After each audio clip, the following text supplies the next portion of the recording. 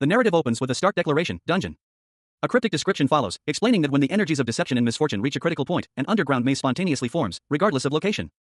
The scene shifts to a dark, metallic dungeon, its architecture hinting at a strange, unnatural origin. A faint, ethereal glow emanates from a central point within the dungeon's depths. A narration box reveals its nature. It sustains itself by feeding on the energy of the dead, using alluring bait to attract more victims. Consequently, these dungeons are always teeming with monsters. The panel shows a gruesome scene. A pair of monstrous creatures, their sharp teeth bared, are engaged in a violent confrontation with a figure wielding a bloody blade. The reason for this abundance of monsters is revealed. At the heart of each dungeon lies a powerful artifact.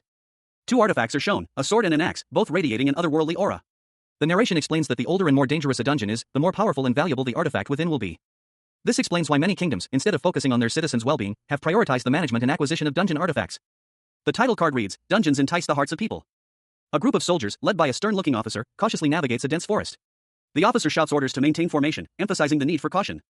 As they approach a vibrant, yet ominous-looking pink flower, a warning is given, touching the plant will result in a venomous sting.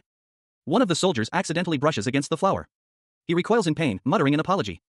The officer, visibly concerned, sternly instructs the soldiers to remain vigilant and avoid any independent actions, especially given their proximity to the dungeon. Stetch Atelier, the explorer, is introduced. He holds a magnifying glass, his expression thoughtful. The soldiers approach a specific location. One of them asks if this is the place.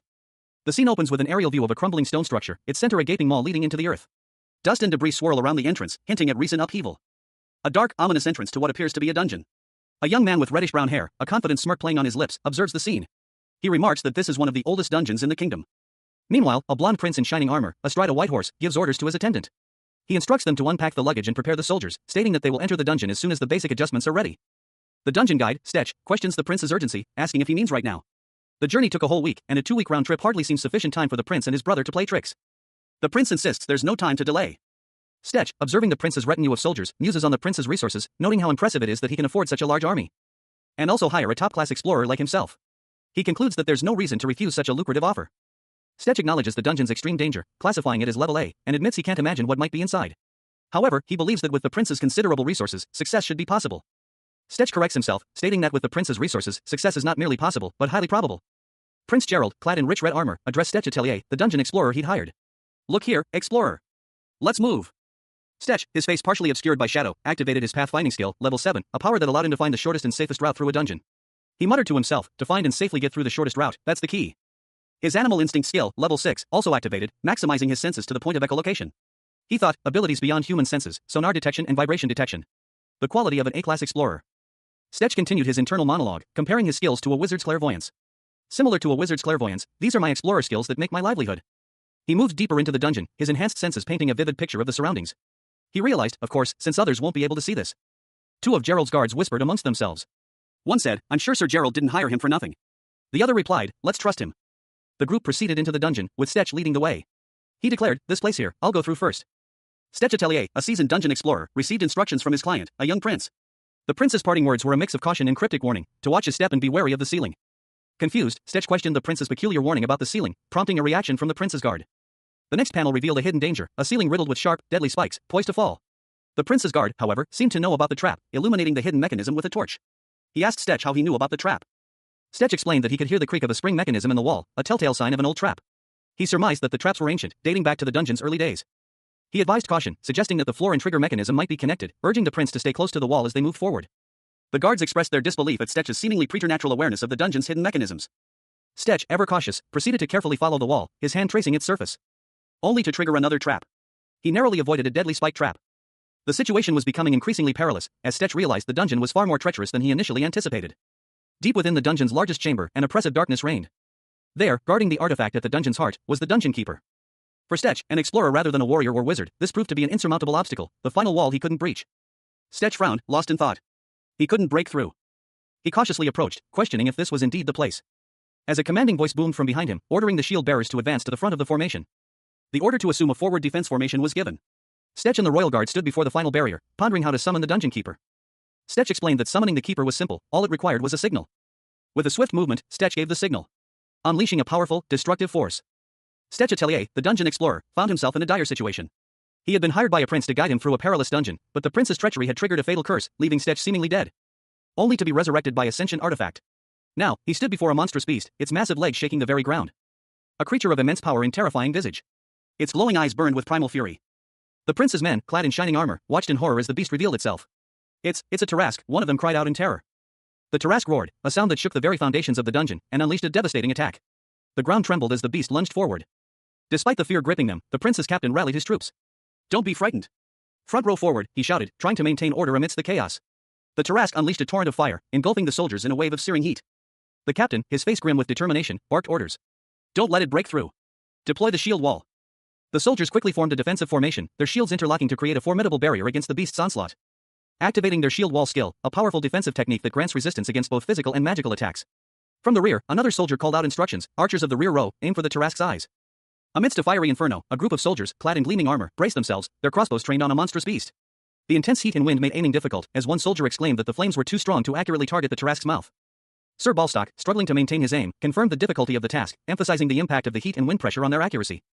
Another soldier, overwhelmed by the intensity of the flames, admitted that it was far stronger than he had anticipated. He confessed his inability to see clearly, leading to the conclusion that they could only rely on their senses to aim at the Tarask's mouth. Prompting a question to Stetch Atelier, an A-class explorer, who was observing the scene with a concerned expression. Stetch was directly asked if he could utilize any of his skills to improve their aim at the Tarask's mouth. He responded negatively, stating that he had never encountered such a situation before. Stetch, overwhelmed by the unexpected challenge, expressed his frustration and surprise at the situation. Despite his initial hesitation, Stetch, reminding himself of his status as an A-class explorer, decided to attempt the shot. Wondering if aiming for the center of the beast would be sufficient before the fire spread further. Stetch, relying on his instincts, fired his crossbow. The bolt shot forth with incredible speed, striking the Tarask with surprising accuracy, as the impact was shown to be directly on the beast's mouth. With a final, desperate lunge, Stetch Atelier plunged his blade into the heart of the monstrous beast. A triumphant "I did it" escaped his lips as the creature collapsed. But even as the creature fell, Stetch felt a searing pain erupt within him. Sweat beaded on his brow as he gritted his teeth, muttering, "Don't lose your focus. It's only getting started now." Suddenly, a wave of intense heat washed over him, and Stetch felt his vision blur. His eyes widened in alarm as he gasped, "Wait." He stumbled back, narrowly avoiding a fiery blast that scorched the ground where he'd been standing moments before. A feral grin spread across his face as he muttered, "Damn it, the fire." The fire wasn't the problem. A knight, his armor scorched and cracked, stared in disbelief. "That's crazy, how can it be so strong? How does that make sense?" The knight urged him on, shouting, "Do something about it." Stetch, fueled by adrenaline and a burning rage, charged towards the beast once more. But his attacks proved useless against the creature's impenetrable armor. Another knight, equally astonished, exclaimed, "None of our attacks are getting through because of its armor." The beast lunged, its claws extended, aiming to strike Stetch. But Stetch dodged the attack with surprising agility. The first knight shouted, "It's a shield. Use shield bash and knock him down. Since its back is solid, it won't be able to get up easily." Stetch, following the knight's instructions, prepared for a final, decisive blow. Stetch Atelier, a dungeon explorer, found himself in a desperate struggle against a monstrous, ape-like creature. Its blue fur bristled, sharp teeth bared in a ferocious snarl as it lunged at Stetch. A guttural roar escaping its throat as it slammed into Stetch, sending him sprawling. A scream of pain ripped from Stetch's lips. Despite the brutal attack, Stetch managed to regain his footing. He braced himself, activating his shield's active skill. Shield bash. The skill description read, strengthens the shield and swings it to blow the enemy away. There is a possible chance of confusion from the physical damage. With a mighty swing, Stetch unleashed the shield bash, the force of the blow sending the creature reeling back. A stunned expression on its face as it staggered. Stetch, seizing the opportunity, prepared for a final, decisive blow. One more time, he gritted, his determination unwavering. He roared shield bash, again, and with another powerful swing. The enhanced shield connected with the monster, creating a blinding flash of light and a deafening roar. The impact sent the creature flying, crashing into a nearby rock formation, and crumbling into dust, leaving only debris in its wake. From the distance, a voice called out, "Sir Gerald. Now's the time." Stetch Atelier, a seasoned dungeon explorer, found himself in a precarious situation. He stood, his blonde hair slightly disheveled, his expression one of grim determination, as he braced himself against an unseen force. A powerful blow sent him hurtling through the air, a blur of motion against the stark, rocky landscape. The force of the impact sent tremors through the ground, leaving a massive, wounded beast behind him. Stetch landed hard, a pained groan escaping his lips as he stared up at the creature, his eyes wide with a mixture of shock and exhaustion. He had clearly taken a significant beating. But the monster, too, was clearly weakened. Its roars of pain echoed through the cavern as it struggled to rise, its massive frame trembling. With a final surge of adrenaline, Stetch mustered his remaining strength. He launched himself forward, his sword arcing in a brilliant flash. The impact of his attack sending a shockwave through the cavern. His companion, watching from a distance, gasped in disbelief as the monster was struck. And finally fell, defeated. Stetch stood, panting, his sword dripping with the monster's blood. He had done it. He had slain the dungeon guardian. A triumphant grin spreading across his face as his companion exclaimed their victory. The battle was won. The monster's body shuddered one last time before collapsing into a heap of lifeless flesh. Stetch and his companion exchanged a look of mutual relief and accomplishment, their victory echoing in the silence of the cavern. Stetch, however, felt a surge of anticipation. He had finally defeated the dungeon keeper, and the artifact he sought was within reach. Stetch Atelier, a seasoned dungeon explorer, found himself in a situation far beyond his expectations. A wave of shock washed over him as he stared at the object before him. A sentient artifact, its presence radiating an otherworldly energy. A flicker of understanding sparked in his eyes as the artifact addressed him directly. "Hey, explorer," it began, its voice echoing in his mind. Stetch, startled, replied, "Yes?"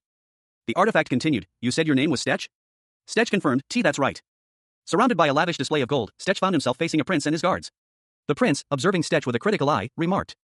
From what I've heard, even though you're an A-class explorer, is it true that you've never been able to clear a single dungeon? The prince smirked, adding, you, who had no trouble against the traps, failed to get to the heart. I'm assuming it was because of the dungeon keeper. Stetch remained silent, his gaze fixed on the artifact. The prince pressed on, if that's so, is this the first artifact you'll see? The artifact glowed ominously, its power palpable. A sense of foreboding filled the air. As Stetch's eyes widened in apprehension, the prince and his guards watched with a mixture of curiosity and anticipation. Stetch Atelier, a dungeon explorer, nervously confirmed the prince's instructions. He descended a stone staircase. As the prince, a smirk playing on his lips, presented Stetch with a glowing green artifact resembling a ring. A skull-shaped artifact pulsed with green energy. Stetch considered grabbing it and running, a thought the artifact itself seemed to sense. But the prince's warning about the consequences of getting caught quickly dissuaded him. Stetch weighed his options. The contract stipulated that everything outside the dungeon belonged to him. Even without the artifact, this was a profitable venture. He decided to take a closer look. Reaching out to examine the artifact more closely. As Stetch touched the artifact, the prince's smile widened, a sinister glint in his eyes. He subtly manipulated the artifact, releasing a surge of green energy. Stetch's eyes widened in shock and fear as the energy enveloped him. The intensity of the light suggesting a transformation of some kind. A blinding flash of green energy erupted from the center of the dungeon, engulfing Stetch Atelier and several royal knights. The source of the intense light appeared to be emanating from the prince, who watched with a grim expression as Stetch was consumed by the magical blast. Stetch screamed as the curse took hold, his body contorting under the immense magical force. His flesh tearing and burning as the green energy pulsed through him. The once vibrant green light faded, leaving behind only Stetch's broken, lifeless body. A grim testament to the prince's treachery. The prince, seemingly unfazed by his actions, offered a curt apology to his knights before turning his attention back to Stetch's corpse. Meanwhile, Stetch, though seemingly dead, muttered a curse under his breath. The prince smirked, revealing his true intentions. These artifacts, sources of negative energy, were not meant to fall into the hands of mere mortals. As the prince left, a faint green glow emanated from Stetch's hand, a small, skull-shaped artifact pulsating with power. Stetch Atelier, the dungeon explorer, lay seemingly lifeless on the cold stone floor. A faint green glow emanated from his chest. He murmured, yes, his voice barely a whisper, as if confirming something to himself. The curse, it seemed, had been lifted. A wave of relief washed over Sir Gerald, Stetch's employer, and his companion as they watched the green glow subside. Machem, good, Gerald stated, his voice calm but firm. Now, let's get ready to get out of here. His companion agreed, yes. Suddenly, a skeletal hand emerged from Stetch's chest, clutching a pulsating green orb. A voice, ancient and chilling, echoed in the chamber, veins? The orb pulsed brighter, its green light erupting in a blinding flash. Veins of pure energy snaked out from the orb, spreading across Stetch's body, reanimating him in a surge of unnatural power. Stetch's eyes snapped open, his expression one of shock and confusion. He roared, Sir Gerald. A system notification appeared before Stetch's eyes, high risk detected. An active skill was triggered, automatically recovering him. The text was cryptic, revealing only partial information about the skill's effects. More details of the mysterious skill were revealed. It granted him unknown abilities and transformed him in an unknown way. Stetch, now imbued with newfound power, stood up, his eyes blazing with a fierce green light. He commanded, stand down. His enhanced sword sliced through the air with unnatural ease, passing right through Gerald's defenses. Kirk? It goes through it? Gerald exclaimed in disbelief. Gerald ordered his archers to fire, but their arrows proved useless against Stetch's newfound power. There's no use. It's not working. Gerald shouted in desperation. Stetch Atelier, the dungeon explorer, found himself in a dire situation. A surge of green energy enveloped him, and he roared in pain and fury, damned bastard. The green energy pulsed violently, seemingly emanating from a powerful artifact. Could this be a symbiotic type of magic? The energy subsided, leaving Stetch standing amidst the ruins, his armor gleaming faintly. He seemed unharmed, but a look of grim determination settled on his face. Sir Gerald, Stetch's companion, watched in shock as the artifact's reaction intensified. What? The reaction that takes the artifact is already. The rate of collapse is not looking good. Gerald urged Stetch to flee. Sir Gerald, you must run away. Stetch, however, remained resolute. He knew they needed to use a scroll, and quickly. Gerald frantically searched for a scroll, muttering damn it as the dungeon continued to crumble around them. Stetch watched, his face a mask of frustration. I put in so much effort to come here and get it. The artifact pulsed again, its power overwhelming. Stetch braced himself for the impact. The artifact's power surged, and Stetch felt a strange energy coursing through him. He saw the artifact escape, right in front of his eyes. A guttural scream ripped through the air as Stetch Atelier, the dungeon explorer, was caught in the throes of a fatal curse. His body convulsed, his eyes wide with terror. His form dissolving into motes of light as he plummeted into the abyss below. Stetch awoke on a dark shore, the taste of brine heavy on his tongue. He coughed, sputtering water from his lungs. A faint green glow emanating from a ring on his finger. He groaned, his body aching, as he pushed himself to a sitting position. A wave of nausea washed over him as he struggled to catch his breath. Stetch Atelier awoke in an unfamiliar, dark place. He was disoriented, unsure of his surroundings.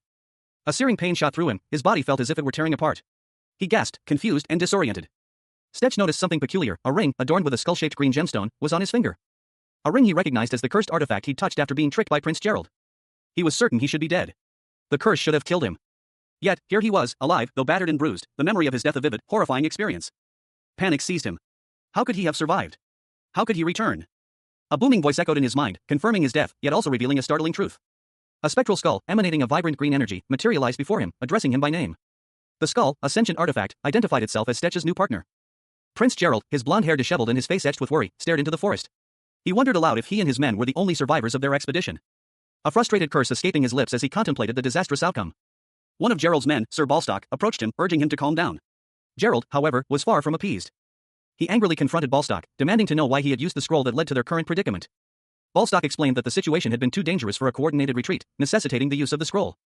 Gerald, his face contorted in anguish, muttered that his brothers would likely discover he had led the soldiers into danger, and that this was why he couldn't afford to lose any more men. He then questioned the nature of the strange event that had just transpired. Elsewhere, Stetch Atelier, seemingly dead, was shown to be undergoing a bizarre transformation. A strange, green energy pulsed from his body. The narration box explained that this was no ordinary artifact, its behavior was abnormal, even for a parasitic type, as it continued to move despite its owner's death. Stetch Atelier, a seasoned dungeon explorer, stared at the artifact with wide eyes. It was unlike anything he had ever encountered before. He mused to himself that if it wasn't a parasitic type, it could be something far stranger. His companion, a blond man in ornate armor, wiped sweat from his brow, shaking his head. It was neither a parasitic nor an independent artifact, it was a symbiotic type, something entirely unheard of. The blond man, clearly disturbed, commented that this was understandable. Existing artifacts are typically classified into two types: the independent and the parasitic. The most common is the independent type. This type comprises the vast majority of existing artifacts and is easily used, functioning much like tools, at the user's will. Conversely, the parasitic type, while potentially more powerful, presents a significant drawback: its destruction upon the death of its owner. These two types represent the well-known classifications of artifacts. However, there is a third, exceptional type, the symbiotic. These symbiotic artifacts possess the unique ability to revive their deceased owners. Stetch, remembering his own resurrection, realized with dawning horror, this must be it. The resurrection they had witnessed firsthand. High above, in the remains of a crumbling dungeon, Stetch Atelier lay amidst the rubble. Observers noted his seemingly lifeless form, questioning how anyone could have survived such a catastrophic collapse. One voice confidently declared him dead, emphasizing the sheer improbability of his survival, given the dungeon's destruction. Meanwhile, a prince, his face partially obscured by shadow, silently wished Stetch's demise were true. He muttered that it would be convenient if Stetch were truly dead, before ordering a return to the capital.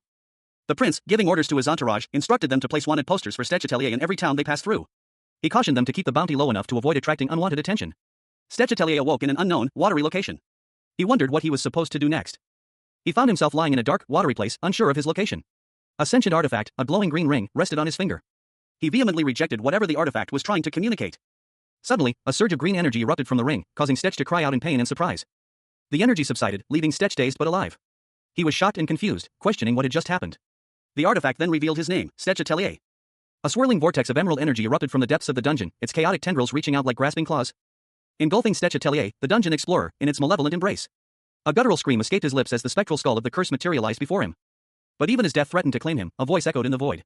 I saved you using the passive skill Mending Soul. The voice continued, explaining that while Stetch was alive, his body suffered from a stat down due to the artifact's intervention. Stetch, confused, questioned the meaning of stat down and Mending Soul. The artifact, impatient, retorted, I'm just saying that I've lost some energy because of you. It then revealed itself as Memento Mortem, a sentient artifact, its voice echoing directly into Stetch's mind.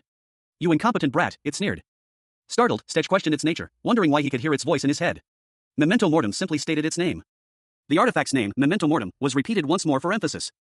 Stetch, piecing together the events, realized the truth. The artifact before him was the one that had saved his life. So you're saying that you're that artifact? He asked, to which Memento Mortem confirmed. Stetch Atelier, his body still bearing the marks of a recent demise, stood within a dark cavern. A wisp of emerald energy, seemingly sentient, hovered beside him. He questioned the artifact about the existence of other conscious artifacts, to which it replied curtly that it was unique.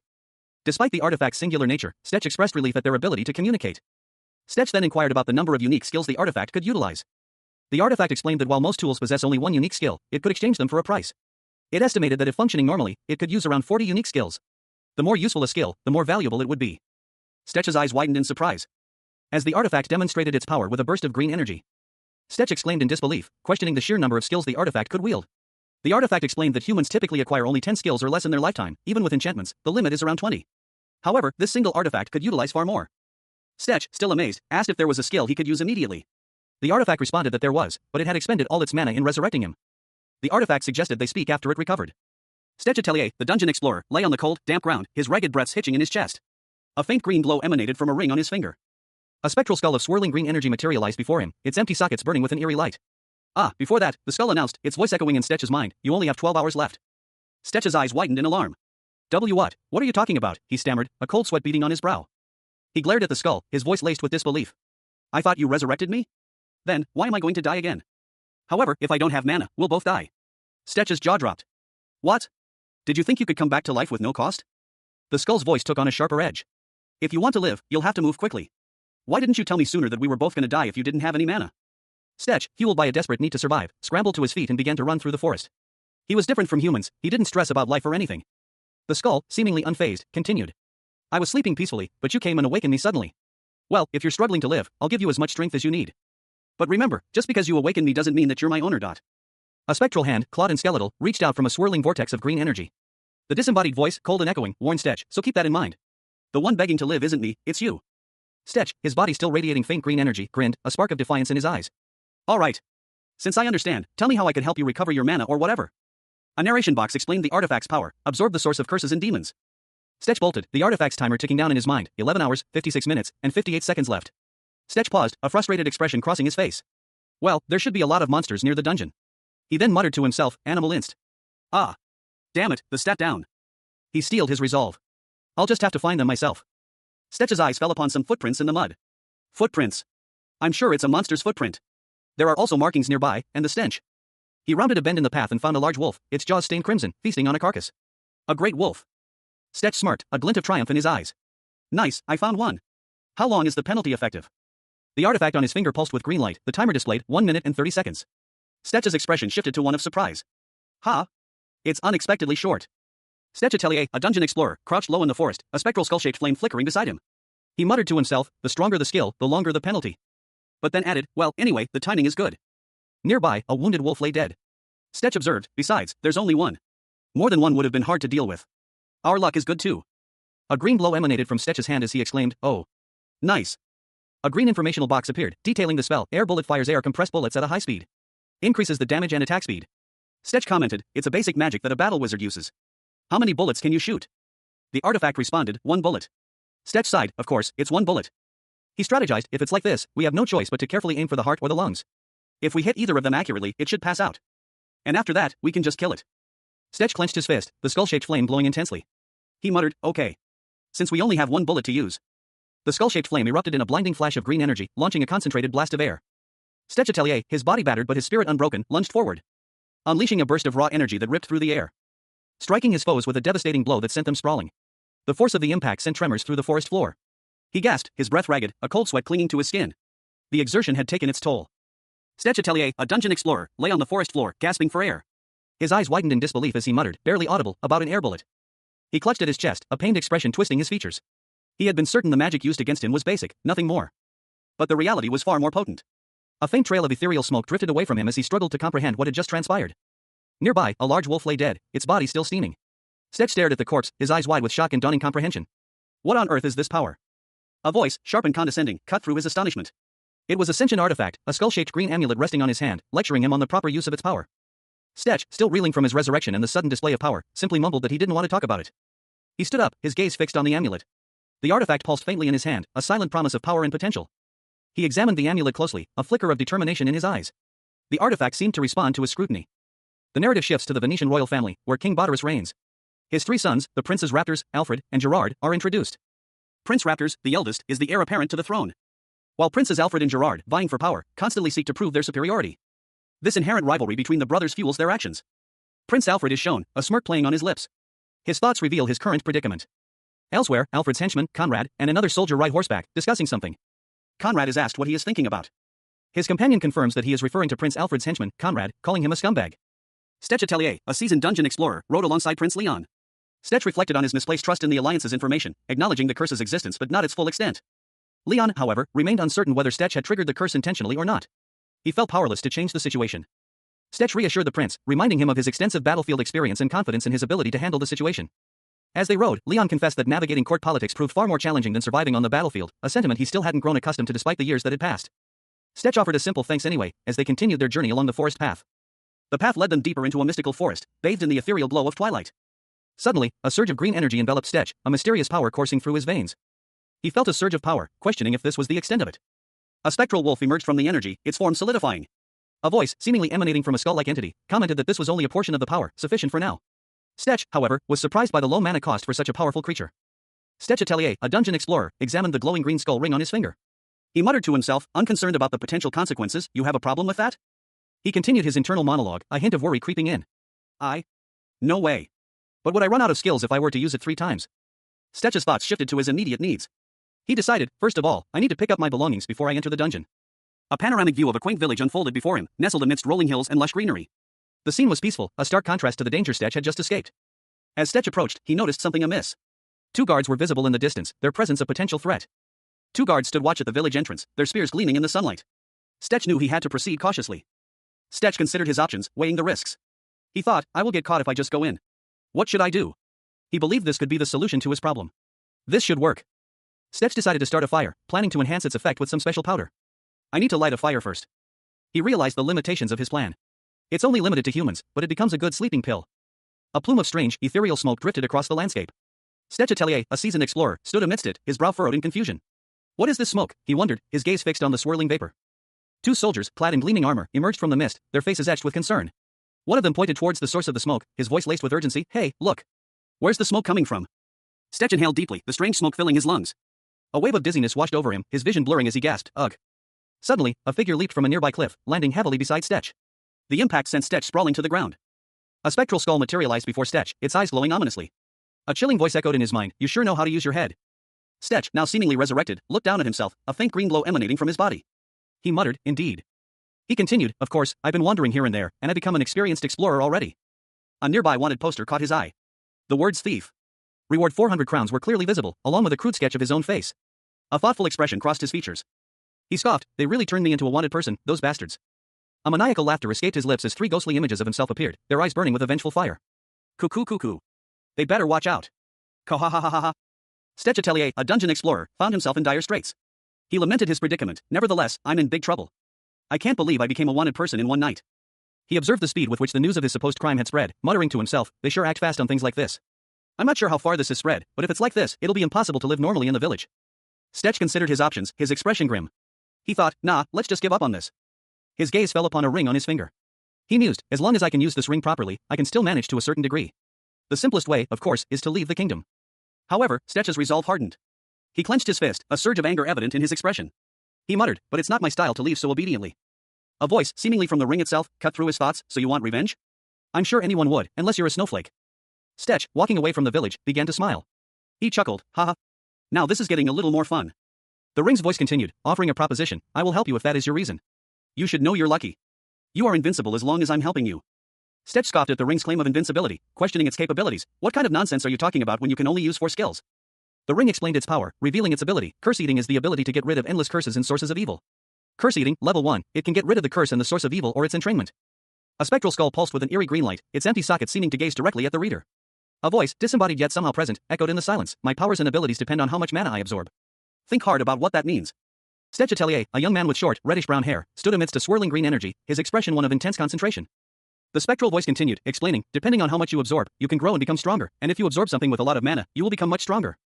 Stetch, now seemingly imbued with the same green energy, held a small, glowing object in his hand. He questioned the skull, do you also absorb artifacts? The skull responded, its voice a low hum, I can lend you my strength. The skull's ethereal form shifted, revealing 2 gleaming artifacts, a staff and a sword. It addressed Stetch directly, Stetch Atelier, help me gather the artifacts. A promise whispered on the wind, a pact sealed in spectral light. Then your revenge will be taken together with me, the skull finished, its voice echoing with a chilling finality. Stetch muttered a single name, barely audible, Gerard. A new character appeared, a blonde man with a smug expression. He sneered, that weakling. Just one blow is what it takes. Stetch Atelier, his face contorted in a grimace of fury, eyes blazing with newfound power, muttered to himself. A surge of green energy pulsed around him, a tangible manifestation of his rage. He wondered if this meant he could finally exact his revenge on Gerard. A deep, resonant voice echoed in his mind, confirming his suspicions. The sentient artifact that resurrected him had granted him the power he craved. The green energy intensified, coalescing into a spectral form resembling a skull with gaping maw, a terrifying manifestation of Stetch's newfound power. He vowed to make Gerard pay for his betrayal. The spectral skull seemed to whisper its promise of dominance, a chilling premonition of the vengeance Stetch would unleash. He would feel the thrill of crushing his enemies. A trail of green energy snaked downwards, leaving a shimmering wake in its path, signaling the end of this vision and the beginning of Stetch's quest for revenge. He inquired about the availability of fine leather, specifying that the price must be reasonable. Dalton, seemingly surprised by the request, pondered for a moment before suggesting the black market as a potential source. He warned Stetch about unscrupulous merchants who inflate prices, mentioning that he had encountered some who were asking for 500 crowns or more. Dalton then offered to introduce Stetch to a skilled explorer, perhaps hinting at a potential business opportunity or a new ally. A gruff-looking man with a thick, dark beard scowled, his expression a mixture of displeasure and suspicion. His gaze fell upon a wanted poster, a single word escaping his lips, Stetch? The poster depicted Stetch Atelier, offering a hefty reward for his capture, dead or alive. He wondered what had become of the infamous dungeon explorer. Stetch Atelier, a dungeon explorer, received a wooden plaque. He was instructed to always carry it and show it whenever making a deal, otherwise, his luggage could be searched. After completing a job, Stetch was thanked for his hard work by his client. Stetch, however, had a different plan in mind. He knew that in a town like that, there was always a back door to the black market. A ghostly figure appeared before Stetch, questioning his detour into town instead of going straight to the dungeon as planned. Stetch explained that using an escape scroll was standard procedure when entering a dungeon. He also warned against going in unprepared. The ghostly figure confirmed that the scroll Stetch was referring to was indeed the one they had used. It was convenient that there were many supplies available. The figure then warned Stetch about the risks of abuse and that the deal was under control, shouting escape. Stetch, however, was not worried. He already knew where the back door was. He found the back door, a dilapidated wooden structure. As he touched it, he mused that the fish goblins eat our freshwater perch. Stetch Atelier, a dungeon explorer, knelt before a small, wooden door set into the ancient stone wall of a castle. He traced a series of barely visible runes etched into the stone. Recognizing the code as one from 3 months prior. A wave of unease washed over him as he realized the implications. Suddenly, a gruff voice interrupted his thoughts. Dalton, a large, powerfully built man, appeared, startling Stetch. He apologized for the intrusion, claiming there was no reason for Stetch to be there. Dalton's laughter echoed, a booming sound that filled the small space. He addressed Stetch by name, expressing disbelief at his unexpected reappearance. Stetch, struggling to catch his breath, could only sputter incoherently. As Dalton hoisted him into a powerful embrace. Dalton explained that Stetch had to memorize the codes, emphasizing the urgency of the situation. He questioned whether Stetch had been observed during his previous visit. Stetch, still slightly breathless, chuckled nervously, downplaying the significance of the event. Dalton, still chuckling, revealed that Stetch always used the back door because he considered the front door aesthetically unappealing. He then extended an invitation for a drink. Later, Stetch entered a tavern, politely asking for a seat. He was readily accommodated. Stetch Atelier, a dungeon explorer, found himself in a tavern, the contents of his bag spilled across the table. Bones and a vial of crimson liquid lay amongst his belongings. A patron inquired about the wanted badge in his possession, prompting Stetch to downplay his involvement in its acquisition, claiming the rumors spread too quickly. He proudly displayed an energy-enhancing claw, a trophy from his recent encounter with a great wolf. More of his loot was presented, high-quality leather and additional claws, all available for purchase. Stetch, amidst a group of mercenaries, inquired about the price of scrolls, revealing his financial constraints and prompting him to ask for a loan. The tavern owner, a burly man with a full beard, initially refused to lend him money, unwilling to finance Stetch's purchases. However, upon seeing Stetch's desperate expression, the owner relented, asking how much he needed. Stetch requested 400 crowns, explaining his predicament and the reason for his current situation. The tavern owner, though curious about the circumstances, agreed to lend him the money. Stetch revealed his frustration with the prince's actions, explaining that he was deliberately being difficult. The tavern owner chuckled, advising Stetch against relying solely on his pride, suggesting a more practical approach. He offered additional assistance, suggesting a contact who could provide scrolls at a cheaper price and directing Stetch to Clyde for new equipment. Stetch Atelier, a dungeon explorer, sat in a tavern, awaiting his payment. He instructed the unseen client to put the payment under his name, then requested something to eat. Suddenly, a fist slammed onto the table, startling Stetch. A gruff voice shouted Clyde, revealing a man named Clyde, who was clearly agitated. Clyde reacted with confusion, asking what kind of jerk was trying to pick a fight with him. An older man with a long white beard sat at the bar, seemingly oblivious to the brewing conflict, and let out a loud belch. Stetch tried to intervene, but the older man lamented that even if he sold everything at a bargain price, his goods wouldn't sell. The panel shows a collection of steampunk-style weapons and artifacts on a table. Stetch suggested that the reason the older man's goods weren't selling might be because he had a lot of unverified items. Intrigued by this, Stetch offered a suggestion. He pointed to the steampunk weapons, asking which one the older man was most confident about. The older man, surprised by Stetch's question, asked if he was going to buy it, clarifying that he wouldn't buy anything expensive. Stetch Atelier, a dungeon explorer, found himself in a peculiar situation. He'd been hired by a prince for a seemingly simple job, but the prince, clearly intending to exploit Stetch's skills, explained that due to the low price Stetch was charging, he would be performing a test run for the prince. Stetch, however, was pragmatic. He knew that entering a dungeon unprepared was a death sentence, and voiced his need for a suitable weapon. A burly dwarf, seemingly the owner of the shop, stepped forward, suggesting a weapon tailored to Stetch's physique, and presented him with a large, ornate staff. Stetch's eyes widened in surprise at the weapon's impressive design. Stetch immediately dismissed the staff as impractical, pointing out the narrow passageways typical of dungeons. As he spoke, a ghostly skull emerged from the staff, startling Stetch. The skull, revealing itself as a sentient artifact, rebuked Stetch for his hasty judgment. The artifact explained that only Stetch could sense its presence. The dwarf, seemingly oblivious to the artifact, commented on the lack of magical properties in the other weapons displayed in his shop, noting that only the staff seemed to possess such abilities. The artifact, growing impatient, scolded Stetch for his excessive talking and questioned his understanding of the artifact's nature. The artifact revealed itself to be a sentient being, unlike humans, intimately familiar with its own structure. A spectral skull, shimmering with an eerie green light, materialized before Stetch. 2 swords lay before him, and the spectral voice offered guidance. If I were to choose one of them, I would rather have the sword on the far right. Stetch's hand reached out to grasp the hilt of the sword indicated by the skull. A question formed in his mind, will it be useful? He hesitated, but the spectral skull reassured him, as long as you use it properly, you're not even going to bother to take a look at those other weapons. Stetch examined the sword closely. It was unlike anything he had ever seen before. No matter how hard I look at it, this doesn't look normal. The skull responded simply, trust me. Stetch, now armed with the mysterious sword, stood before the entrance to a crumbling ancient ruin, a dungeon beckoning him onward. Entering the dungeon, Stetch was immediately beset by a horde of monstrous creatures. A roar of pain escaped his lips. He was overwhelmed by their sheer numbers. Why are there so many? Stetch fought back valiantly, his new sword flashing in the dim light as he cut down several of the monsters. But more kept coming. One of the creatures was flung into a chasm, revealing a dark pit filled with glowing red eyes. Stetch's eyes widened in alarm as he prepared to unleash a new power. Shoot! Stetch Atelier, the dungeon explorer, found himself in a dire situation. He was caught in the throes of a powerful, green energy surge, its tendrils wrapping around him like a living thing.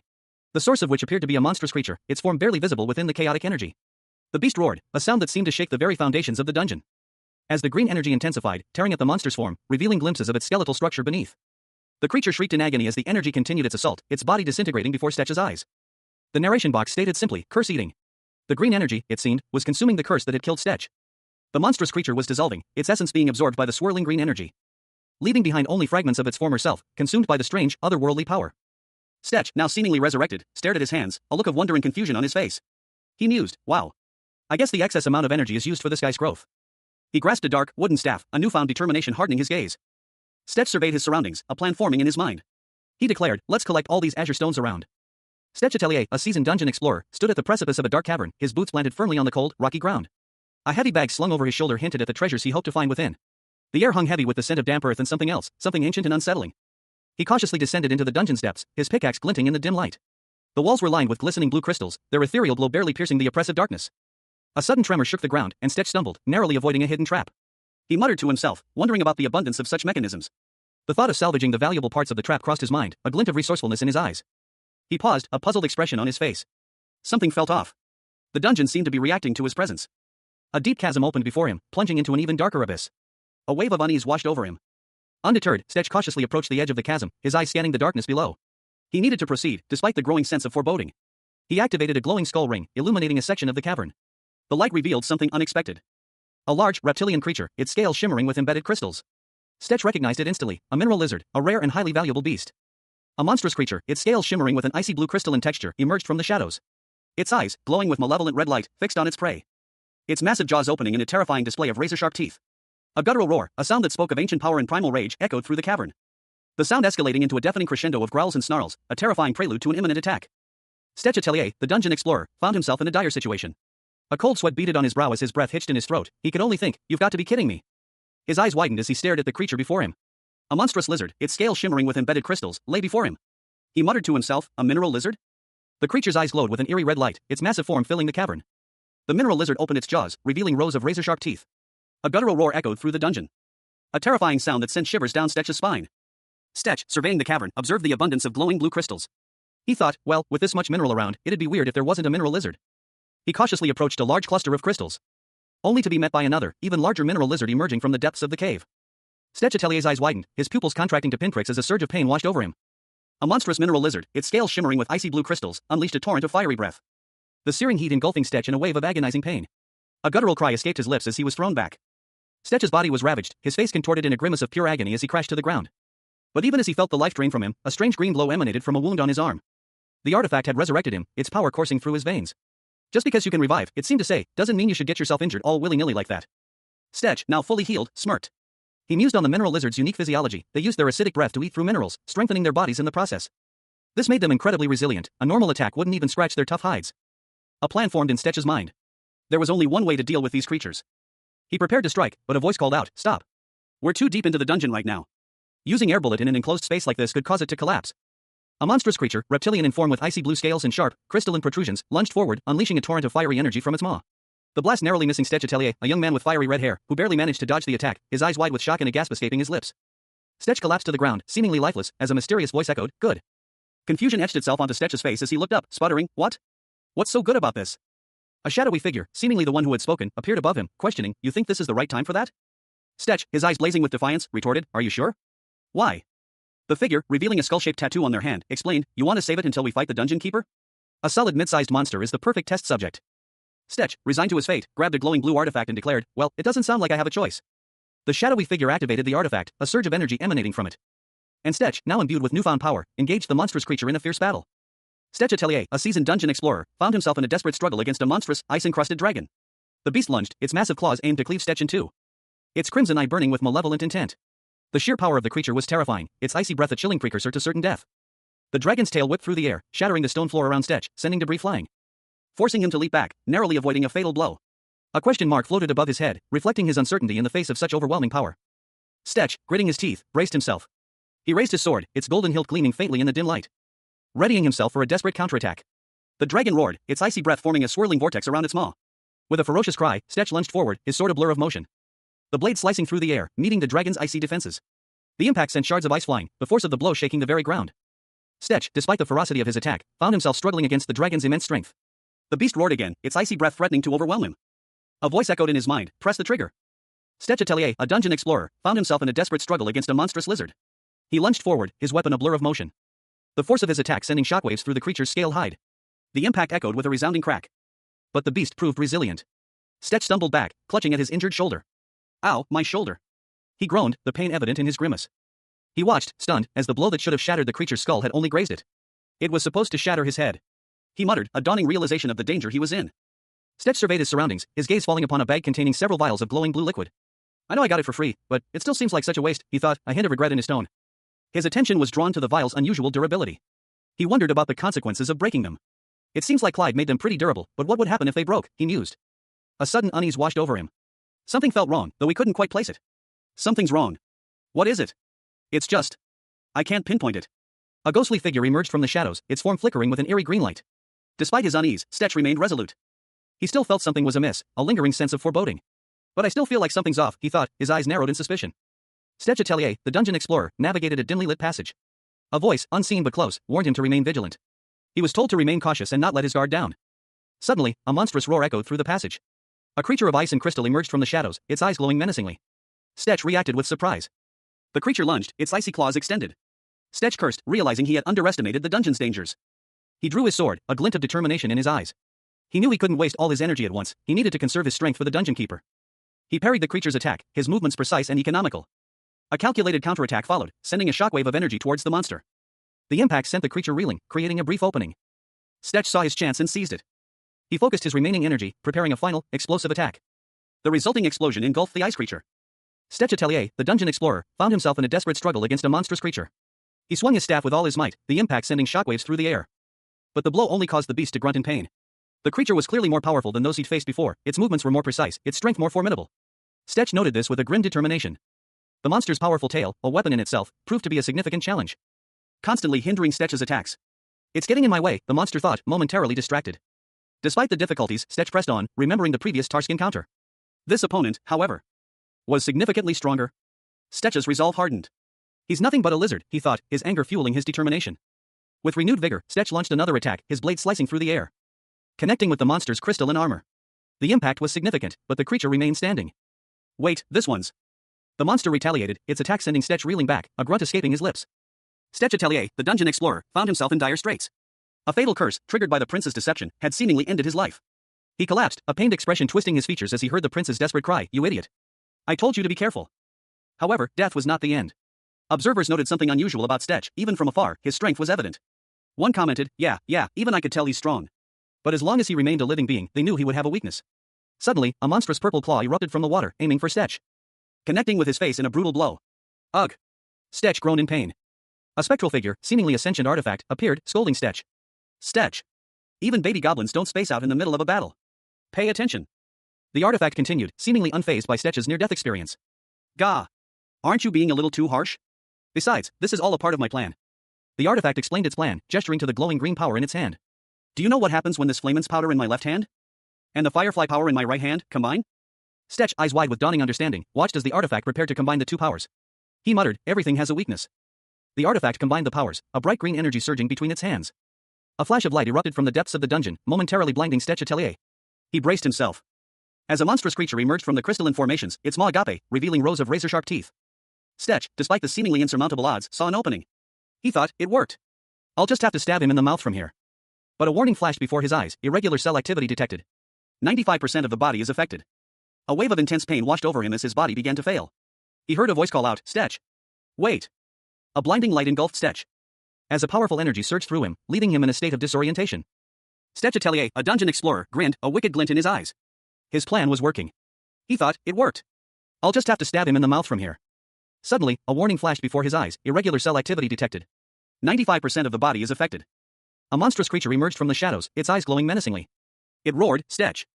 The creature lunged at Stetch, claws extended. A blinding flash of light erupted as a powerful energy wave slammed into the creature. Stetch lay on the ground, groaning in pain. A strange, green energy pulsed from his wounds. A voice echoed from the depths of the cave, "I told you to wait, didn't I?" Stetch Atelier, a seasoned dungeon explorer, found himself in a precarious situation. He had been hired by a prince to guide him through a treacherous dungeon, but the prince's true intentions were far more sinister. As Stetch cautiously approached a chasm of bubbling magma, he muttered to himself, wishing he'd known about the danger beforehand. Suddenly, the ground beneath him erupted in a fiery explosion, leaving Stetch injured but miraculously alive. A strange, green light emanated from a small object in his hand, a sentient artifact that had resurrected him. The artifact revealed that the monster Stetch had just fought had been tampered with, its body modified to explode on contact. Stetch, now aware of the danger, questioned whether every monster he encountered from now on would be a potential explosive threat. A ghostly figure emerged from the artifact, its voice echoing Stetch's fears, questioning his courage. Undeterred, Stetch defiantly declared that he was not afraid and would continue his exploration. Stetch activated the artifact's pathfinding ability, revealing a hidden passage within the dungeon. He delved deeper into the dungeon's mysterious depths. Upon entering a new chamber, Stetch encountered a strange sight, a massive formation of glowing blue crystals. Stetch Atelier, a seasoned dungeon explorer, cautiously scanned his surroundings. His hand outstretched, he focused his animal instinct ability, a skill honed from years of navigating treacherous subterranean labyrinths. Despite his heightened senses, he detected nothing unusual. A slight furrow creasing his brow in confusion. His usually sharp eyes widened, a flicker of surprise crossing his features. Then, a faint green glow caught his attention. Emerging from the crystalline formations of the cavern wall, a spectral skull materialized before him. He murmured, a mixture of awe and apprehension coloring his tone. Stetch's eyes narrowed as he assessed the ethereal being. It's a monster, he stated, his voice low and grave. Definitely a skeleton, he added, confirming his initial assessment. Skeletal remains like this usually remained inert, only reacting when someone approached them closely. However, this one was different. Its state suggesting a prolonged presence in this location. The skeleton was completely petrified, encased in the icy crystals. Stetch noted a peculiar detail, by the way, this one might explode if you touch it. It'd be best to just ignore it, he warned himself, his voice laced with caution. Despite his warning, Stetch's curiosity got the better of him. He approached the petrified skeleton, muttering Captain, to himself. A sudden crackle of energy heralding the imminent danger. The icy crystals surrounding the skeleton began to glow intensely. A skeletal remains erupting in a blinding flash of blue energy. Stetch recoiled, his eyes wide with shock as he exclaimed, what's going on? A desperate plea echoed through the chaos, Stetch, run! A massive explosion erupted behind him, sending Stetch hurtling through the air, debris raining down around him. As he desperately tried to evade the falling rocks. Despite his efforts, Stetch was struck and fell to the ground. He landed hard, his body aching. What the fuck? What am I supposed to do if they explode even when I don't touch them? A voice interrupted his panicked thoughts. Can you stop talking for like 1 second? Stetch looked around, his eyes widening at the sight of a cavern filled with glowing crystals. Wow. I could probably live off of this for the rest of my life. Leaving him shocked and confused. Stetch Atelier, the dungeon explorer, felt a strange energy coursing through him, sparks crackled around his body as he muttered to himself, realizing that something had been bothering him this whole time. A strange mana was filling the dungeon, though he couldn't feel it directly. And its concentration grew stronger the deeper they went. The strange mana was even starting to annoy him, it was disgusting. The further into the dungeon they ventured, the more unstable the monsters became. First, they encountered mineral lizards. Then skeletons. The more sensitive and explosive they were, the more unstable they became. Stetch surmised that their bodies had become unstable because of the strange mana. He agreed, noting the reaction. And realized that it wasn't just the monsters that were being affected. Stetch, looking concerned, questioned if the tunnel was a minefield. There was more bad news to come. Stetch Atelier, the dungeon explorer, found himself trapped in a high mana concentration zone. Even low-level recovery spells were being blocked by the intense magical energy. His hands, stained with grime and blood, trembled slightly as he struggled to regain his strength. Death's icy grip had only recently released him. A cloaked figure, seemingly an artifact, appeared before him. It was a sentient being, and it offered Stetch a proposition. In a situation like this, your escape scroll probably won't work here either. The artifact explained that the high mana concentration would interfere with the scroll's ability to find a safe location. The worst-case scenario, it warned, was being teleported into a pile of rocks. Stetch, his brow furrowed in concentration, considered his options. He was trapped, and his usual escape route was blocked. The artifact continued, but if you defeat the thing that's emitting this mana, you'll be able to escape again. Stetch, accepting the challenge, resolved to press forward. That still means I have to keep moving forward, he muttered, a grim determination etched on his face. He began his trek through the cavern of glowing crystals. The path ahead was treacherous, a labyrinth of shimmering, sharp crystals. The air crackled with raw magical energy. Stetch, exhausted but resolute, collapsed onto the cold, hard ground. He gasped for breath, his body aching from the ordeal. Despite his exhaustion, a flicker of determination remained in his eyes. I couldn't find who was emitting all that mana, yet I'm already here, he mused, a hint of surprise in his voice. Stetch Atelier, his back to the viewer, stood before a massive, imposing door, his ragged clothing and weary posture hinting at a recent ordeal. He placed a hand on the cool, smooth surface of the door, a faint tremor running through his body. A swirling vortex of dark energy erupted from within, engulfing him completely. From the heart of the vortex, a colossal, crystalline entity emerged, its form vaguely humanoid, radiating an ethereal, icy glow. Stetch, seemingly unharmed, leaned against a stone wall, gazing at the receding vortex with wide, questioning eyes. A strange, green glow emanating from a skull-shaped ring on his finger. He muttered in disbelief, what the hell is that? A voice, seemingly emanating from the ring, responded, it's a djinn. Stetch's eyes widened further as he questioned the presence of such a being, while another voice, this time from a nearby observer, noted something amiss at the center of the djinn's form. That's the artifact. A narration box explained the nature of djinns, spirits formed when mana and negative energy collide, existing solely to destroy their surroundings and lacking consciousness. The observer continued, highlighting the unusual presence of an artifact within the djinn, further fueling Stetch's confusion and apprehension. Stetch Atelier, a dungeon explorer, found himself in a desperate situation. He was fleeing a powerful, surging wave of mana, its icy blue energy threatening to engulf him. A sentient artifact, its skull-like form glowing in eerie green, addressed him. Stetch, that keeper is the problem, it stated, its voice echoing in his mind. It fused with the artifact and has been spreading its mana throughout the dungeon. The artifact continued, explaining the dire consequences, that's why everything's become a live bomb. Stetch, his face contorted in grim determination, muttered to himself, I just have to beat it up before I leave. He braced himself, readying for a final, desperate assault. Unleashing a furious barrage of attacks against the source of the mana surge. Powerful blasts of energy erupting from his blade. Each strike sending shockwaves through the dungeon. As energy blasts continued, Stetch's determination unwavering. But as he struck a final blow, a wave of unexpected energy washed over him, leaving him stunned and questioning what had just happened. A blinding flash engulfed Stetch Atelier, the dungeon explorer, as a massive explosion rocked the cavern. He cried out in disbelief, no way? Again? A voice warned him urgently, watch out. This is the part of the dungeon with the highest concentration of mana. Your interference is making it even stronger. At this rate, everything, including your sword and body, will explode. Stetch reacted with frustration, shouting, shouldn't you have told me that sooner? A surge of intense, cyan energy erupted from Stetch's sword, expanding rapidly into a swirling vortex. He stared at his sword, a question forming in his mind, what is that? Isn't that a little too much? The cyan energy intensified, forming a brilliant, swirling orb of power. From within the orb, a voice echoed, cold and commanding, run if you want to survive. A blinding flash of light erupted from a swirling vortex of energy. The intense energy momentarily obscuring everything in its path. A voice, echoing from the ethereal energy, urged someone to flee. A colossal, shadowy hand emerged from the depths of the swirling energy. Its fingers crackling with raw power as it channeled a beam of pure, destructive energy.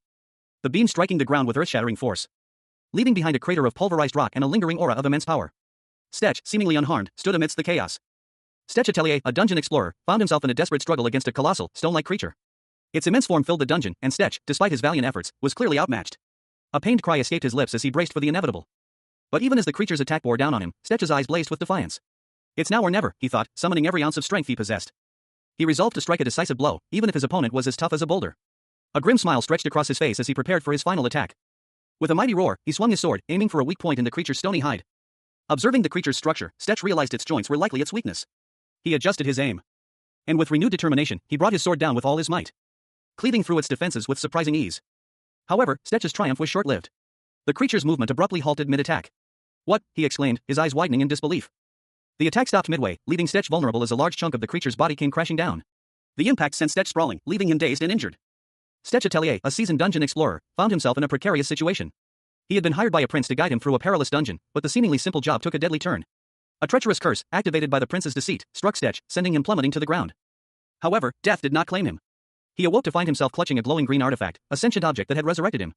A cold sweat beaded on his brow as he wondered how to deal with the lingering effects of the curse. The artifact, sensing his confusion, offered a solution, aim for the artifact at its core. The artifact explained that its core and the curse were intertwined. Currently, its core and the artifact are fused together. So, if you use the curse on its core, it'll lose all its power. Stetch, still reeling from his brush with death, cautiously considered his options. He knew he needed to act quickly, but he also wanted to avoid close combat with the cursed entity as much as possible. He focused his attention on the artifact, a grim determination settling on his face. Only one course of action remained, to use the curse against itself. Only one thing left to do then. He thought, his grip tightening on the artifact. With a surge of power, Stetch channeled the curse through the artifact. A blinding flash of light erupted from the artifact's core. The aftermath of the blast left Stetch exhausted but victorious. He had successfully defeated the curse, proving the artifact's words true. He now possessed a powerful new weapon, an air bullet, capable of unleashing devastating energy blasts. Stetch Atelier, a dungeon explorer, found himself in a desperate situation. He had been tricked by a prince into activating a deadly curse, and now, his body was dissolving into ethereal particles, a chilling testament to the curse's power. But even as his form disintegrated, a grim determination hardened his features. A fierce glint shone in his eyes as he silently willed himself to overcome the curse's effects. He wondered, with a surge of desperate hope, if he could somehow pierce through this overwhelming power. Suddenly, a monstrous, skull-faced entity of green, ethereal flame materialized before him, its power palpable. It was far too strong for Stetch to handle in his weakened state. He knew he had to dodge. And he did, narrowly avoiding the creature's devastating attack. The force of the near miss sent him sprawling, a sharp cry escaping his lips as he crashed to the ground. Another blast of energy erupted from the creature, a blinding flash of light and power that threatened to obliterate him completely. Stetch braced himself for the inevitable. But as the light subsided, he was still alive. A strange, ethereal energy pulsed around him, a beacon of hope in the face of certain death. He felt a surge of power, an unfamiliar energy coursing through his veins. A triumphant grin spread across his face as he realized he had been resurrected, his body infused with a new, potent strength. He muttered a curse under his breath, a mixture of shock and exhilaration. Stetch, now imbued with this newfound power, prepared for battle. He considered his options, melee attacks or long-range attacks. He was ready for anything. He lunged forward, his sword a blur of motion, but the creature's defenses proved too strong. His attack was deflected, sending him tumbling backward. And he found himself on the defensive, the creature's power overwhelming. A sense of grim determination settled over him as he prepared for a prolonged fight. A surge of dark energy erupted from the ground, taking the form of a monstrous, jagged stone golem. Then let's see you trying to block this, a voice boomed, the words echoing with malicious intent. The golem lunged forward, its shadowy fist aimed at Stetch Atelier, the dungeon explorer. Stetch's eyes widened in alarm, a question mark forming in his mind. Reacting instantly, Stetch drew his sword, a gleaming blade of exceptional craftsmanship. He braced himself, preparing to meet the oncoming attack. He swung with all his might, the sword impacting the golem's stony form. Despite his strength, the blow only grazed the surface. TSK. I couldn't stab it into the core, but at this range. Burst. Stetch muttered, frustration evident in his voice. A blinding flash of light erupted from the point of impact, a wave of concussive force radiating outwards. The force of the explosion sent Stetch flying backwards, his body tumbling through the air. He crashed into the ground, the impact jarring his entire body. A pained groan escaped his lips as he struggled to regain his footing. Stetch pushed himself up, his sword clutched tightly in his hand. He glared at the golem, his eyes burning with determination. Fuck! Another blast of energy erupted from the golem, this one aimed directly at Stetch. The attack struck Stetch, sending him sprawling across the ground. A guttural cry of pain, escaped his lips as he was thrown several feet away. Stetch Atelier, a dungeon explorer, lay on the ground, his body battered and bruised. A grimace contorted his face as he gasped for air, blood staining his clothes. He coughed violently, his breath ragged.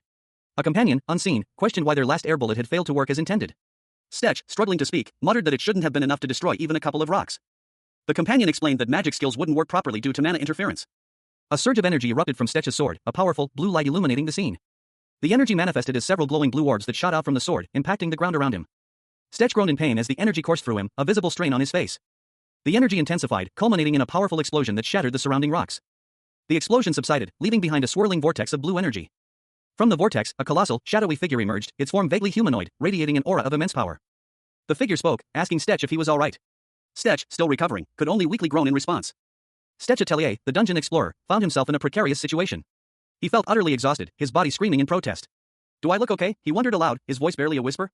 The effort felt futile. I feel like I'm trying to break a rock with an egg. A sudden shout pierced through his self-doubt. Wait, Stetch. On your left. A powerful energy surge erupted beside him, forcing him to react instinctively. Stetch's eyes narrowed in determination. He was facing a formidable foe, but a flicker of resolve ignited within him. Despite his exhaustion, he refused to give up. But, he thought, if I can't overcome a small challenge like this. He channeled his remaining strength into a desperate attack, his sword flashing through the air. The blow connecting with surprising force. A surge of adrenaline coursed through him as he realized his strategy. I can do it, he exclaimed internally. Even if all my attacks were ineffective till now, Clyde's weapon was able to get a hit in. He focused his attention on the creature's core. If I can keep targeting its core, he mused, I can chip away at its defenses. Stetch lunged forward, his resolve unwavering. It may be difficult, but it's not impossible. He continued his assault, his every strike aimed with precision. But the creature's power was immense. The strain was too much, he was pushed back, collapsing to the ground. God damn it. With a final, desperate blow, Stetch managed to cleave the creature's core, causing a massive explosion that rocked the dungeon. A surge of energy erupted from the core of the dungeon, its luminescence illuminating the cavernous space. Stetch Atelier, the dungeon explorer, clung precariously to a rocky outcrop, his breath ragged. He only had one more energy cylinder left. He knew this was his last chance. If he failed to land this final attack, he would be finished. With grim determination, Stetch focused his remaining energy, aiming for the same point of origin as before. He launched his final attack, a desperate gamble. Watching with a mixture of hope and dread as the energy coursed towards its target.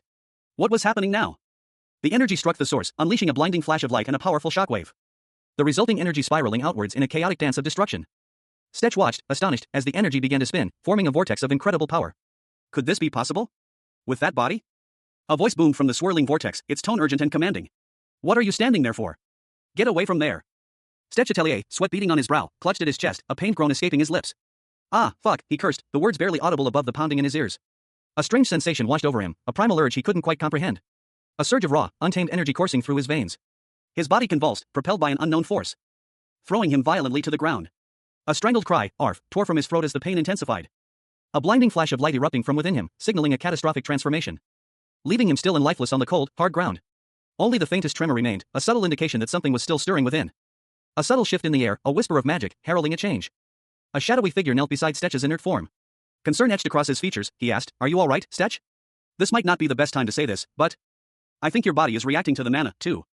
Stetch, eyes still closed, a faint tremor running through his body, whispered a question. Do you know how long it'll be until my body fully mutates? The shadowy figure, a sentient artifact in the form of a skull-shaped amulet, responded, 3 minutes max. Could be 1, depending on your condition. Stetch Atelier, his eyes glowing an eerie green, surveyed his surroundings. He muttered to himself, deeming the time more than sufficient. More than enough time, he thought, to deliver one final, decisive blow. Deep within a treacherous dungeon, Stetch Atelier, a seasoned explorer, found himself in a desperate situation. His body screamed in protest, the strain of battle evident in every strained muscle. He realized that his next attack would likely shatter his weapon and leave him vulnerable. But a grim determination hardened his gaze. He calculated his remaining strength, concluding that he had just enough time to execute one final, decisive blow. Stetch focused his remaining energy, his eyes burning with fierce resolve. As a surge of power erupted from the depths of the dungeon, a swirling vortex of energy rising from the water. A sentient artifact, sensing his imminent demise, reached out to him. He grasped the artifact, a strange green energy coursing through his veins. A desperate act that seemed to defy death itself. A voice, ancient and powerful, echoed in his mind, questioning his actions. Undeterred, Stetch responded with unwavering resolve, his determination fueled by a thirst for vengeance. With newfound power surging through him, Stetch prepared for whatever lay ahead. A fierce battle raged. Stetch Atelier, the dungeon explorer, found himself facing a powerful foe. He roared, "Air bullet!" With a powerful spin, Stetch unleashed his attack, a whirlwind of motion and energy. The force of his attack creating a vortex of swirling dust and debris. And striking his opponent with devastating force. He declared, "I got him." Despite his success, Stetch remained wary. He smirked, "No matter how fast you spin, you're just a sitting duck when it's an attack from above." His opponent, caught off guard, was sent sprawling by the unexpected attack. And when it stopped rotating to guard its core, Stetch seized the opportunity, calculating, about half of it went in this time. This should be enough. He focused his energy. He unleashed a devastating attack.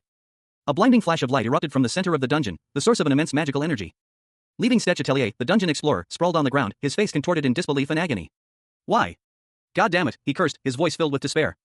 As the dust settled, a mysterious, ethereal voice cut through the silence. "Stetch. Move if you don't want to die." The voice seemed to emanate from a glowing, sentient artifact, its power barely contained. Stetch, weakened but alive, slowly rose to his feet, his eyes fixed on the artifact. He was alive, but barely. "Fuck," he muttered, a cold sweat beating on his brow as he struggled to catch his breath. The sheer terror of his near-death experience washed over him in waves. "Fuck. Fuck," he screamed, the raw emotion tearing from his throat. His mind raced, replaying the events that led to this moment. "I went through so much bullshit, just so I could feasibly solo this dungeon," he thought, his voice laced with bitter resentment. The weight of his near-death experience pressed down on him. "Am I really going to die here?" he wondered, a chilling dread creeping into his heart. Suddenly, a surge of energy erupted from the artifact, pushing Stetch back. "What kind of bullshit is this?" he exclaimed, his voice a mixture of fear and defiance. Stetch stared at the artifact, his eyes narrowed in determination. "I refuse to believe." Stetch Atelier, his body battered and bruised, clutched a glowing blue crystal. He strained, muttering, "One more time." A surge of energy erupted from the crystal, a brilliant azure light. He gasped, "The azure gold." A desperate plea echoed in his mind, asterisk do something. The azure gold pulsed with power, its energy shattering the surrounding rocks as Stetch channeled its might. A raw, furious energy coursing through him. He roared, "Fuck you." The crystal's light intensified, engulfing Stetch. He cursed the artifact, spitting, "You shitty piece of rock." A blinding explosion of light and energy consumed him, leaving behind only a cloud of smoke and debris. The dust settled, revealing a crater where Stetch had stood. A monstrous, shadowy figure emerged from the depths. But then, a figure stirred within the smoke. It was Stetch, coughing and bleeding, but alive. He looked down at his hand, where a small, skull-shaped green gem glowed faintly. A voice echoed in his mind, it broke. Stetch Atelier, the dungeon explorer, lay dying, a fatal curse taking hold. A green flame flickered on a ring, a sentient artifact extending its power. A swirling vortex of energy, labeled curse-eating, consumed the curse. The energy coalesced, a powerful force reforming Stetch's body, reviving him from the brink of death. Stetch awoke, his eyes now sharp and determined.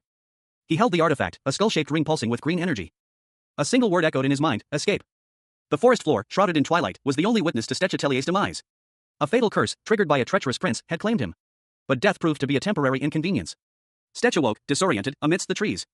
A groan escaped his lips as he pushed himself up, his body aching. His gaze fell upon his hands, a faint green glow emanating from a ring on his finger. A surge of energy coursed through him, his body felt strangely revitalized. "My body feels fine now," he thought, a hint of wonder in his voice. He sat up, his head swimming slightly. The aftereffects of the curse were still present, but his physical form had been restored. "The mutation," he muttered, noticing the changes to his body. His limbs were intact, though his clothes were tattered. He examined the glowing ring again, a sense of curiosity replacing his initial shock. "Might as well check my status while I'm at it," he decided, his thoughts focused on assessing his current state. 2 skill notifications appeared before him, Animal Instinct, now level 7, and Curse Eating, upgraded to level 4. The sentient artifact had not only resurrected him but had also enhanced his abilities. Stetch was surprised by the level up in Animal Instinct. He had not expected that skill to increase further, but the unexpected boost filled him with a sense of renewed purpose. "I wasn't sure if Curse Eating would, but," he mused, a thoughtful expression on his face. The ring pulsed with a soft green light, its power still resonating within him. A silent observation from the artifact, a silent partner in his quest for revenge. A voice, soft yet insistent, broke the silence. "It's about time he said something." "Why is he so quiet?" the artifact seemed to ponder, its concern palpable. Stetch jolted awake, startled by the sudden question. A surge of green energy erupted from the ring, a visible manifestation of his newfound power. Stetch Atelier, the dungeon explorer, found himself in a most peculiar situation. A surge of green energy enveloped him, causing him to exclaim in surprise. As a series of informational pop-ups appeared before him, detailing a significant increase in the mana limit of his artifact, Memento Mortem, from 100 to 150. And the evolution of his air bullet skill into Airburst. Along with the addition of 2 entirely new skills, including one called Crosswind. Stetch, still recovering from his shock, muttered the names of the new skills to himself, a bead of sweat trickling down his temple. Wondering aloud if the artifact had absorbed skills from another artifact. He also questioned the sheer number of pop-ups flooding his vision. Another pop-up informed him that Memento Mortem was currently unlocking hidden skills, each requiring specific conditions to be met. A final informational screen appeared, displaying the number of artifacts currently absorbed, 1, and the total mana stored, 8,305. Below this, a list of locked skills was revealed, each associated with a specific artifact and requiring a significant amount of mana to unlock. The list included Curse Aura, Curse Devourer, Synchro, Caesar, Avatar, and a final, unknown skill. Stetch, overwhelmed by the information overload, grumbled about the lack of explanation, wishing the artifact's previous owner was still alive to provide some clarity. He then wondered if the artifact's upgrade process would prevent the prince from returning until it was complete. Stetch Atelier, the dungeon explorer, found himself in an unusual predicament. He had been resurrected by a sentient artifact, a being of immense power with a skull-like face and a vibrant green flame emanating from its core. The artifact explained its abilities, stating that it could absorb artifacts and mana to upgrade itself. The artifact presented Stetch with a choice, revealing a menu of locked skills. Currently, only 2 options were available to him. He sat cross-legged on the ground, his back to the viewer, contemplating his options. The artifact's interface displayed the number of artifacts absorbed and the amount of mana stored, 1 and 8305, respectively. The 2 options were Curse Aura and Curse Devourer. Stetch examined the 2 options, his brow furrowed in thought. The names themselves were ominous. He voiced his reservations, muttering that he didn't like how either of them sounded. However, he knew he had to choose one. Stetch made his decision. A swirling vortex of green energy erupted from the artifact. The energy coalesced into a single, powerful blast. And Stetch felt a surge of power coursing through his veins. The scene opens on a blacksmith's workshop, the air thick with the scent of coal and metal. A fiery glow emanates from the furnace in the background. Stetch Atelier, a young man with reddish-brown hair, approaches a burly blacksmith, Clyde, who is busy at his work. Stetch calls out to Clyde, who looks up, surprised but pleased to see him. He remarks that it feels like ages since they last met. Clyde inquires if something is wrong, prompting Stetch to explain that he has a request. Stetch, slightly hesitant, asks Clyde to touch up his weapon. The next panel shows the weapon in question, a broken, battered spear, its shaft splintered and its head detached. Various pieces lie scattered on the workbench. Clyde examines the damaged weapon, a thoughtful expression on his face. Stetch anxiously watches him. Stetch explains that the damage wasn't intentional, the spear had saved his life on multiple occasions. He offers a simple thanks as Clyde begins to work on the repairs. Clyde assures Stetch that fixing the spear is no problem. Clyde, with a tear in his eye, promises to make the spear stronger and more durable than before. Stetch Atelier, a dungeon explorer with reddish-brown hair, offered a subtle smile. He received a promise of full support for his endeavor. He then presented his loot from the dungeon, monster parts and old trap components. Stetch also presented his payment, a hefty sum of around 3,000 crowns, which he poured from a sack onto the table. A burly man with a large beard and surprised expression asked for extra cylinders. Stetch, thanking the man in advance, departed. Walking away through a forest path. He arrived at Dalton's Bar, a rustic tavern nestled amongst the trees. Inside, a large, bearded bartender greeted Stetch, noting his lateness. The bartender then inquired if Stetch was still angry about the main dungeon incident, implying that the mine Stetch had been told about had worked out well for him. A burly, jovial man with a thick beard chuckled, "Aha! The bids from the black market are already pouring in. Why? You interested?" Stetch, a young man with vibrant red hair, waved him off with a smile. "Nah, I'm good. I'm gonna get some shut-eye upstairs." The burly man's expression shifted as he muttered to himself, "I can't believe he actually destroyed that dungeon by himself." Stetch headed upstairs to his room. He opened the door and entered. He settled into bed, exhausted from his recent adventure. And drifted off to sleep. A voice called out, "Hey, come out already." Stetch awoke to find a strange green ring on his finger. And a faint green glow emanating from it. He murmured, "He-Ilu." A surge of green energy enveloped Stetch, leaving him feeling strangely lightheaded. A terrifying visage materialized, a skull engulfed in swirling, malevolent green flames. Its eyes glowed with an unholy light, promising only death and destruction. Stetch Atelier, a dungeon explorer, lay in bed, a cold sweat beading on his brow. A faint green glow emanated from a gem on his hand, a lingering echo of the curse that had claimed his life. Stetch Atelier, a dungeon explorer, lay in bed, a faint green glow emanating from a gem resting in his palm. He muttered a greeting, seemingly addressing the gem. The gem pulsed, revealing a skull-like symbol within its depths. Stetch observed it with a thoughtful HM. A surge of green energy erupted from the gem, engulfing Stetch as he felt lightheaded. The energy coalesced into a monstrous, skull-faced entity, which then vanished, leaving Stetch disoriented but alive on his bed. Stetch, still in bed, pondered the events, questioning his lack of knowledge about the gem's abilities. The gem's power revealed itself to be a form of resurrection, resetting Stetch's state to the moment he first encountered the artifact. Stetch Atelier, the dungeon explorer, found himself in a dire situation. Most of his skills and abilities had been sealed by a fatal curse, a consequence of a treacherous deal with a prince. A chilling green aura emanated from his body. But as he reflected on his predicament, a startling revelation dawned on him. His air bullet spell, previously a basic ability, had evolved into airburst. The transformation was evident in the visual change of the spell itself, now taking on a more powerful, comet-like form. Stetch, though surprised by this unexpected development, remained pragmatic. He admitted his ignorance regarding his future abilities. Despite his uncertainty, he knew he would learn to use this new skill. A surge of dark, green energy pulsed beneath his skin. A manifestation of the curse's lingering power. He felt a strange sense of familiarity, as if memories from a distant past were resurfacing. The sentient artifact that resurrected him, a mysterious entity, remained enigmatic. Stetch questioned the artifact about the curse aura and its effects. But the artifact deferred a full explanation, promising to reveal more details during their next dungeon raid. With a renewed sense of purpose, Stetch prepared for his next adventure. The artifact urged him to begin his journey.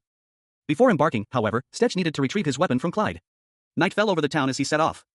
The scene opens with a high-angle shot of a dimly lit room, seen from outside a window. The only visible features are the window panes and a portion of the wooden frame, suggesting a rustic setting. Suddenly, the perspective shifts to a dark room, where Stetch Atelier, a young man with short, reddish-brown hair, lies asleep in bed. He stirs slightly, a look of confusion dawning on his face. As a loud crash shatters the silence. A large, burly man, Dalton, bursts through the door, shouting at Stetch to wake up. Stetch, startled, sits up in bed, asking what happened. Dalton, his face contorted in a mixture of worry and urgency, continues to shout, his words unintelligible in his panic. Stetch, still disoriented, manages to utter Clyde's name, his voice laced with confusion and fear. The scene shifts to a dimly lit tavern. Two figures, their faces obscured, are seen arguing urgently. One shouts for the other to move, demanding to know Clyde's whereabouts. The camera angle lowers, revealing a hand reaching out from under a table. Dalton and Stetch are seen in the background, their expressions a mixture of concern and apprehension. Stetch's face is shown in close-up, his eyes are wide with alarm, a bead of sweat trickling down his temple. The focus shifts to an older man, his face bearing the marks of age and hardship, lying on a table. His eyes are closed, his expression one of exhaustion. Another man, Ash, approaches, asking if he brought the requested items. Dalton, still agitated, confirms that he did, placing the items on the table near the unconscious man. Stetch Atelier, a dungeon explorer, lay unconscious in a back alley. One of his clients, a burly man with a beard, found him there. The client, concerned, poured a dark red potion over Stetch's seemingly lifeless body. A younger man watched, apprehensive, as the older man muttered about the cost of the potion. The potion's effects were immediate and dramatic. Stetch's body convulsed. A warm glow emanating from his form as the older man watched in astonishment. He marveled at the potion's potency, noting its high cost but justifying its use. Stetch's eyes flickered open. He was alive, though disoriented. The older man, Dalton, asked him how he felt. Stetch, confused and weak, asked where he was and who Dalton was. Dalton, visibly relieved, seemed to be on the verge of tears. Dalton explained that he wasn't sure who had attacked Stetch, but suspected it was someone connected to Derek's gang. Stetch groaned, remembering the attack and the pain. He wondered if his attackers would return. In a nearby tavern, Dalton and Stetch discussed the incident. Other patrons overheard their conversation. Stetch, still recovering, asked who Derek was. Dalton dismissed him as a mere nuisance, explaining that they had left him alone because he wasn't causing any major problems. A man recounted a past event, explaining that he once taught someone a lesson for causing trouble to travelers. He surmised that this individual was likely targeting Clyde because of it. Continuing his story, the man added that he had heard about Stetch when his money was taken, with one person mentioning Stetch's involvement. Stetch, brooding in the shadows, muttered that this wasn't enough. He wouldn't be satisfied until he reported Stetch's friend and had him jailed. A man with reddish-brown hair reassured the blacksmith, stating he would handle his end of their deal. He asked if the blacksmith needed more money for fixing his sword. The blacksmith declined, explaining he was on his way to order parts. The man with reddish-brown hair then instructed him to have someone guard Clyde's workshop, just in case. He announced he was going out for a bit, borrowing something. As he left, someone asked if he was nervous. A skull-shaped entity, wreathed in emerald flames, muttered to itself. Quiet. It's been a while since I've beaten people up guilt-free. Stetch Atelier, a man with short, reddish-brown hair, wearing a simple, dark tunic and a tan cloak, stood before the spectral entity. His hands glowed faintly. He was asked, "Are you gonna kill them?" Stetch responded calmly, "I'm not going to go around killing everyone who pisses me off." The entity commented, "You're calmer than I expected." The entity chuckled, "He, this is gonna be fun." A green energy pulsed from Stetch's hand as he looked towards a nearby town. The narration box read, "Animal Instinct." Stetch stood atop a set of stone steps, overlooking the town below, a sinister glint in his eyes. The scene shifted to a nighttime view of a town's gate. A man, agitated, spoke to two guards, "I'm not lying. I really did see him." One of the guards responded, "Shut up. Don't push it." The guards continued, "We're not going to search his bar at this hour even if there was a report. Don't you think that'd be rude?" Stetch Atelier, a dungeon explorer, stood in the town square, a perplexed expression etched on his face. He was speaking with two companions, their faces partially obscured by shadow. He recounted the instructions he'd received, they had been told to return in the morning. One of Stetch's companions, a man with dark hair and a goatee, dismissed the delay. He pointed out that the sum involved was a mere 400 crowns, a small amount for them. He suggested they leave and relax for a while. The scene shifted to a tavern. A burly man with a beard, enjoying a drink, voiced his dissatisfaction. He wasn't content with simply taking the prince's money, he wanted to see the prince's friend in prison as well. Stetch's other companion, a younger man with a scar across his face, grinned viciously. He declared their intention to retaliate for the humiliation they had suffered. The dark-haired man simply agreed, indicating his willingness to go along with the plan. Outside the tavern, the dark-haired man looked surprised as Stetch, his eyes narrowed in determination, appeared. His expression was one of cold resolve. The dark-haired man confirmed Stetch's identity, noting that he looked exactly like the wanted poster. He was the one they had been looking for. Stetch's companions expressed relief at having found him so easily. Stetch, however, seemed more interested in the prospect of a fight, mentioning that it had been a while since he'd fought another human. Stetch Atelier, a dungeon explorer, stood before a young man with reddish-brown hair. The young man, clearly amused, declared that he was quite excited for some easy target practice. Stetch, however, was interrupted mid-question, as the young man suddenly lunged forward, landing a swift blow. A green light emanated from the young man's hand as he struck Stetch, leaving the explorer utterly bewildered. The attack sent Stetch reeling, the force of the blow evident in the way he stumbled back. The young man, however, continued his assault, delivering another powerful strike. His expression was one of cold determination as he stood over his fallen opponent. Suddenly, two more figures emerged, knives drawn, ready to finish off the seemingly defeated Stetch. They moved with a predatory grace. But before they could strike, a powerful energy erupted from the young man, sending them flying backward. The young man moved with surprising speed, his attack a blur of motion as he effortlessly dispatched one of the assailants. Then turned his attention to the other, finishing him with a single, decisive blow. Blood splattered across the ground as the second attacker fell. The surviving attacker, enraged, shouted that the young man was nothing but a measly 400 crowns. He lunged forward, ready for a final confrontation, only to be met with another swift and decisive strike from the young man. The green energy pulsed from his hand once more as he delivered the final blow. Stetch Atelier, a seasoned dungeon explorer, crumpled to the ground, his body racked with pain as a blinding light engulfed him. A wave of nausea washed over him as he gasped for air, his vision blurring. He could barely utter a sound, only a strained wad dash escaping his lips. Before a surge of defiance ignited within him, he glared at his attacker, a young man with fiery red hair, and challenged him, "Aren't you going to put me in jail?" The red-haired youth, seemingly unfazed, lunged forward, his fist a blur of motion. A swift, powerful blow connecting with Stetch's jaw. He was sent sprawling, the impact echoing through his body, leaving him dazed and disoriented. The attacker scoffed, muttering, "What? How is someone like him only worth 400 crowns?" Stetch, despite his injuries, felt a flicker of determination. He thought, "Who told you that you could relax?" The red-haired youth, seemingly amused, uncorked a vial of dark liquid and sneered, "You messed with the last person you should have in this town." A monstrous, shadowy figure emerged from the vial, its eyes burning with malevolent green energy. Stetch Atelier, a dungeon explorer, lay sprawled on the cold, damp ground, a crimson stain blooming across his chest. His lifeblood seeped into the stone floor, a grim testament to his demise. A chilling finality to his ill-fated expedition. A disembodied voice, sharp and commanding, cut through the silence. "Get up," it boomed, the words laced with an undercurrent of annoyance. This was expensive. The scene opens with two individuals engaged in conversation. One inquires, "Have you heard the rumors?" A simple breakfast of pancakes and soup is presented on a table, setting a calm and peaceful atmosphere. Before the conversation resumes, the second person responds with a non-committal, The first then reveals, "I heard Derek and his gang were walking around all beat up this morning." The focus shifts to a burly man, his expression curious as he questions, "What exactly did you do last night?" The person addressed responds evasively, I just got some exercise." But his slightly pained expression betrays his lie. He winces as he eats his pancakes. Elsewhere, a blacksmith greets Stetch Atelier, the dungeon explorer, saying, "Hey, you're finally here. Are you done fixing up my sword?" He explains his modifications, "Tada. I added some extra weight towards the tip of the blade, and I used some of the trap wires you gave me, to increase the firepower. The improved sword is shown, its design now enhanced." The blacksmith concludes, "It should be pretty destructive even without the cylinder." Stetch Atelier, the dungeon explorer, and his companion examined a peculiar weapon. At this point, Stetch mumbled, "Is this still considered a sword?" His companion whispered, "I don't know. It probably isn't something a swordsman would carry." The companion continued his assessment, pondering aloud, "And another thing about the cylinders. Because they're made from such a specific type of gas, finding enough dwarf alchemists or dwarves who worked with it proved difficult." The dwarf craftsman sighed, clearly frustrated by the limitations. He explained to Stetch, "I was the best I could do with what was available in this town. Stetch, I heard you weren't going to return here for some time, so I wrote down the ingredients along with this reference letter. If you show this to an expert, they'll be able to manage it." The burly craftsman added, "I'll also notify the other black market branches about you. You shouldn't have a problem accessing them." Meanwhile, another craftsman, observing Stetch, commented, "Anyway, the weapon suits you pretty well." Stetch offered a grateful, "Thanks. Both of you." He sheathed his new weapon, a confident glint in his eyes. "I'll use it well," he vowed. But one of the craftsmen interrupted, "Wait. At least name your weapon before you go." He explained, "It's a one-of-a-kind weapon. It'd be a shame if it didn't have a name." Stetch considered this, a thoughtful expression on his face. "A name? Well." The scene opens with a close-up of a mouth, a smirk playing on the lips as the word penetrator floats in a speech bubble above. Another speech bubble appears, this time containing the words, "Let's go with penetrator." Stetch Atelier, a young man with reddish-brown hair, holds a staff with a glowing green orb at its tip, a confident smile on his face. News spreads through the Venetia kingdom, the prince has returned. The gates of Castle Brendan are ordered open. The location is identified as Castle Brendan in the Venetia kingdom. The prince, accompanied by a knight, rides towards the castle on horseback, passing by several onlookers. Inside the castle, a man adjusts his collar, a slight frown on his face. He sits in a chair, looking thoughtful and slightly anxious. A sudden commotion is heard from another room, indicated by sound effects. Stetch Atelier, a seasoned dungeon explorer, found himself in a pensive state.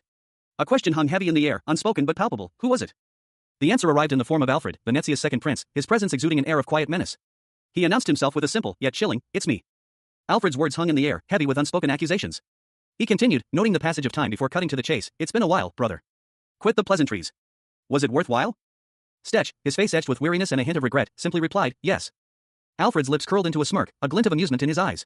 He countered Stetch's assessment, stating, "It wasn't so bad. Not from what I heard."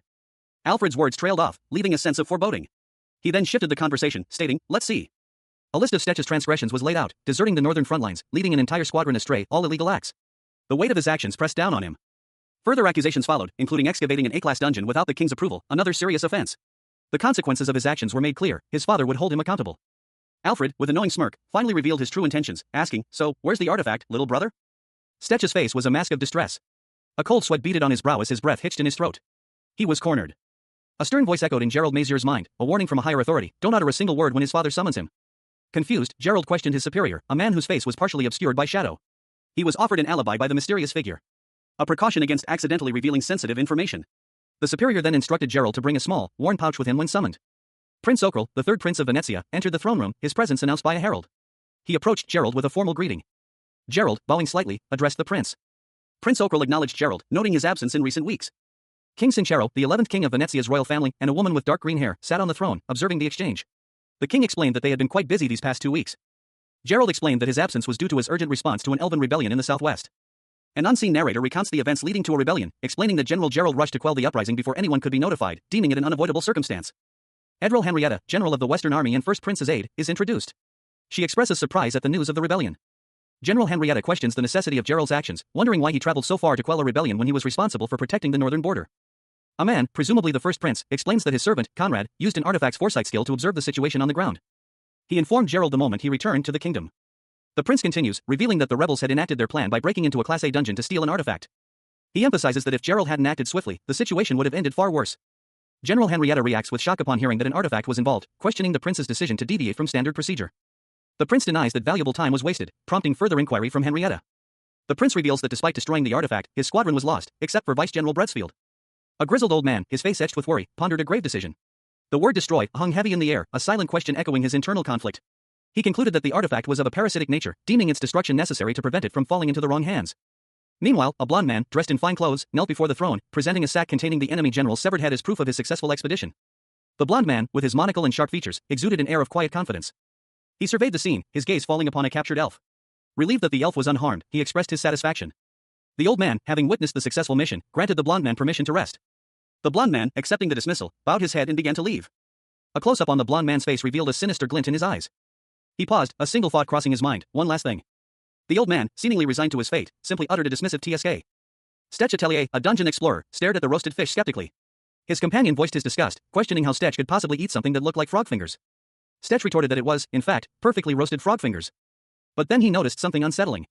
As they journeyed further west, signs of civilization became increasingly scarce. He wondered if this was connected to their destination. His companion explained that the dwindling civilization was due to the elves. There was only one remaining elven village left, located deep within the large forest to the southwest. The elves, known for their dislike of humans, actively prevented outsiders from approaching their village. Stetch's companion pointed out that this made it the perfect place to discreetly raid dungeons without being noticed. Stetch carefully filled his waterskin from a nearby stream. Stetch Atelier, a dungeon explorer, fled through the forest, his boots kicking up dust with each desperate stride. His breath ragged, a silent mantra repeating in his mind, "I have to escape." Panic clawed at him, his pursuers were gaining ground. He knew his life hung precariously in the balance, capture meant certain death. A grim determination hardening his gaze as he pushed himself harder, the forest blurring into a green streak. But his pursuers were relentless. A whistling sound pierced the air. A projectile striking him with brutal force, sending him sprawling to the forest floor. A pained groan escaped his lips. He tried to scramble away, but two figures emerged from the trees, their forms silhouetted against the dappled sunlight, closing in on their wounded prey. Fear constricted his chest. One of the figures raised a weapon, preparing to strike the final blow. But a voice cut through the air, sharp and commanding, "Stop." The dungeon's oppressive atmosphere hung heavy as Stetch's employers, a group of shadowy figures, spoke in hushed tones. Their words, though barely audible, carried a chilling certainty they intended to take their captive alive.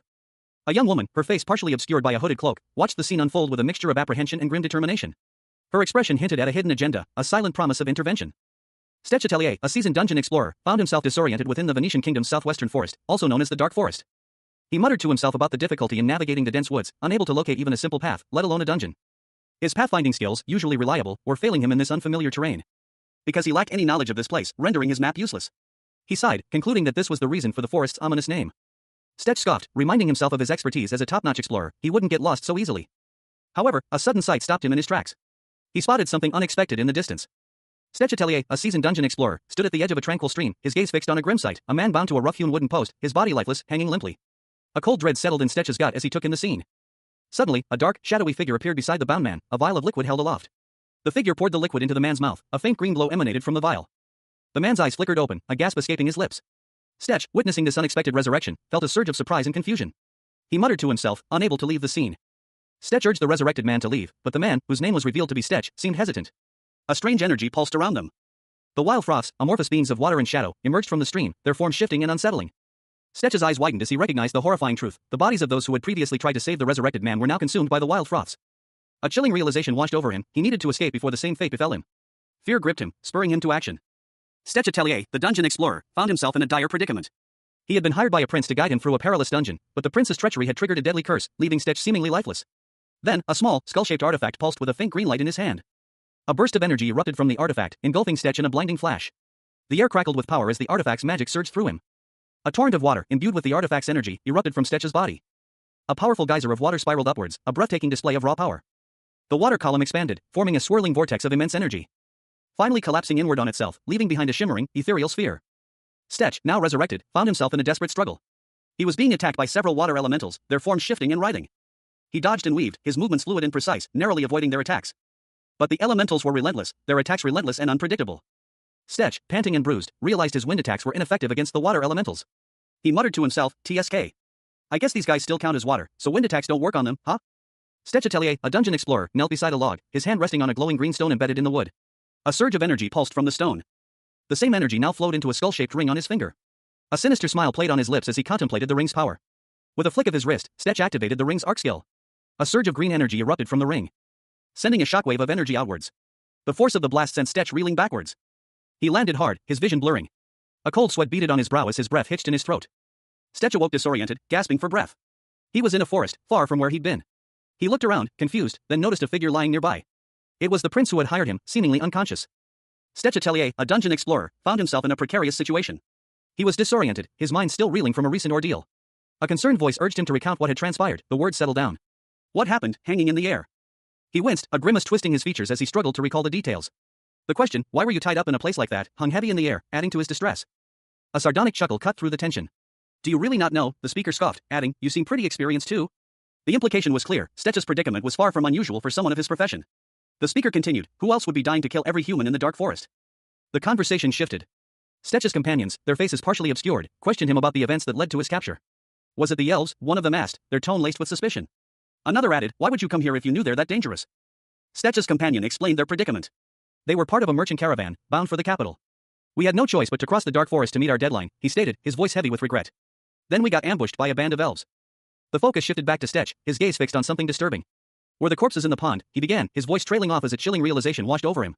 The panel showed a close-up of a decaying hand emerging from murky water, a gruesome detail that intensified the grim atmosphere.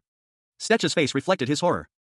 His companion, overcome with grief and guilt, confessed, I couldn't do anything but watch. The damn elves tied me up and put me in front of that pond. Stetch's companion continued his account, describing how his crew had attempted to rescue him, only to be confronted by monstrous creatures. He then offered to help Stetch escape, stating, I'll lead you to a point where you can find your way out. I can't just leave you here anyway, showing a glimmer of compassion amidst the grim circumstances. Stetch Atelier, a dungeon explorer, crouched in the forest, a glowing green gem clutched in his hand. He was given instructions by his employer. After activating a mysterious artifact, he was told to find his own way back to the village. His employer, a man with a distinctive mustache and worried expression, nervously assured Stetch that he would be forever indebted to him for his services. Stetch, however, requested a moment to himself before departing. A faint, ethereal glow emanated from his body. A thought bubble appeared above Stetch's head, revealing his inner turmoil. He sensed something was amiss in this forest. He noted the unusual scarcity of animal noises, a stark contrast to a typical forest. This unusual quietness fueled his suspicion. It wasn't that there were no animals, rather, their absence was peculiar. Stetch deduced that the exit must lie near the source of the loudest sound. Focusing his senses, Stetch pinpointed the location of the exit. A bright light filled his vision as he found the exit. The employer directed Stetch to follow the road ahead. Stetch Atelier, the dungeon explorer, stood on a rocky outcrop, gazing down at the figure below. He offered a curt nod of acknowledgement, muttering, oh. I see. The other figure, seemingly relieved, expressed his gratitude, exclaiming, thank you. I owe you one. Stetch, having seemingly escaped a perilous situation, let out a triumphant laugh. Ha ha. I'm finally out. I'm alive, he exclaimed, his voice filled with relief and exhilaration. His moment of celebration was short-lived, however. A voice cut through the air, startling him. Stetch, have you noticed? A disoriented Stetch looked around, confused. He stammered, as he noticed something amiss with his weapon. His companion, noticing Stetch's strange behavior, questioned him with concern.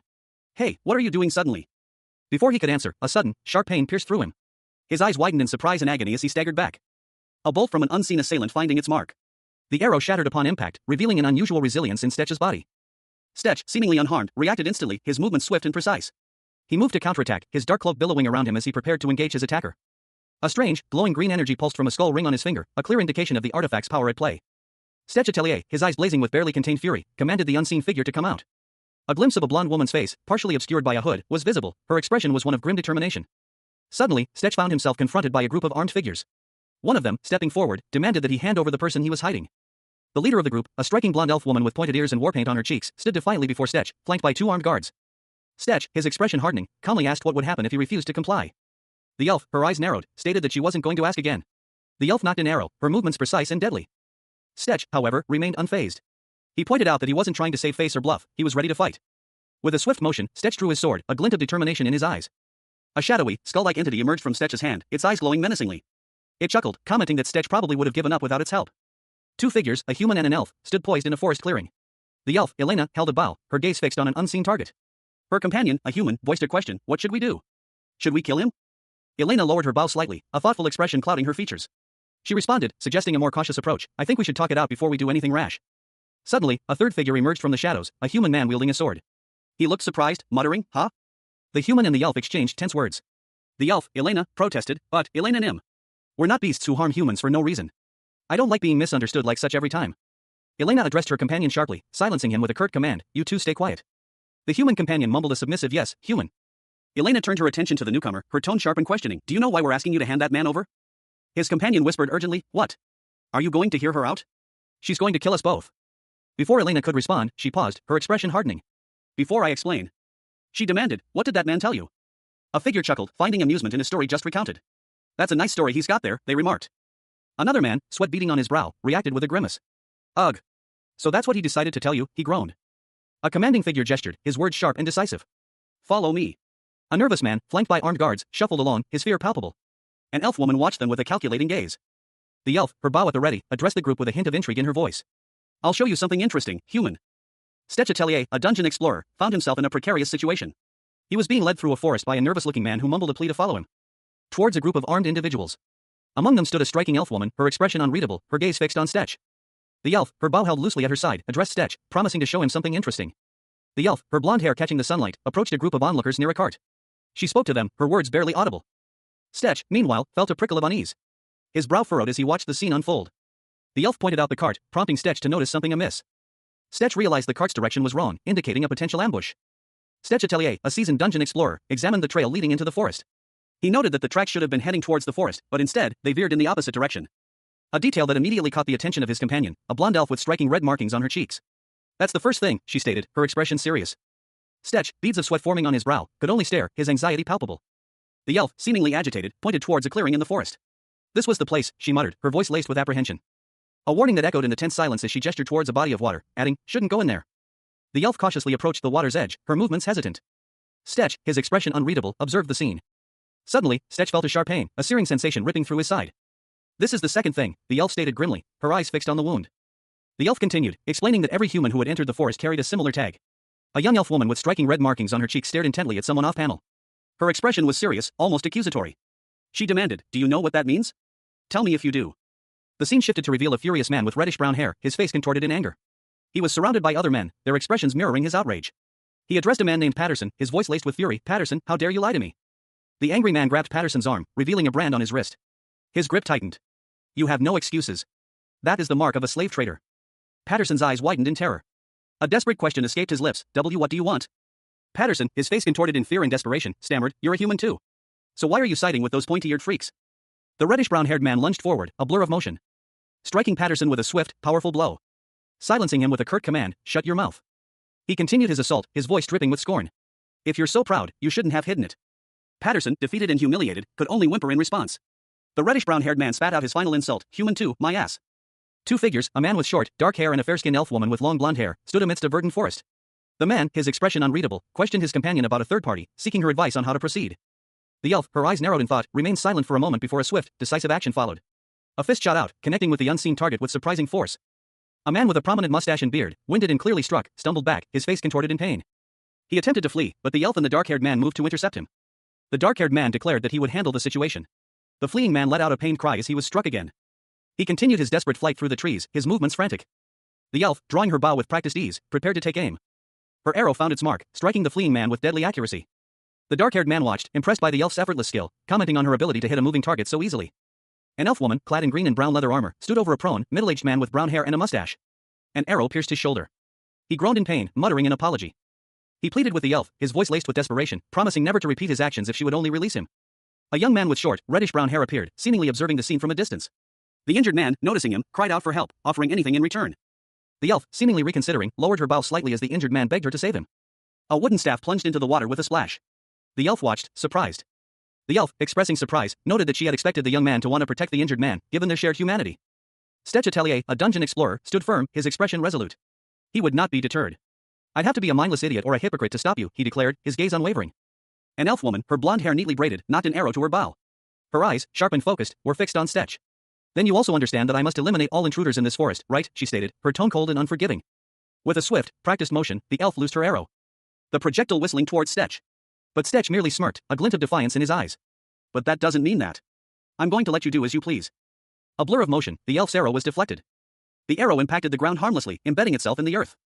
The elf's eyes widened in shock as she watched Stetch effortlessly evade her attack. A question mark forming above her head as she processed the impossible speed. What? Did he even move? A green glow emanated from Stetch's hand, a ring on his finger pulsing with arcane energy. His eyes glowed with the same eerie light. Two skill descriptions appeared: active skill, recovery, automatically recovers stamina and injuries. Active skill, crosswind emits a gust of wind from the center of the body rendering projectiles useless.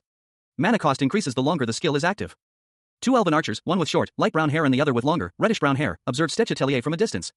The elf with the reddish-brown hair questioned the nature of the ring on Stetch's finger, wondering aloud if it was an enchanted item. While her companion noted that Stetch didn't seem to possess enough mana to be a mage. The blonde elf, their leader, then ordered her companions to attack Stetch until he was too depleted to use his ring. The archers unleashed a volley of arrows. Utilizing a coordinated burst shot, a level 5 active skill that allows for increased accuracy when multiple users focus on a single target. The arrows flew towards Stetch, who reacted swiftly, activating his ring to deflect the incoming projectiles with a crosswind spell. The elven archers watched in surprise as one of the arrows was deflected back towards them. Stetch, unharmed, questioned the elves' motives, pointing out the contradiction of explaining the situation if they intended to kill him all along. The blonde elf explained that she didn't want Stetch to think of them as a race of people who kill without reason. Stetch Atelier, a dungeon explorer, stood amidst a flurry of arrows, his gaze fixed on the weapon at his hip. A skull engulfed in emerald flames was subtly visible, etched into the leather of his belt, hinting at a power yet to be revealed. He deftly deflected the incoming projectiles with practiced ease, his movements precise and economical. Well, at least the arrows are pretty easy to block since they're only aiming for my head, he mused, a hint of grim determination in his voice. But that doesn't mean I can keep blocking them forever. Nearby, Elena, an elven archer with piercing green eyes, watched Stetch's defensive maneuvers with a mixture of concern and admiration. If I use one of my skills, they'll probably lose a limb or two, right? She questioned, her voice laced with doubt. Another voice, sharper and more urgent, cut through the air. What are you talking about? They'll die without a trace. Stetch, realizing the gravity of the situation, made a decision. I have no other choice then, air. With a surge of power, he channeled the energy from the skull-shaped artifact on his belt, unleashing a powerful gust of wind. The force of the blast sent debris flying, creating a chaotic scene of destruction. Buster, he grunted, clearly straining with the effort. The sheer power of the attack was evident in the pulverized earth and shattered rocks. But the attack wasn't over yet. Stetch, still channeling his power, warned Elena Nim. Watch OU dash. Before he could finish his warning, a powerful shockwave erupted, sending him flying backwards. The force of the blast was immense, and the resulting chaos left both Stetch and Elena reeling. Stetch Atelier, a dungeon explorer, found himself on the receiving end of a swift and brutal attack. A powerful kick sent him sprawling, the force of the blow echoing through his body as he crashed to the ground. Meanwhile, a blonde elf with striking facial markings watched the scene unfold, her expression a mixture of surprise and concern. She muttered to herself, noting that a standard item shouldn't be able to activate more than one skill at a time. That ring, could it be an artifact? Stetch, seemingly dead, clutched a glowing green ring on his hand. He mumbled a confirmation, admitting that he had, indeed, just acquired an artifact. The elf's eyes widened in alarm. As she realized the horrifying truth, Stetch had activated the curse of the dead. Suddenly, Stetch jolted upright, a look of shock and disorientation on his face. He had been resurrected. The elf, horrified, cried out to Diestra, their deity of hearth, questioning how something so disgusting could exist. She knocked an arrow, aiming it at Stetch. Stetch, sensing the elf's hostility, smirked, interpreting her words as derogatory. He chuckled, pointing out that she was merely disgusted by his appearance. He wondered if she was talking about the ghostly face now clinging to his own. Stetch Atelier, a dungeon explorer, felt a searing pain as his face began to disintegrate. He cried out in shock, "What? My face?" A blur of motion followed as an elf woman loosed an arrow, striking Stetch with deadly accuracy. He barely registered the attack before a wave of dizziness washed over him. He wondered, "Are you sure she's not talking about you?" The arrow pierced his chest, and Stetch collapsed, his vision fading to black. His final thought was, "What's wrong with?" Two figures lay collapsed on the forest floor, amidst the massive roots of ancient trees.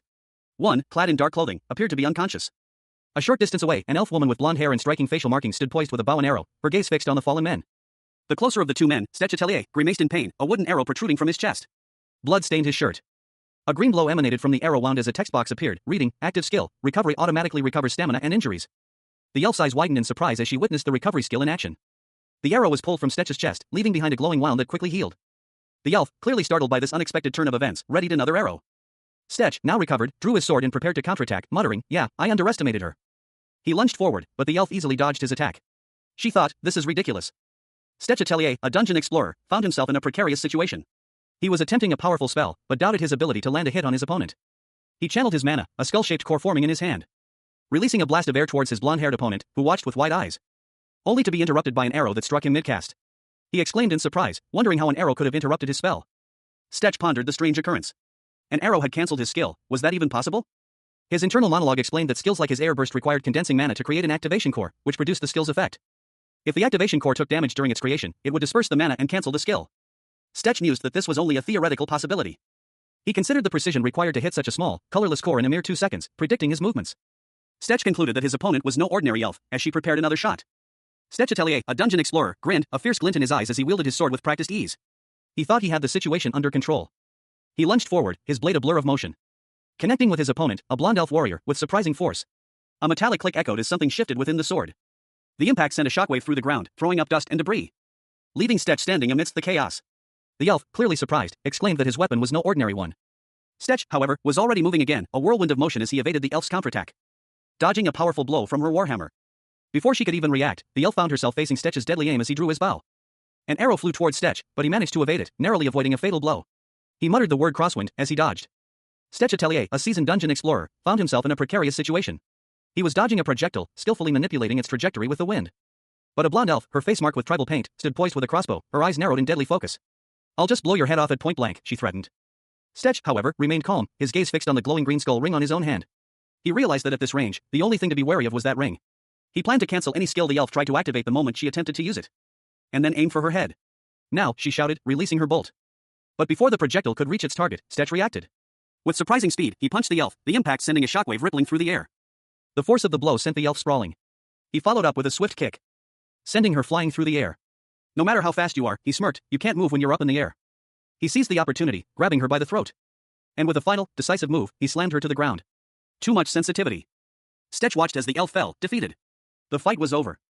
Stetch Atelier, a seasoned dungeon explorer, found himself in a precarious situation. He had been hired by a prince to guide him through a perilous dungeon, a task that had quickly gone awry. A fatal curse, triggered by the prince's deception, now threatened Stetch's very existence. A blonde woman with striking red markings on her face appeared to be struggling against him, her expression one of fierce determination. Stetch groaned in pain, his body aching from the recent struggle. He was alive, defying the curse, but the ordeal had left him weakened. He reflected on the fight, surprised by the strength of his opponent. He hadn't faced such a challenge since his days of rigorous swordsmanship training. Suddenly, the blonde woman's eyes widened in alarm. Something unexpected had caught her attention. Stetch Atelier, a dungeon explorer, found himself in a precarious situation. His eyes darted around, a mixture of confusion and unease clouding his features. He seemed to be recovering from some sort of ordeal. 3 elves lay bound on the ground before him. One, a woman with striking blonde hair, glared at him with unconcealed hostility. "What are you trying to achieve by going into the forest like this?" she demanded, her voice laced with suspicion. The elf's accusation hung in the air. Stetch, still disoriented, responded with a confused, "What do you mean, hurt?" He insisted, "I have no business with the elves here. I didn't even want to fight you." But the blonde elf's expression hardened. A single word hung heavy in the air, "But." She hissed, "You're going to pay dearly for trying to take my life." The elf's threat was clear and chilling. The blonde elf's face was a mask of fury, her eyes burning with righteous anger. A cold sweat beaded on Stetch's brow as he realized the gravity of the situation. Stetch's belongings lay scattered on the forest floor, a bag, some food, and a small pouch of coins. His escape had been hasty. He picked up a small, dark blue orb, a strange artifact. "You know I'm letting you off real easy, right?" he muttered to himself, a hint of grim determination in his voice. Stetch Atelier, the dungeon explorer, sat on a log, a half-eaten meal beside him. He reviewed the events of the day, a grim expression settling on his face. He thought he was going to die. A blonde elf with striking red markings on her cheeks appeared before him, her expression a mixture of surprise and amusement. She declared that she would take Stetch's near-death experience as surprise, adding that he shouldn't act so surprised. Stetch, seemingly unfazed, examined a map. He noted that there were about 3 dungeons in the area. He muttered to himself that the map would help him navigate the forest. After he was done with it, he planned to return it. If he ever saw the elf again. He tucked the map and a small, glowing orb into his bag. Stetch turned to leave, casually remarking, "See ya." The elf, clearly agitated, called out to him, but he continued walking away. Her desperate plea to stop echoed through the trees as Stetch walked further away. Her voice cracked with urgency as she shouted for him to come back. Stetch continued on his way, seemingly oblivious to her pleas. He paused, a thoughtful expression crossing his face. He wondered if this was where he had left something. He checked the map again, realizing he had been going in circles. He was surprised to find that the item he was looking for was hidden under a tree. Stetch Atelier, a seasoned dungeon explorer, stood before a peculiar dungeon entrance, its mouth concealed beneath a massive, ancient tree. The roots snaked around the opening, obscuring the entrance almost entirely. A voice, sharp and inquisitive, cut through the quiet of the forest. "How did you survive as an adventurer?" He began to explain, his gaze drifting down into the dungeon's shadowy depths. "Well, under normal circumstances, flora can't grow around dungeons because of the mana density." His words hung in the air, a simple explanation for a complex survival strategy. A sharp retort followed, "What are you acting surprised for?" Stetch ventured deeper into the dungeon, the roots forming a claustrophobic tunnel around him. He muttered to himself, "I've never been in a dungeon covered in roots." The air grew heavy with the scent of damp earth and decaying vegetation. As he reached out to touch a glowing rune etched into the dungeon wall. The rune pulsed with faint, ethereal light. It was labeled Pathfinding. He attempted to activate the skill, but a warning message appeared, "Due to a lack of skill requirements, pathfinding cannot be used." Stetch sighed, "I expected as much.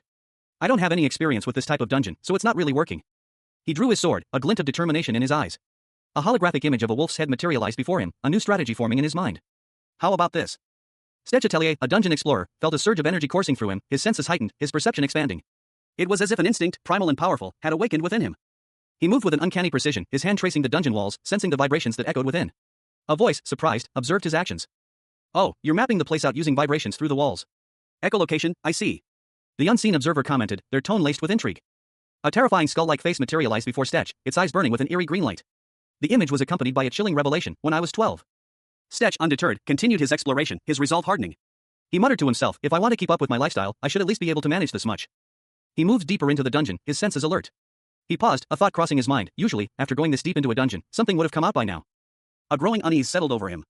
He questioned aloud, why haven't we seen anything? If there were monsters here, I should at least be able to hear their heartbeat. The skull-like face reappeared, its presence more menacing than before. It taunted him, you just had to say something, didn't you? Stetch sighed in agreement, sigh, you're right. A massive, ancient tree-like creature emerged from the depths of the dungeon, its form both terrifying and awe-inspiring. Stetch stared in disbelief at the colossal being, a single thought echoing in his mind, I wonder who said that. Stetch Atelier, a dungeon explorer, found himself in a precarious situation. He had been hired by a prince to guide him through a perilous dungeon, only to be tricked into activating a deadly curse. A cold sweat beaded on his brow as he felt the life drain from his body, but death did not claim him. Instead, a sentient artifact resurrected him, offering a deal that could lead to revenge against the treacherous prince. Stetch Atelier, a dungeon explorer, cautiously ventured deeper into the dimly lit cavern. He squinted, his brow furrowing as he gazed upon a monstrous, vaguely skull-shaped entity emanating a sickly green glow. He wondered aloud if this was another monster. He quickly recognized it as a root riggers, a particularly dangerous species of dungeon plant. Stetch continued his exploration, his eyes scanning the surroundings. A pulsating green energy emanated from a crevice in the cavern floor. He pondered the implications of this discovery, a question forming in his mind. Did this mean that all the roots surrounding him would perceive him as an enemy? Stetch looked up, his face etched with apprehension. A wave of unease washed over him. He concluded that it would be best to avoid any contact with the sentient roots. Stetch moved through the dungeon, noting the absence of any discernible heartbeats. He realized that nothing in this area possessed a living heart. The scene opens with Stetch Atelier, a dungeon explorer, already engaged in a fierce struggle.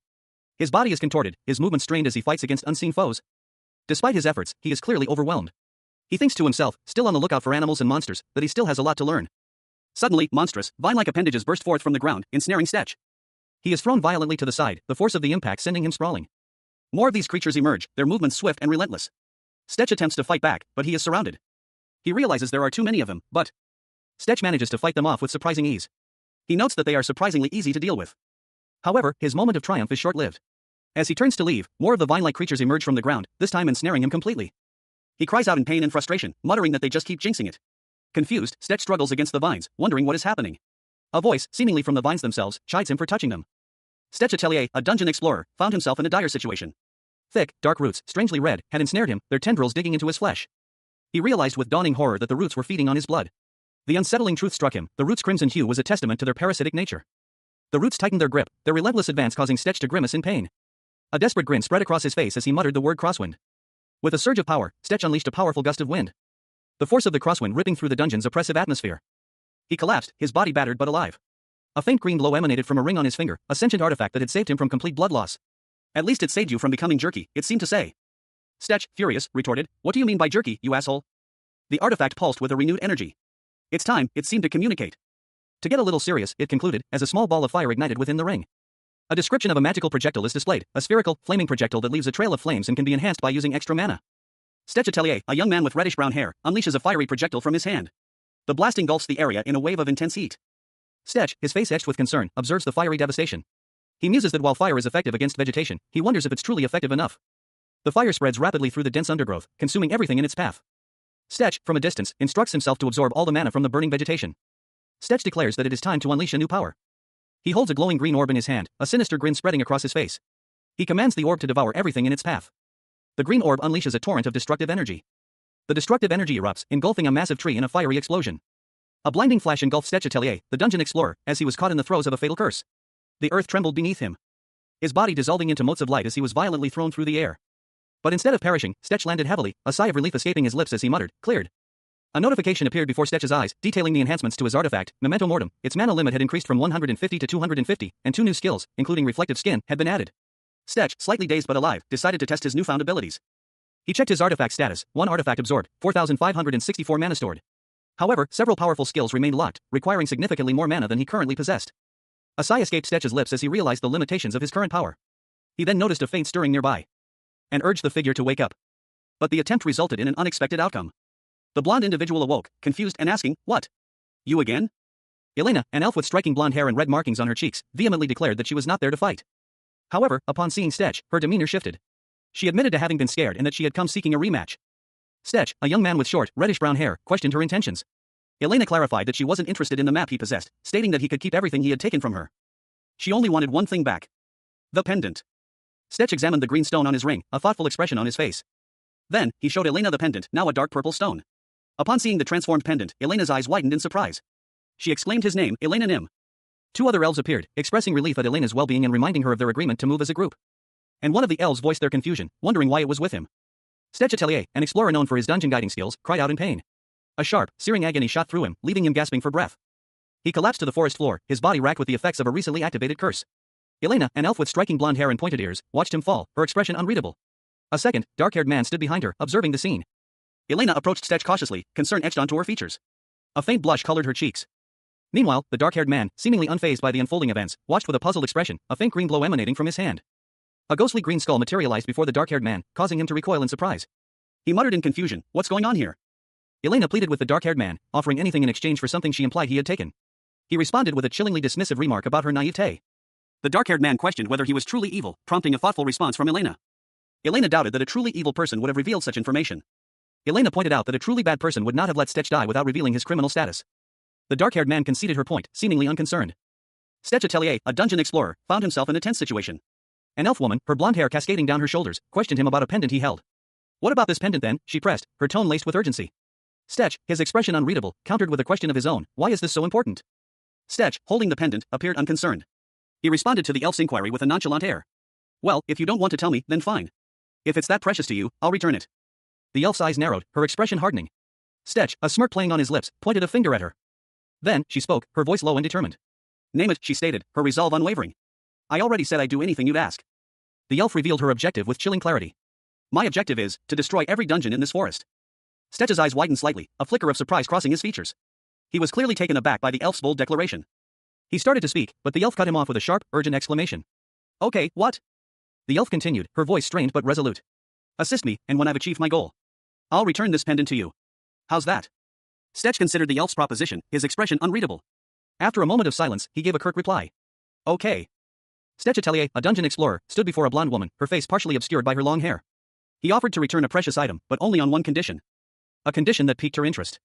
Her expression shifted from suspicion to curiosity as Stech extended a finger, emphasizing the gravity of his proposal. Companionship. Stech's simple word hung in the air, heavy with unspoken implications. He elaborated, explaining that he needed her help avoiding the elves while searching for dungeons, and that she should vouch for him if they encountered each other. Stech shrugged, unconcerned about her potential objections. He was prepared for any excuse she might offer, even if it meant being labeled as her slave or facing interrogation.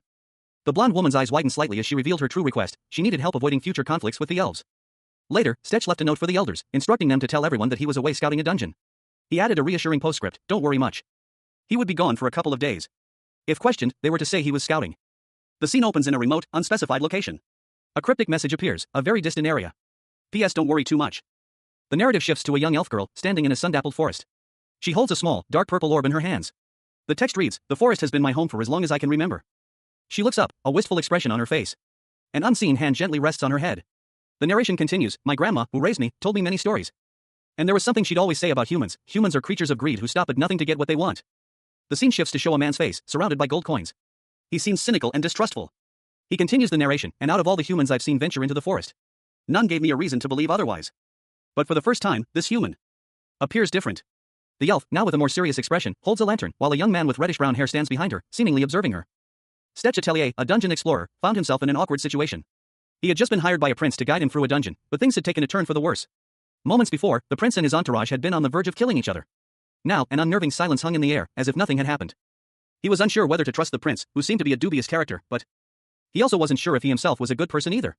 His uncertainty was palpable. One of the prince's companions, an elf, voiced her suspicion about Stech's presence in that particular dungeon. She questioned his motives, pointing out that there was no logical reason for a human to be seeking wealth and artifacts in that specific location. Stech sighed, acknowledging the validity of her point. He knew there were countless other dungeons outside the forest. A troubled expression crossed Stech's face as he touched a strange mark on his hand, a glowing green symbol resembling a skull. He wasn't sure if he should tell anyone about it.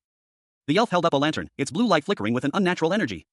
For days later, Stech found himself peering into a deep pit, a rope dangling down into the darkness. It wasn't too deep to descend, but Stech Atelier, a dungeon explorer, found himself in a precarious situation. He was rappelling down a steep cliff face, his grip tightening on the worn rope. The sheer drop making his stomach churn. "What a steep-ass cliff," he muttered to himself, his breath catching in his throat. Stech continued his descent, his muscles straining with the effort. A sudden jolt sent a shockwave through his body. His eyes widened in surprise. He reacted instantly, drawing his sword and bracing himself for impact. The rope snapped, sending him plummeting towards the dungeon floor. He landed with a jarring thud, but quickly sprang back to his feet, his eyes scanning his surroundings. Insect-type monsters, he noted, were surprisingly common in this area. Stetch moved with practiced ease, his blade flashing as he dispatched the creatures one by one. Easy as long as you aim for the joints, he thought, a grim smile playing on his lips. He swiftly dealt with the smaller insects, but a much larger foe emerged from the shadows. A giant ant, its mandibles snapping menacingly. Ah! You okay? A voice called out. A young elf woman emerged from behind the giant ant, her eyes wide with concern. It's a giant ant, she exclaimed, her voice laced with a mix of fear and awe. A monstrous, chitinous insect, its many legs splayed, let out a high-pitched shriek as it scuttled across the dungeon floor. A blonde elf, nimble and quick, launched herself into a swift attack, her movements a blur of motion. She moved with practiced grace, her blade a silver streak against the creature's dark carapace. The elf's attack was precise and powerful, sending the insect reeling back. A flurry of blows followed, each strike aimed with deadly accuracy. The insect's legs flailed wildly as it struggled against the elf's relentless assault. With a final, decisive blow, the elf cleaved the creature in two, its body collapsing into a heap of chitinous fragments. But before she could catch her breath, another, larger insect emerged from the shadows, its mandibles snapping menacingly. A curse escaped her lips as she braced herself for another fight, another challenge in this treacherous dungeon. A second, larger insect lunged at the elf, its attack swift and brutal, but she managed to dodge, narrowly avoiding its deadly grasp. A monstrous creature, skeletal and insectoid, shrieked as it lunged forward. Its attack a flurry of sharp limbs and snapping mandibles. But Stetch, the dungeon explorer, reacted instantly. He barked in order at his companion, a female elf, to get behind him. Stetch, eyes narrowed in concentration, summoned a ball of light. The energy growing brighter and hotter. As he prepared to unleash its full power, intending to reduce the creature to ashes. With a shout of fireball, Stetch hurled the incandescent sphere. The magical projectile streaking towards its target, engulfing the monster in a fiery explosion. The elf watched, impressed, as the dust settled. She questioned Stetch's surprising power, wondering if he had been holding back during their previous encounter. Stetch Atelier, the dungeon explorer, stood before a fiery chasm, his expression unreadable. He commented on the peculiar smell emanating from the inferno. A wave of intense heat radiating from the chasm. Beside him, his companion, an elf, voiced her astonishment at the artifact's power, questioning how many skills it could utilize. Stetch responded nonchalantly, suggesting a number in the hundreds. As flames continued to rage, the elf pondered the strange behavior of the creatures blocking the entrance, sacrificing themselves to contain the fire. She questioned their actions. Stetch, observing the scene, wondered why a monster would act in such a self-sacrificial manner. Stetch offered an explanation. The dungeon, known as Smolbing, was primarily inhabited by ants, many with hard exoskeletons. The elf, accepting his explanation, suggested they proceed in that direction. Stetch demonstrated another ability of his artifact, a green flame erupting from his hand. The elf, surprised, questioned if all artifacts possessed such capabilities. Stetch pondered the strangeness of the situation, questioning if it was truly that unusual.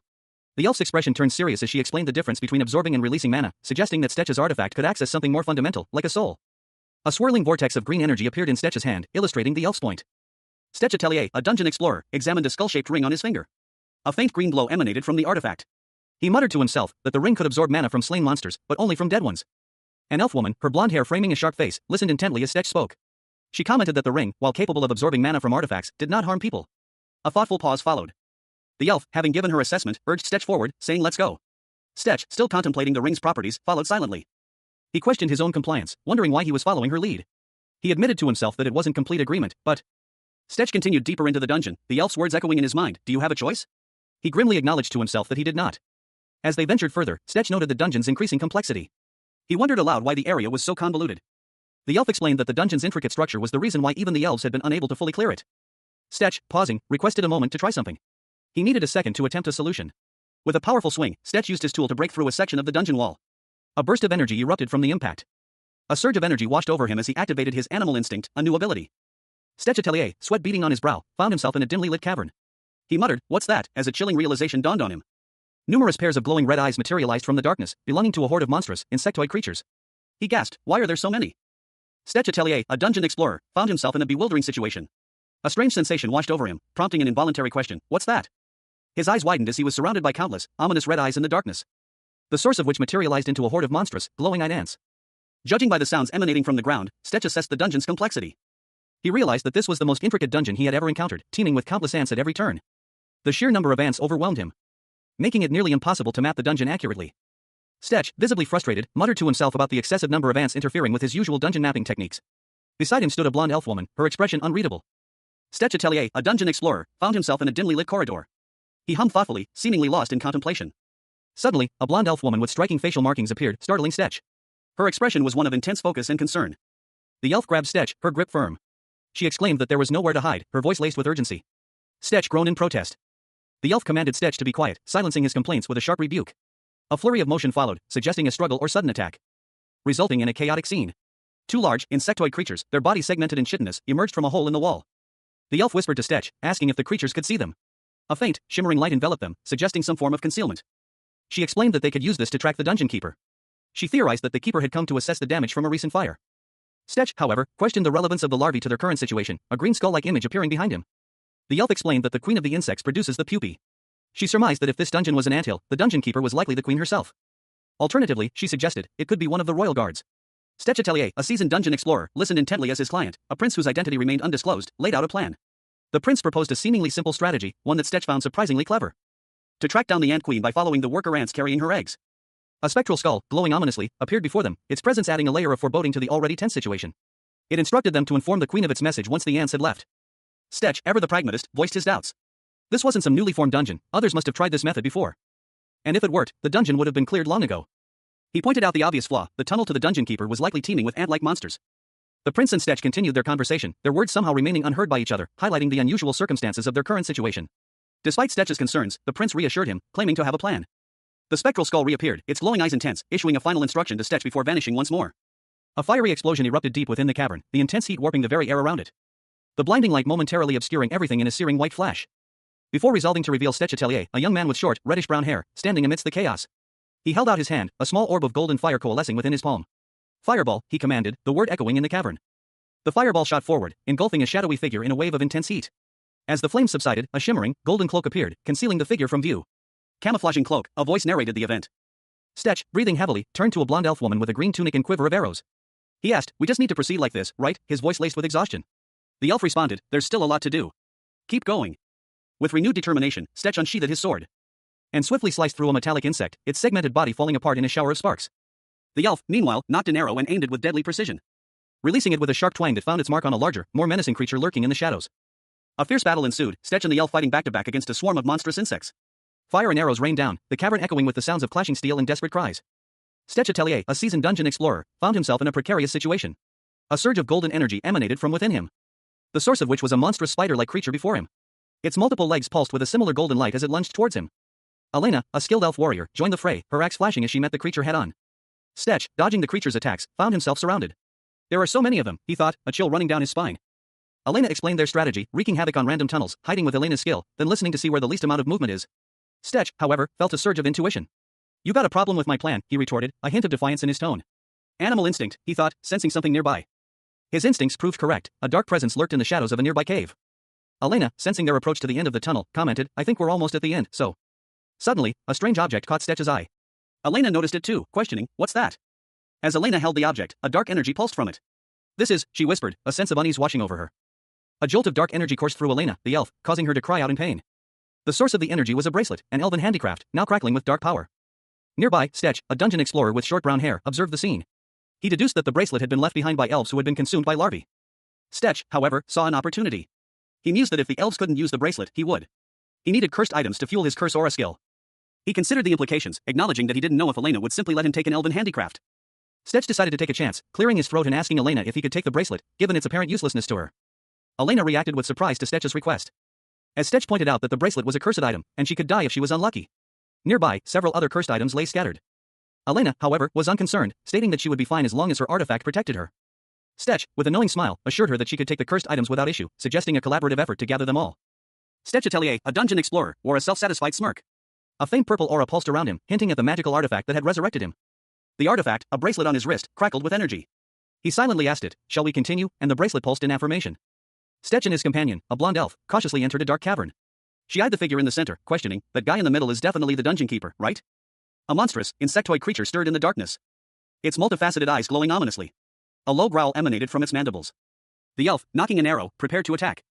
With a swift, precise shot, the elf's arrow found its mark, piercing the creature's carapace. The monster shrieked in pain. However, the creature's reaction was unexpected. Its body pulsed with dark energy, and it lunged at Stetch and the elf, surprising them both. Stetch Atelier, the dungeon explorer, found himself in a desperate struggle. He was surrounded, swarmed by grotesque, insectoid pupae, their segmented bodies writhing as they lunged at him. Narrowly avoiding their snapping mandibles as he rolled away, his face contorted in a grimace of exertion. A blonde elf woman, her face marked with tribal paint, watched him with a mixture of concern and grim determination. He scrambled back, the elf, whose name was Lyra, close behind. Stetch knew this dungeon all too well, he muttered to himself, his frustration evident, that he was tired of these creatures. More pupae emerged from the darkness, their numbers seemingly endless. The ground trembled with their movement. Lyra, ever vigilant, warned Stetch of another approaching threat. From behind, more of the creatures were closing in. A massive, chitinous insect queen emerged from the depths, its glowing red eyes fixed on Stetch. Its size was terrifying. Stetch, despite the overwhelming odds, resolved to take action. He would deal with the queen first. With a determined shout, he channeled his magical energy, unleashing a powerful fireball towards the queen. The intense heat seared the air. The explosion rocked the cavern. Stetch realized, with a mixture of surprise and grim understanding, that the pupae had hatched prematurely to protect their queen.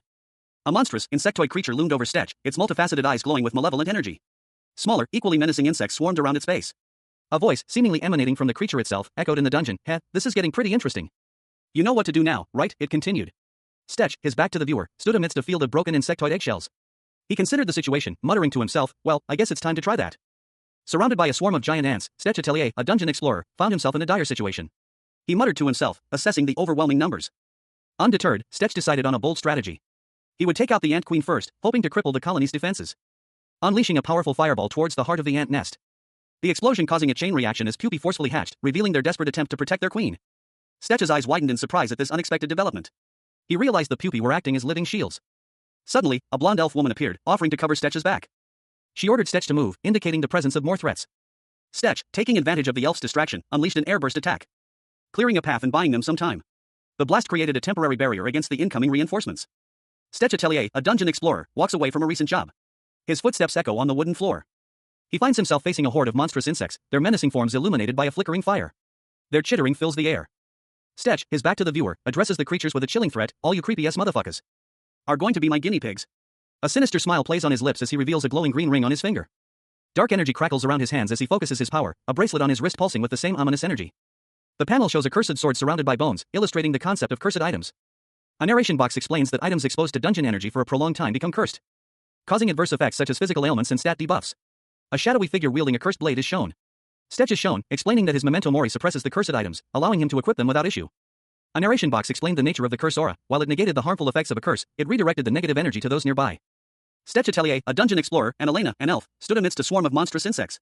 Stetch, assessing the situation, muttered that the curse was a double-edged sword. Stetch instructed Elena to stay behind him and remain still. Stetch activated a curse artifact, releasing a dark aura. The dark aura surged outwards, engulfing Stetch and the surrounding insects. The insects were annihilated by the curse's power. But Stetch felt the effects as well. Stetch, the weakened, noted the effectiveness of the curse aura, despite its drawbacks. Stetch Atelier, a dungeon explorer, found himself in a precarious situation. He questioned the prince's instructions on how to use the curse aura, his expression a mixture of doubt and apprehension. But the prince insisted, his words sharp and commanding. Meanwhile, Elena, an elf with striking facial markings, reacted with alarm to the unfolding events, a gasp escaping her lips as she witnessed the curse's activation. Stetch, overwhelmed by the power of the curse, realized he was unable to hold back the monstrous creatures for much longer. Panic etched itself onto his features. Elena, her eyes blazing with fury, nocked an arrow, preparing to defend herself and her brethren. She vowed vengeance against the creatures that dared to desecrate the bodies of her kin. A blur of motion indicated the swift and brutal attack that followed. The creatures were swiftly dispatched by Elena's precise shots, their bodies collapsing in a flurry of motion. But more emerged from the darkness, their unsettling chirps echoing through the chamber. A wave of monstrous claws threatened to engulf Elena as she desperately tried to escape. Stetch, seeing her peril, rushed to her aid, urging her to cover her ears and remain still. With a powerful surge of energy, Stetch unleashed a wave of arcane power, a blinding flash of green light erupting from his hand. Stetch Atelier, a dungeon explorer, lay on the cold, damp ground, his breath shallow and ragged. His eyes fluttered closed, his body still from the effects of a recently activated curse. A sinister grin stretched across his lips. As a surge of emerald energy enveloped him, the words curse-eating, echoing in the air. A female elf, clad in green, appeared before him, her expression a mixture of surprise and disdain. She observed him, commenting on his reckless and strange behavior. Stetch, however, seemed unfazed. He smirked, a glint in his eyes as he held up a glowing green ring, claiming to have an excuse for his actions. The ring pulsed with power, a faint green light emanating from it as he displayed it to the elf. A red, glowing heart appeared on a stone altar nearby. A narration box explained that the artifact, Memento Mortem, had increased its mana limit, enhancing Stetch's curse-eating ability. Stetch, pleased with the power boost, declared that he had cleared his second dungeon. He then shouted escape, as he prepared to leave.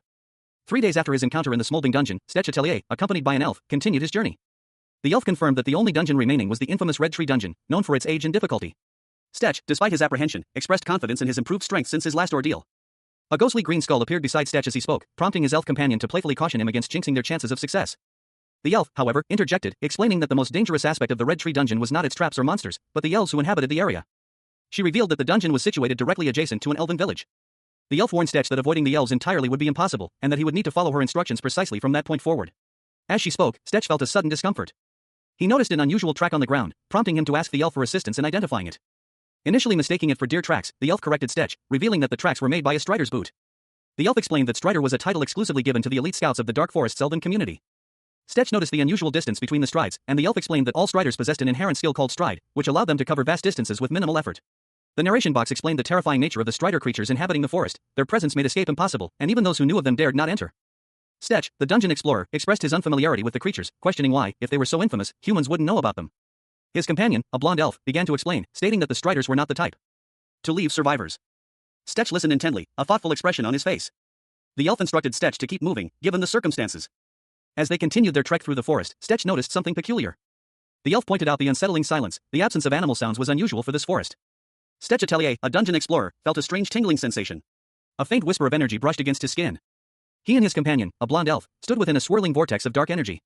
I really don't even feel a single vibration, Stetch muttered, puzzled by the lack of any discernible magical energy. The elf, however, sensed something amiss. I think something is trying to target us. Let me try to locate them, she stated, her eyes narrowing in concentration. She activated her Detect Hostility skill, a level 4 ability allowing her to pinpoint hostile presences. They're not even trying to hide the fact that they're after us. Why aren't they approaching, she wondered, puzzled by the enemy's unusual behavior. A look of dawning horror crossed her face. This isn't just hostility. They intend to kill, she exclaimed, her voice laced with fear.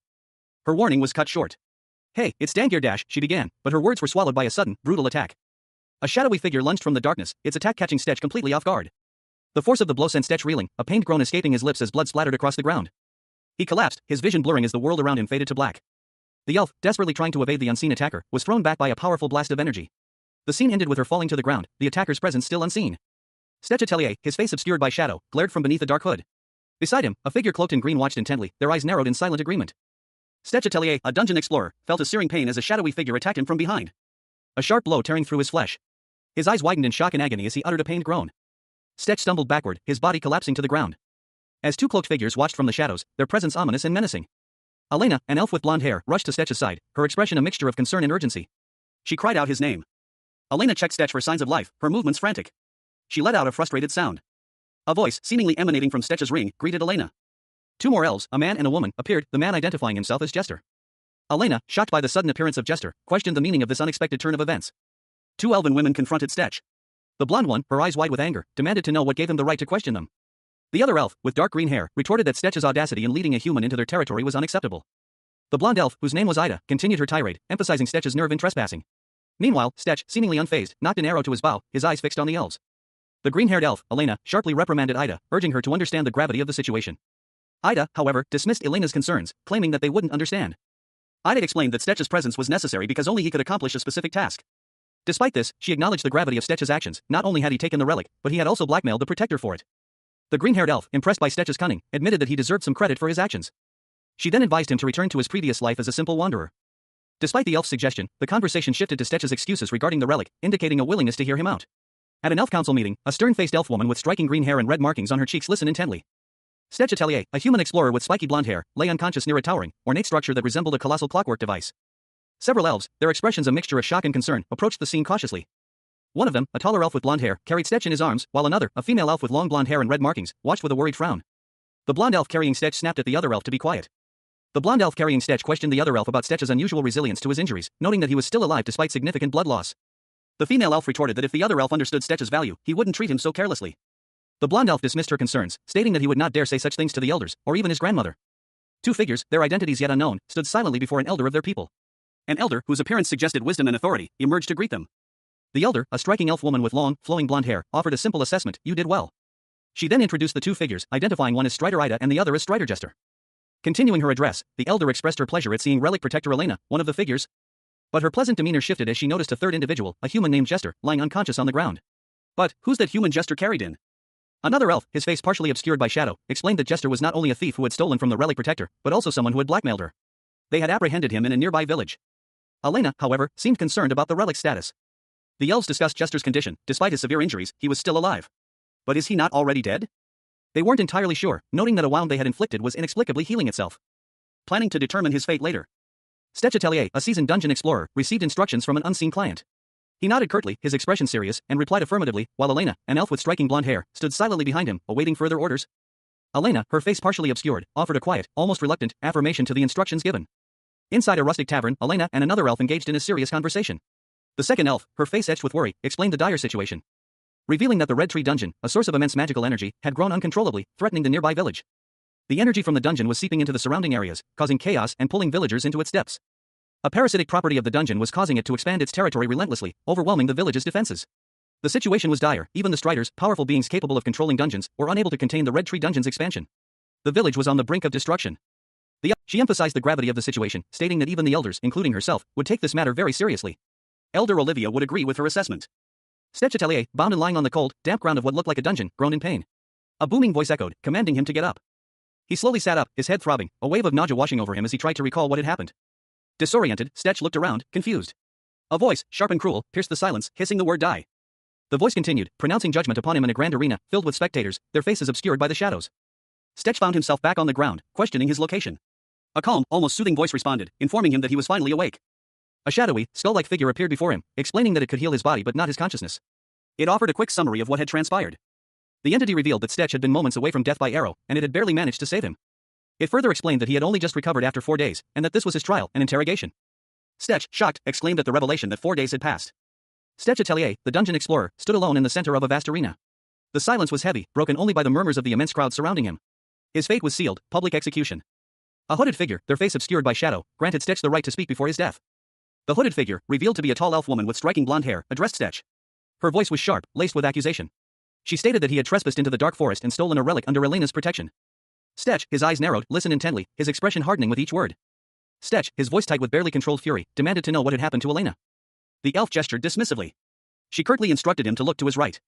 To Stetch's surprise, he saw Elena, pale but alive, though clearly unwell. The elf added that Elena was receiving better treatment than Stetch himself. The elf's final words hung in the air, I wouldn't be so sure about that. Stetch's gaze shifted, his mind racing. He questioned if the relic, the pendant he had taken, was the cause of this.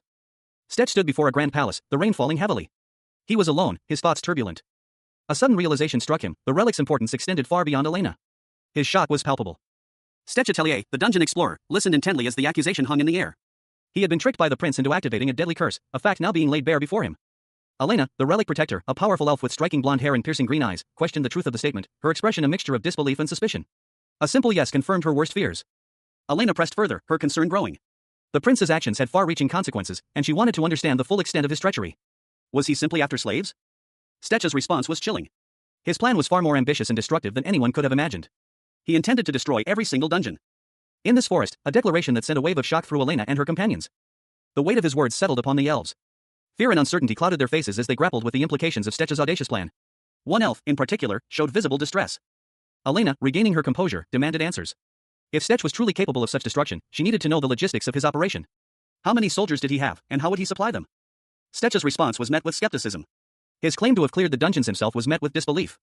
The elves questioned his capabilities and the feasibility of his plan. A cold sweat beaded on Stetch's brow as he tried to maintain his composure. A ghostly image of a monstrous creature flickered behind him, a subtle hint of the power he wielded. Elena and the other elves were stunned into silence. The sheer audacity of his claim, coupled with the unsettling image, left them speechless.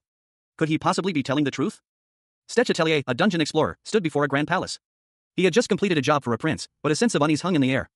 As a blur of motion erupted from within the palace walls. An elf, his features sharp and his eyes gleaming with malice, appeared before Stetch.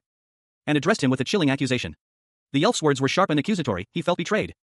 Stetch, caught off guard, could only register confusion and a growing sense of dread as the elf's words sunk in. This was not how the job was supposed to go. And before he could react, the elf lunged, striking with surprising speed. The impact sent Stetch reeling. But the elf's attack was not over. He continued his assault, his words laced with a cruel amusement as he noted Stetch's human reactions. An elf, his face bearing a mischievous grin and a faint scar, addressed someone off-panel. He commented that what he was about to do was unusual for elves, but... He continued, explaining that humans only respond to human behavior. The elf's words were directed at a young man with short, reddish-brown hair, who appeared tense and on edge. The young man, his face contorted in pain, clutched at his bound arms. A cold sweat beaded on his brow as his breath hitched in his throat. The elf, watching from the sidelines of an arena, declared it was time to begin. The scene shifted to an interrogation. Elena Drainoir, an elf with elegant features and a calm demeanor, questioned the young man's accomplice. Elena's first question was why the accomplice hadn't requested reinforcements after obtaining the relic. The accomplice explained that their entire tribe would be held responsible if their relic protector lost the relic. They further revealed that they believed the young man's actions of destroying dungeons would ultimately benefit the elves in the long run. The scene shifted again, showing the young man, now seemingly empowered by some magical force, surrounded by a brilliant, swirling energy. Whether they believed it or not, the elf stated that the young man was the one who had cleared both the Dryroot and Smolding dungeons. The panel then focused on Elena Drainoir, confirming her identity. A hooded figure, her blonde hair partially visible, vehemently argued, to clear a dungeon, you need at least a mid-sized army with months of preparation. Meanwhile, in a clearing, a fierce battle raged. A man with reddish-brown hair delivered a powerful kick to the chest of a blonde-haired opponent, his expression one of intense anger. He snarled, if what you're saying is true, then you must have seen what he brought into this forest. The reddish-haired man, his face now bloodied and eyes glowing an unnatural green, gasped, can you tell us how many soldiers and supplies he's hiding? The blonde-haired woman, her face now visible, calmly replied, there is neither a hidden army nor supplies. Everything we've achieved was done by me and that human. In a grand hall, a concerned woman in green robes addressed the blonde-haired elf, Elena. I cannot fathom what happened while he was with you. Why are you even protecting him? The elf, Elena, responded curtly, I'm not. From a high vantage point, the scene showed several figures gathered around a table, their faces obscured. Elena continued, I'm saying this because it's the truth. Elena's face was shown in close-up, her expression unreadable. Suddenly, another elf with green hair appeared, her voice sharp, elder. 3 elves watched in disbelief as a man, seemingly lifeless moments before, began to stir. A young elf with short, light brown hair whispered, what's going on? His concern was echoed by the others, one of whom questioned, is he really human? The scene shifted to reveal a shadowy figure, bound and seemingly enraged. The figure addressed someone unseen, what's wrong? I thought you were going to show me human behavior. A close-up showed the man from the previous scene, his eyes glowing ominously. A cruel smile stretched across his face as he muttered, let's see who's going to collapse first. Another elf, this one with spiky blonde hair, chuckled, seemingly pleased with the unfolding events. He rubbed his hands together, a gleeful expression on his face. He then spoke, referencing a previous conversation, you said so yourself, the village is at its limit. And he continued, explaining his plan, and he's the solution you've been looking for. The blonde elf gestured to the man, now standing, who seemed to be absorbing energy from the surroundings. He explained, I brought someone who can absorb the monsters as well as the dungeon's energy. The man, however, seemed to be struggling. He thought to himself, I knew you had that passive skill, but aren't you taking too many hits? And I don't have infinite mana. One of the elves, Elena, addressed the man, do you understand what you're saying, Elena? The final panel showed a large, black speech bubble containing the word elder. Elena, a striking elf with vibrant green hair and a distinctive red marking on her cheek, addressed the assembled group. Her tone was firm, her gaze unwavering as she proposed a daring plan, then let us release the monster. 3 cloaked figures sat silently, their faces obscured by shadows, listening intently to Elena's words. The air crackled with anticipation as the weight of her proposal settled upon them. The caption simply stated, the monster is a catalyst for their next move. Elena, her expression unreadable, continued, suggesting a direct test of her claim, if what she's saying is true, then we can just test it out. Elena's suggestion was met with immediate approval. Turning to another elf, a blonde woman with a similar elven appearance, she asked, how does that sound, Elena? The blonde elf responded curtly, good. Jester. In a large, open arena, Stetch, a young man with short, reddish-brown hair, stood surrounded by a crowd. His expression was one of utter defeat as he muttered to himself, all right. Calm down. I give up. Stetch's surrender was met with a strange reaction. A taller, elven man with spiky blonde hair and a scar across his face approached him, his hands raised in a gesture of appeasement. He seemed amused by Stetch's defeat. Now. The elf began to bind Stetch's wrists with thick rope. The action was swift and efficient, suggesting a practiced hand. Stetch struggled against the bonds, his face contorted in frustration. He was clearly not expecting this turn of events. A low growl echoed through the arena. The ground began to tremble, signaling the imminent arrival of something powerful. From the shadows emerged a monstrous, snarling beast, its size and ferocity evident even from a distance. The creature was clearly enraged. Stetch Atelier, the dungeon explorer, found himself in a bewildering situation. He stared at a text box, his eyes wide with disbelief. The words an armored bear echoed his inner turmoil. The text continued, stating that there was no record of a domesticated armored bear. A snarling, monstrous wolf-like creature filled the panel, its red eyes glowing menacingly. Stetch wondered how such a beast could have been kept in a cage. Meanwhile, a conversation unfolded between Stetch and an unseen individual. A voice, presumably Stetch's, expressed doubt, stating, I don't think so. If what Elena says is true, this might not be enough. The scene depicted a grand hall, suggesting a royal setting. Suddenly, a striking elf woman appeared, addressing Stetch with a curt, well, human. Her expression was sharp, her gaze intense. The scene shifted to focus on her. The elf's command was clear, demonstrate your abilities. Her words hung in the air, a challenge to Stetch. Stetch, shown in a close-up, processed the elf's demand. He realized, so, they want me to fight it. They're not even going to give me a weapon. A sense of unease washed over him. His thoughts turned to the elves' actions. He questioned, didn't the elves take you? He was puzzled by the situation, his confusion evident in his expression. A narration box revealed that the elves hadn't touched the cursed bracelet. Stetch's gaze fell upon his own hand, where a skull-shaped ring pulsed with a faint green glow. He muttered, whoa. I didn't know about this feature. Now, what's the plan? A newfound determination hardened his features. Stetch considered his options. He thought, the only way to fight an armored bear is running away. He decided to test the waters. He focused his energy, a bright yellow orb forming in his palm. He muttered, let's see how he reacts to this. With a shout of fireball, he unleashed a fiery projectile. A powerful, snarling beast, vaguely canine in form but far larger and more monstrous, lunged forward, its claws extended. A blinding flash of light erupted from its attack. The impact sending tremors through the arena. 2 onlookers watched from a safe distance, one of them commenting on the creature's ferocity. The other, a young man with short, reddish-brown hair, responded in agreement. He then prepared himself, a determined glint in his eyes, gathering energy for a counterattack. He unleashed a powerful blast of air. A visible wave of force radiating outwards. The attack collided with the beast, a bright flash marking the point of impact, sending the creature reeling back. The young man watched, momentarily surprised. But his surprise quickly turned to concern as the beast recovered and charged again. The young man barely managed to dodge the attack, narrowly avoiding a fatal blow. He landed hard, winded, as the beast roared in frustration. 2 onlookers, elves, watched in disbelief as the human managed to withstand the beast's attack. Stetch Atelier, a dungeon explorer, found himself in a dire situation. His eyes wide with terror, sweat beaded on his brow as he stared upwards, a look of sheer panic etched across his face. A monstrous wolf-like creature lunged at him, its claws extended, ready to strike. The beast's eyes glowed with malevolent intent as it prepared to deliver a fatal blow. its ferocious roar echoing through the dungeon as it unleashed a devastating attack.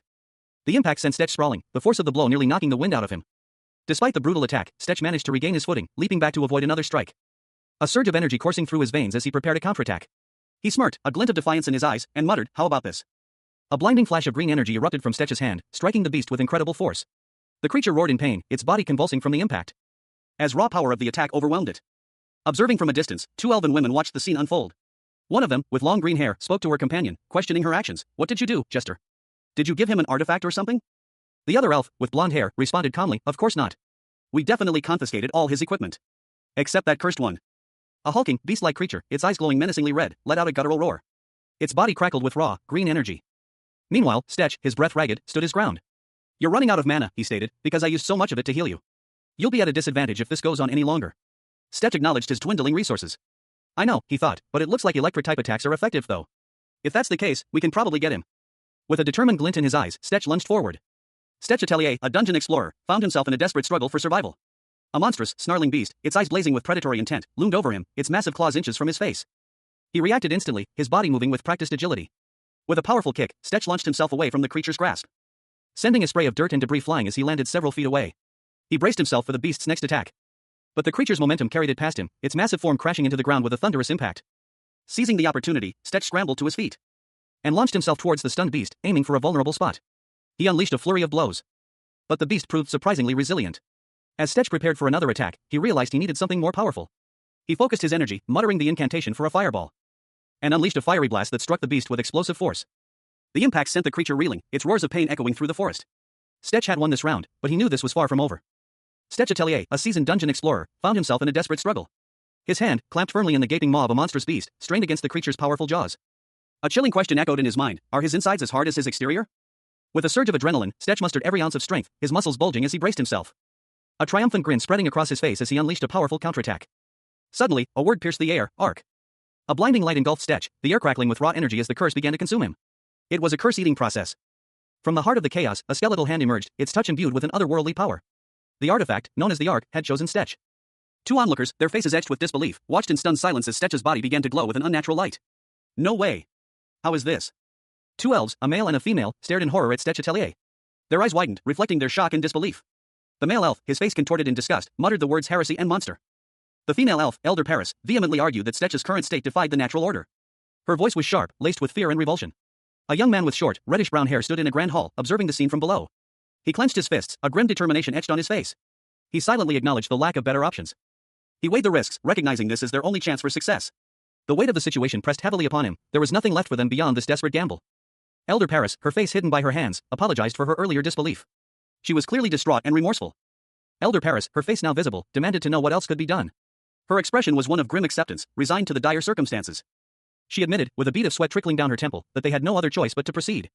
A voice, seemingly disembodied, asked Stetch for his name. Stetch Atelier, his gaze fixed on a glowing ring on his finger, responded with his full name. Elder Paris explained that Stetch had risked his life to prove his abilities, fulfilling their request. A stern-faced elf woman, her blonde hair neatly styled, questioned Stetch Atelier. She demanded to know why he had taken a relic from Elena. Stetch, appearing slightly disheveled, insisted that he had been unaware the item was a relic and had no intention of taking it from Elena. The elf stated that if Stetch genuinely wanted to challenge Red Tree, they would not stop him. However, they would only provide him with basic supplies. A flashback showed a monstrous, green-tinged skull, and Stetch's face was contorted in a grimace. The elf added that Elena truly hated him. Another elf, this one with fiery red hair, vehemently declared that she would not allow Stetch's actions. The blonde elf explained that Red Tree was on a different level from other dungeons. She continued, stating that while Stetch's actions were supposedly for the good of their people, he was still responsible for losing the relic. Another flashback showed Stetch's grim expression, and the elf informed him that Elena would not be able to assist him. Stetch learned that the elves wanted to send their precious elf to a dangerous dungeon, a task they considered more dangerous than the dwarves' dungeon. He refused to be convinced otherwise. The blonde elf, however, seemed to have a change of heart, uttering a hesitant but. Stetch Atelier, the dungeon explorer, stood before an elf, his expression a mixture of defiance and weariness. The elf, her blonde hair neatly braided, spoke, reminding him of a crucial detail: his artifact grows stronger with each dungeon he conquers. He smirked, a hint of arrogance in his eyes. He was far stronger now than when they had first met. Stetch raised a hand dismissively, his words carrying a note of assurance. He wasn't as weak as the elves believed, and he certainly wasn't planning to die anytime soon. The elf, her expression softening slightly, instructed her companion to return Stetch's equipment. She then offered him any supplies he might need. Stetch, ever practical, requested a couple of potions. Stetch ventured into a dense forest, the air thick with mist. A sense of foreboding hung heavy in the air. A dark, ominous presence seemed to emanate from the depths of the woods, a warning whispered on the wind. Elven archers, their faces hidden by hoods, struggled to restrain something monstrous, its dark tendrils snaking through the undergrowth. They desperately tried to keep it from crossing a border. The scene opens with a close-up of Nazir's back, his long reddish-brown hair cascading down his shoulders. He is clad in a dark green hooded cloak and brown leather armor, a quiver of arrows strapped to his back. Nazir, his face contorted in a grimace of concentration, knocked an arrow and aimed his bow, a fierce determination etched on his features. He shouted a sharp command, "Block it!" He loosed a volley of arrows, each one a blur of motion as they arced through the air. The projectiles striking their target with deadly accuracy. Amidst the chaos, Nazir anxiously inquired, "How far are the reinforcements?" A subordinate elf, his face etched with worry, urged caution, "Be careful, Captain." Suddenly, several monstrous, clawed appendages burst forth from the shadows, ensnaring Nazir in their grasp. His desperate cries for help were answered by a fellow elf, who shouted, "Captain Nazir!" A fiery explosion erupted, engulfing Nazir and the creature in a blinding flash of light. As reinforcements finally arrived on the scene, they exclaimed, "Reinforcements are here, and reinforcements! We can finally get some rest." Stechatellier, a dungeon explorer, stood amidst a dark forest, a small, glowing green gem clutched in his hand. A flicker of surprise crossed his face as he muttered, "Huh?" Two elves, their pointed ears visible, watched him with suspicion. One of them questioned, "Why is a human so deep into the dark forest?" The other elf, his brow furrowed in concern, added, "What happened? How did he get in here? This deep into the dark forest too?" A female elf, even Iwa, stepped forward, drawing a bow and arrow. She warned, "Warning! I will cut off the limbs of anyone who touches this human." Another elf, observing the scene, whispered, "Why are two striders accompanying a human and that magic?" One of the elves shrugged, admitting, "I don't know either, man." Sigh. The elder said that he's probably our last and only hope. Stech, seemingly unfazed by the tense situation, muttered to himself as he headed towards a dark cave, "I'm going in, pointy ears." Stech was stopped by one of the elves who asked, "Why did you stop me?" Stech looked up, surprised, and whispered, "Grandma?" A young elf woman, her blonde hair neatly styled, sat with her hands clasped before her, a frown etching itself onto her delicate features. Her expression conveyed a mixture of disbelief and defiance. "You expect me to send you into the red tree? Not a chance." An older elf, his face etched with grief and his body bearing the marks of numerous wounds, spoke in a low, pained voice. His words were laced with sorrow and a hint of desperation. "Don't you know what I have left after losing my daughter-in-law and my son to the red tree?" The young elf woman's gaze hardened. Her voice, though laced with sympathy, held a steely resolve. "It's you, my one and only granddaughter. But our people are dying." The scene shifted to a desperate battle in a dark forest. Two elf soldiers fought fiercely against unseen enemies, their movements desperate and their expressions grim. The older elf continued, his voice filled with urgency. "If our frontline soldiers lose, not only will all the elves be annihilated, but also the entire forest will turn into a dungeon." One of the soldiers, his face contorted in a grimace, spoke, his words a suggestion rather than a question. "If we want to take full advantage of Stechatellier, shouldn't we support him as much as we can?" Back inside, the young elf woman considered the suggestion, her expression thoughtful. Her response was sharp and skeptical. "And you think you're our best chance?" The older elf's voice was heavy with grief, but his words were firm. "Stop lying to yourself. Cain is already dead." The young elf woman's face crumpled, tears welling in her eyes. "Going to the red tree now won't bring him back." She whispered, the words barely audible, a confession of her own denial. "Lying to myself?" Another voice, calmer and more measured, followed. "Now is not the time to bicker." An elf, her expression serious, spoke. She stated that they always prepare for the worst, and this situation was no different. She continued, explaining that even if the human explorer succeeded, they would still be in trouble if he failed. A comprehensive backup plan was necessary. The elf's words were met with surprise by another elf. The first elf confirmed that she would personally handle the backup plan this time, though she admitted that this plan might not compare to their previous one, involving Cain. It should still bring the elves some peace for a while. The scene shifts to a human explorer walking through a dungeon. The ground is covered in bones. He comments that the dungeon is intense from the start. His companion agrees, noting that the smell of blood is almost palpable. They proceed deeper into the dungeon, which is filled with more bones and appears far more dangerous than their previous dungeon. Stechatellier, a dungeon explorer, found himself in a dark, foreboding dungeon, its walls lined with strange, purplish plants. He was questioned by an unseen companion about the plant's nature, to which Stech admitted he had no recollection of ever seeing such things before, surmising that they were unique to this particular dungeon. His companion warned him against touching anything, urging them to press onward, explaining that collapsing from status ailments could lead to becoming part of the dungeon itself. A warning Stech acknowledged with a grim nod. Stech, visibly disgusted, expressed his utter disdain for exploring such a repulsive dungeon. A faint, ethereal glow emanated from his hand, a sign of his growing unease. Stechatellier, a dungeon explorer, found himself in a precarious situation. A spectral, skull-like face materialized before him, its green glow ominous. He was questioned about his pathfinding skills, specifically why they had failed in the first dungeon. Stech explained that his skills only worked in plant-based dungeons, and that they had indeed arrived at the right place. Confident in his plan, Stech asserted that he hadn't come unprepared. He highlighted his extensive experience and revealed the reason for the deep roots. They were above an underground river. Stech, wielding his sword, investigated the area, noting the long-term effects of the underground river. His investigation led him to discover sinkholes. With a sharp click, Stech plunged his sword into the ground. The impact caused a powerful shockwave, revealing a network of sinkholes. Stechatellier, a dungeon explorer, found himself in a desperate flight across a desolate, rocky landscape. Crimson dust erupted beneath his boots as he sprinted, his cloak billowing behind him. A glint of steel flashed from his hand as he held his sword aloft. He paused, a smirk playing on his lips as he surveyed the scene. "What did I tell you?" he mused, a hint of triumph in his voice. His gaze fell upon a horrifying sight, a cavern filled with rows of carnivorous plants, their gaping maws glistening with an unnatural luminescence. Within the plants, several corpses lay desiccated, their bodies drained of life. A noxious green gas emanated from the scene. Stech recoiled, a look of disgust twisting his features. This stench. No way. He muttered, shielding his nose. One of the corpses, an elf, was particularly striking in its complete lack of life. I don't sense any life from them, Stetch observed, his eyes narrowed. Stetch approached a large, pitcher-like plant, his thoughts turning to the contents of his pouch. Everything in this pouch is probably, he trailed off, a grim realization dawning on him. Suddenly, a flurry of blows rained down on Stetch. He barely registered the attack, his reflexes kicking in with surprising speed. He parried the blows with practiced ease, his blade a blur of motion. You're not going to let me disturb your meal, huh? He retorted, a wry smile on his face. Stetch Atelier, a dungeon explorer, found himself in a precarious situation. His expression was grim, his eyes narrowed in defiance as he glared at his unseen opponent. Well, I don't plan on letting you eat peacefully either, he declared, his voice laced with a fierce determination. He braced himself, anticipating an attack. A wave of crimson energy erupted around him, the source of the attack unseen. He awoke in a dark, cavernous space, surrounded by the bodies of several unconscious elves. Thick, pulsating veins of crimson snaked across the cave floor, a disturbingly organic landscape. A voice, calm and almost cheerful, broke the silence. Oh, welcome back. Stetch, disoriented, looked around, his mind struggling to piece together what had happened. He was alive, but where was he? One of the elves stirred, his eyes widening in terror as he saw Stetch. Our red tree dungeon. Why is there a human? We're all gonna die, he cried, his voice filled with panic. The elf's outburst was cut short by a sharp slap from Stetch. Stetch snapped, his eyes blazing. Shut up and calm down. Stetch Atelier, an explorer, found himself in a precarious situation. He had seemingly died, yet he was inexplicably still alive, and understandably terrified. A voice, calm and reassuring, cut through his fear. He was given an escape scroll and told to leave once the others awoke. Stetch attempted to leave, but others intervened, urgently insisting that they needed to save him. Their desperate pleas were punctuated by a visible sense of urgency. A man with short, dark hair questioned their actions, stating that he had already checked all the pouches. Despite the man's assertion, the others insisted there was still one person left to save, rejecting his suggestion that they should be more grateful for their own survival. The elf, with intense emotion, explained that this person was the sole reason they were still alive. They declared their refusal to leave without him, their determination unwavering. The elf's resolve was palpable. The man, confused, questioned who they were referring to. The answer was revealed in the following panel. The name Cain Drainoir was revealed, the subject of their unwavering loyalty and determination to save. The following panel showed Cain Drainoir, seemingly unconscious, with strange, vine-like appendages attached to his face. Cain Drainoir's internal monologue revealed that they were attempting to drain more mana from him, a desperate act that highlighted the dire situation. Stetch Atelier, the dungeon explorer, found himself in a dire situation. A monstrous, pulsating mass of flesh and tentacles had him ensnared, its crimson tendrils constricting his body. He was at his limit, his strength was failing him. With a final surge of adrenaline, Stetch strained against the creature's grip. But the creature's hold proved too strong. He was overwhelmed, his vision blurring as darkness threatened to consume him. A desperate cry escaped his lips, Drainoir Nim. The creature released its hold, leaving Stetch collapsed on the ground, his body battered and bruised. A wave of nausea washed over him as he looked around, his eyes widening in shock at the sight before him. Drainoir, a young elf with pointed ears and concerned eyes, rushed to Stetch's side, his face etched with worry. He knelt beside the fallen explorer, his voice filled with alarm. Damn. That looks like it hurts. Get off for a second.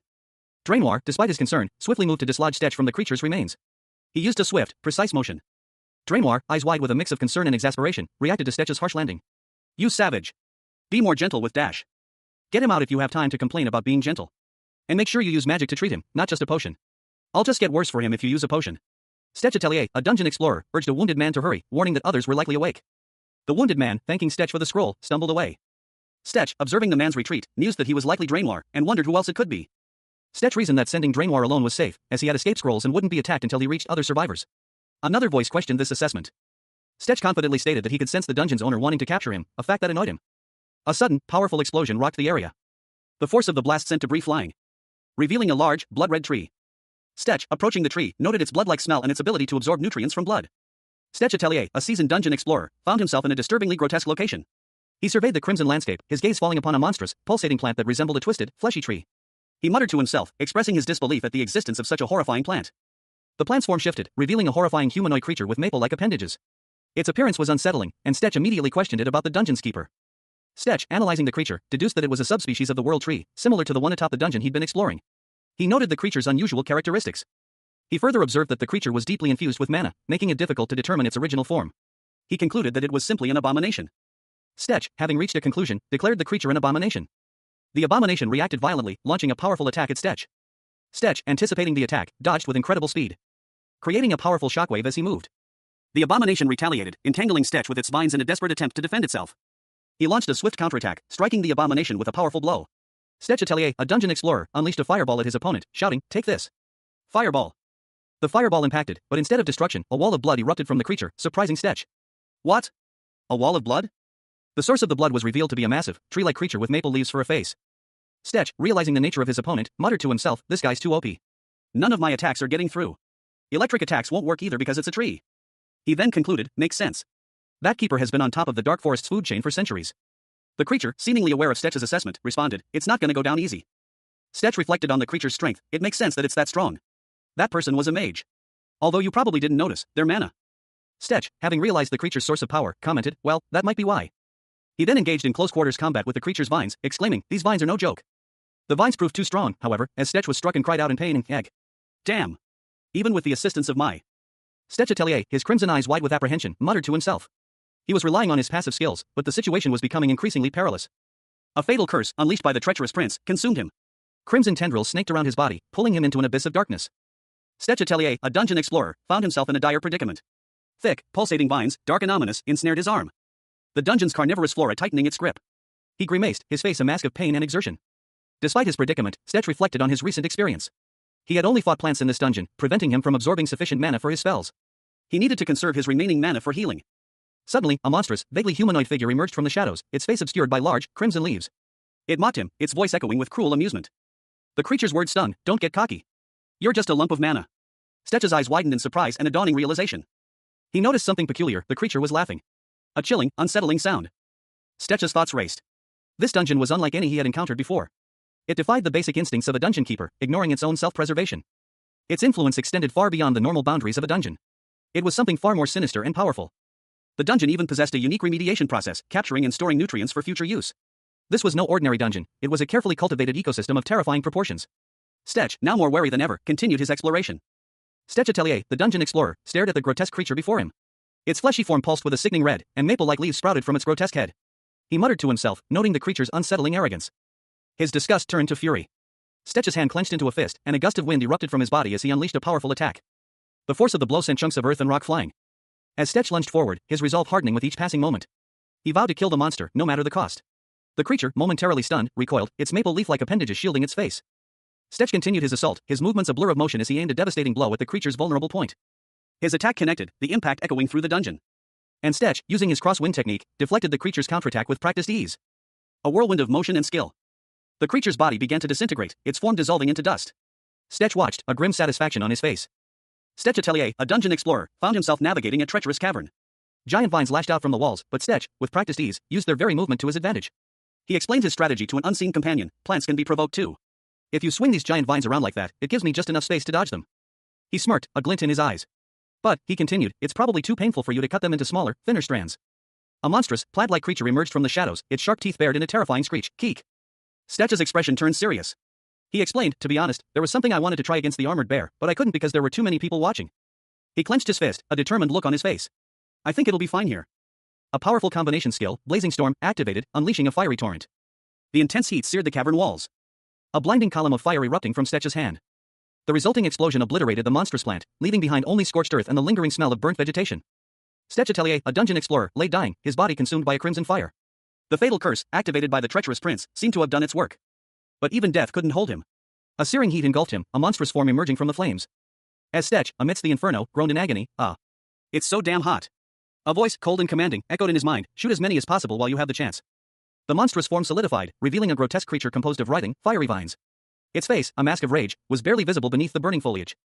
Stetch, seizing a fleeting moment of clarity, fled the creature's wrath, his escape a desperate sprint through the fiery landscape.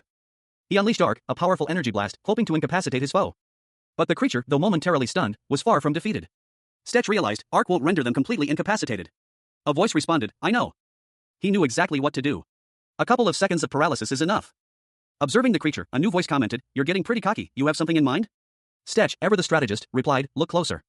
The body is made of strong and rough vines, but you can tell there's one part that it particularly cares for. With a swift, calculated strike, Stetch aimed for the creature's vulnerable point. Stetch Atelier, lying wounded on the ground, glared up at his unseen assailant. A bitter question escaped his lips, did you have fun laughing? He braced himself for another attack, the image of a monstrous, clawed hand looming over him. A blur of motion as the creature lunged. Its sharp teeth bared in a vicious grin. Stetch, despite his injuries, managed a defiant retort, why would something without a proper face have something like this? It's time to say bye, you tree bitch. A surge of dark purple energy, a curse aura, erupted from the monstrous tree, engulfing Stetch. Stetch, barely conscious, muttered, ugh. Just curse aura won't be enough. Can you do a little more? A shadowy figure loomed over him, a cruel smirk playing on his lips. He sneered, going to allow someone to smirk at me. Stetch, fueled by rage and defiance, vowed, even if I die one more time. Another wave of purple energy, this time accompanied by green streaks, washed over him. The words curse devourer echoed in the air. A green light pulsed within his hand, absorbing the curse energy.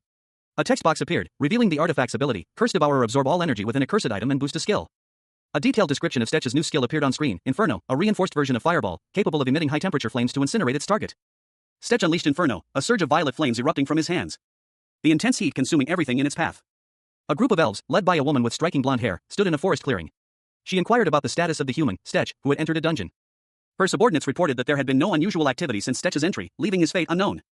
Another elf, Belonora, approached, stating that the red tree, a source of magical energy, was reaching its limit. She declared her intention to suppress it. Belonora, however, remained resolute, ignoring the warnings. Stetch Atelier, a seasoned dungeon explorer, found himself in dire straits. His face contorted in agony, eyes wide with shock and disbelief, as a searing pain coursed through his body. He collapsed to the ground, a vibrant, ethereal glow emanating from his form, the telltale sign of a powerful curse taking hold. A group of elves, armed and ready, surrounded him. One of them, a woman with fiery red hair, raised her hand, shouting a warning to her companions to stand down. Another elf, Captain Nazir, with blonde hair and striking facial markings, gasped in astonishment. He recognized Stetch as one of the missing elves. Two female elves, one with long, flowing white hair and the other with blonde hair, reacted with shock and concern to the sight of the seemingly lifeless Stetch. The red-haired elf, clearly in charge, ordered her companions to move the unconscious Stetch to safety. A wave of relief washed over her as she realized he was still alive. Stetch lay still, his face pale and bearing the marks of his ordeal. His breathing was shallow, but he was alive. A young blonde elf, rushing to his side, cried out, "Father!" The red-haired elf, addressing another elf with a serious expression, suggested that the human, Stetch, might have been responsible for something significant. The blonde elf, cradling Stetch's head, whispered, "Mother? Elena?" Two elven women embraced, tears streaming down their faces. One whispered, "You're okay."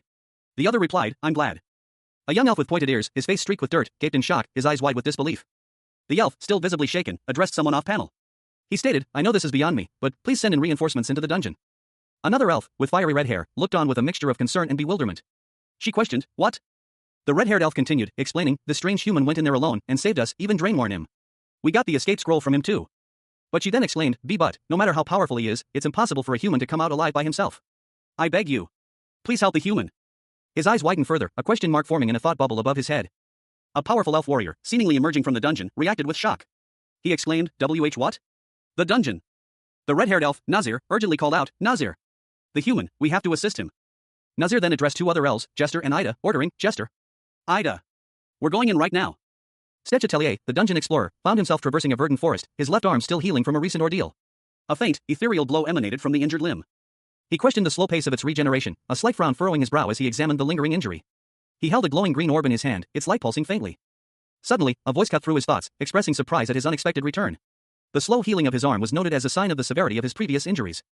The scene shifted to reveal a group of elves, their faces etched with relief and awe. They hailed Stetch as their savior, their voices filled with gratitude. The Red Tree dungeon, it seemed, had been cleared. More elves emerged from the forest, their joyous cries echoing through the trees. They celebrated their freedom from the dungeon's grasp, their faces radiant with newfound hope. Stetch Atelier, a seasoned dungeon explorer, stood in a sun-drenched courtyard, the imposing walls of a royal palace looming behind him. He was informed that he had been away from the northern border for too long and that they should leave as soon as the soldiers arrived. A young, blonde prince, Balstock, approached, his hand resting gently on the flank of a magnificent white horse. He interrupted Stetch, requesting a moment of his time. Balstock requested that Stetch remain behind to handle a matter for him, leaving Stetch with a look of mild confusion and apprehension. The prince then handed Stetch a sealed letter, explaining that it detailed a newly discovered dungeon. The prince continued, explaining that Stetch's task was to secure a specific artifact from within. He emphasized the urgency of the mission, instructing Stetch to bypass the guards and retrieve the artifact as quickly as possible. Stetch, now fully aware of the delicate situation, was cautioned to proceed with extreme care. Prince Leon, resplendent in his golden armor, addressed Stetch Atelier, the dungeon explorer he'd hired. He instructed Stetch to proceed to the northern border, promising to meet him there upon Stetch's completion of his task.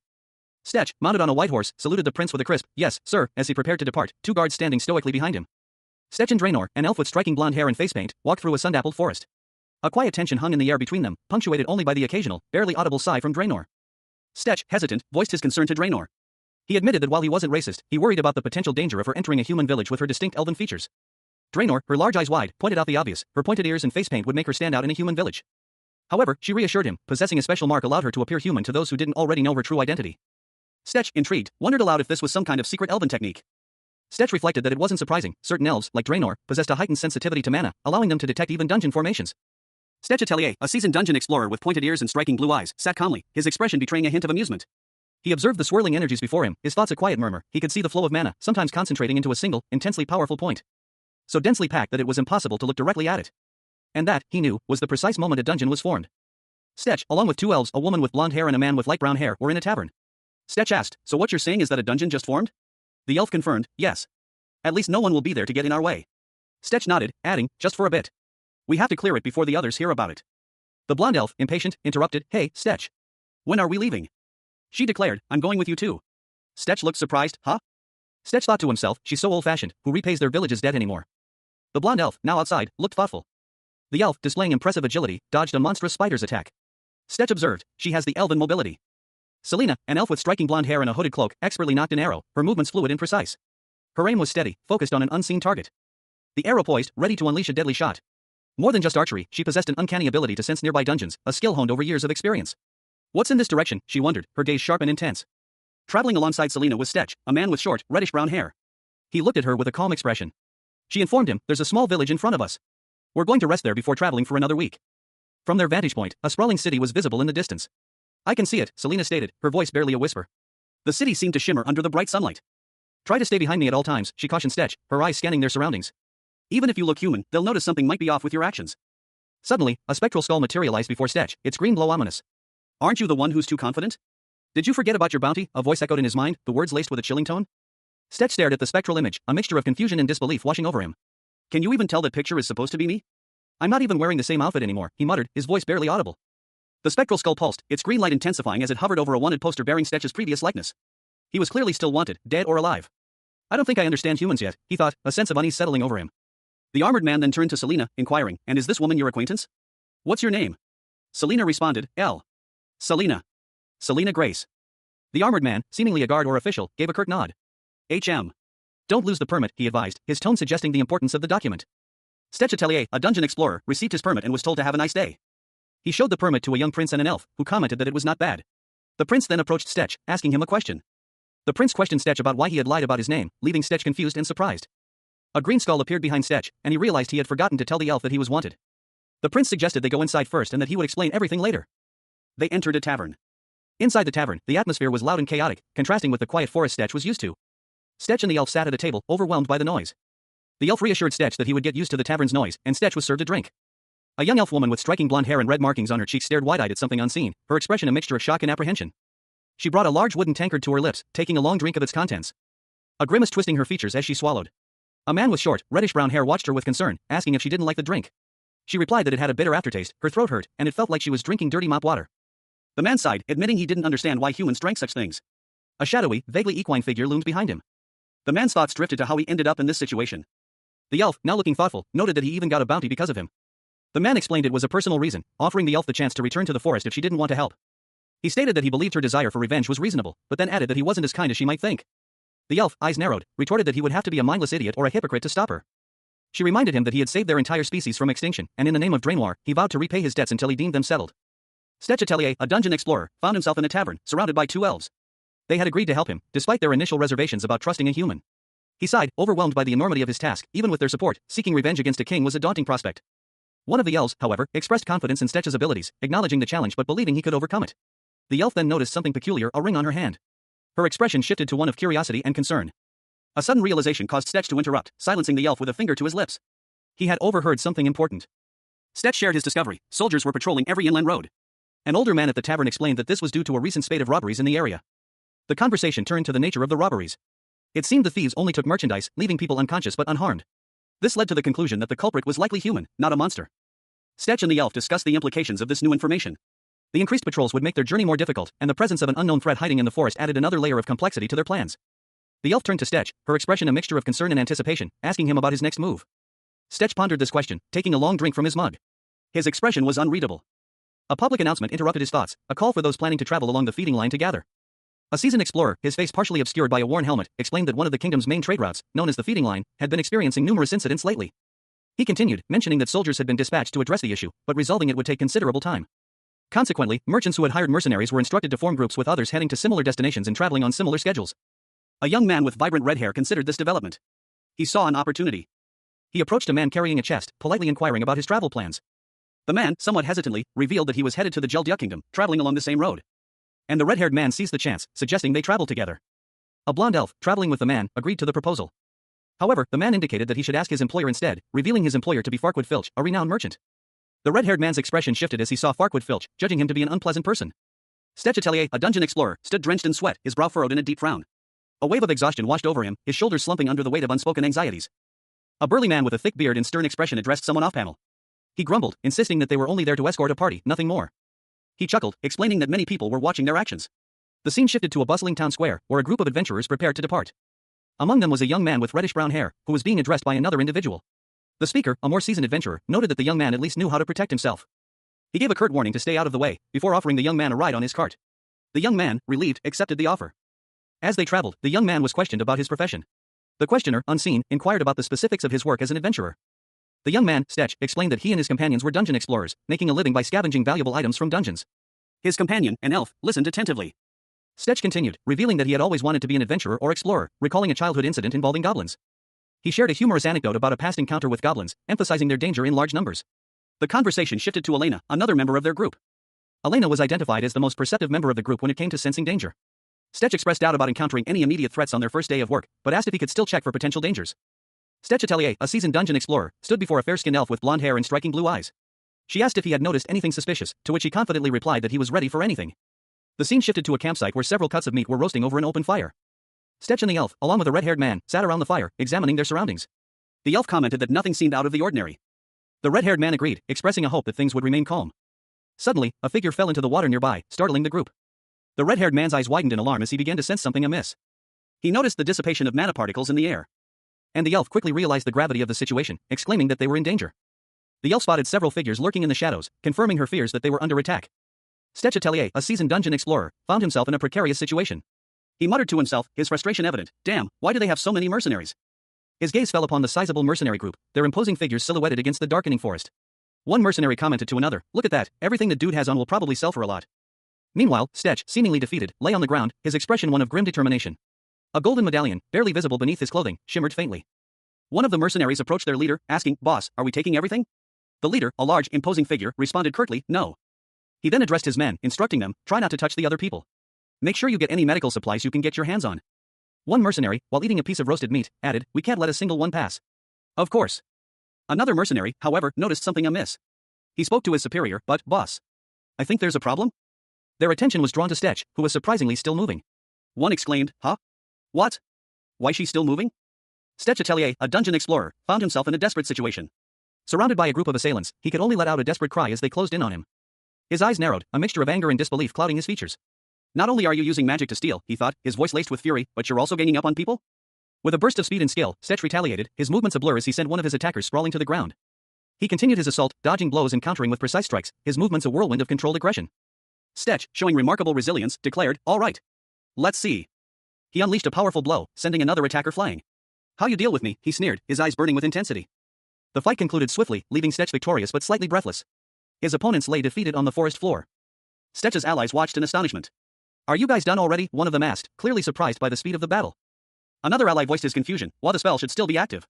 A notification appeared before Stetch, revealing a new passive skill, Magic Resistance, LVL1. He muttered, "Pretty cool." A voice, seemingly in his head, explained, "These are some of Red Tree's new skills and abilities that popped up in my head. Is this a feature that you get after an upgrade?" Stetch Atelier, a dungeon explorer, found himself in a precarious situation. His employer, a prince, had betrayed him, activating a deadly curse. Panic etched itself onto Stetch's face as one of the prince's men urged their boss to act. Despite the curse's effects, Stetch remained unaffected. The prince's men watched in astonishment, their words reflecting their disbelief and confusion. One of them, Shale, questioned the situation. Meanwhile, the young mage responsible for the curse confidently declared that there was nothing wrong with his skills. The prince, dismissing the mage's claims, accused Stetch of being the anomaly. He then questioned Stetch about his immunity to the spell, suspecting him to be a mercenary. Stetch, maintaining his composure, explained that their intention was to simply take the treasure and leave. He urged them not to complicate matters further. The prince, however, was not appeased. His anger flared, and he challenged Stetch, questioning whether he would ignore such a situation if he were in Stetch's position. Stetch, unfazed by the prince's anger, simply responded that the prince's actions were understandable. The prince, resolute in his decision, declared that they would end this conflict. The young mage prepared for another attack, while Stetch braced himself for the confrontation. A sudden burst of energy surrounded Stetch as he prepared to counterattack, the prince also readying himself for battle. Stetch Atelier, a seasoned dungeon explorer, found himself in a precarious situation. He had been hired by a prince to guide him through a treacherous dungeon, but the seemingly simple job had taken a deadly turn. He was thrown back by a powerful force, landing hard on the ground. A groan escaped his lips as he struggled to catch his breath. The prince, watching from a distance, observed Stetch's unexpected resilience. He commented on Stetch's ability to seemingly teleport. Stetch, however, was not as unscathed as he appeared. A searing pain shot through his body as he braced himself for another attack. He was clearly struggling against some unseen force. With a surge of determination, he pushed back. The prince watched in astonishment as Stetch resisted the magic, his strength surprising even his attacker. Stetch was sent flying once more, but his resilience was undeniable. The prince, impressed by Stetch's unexpected strength, expressed his amazement. He noted Stetch's resistance to the magic and his continued fighting spirit. Meanwhile, a smaller figure, seemingly the prince's attendant, urged him to hurry up. The prince, still impressed by Stetch's abilities, revealed that he wanted something more from him. Stetch Atelier lay collapsed on the ground, his breath ragged. A cold sweat beaded on his brow as his body trembled. Above him, figures loomed, their voices echoing with a chilling finality. They intended to take him too. His captors, a group of adventurers, began to retreat, their leader urging them to hurry before Stetch succumbed to his injuries. One of them voiced concern for their base, but the urgency of their escape overshadowed their worries. A nearby elf, observing from a distance, noted Stetch's sudden disappearance, a fact that piqued her curiosity. Meanwhile, the leader of the group, a man with a confident smirk, glanced back at the scene, a glint of mischief in his eyes. The elf, her brow furrowed in thought, questioned the nature of the man who had just abducted Stetch. She wondered if he was truly just a common thief, and why he was taking Stetch with him. Having witnessed the abduction, she felt compelled to follow them, recognizing the potential for a larger, more dangerous situation. The group continued their escape, their leader's confident demeanor suggesting a plan was in motion. He seemed pleased with the success of his operation. A spectral skull materialized before the group, its glowing green eyes fixated on the leader. A voice, cold and accusatory, questioned his frequent lapses in vigilance, particularly his carelessness around other humans. The leader, his face etched with frustration, internally lamented his helplessness against sudden, unexpected attacks, especially magical ones. He felt like nothing more than a punching bag. A spectral green skull pulsed with malevolent energy behind Stetch Atelier, the dungeon explorer. His face was contorted in anger as he glared at his unseen opponent. I don't think you understand what it means to be fighting with me, he growled, the words laced with a potent threat. Stetch's unseen adversary retorted sarcastically, why don't you actually show up during a fight instead of talking after the fact? What are you mumbling about? He remained seated, arms crossed, a scowl etched onto his face. Hey, Stetch warned, his voice low and dangerous, don't let your guard down just because we're in your base. A hand reached into the frame, gesturing dismissively. Oh man, aren't you a little sensitive, a voice chuckled. Stetch remained firm. Sorry, but that's not what I want to hear. Let me introduce himself. Garrett, a man with dark hair and a confident smile, extended his hand. My name is Garrett. Become my comrade. Garrett, a man with dark hair and a serious expression, introduced himself as a patriot and the leader of a righteous bandit group, dedicated to serving the people. Stetch, the dungeon explorer, scoffed internally, questioning Garrett's claim of patriotism in a kingdom as corrupt as Veneza. Garrett continued his introduction, revealing his true name to be Brian. And anticipating Stetch's growing skepticism. A proposition Stetch found dubious. Brian, with a sly smile, awaited Stetch's response.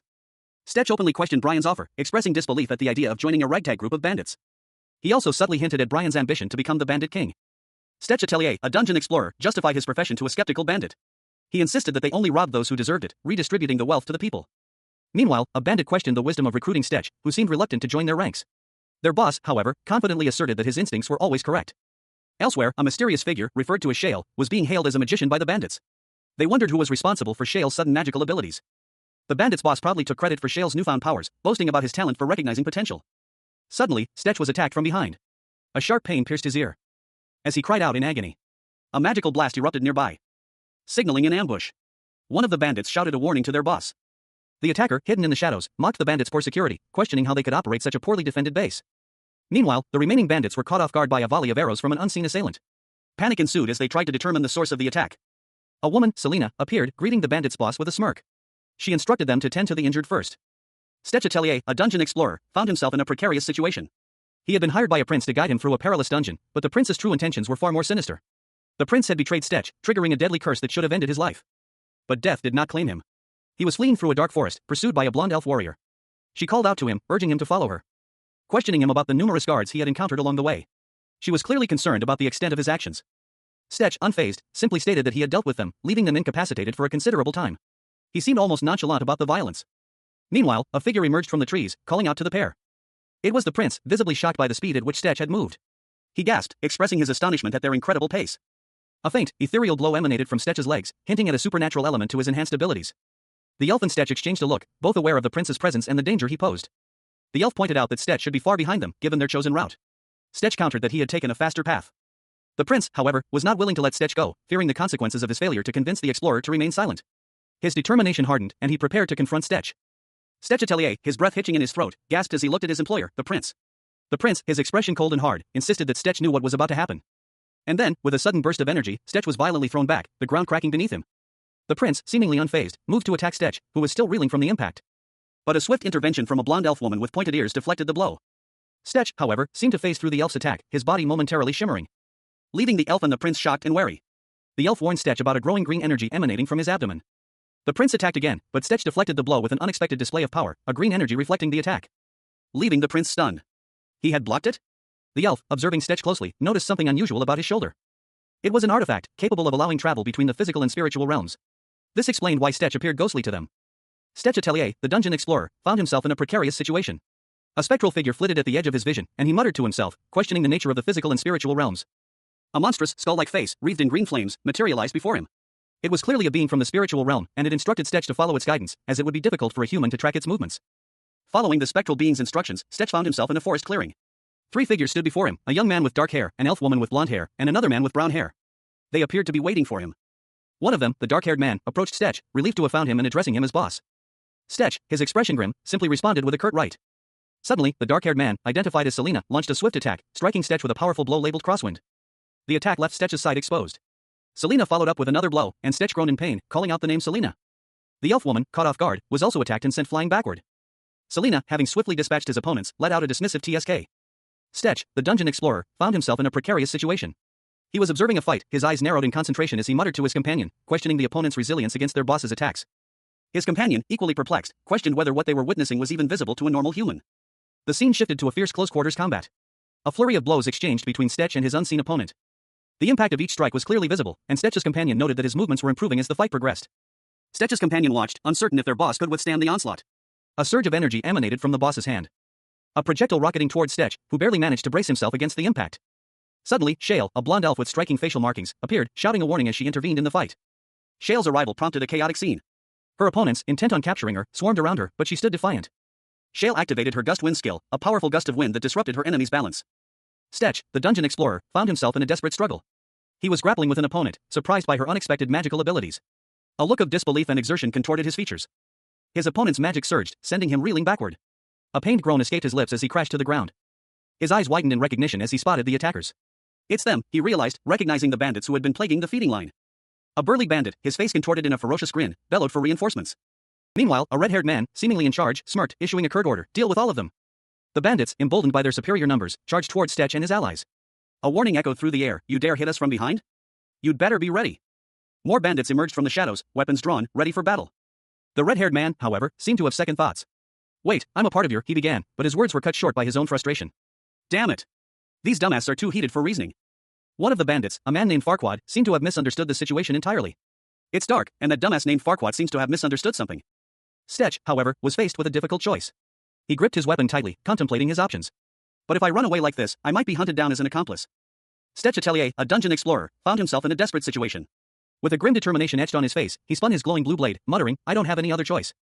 He launched a counterattack, the sharp cry of counterattack. This is just self-defense, escaping his lips as he moved to defend himself. Stetch Atelier, a dungeon explorer, found himself in a dire predicament. He gripped his sword, a grim determination etched on his face. The situation had reached a critical point, leaving him with no other option. He resolved to fight, his body tensing as he prepared for battle. The forest around him seemed to darken, mirroring the grimness of his situation. With a battle cry of counterattack, Stetch launched himself into action. The aftermath of the battle left Stetch disoriented and confused. He was alone, and a wave of panic washed over him as he wondered what had just happened. A young man, seemingly a companion, approached, concerned for Stetch's well-being. He asked if Stetch was all right. They were surrounded and outnumbered. A heavily armored knight stood defiantly amidst a group of adventurers. His imposing figure was the source of their concern, most weapons proved ineffective against him. Their leader, a young man with dark hair, anxiously questioned the capabilities of his team.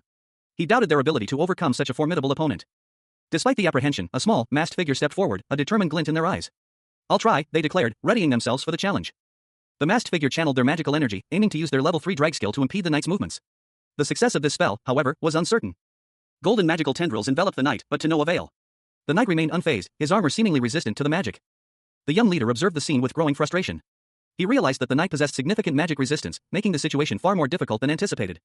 They're really out to get us today, he muttered, noting the expensive equipment of their opponents. He then made a decisive decision. Shale, stay here and support everyone with magic, he commanded, leaving his mage to provide support while he engaged the knight directly. Shale, the young mage, protested, clearly hesitant about being left alone to face the remaining enemies.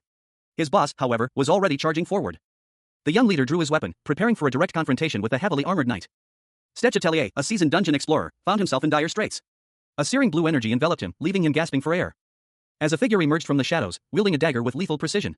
This was no ordinary assassin. Prince Elian, the one who hired Stetch, had betrayed him. And plunged the blade into Stetch's chest. The dungeon guide crumpled to the ground, his lifeblood staining the earth. Despite the fatal blow, Stetch's face registered surprise rather than pain.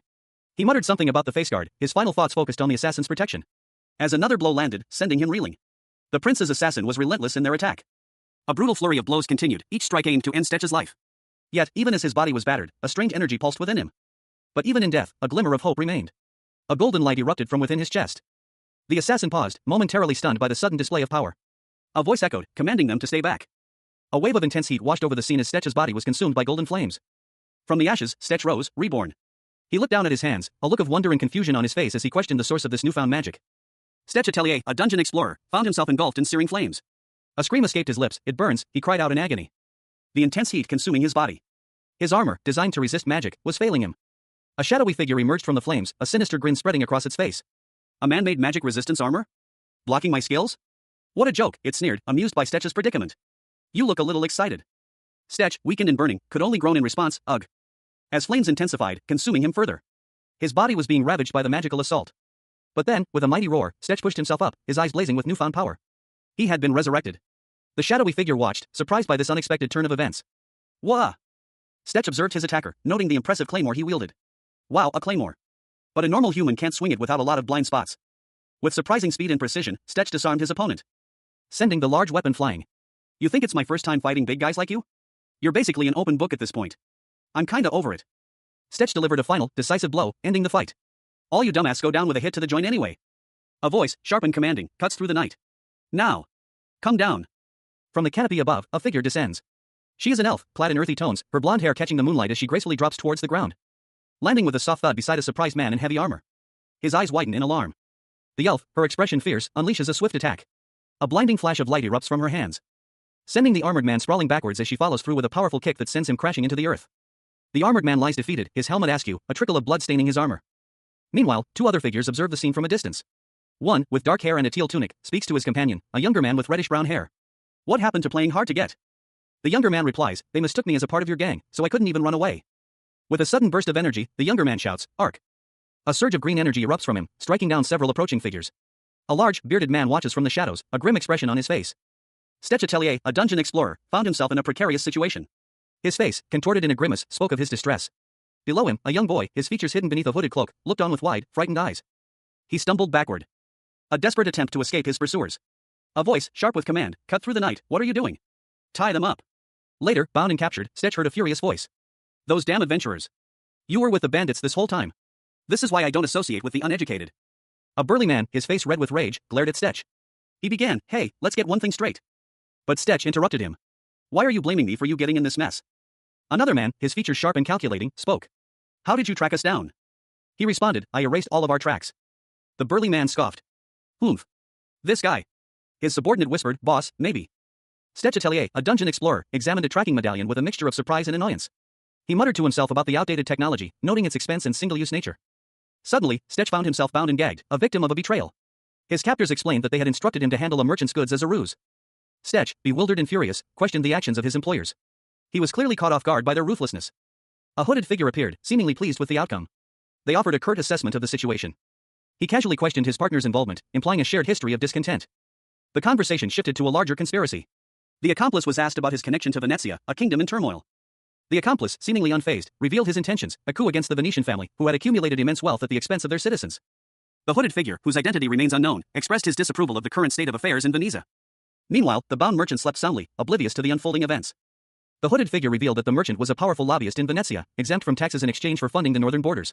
He then stated that their goals were aligned, but the merchant's methods were far too slow. Stetch Atelier, the dungeon explorer, stood before a regal-looking man, his expression a mixture of curiosity and apprehension. The prince, his employer, dismissed Stetch's question with a wave of his hand, claiming it was a personal matter. Stetch, growing impatient, inquired if he could leave. His tone suggested a desire to end the encounter as quickly as possible. The prince's response was laced with a subtle threat.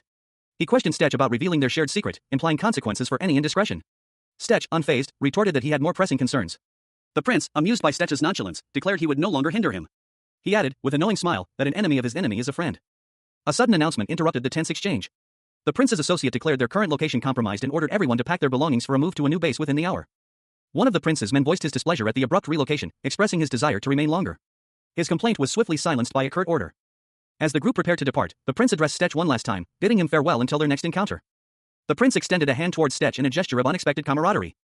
Stetch, however, inwardly expressed his reluctance to be associated with the prince, despite their newfound alliance of convenience. Despite his reservations, Stetch shook the prince's hand, acknowledging the pragmatic nature of their partnership. The scene ends with a handshake, sealing their uneasy truce. Stetch Atelier, a dungeon explorer, and his companion, an elf whose name is not yet revealed, walked through a sun-dappled forest. Stetch, growing impatient, inquired about their proximity to their destination. The elf replied that they were almost there. They arrived at a dungeon entrance, its dark maw shimmering with an unnatural purple energy. The elf, impressed by Stetch's ability to detect such places, commented on its unusual cleanliness and sleek appearance. Stetch mused that perhaps its novelty was the reason for its pristine condition, before suggesting they proceed. As they entered, the elf activated her pathfinding ability. The dungeon's interior was revealed, dark and foreboding. And they began to explore the dungeon's corridors. The elf's keen senses quickly detected a presence. A goblin appeared, ambushing them from the shadows. The elf commented that it was a typical monster for such a small dungeon. Stetch, experienced in dealing with goblins, confirmed that they often swarmed the forests. Stetch Atelier, a seasoned dungeon explorer, found himself in a dimly lit forest, his expression a mixture of curiosity and apprehension. He was hired by a prince to guide him through a dangerous dungeon, but he had little knowledge of the forest's inhabitants. A blonde elf, her pointed ears and striking features hinting at an otherworldly origin, approached Stetch. Her hand reached out, a subtle warning in her gesture, cautioning him about the goblins inhabiting the area. In the background, a crude but deadly trap was visible, a testament to the goblin's ingenuity. Stetch, along with a companion, examined the trap. It was a makeshift device, yet undeniably lethal. The question of the goblin's involvement hung in the air. Stetch deftly disarmed the trap, demonstrating his expertise. But his triumph was short-lived. A blood-curdling scream echoed through the forest as a horde of goblins emerged from the shadows, enraged by the disruption of their snare. Stetch found himself surrounded, the goblins' menacing expressions and weapons a clear sign of their fury. He smirked, a glint of determination in his eyes. The goblins' anger was about to become their undoing. With a flick of his wrist, Stetch summoned a fiery orb, a fireball ready to unleash its destructive power, engulfing the goblins in a fiery inferno. The scene opens amidst a fiery chaos. Two monstrous figures, engulfed in flames, writhe in agony as their bodies are consumed by the inferno. Their desperate struggles only serving to accelerate their fiery demise. The air crackles with intense heat, the smell of burning flesh heavy in the atmosphere. Amidst the carnage, Stetch Atelier, a young man with vibrant red hair, stands calmly. A sinister grin plays on his lips as he examines a skull-shaped ring on his finger. Keep that in mind, he muses, goblins in dungeons are dangerous. But now they're just mana supplements to me. Observing him from a distance is a blonde elf woman with striking red markings on her face. Her expression is one of quiet contemplation. Elsewhere, two golden pendulum-like artifacts swing rhythmically, their movements hypnotic. One suddenly stops, its chain snapping with a sharp clang. The remaining artifact continues its measured swing, pointing in a specific direction. A woman with shoulder-length orange hair, Millie, a member of Ballstock Special Forces, speaks to someone off-panel. She explains that, according to Sir Ballstock, this new dungeon should have fewer monsters and a weak dungeon keeper. Millie, examining a glowing blue crystal pendant, smiles. Perfect time to get an artifact, she thinks. Amaric, another member of Ballstock's Special Forces, expresses his concern. He points out that their team lacks someone who can use Pathfind, a skill that would greatly aid their exploration. He finds this lack of skill annoying. Stetch Atelier, a seasoned dungeon explorer, found himself embroiled in a precarious situation. He had been hired by Prince Ballstock to guide a team through a newly discovered dungeon, but the prince's true intentions were far more sinister. Raymond, a member of Ballstock's Special Forces, voiced his skepticism about the ease of finding someone with Stetch's high-tier skills, adding that they didn't need a scout on this mission. The group, consisting of Stetch and two other soldiers, proceeded deeper into the dungeon. One of the soldiers, a woman with fiery orange hair, suddenly stopped, sensing something amiss. A trap, meticulously set, had already been deactivated. The woman speculated that another intelligent monster might have disarmed it. The orange-haired soldier dismissed the idea that it was the work of Ballstock's men, reasoning that they would have used their bodies to trigger the trap and wouldn't have been so meticulous. Meanwhile, Stetch, observing the scene, also felt a sense of unease. He voiced his suspicion that something was off, noting the unusual absence of monsters in what should be a teeming dungeon. The other soldier, a man with short brown hair, shared Stetch's apprehension, suggesting that something might be lurking nearby. Rounding a corner, they stumbled upon a horrifying sight, a pile of burnt goblin corpses. The orange-haired soldier questioned whether a troll had attacked, but Stetch quickly deduced that the corpses had been deliberately burned, not the result of a troll's attack. The orange-haired soldier correctly surmised that the presence of burnt corpses in a newly formed dungeon was highly unusual. The absence of a flame monster, which would typically be responsible for such devastation, pointed to another explanation. Urgency filled their voices as they resolved to find this unknown party before they could claim the artifact for themselves. Stetch, ever vigilant, noted the proximity of their unseen adversary, sensing their presence despite their inability to see them. Stetch Atelier, a seasoned dungeon explorer, ran a gloved hand along a cold, damp stone wall. He muttered to himself, questioning whether he had found the right place. A blonde elf, her pointed ears twitching slightly, observed him from a short distance. She commented that, from the looks of it, they had likely found the dungeon keeper. Stetch, however, identified the creature as a monster called Uguay. The elf explained that unless all 9 of the monster's eyes were damaged simultaneously, it wouldn't be an easy fight. Stetch, however, seemed confident, stating that he could tell something. As he charged towards the creature, a blur of motion as he moved with surprising speed. He launched a swift attack, aiming for the eyes. But the monster proved surprisingly resilient, barely flinching from the blow. As the monster retaliated, Stetch barely managed to dodge the attack. A surge of green energy erupted from his hand, engulfing the monster. A guttural roar echoed through the dungeon as Stetch Atelier, the dungeon guide, found himself facing a terrifying creature. His eyes widened in fear, a desperate plea escaping his lips. Another man, his face etched with worry, urged him to hurry, revealing that the dungeon keeper was already there. Suddenly, a sharp cry pierced the air. Stetch, peering into the shadows, spotted movement. His heart pounding in his chest as he recognized the figures. Is it them, he wondered, a surge of adrenaline coursing through him. An elf, her blonde hair a stark contrast to her intense gaze, knocked an arrow with deadly precision. Her skill was evident. As arrow flew, striking its target with lethal accuracy, instantly incapacitating the monstrous creature. Stetch, observing the scene, deduced the cause of the goblin massacre. He knew why the goblins were slaughtered, but their mission remained, to secure the artifact. He pointed towards a hidden location, his expression grim. The elf, ever vigilant, remained alert. The elf questioned the location of their target, her brow furrowed in concentration. Stetch, his eyes narrowed, gave a chilling instruction to strike the dungeon keeper from behind, ensuring their escape. Their plan was set in motion. Stetch Atelier, a dungeon explorer, reviewed his active skills, penetrating shot, LV4, whose power increased with proficiency, and shooting assistance, LV3, which enhanced projectile accuracy and reduced the effects of external forces. He readied his weapon, a strange, almost ethereal bow, muttering to himself, I don't know who you are, but... He loosed an arrow, a silent farewell to his soon-to-be deceased self. The arrow flew towards its target with deadly precision. But the target, a man with crimson hair, moved with impossible speed, dodging the attack with ease. A surprised gasp escaped the shooter. The shooter's eyes widened in disbelief, he had been completely outmaneuvered. A fiery explosion erupted as the crimson-haired man retaliated, sending the shooter sprawling. The force of the attack sent the shooter flying backward, crashing to the ground, groaning in pain. Another man rushed to his side, asking, Are you okay, Emmerich? The injured man glared, snapping, Who the hell are you guys? A shadowy, skull-like figure, wreathed in malevolent green energy, confronted Stetch Atelier. The creature's voice, laced with dark amusement, challenged him, implying Stetch had been oblivious to the entity's true nature. Meanwhile, another man watched from the shadows, his expression a mixture of shock and dawning comprehension. He observed the events unfolding, muttering to himself about a fireball and the intent behind it. The man's realization continued to grow as he connected the dots. The burnt goblins scattered along the path, it all pointed to the same conclusion, the man who had just launched a fireball was responsible. Stetch, his eyes blazing with barely contained power, turned his attention to the mysterious man, demanding an answer.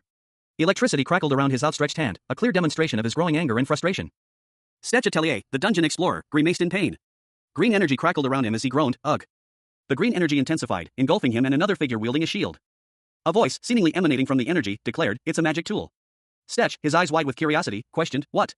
What ability does it have? A monstrous face emerged from the green energy, its features vaguely skull-like. The voice continued, explaining, It can absorb energy and redirect it outside the shield. Stetch, now understanding the tool's power, muttered to himself, Does that mean my attack is ineffective right now? He watched, stunned, as the energy deflected his attack. He thought, This guy is definitely not a normal magician. A monstrous roar, KWO, echoed through the dungeon as a large creature was impaled by numerous projectiles. The creature fell to the ground with a resounding thud. The elf, seemingly assessing the situation, stated, Then we can take care of them first. I'll help you. Stetch Atelier, a dungeon explorer, agreed to a job from a prince, and now, he unleashed a powerful magical blast. The force of which sent him sprawling backwards. And he crashed heavily to the ground, seemingly lifeless. Meanwhile, a blonde elf woman with striking facial markings knocked an arrow, aiming carefully, and loosed a volley of arrows towards Stetch. A red-haired woman, wielding a staff, deflected the incoming arrows, calmly instructing her companion, the elf, to take them down one by one. The red-haired woman's weapon is revealed to be a whip sword, a unique and flexible weapon. Suddenly, Stetch jolts awake, his eyes widening in surprise as he looks around. The elf cries out a name, Emmerich. Stetch, the dungeon explorer, braced himself against an incoming attack, his muscles tense. A powerful force impacted his shield, the impact was so strong that the very air around him seemed to ripple, sending him reeling backward. The force of the blow nearly knocked him off his feet. But a nearby archer, observing Stetch's broken stance, saw his opportunity. He muttered to himself, certain he couldn't miss the shot, and aimed his bow, drawing back the string with a fierce concentration. He whispered the word cross before releasing the arrow. The arrow flew with surprising speed, leaving a trail of wind in its wake. A magical effect that surprised even the archer himself. He questioned aloud if this was magic as well. The arrow, imbued with magical power, struck its target with devastating force, sending a shockwave through the air. But Stetch's opponent, despite the blow, remained standing. The archer, however, was concerned, their combined attacks kept being interrupted by a mysterious woman. He observed the situation, his frustration growing. Their carefully planned combo attacks were constantly being disrupted by the mysterious woman who suddenly appeared. Stetch, recovering from the attack, demanded to know who they were and why they were targeting him. Stetch Atelier, a dungeon explorer, found himself in a precarious situation. He was surrounded by three heavily armed individuals, a woman with fiery orange hair and a determined expression, a man with a shield, and another with a bow and arrow. Their expressions were grim, their stances defensive. The woman's voice, sharp and accusatory, echoed in the dungeon's depths. They wouldn't give away information to their enemies. They seemed like trained professionals, Stetch mused, a chilling realization dawning on him as he observed their coordinated movements. A spectral skull pulsed with an eerie green light behind them, adding to the ominous atmosphere. He was asked if he had any guesses as to their identity. Stetch pondered this, a frown etching itself onto his face. He had no idea who would want to target him, he'd taken precautions to ensure he was untraceable. The thought lingered, a seed of doubt planted in his mind, unless no amount of magic could track someone down in a place like this, he reasoned, his gaze hardening as he considered the vastness and complexity of the dungeon.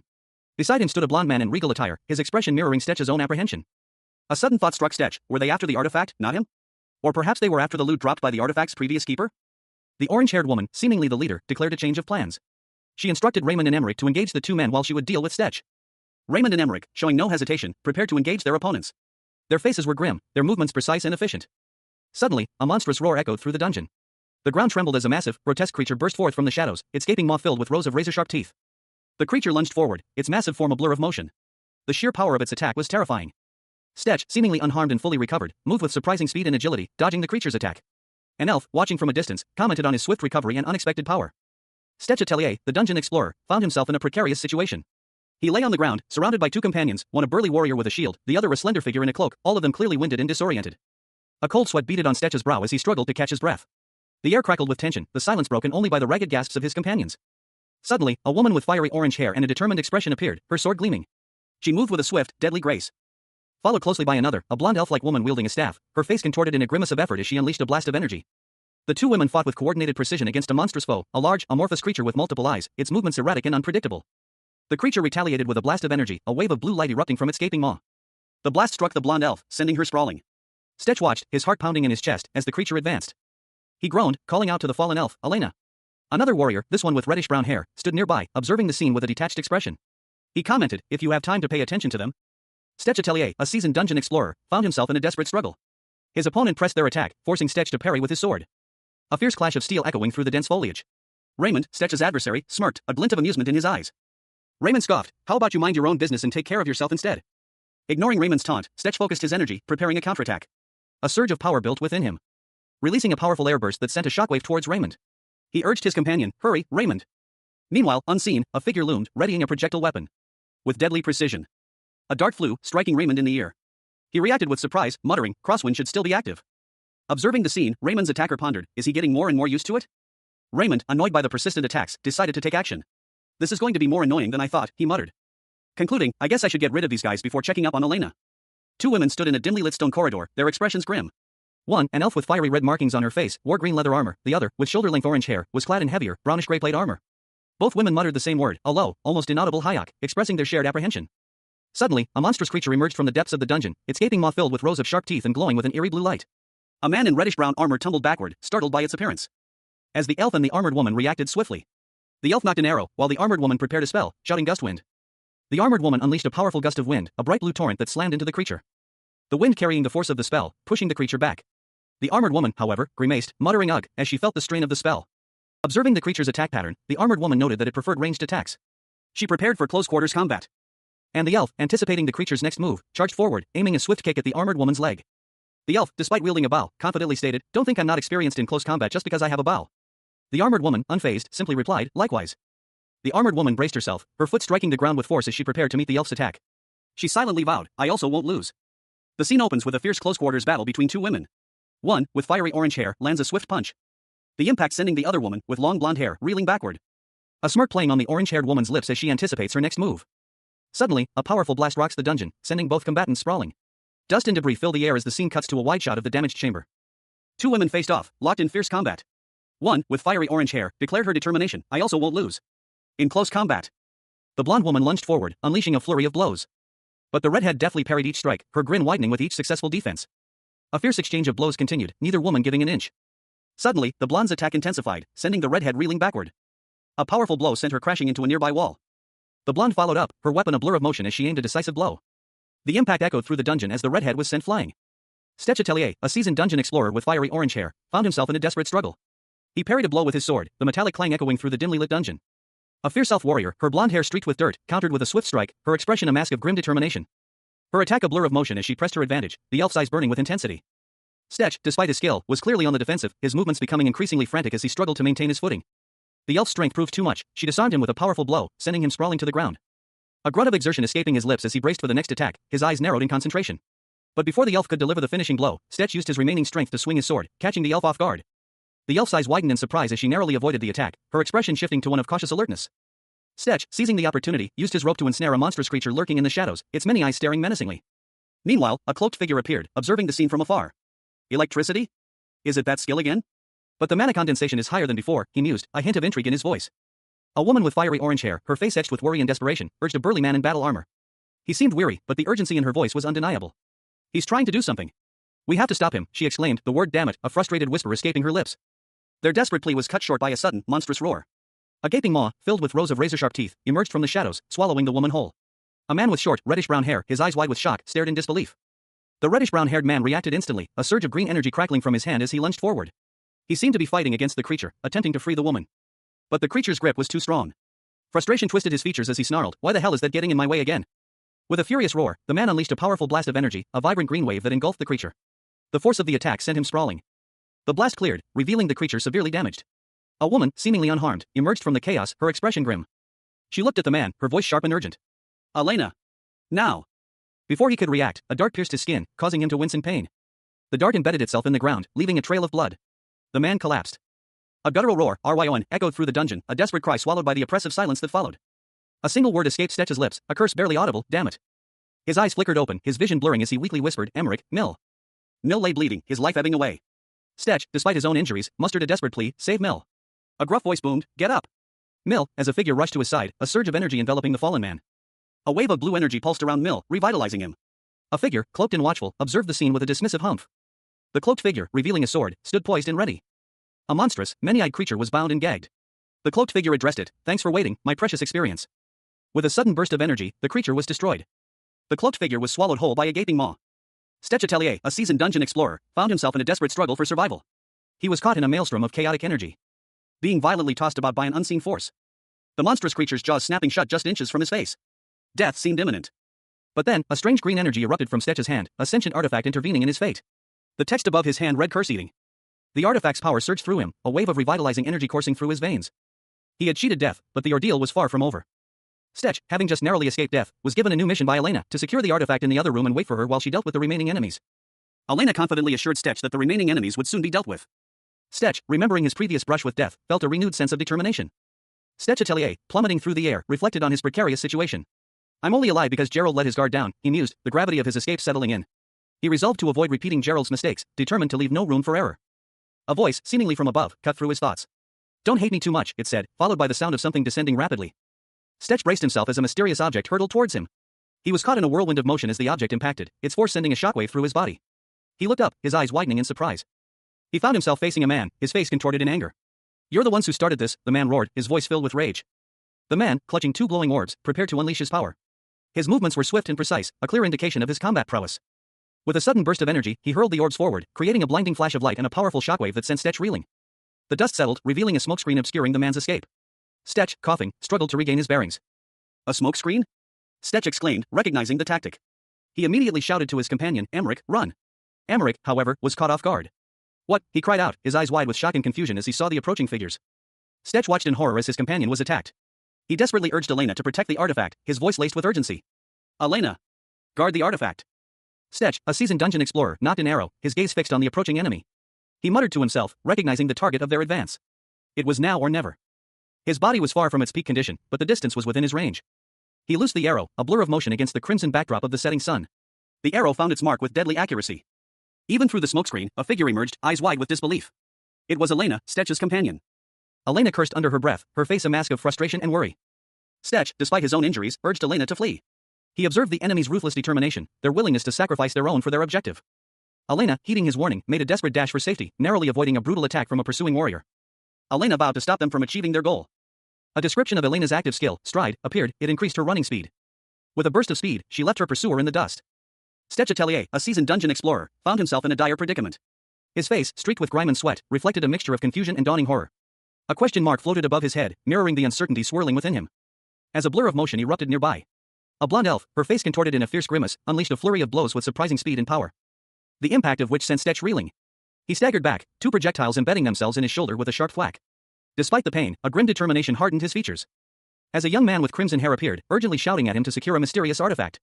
The urgency in his voice was palpable. A golden drum-like object, pulsating with inner light, floated into view. It was clearly magical, radiating an aura of immense power. Their escape was underway. But Stetch's pursuer, his face contorted in a mask of furious rage, let out a guttural roar of bastard. The chase was far from over. Stetch, wounded but defiant, braced himself for another attack. His pursuer lunged, a blur of motion and intent to kill. But Stetch, with surprising agility, evaded the blow. He was not going to be taken down so easily. His escape was far from assured, however. Stetch Atelier, a dungeon explorer, found himself in a precarious situation. He was tasked with guiding Prince Leon through a treacherous dungeon, a job that quickly went awry.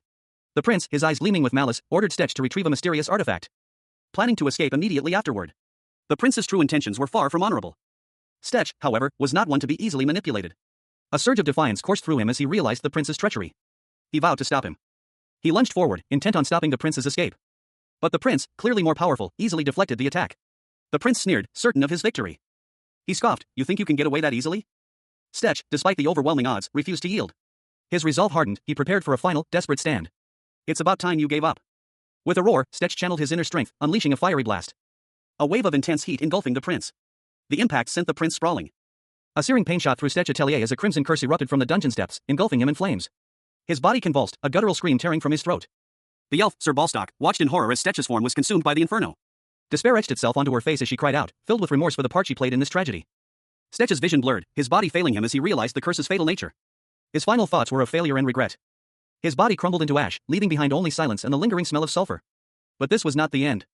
Stetch awoke, disoriented, amidst the ruins of the dungeon. He was alive, but something felt profoundly different. Sir Balstock, wounded and shaken, lay nearby, her eyes wide with shock and disbelief. The air crackled with an unnatural energy.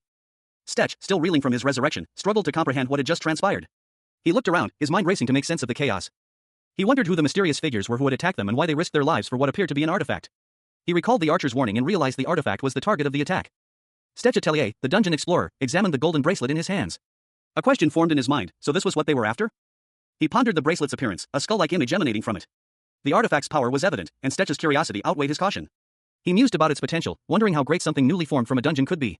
His resolve hardened, he would consume it. Stetch brought the bracelet to his wrist, a thoughtful expression on his face. He seemed to be considering the implications of his actions. He began to fasten the bracelet, a sudden question interrupting his concentration. What are you doing? A spectral figure appeared, its form shimmering with ethereal energy. It addressed Stetch, revealing a startling truth: all the artifacts he had encountered until now had been absorbed by the bracelet. Stetch was shocked. He hadn't realized the bracelet's power extended to absorbing other artifacts. The spectral figure confirmed his absorption of the artifacts. A surge of energy pulsed from the bracelet, overwhelming Stetch. He gasped in surprise as a torrent of information flooded his mind. All the knowledge contained within the absorbed artifacts poured into his consciousness. The bracelet, now identified as Barak, revealed its name. Its anger was palpable. It rebuked Stetch for his audacity in examining other artifacts while bonded to it. Barak explained that once an artifact is bound to its user, it cannot be absorbed by another. This was a crucial piece of information for Stetch. Stetch, displaying a smirk, justified his actions as a precaution. He reasoned that relying solely on Barak might be dangerous. Stetch Atelier, a dungeon explorer, found himself in a precarious situation. He had been hired by a prince, only to be tricked into activating a deadly curse. However, death proved to be only a temporary setback. A sentient artifact, Barak, resurrected him, offering a deal that could lead to revenge. The artifact's binding to Stetch was complete, a fact that left Stetch speechless with a mixture of shock and disbelief. A mysterious elf woman observed Stetch from a distance, her expression unreadable. She questioned whether he was once again absorbing the artifact's power. Stetch, seemingly unfazed by the elf's presence, declared his intention to experiment with the artifact's abilities. He focused his will, a surge of energy coursing through him, a green light emanated from a ring on his finger. He muttered the word enchantment. The elf gasped in surprise, her eyes widening as she witnessed the magical energy radiating from Stetch's hand. Stetch, having successfully imbued a small stone with magical energy, explained that he found absorbing the artifact's power wasteful. He then asked the elf if she knew anything about this skill. The elf explained that the enchantment temporarily infused an object with magical energy, capable of transforming an ordinary dagger into a powerful magical tool. She marveled at the complexity of the enchantment, noting its unparalleled power. She then questioned Stetch's ease in performing such a feat. Stetch smirked, revealing the artifact's mark on his wrist. He assured the elf that this was beneficial for both of them. The elf, however, remained unconvinced, reminding Stetch that he was still bound to the artifact, Barak, a powerful and potentially dangerous entity whose skull-like image pulsed with green energy. A monstrous, shadowy maw, filled with jagged teeth, opened in a burst of malevolent green energy. A guttural sound, a low growl of power, echoed from its depths. The scene shifted to a tranquil landscape. A clear stream meandered through a verdant valley, sunlight dappling the leaves of the trees that lined its banks. A gruff-looking man with a weathered face and a simple vest emerged from the trees. He greeted two approaching figures with a casual, "Ah, it's you two. Welcome." He looked at them expectantly, a question hanging in the air. "Two people, right?" One of the figures, a young man with reddish-brown hair, replied, "Yep. I'll be in your care." The other figure, a fair-skinned elf with blonde hair and tribal markings on her face, eyed the man with curiosity. "Who is that?" she whispered to her companion. The young man consulted a map. "If we keep going north from where we are, there's a mountain range called Raksha. And one of the biggest mining cities of the continent, Santigma, is right next to it. That's where we're headed."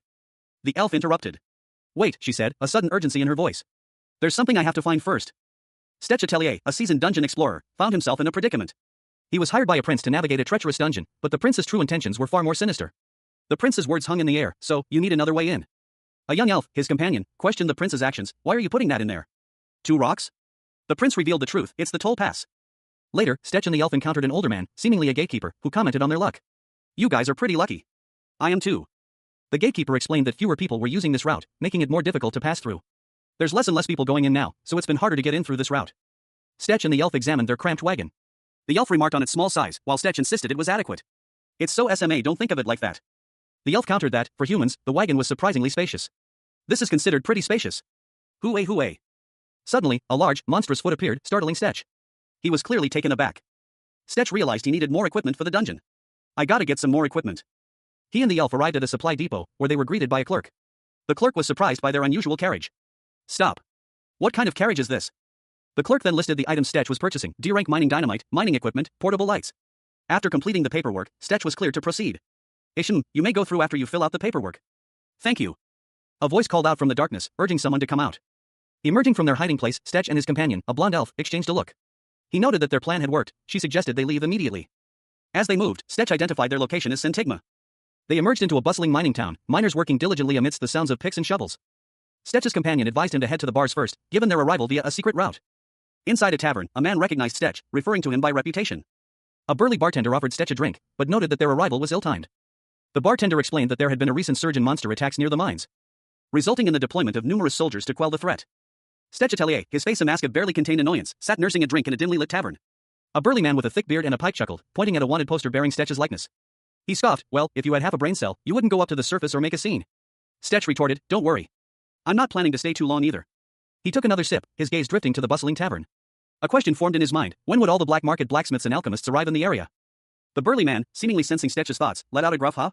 He then added, I don't think you fully understood the situation, brat.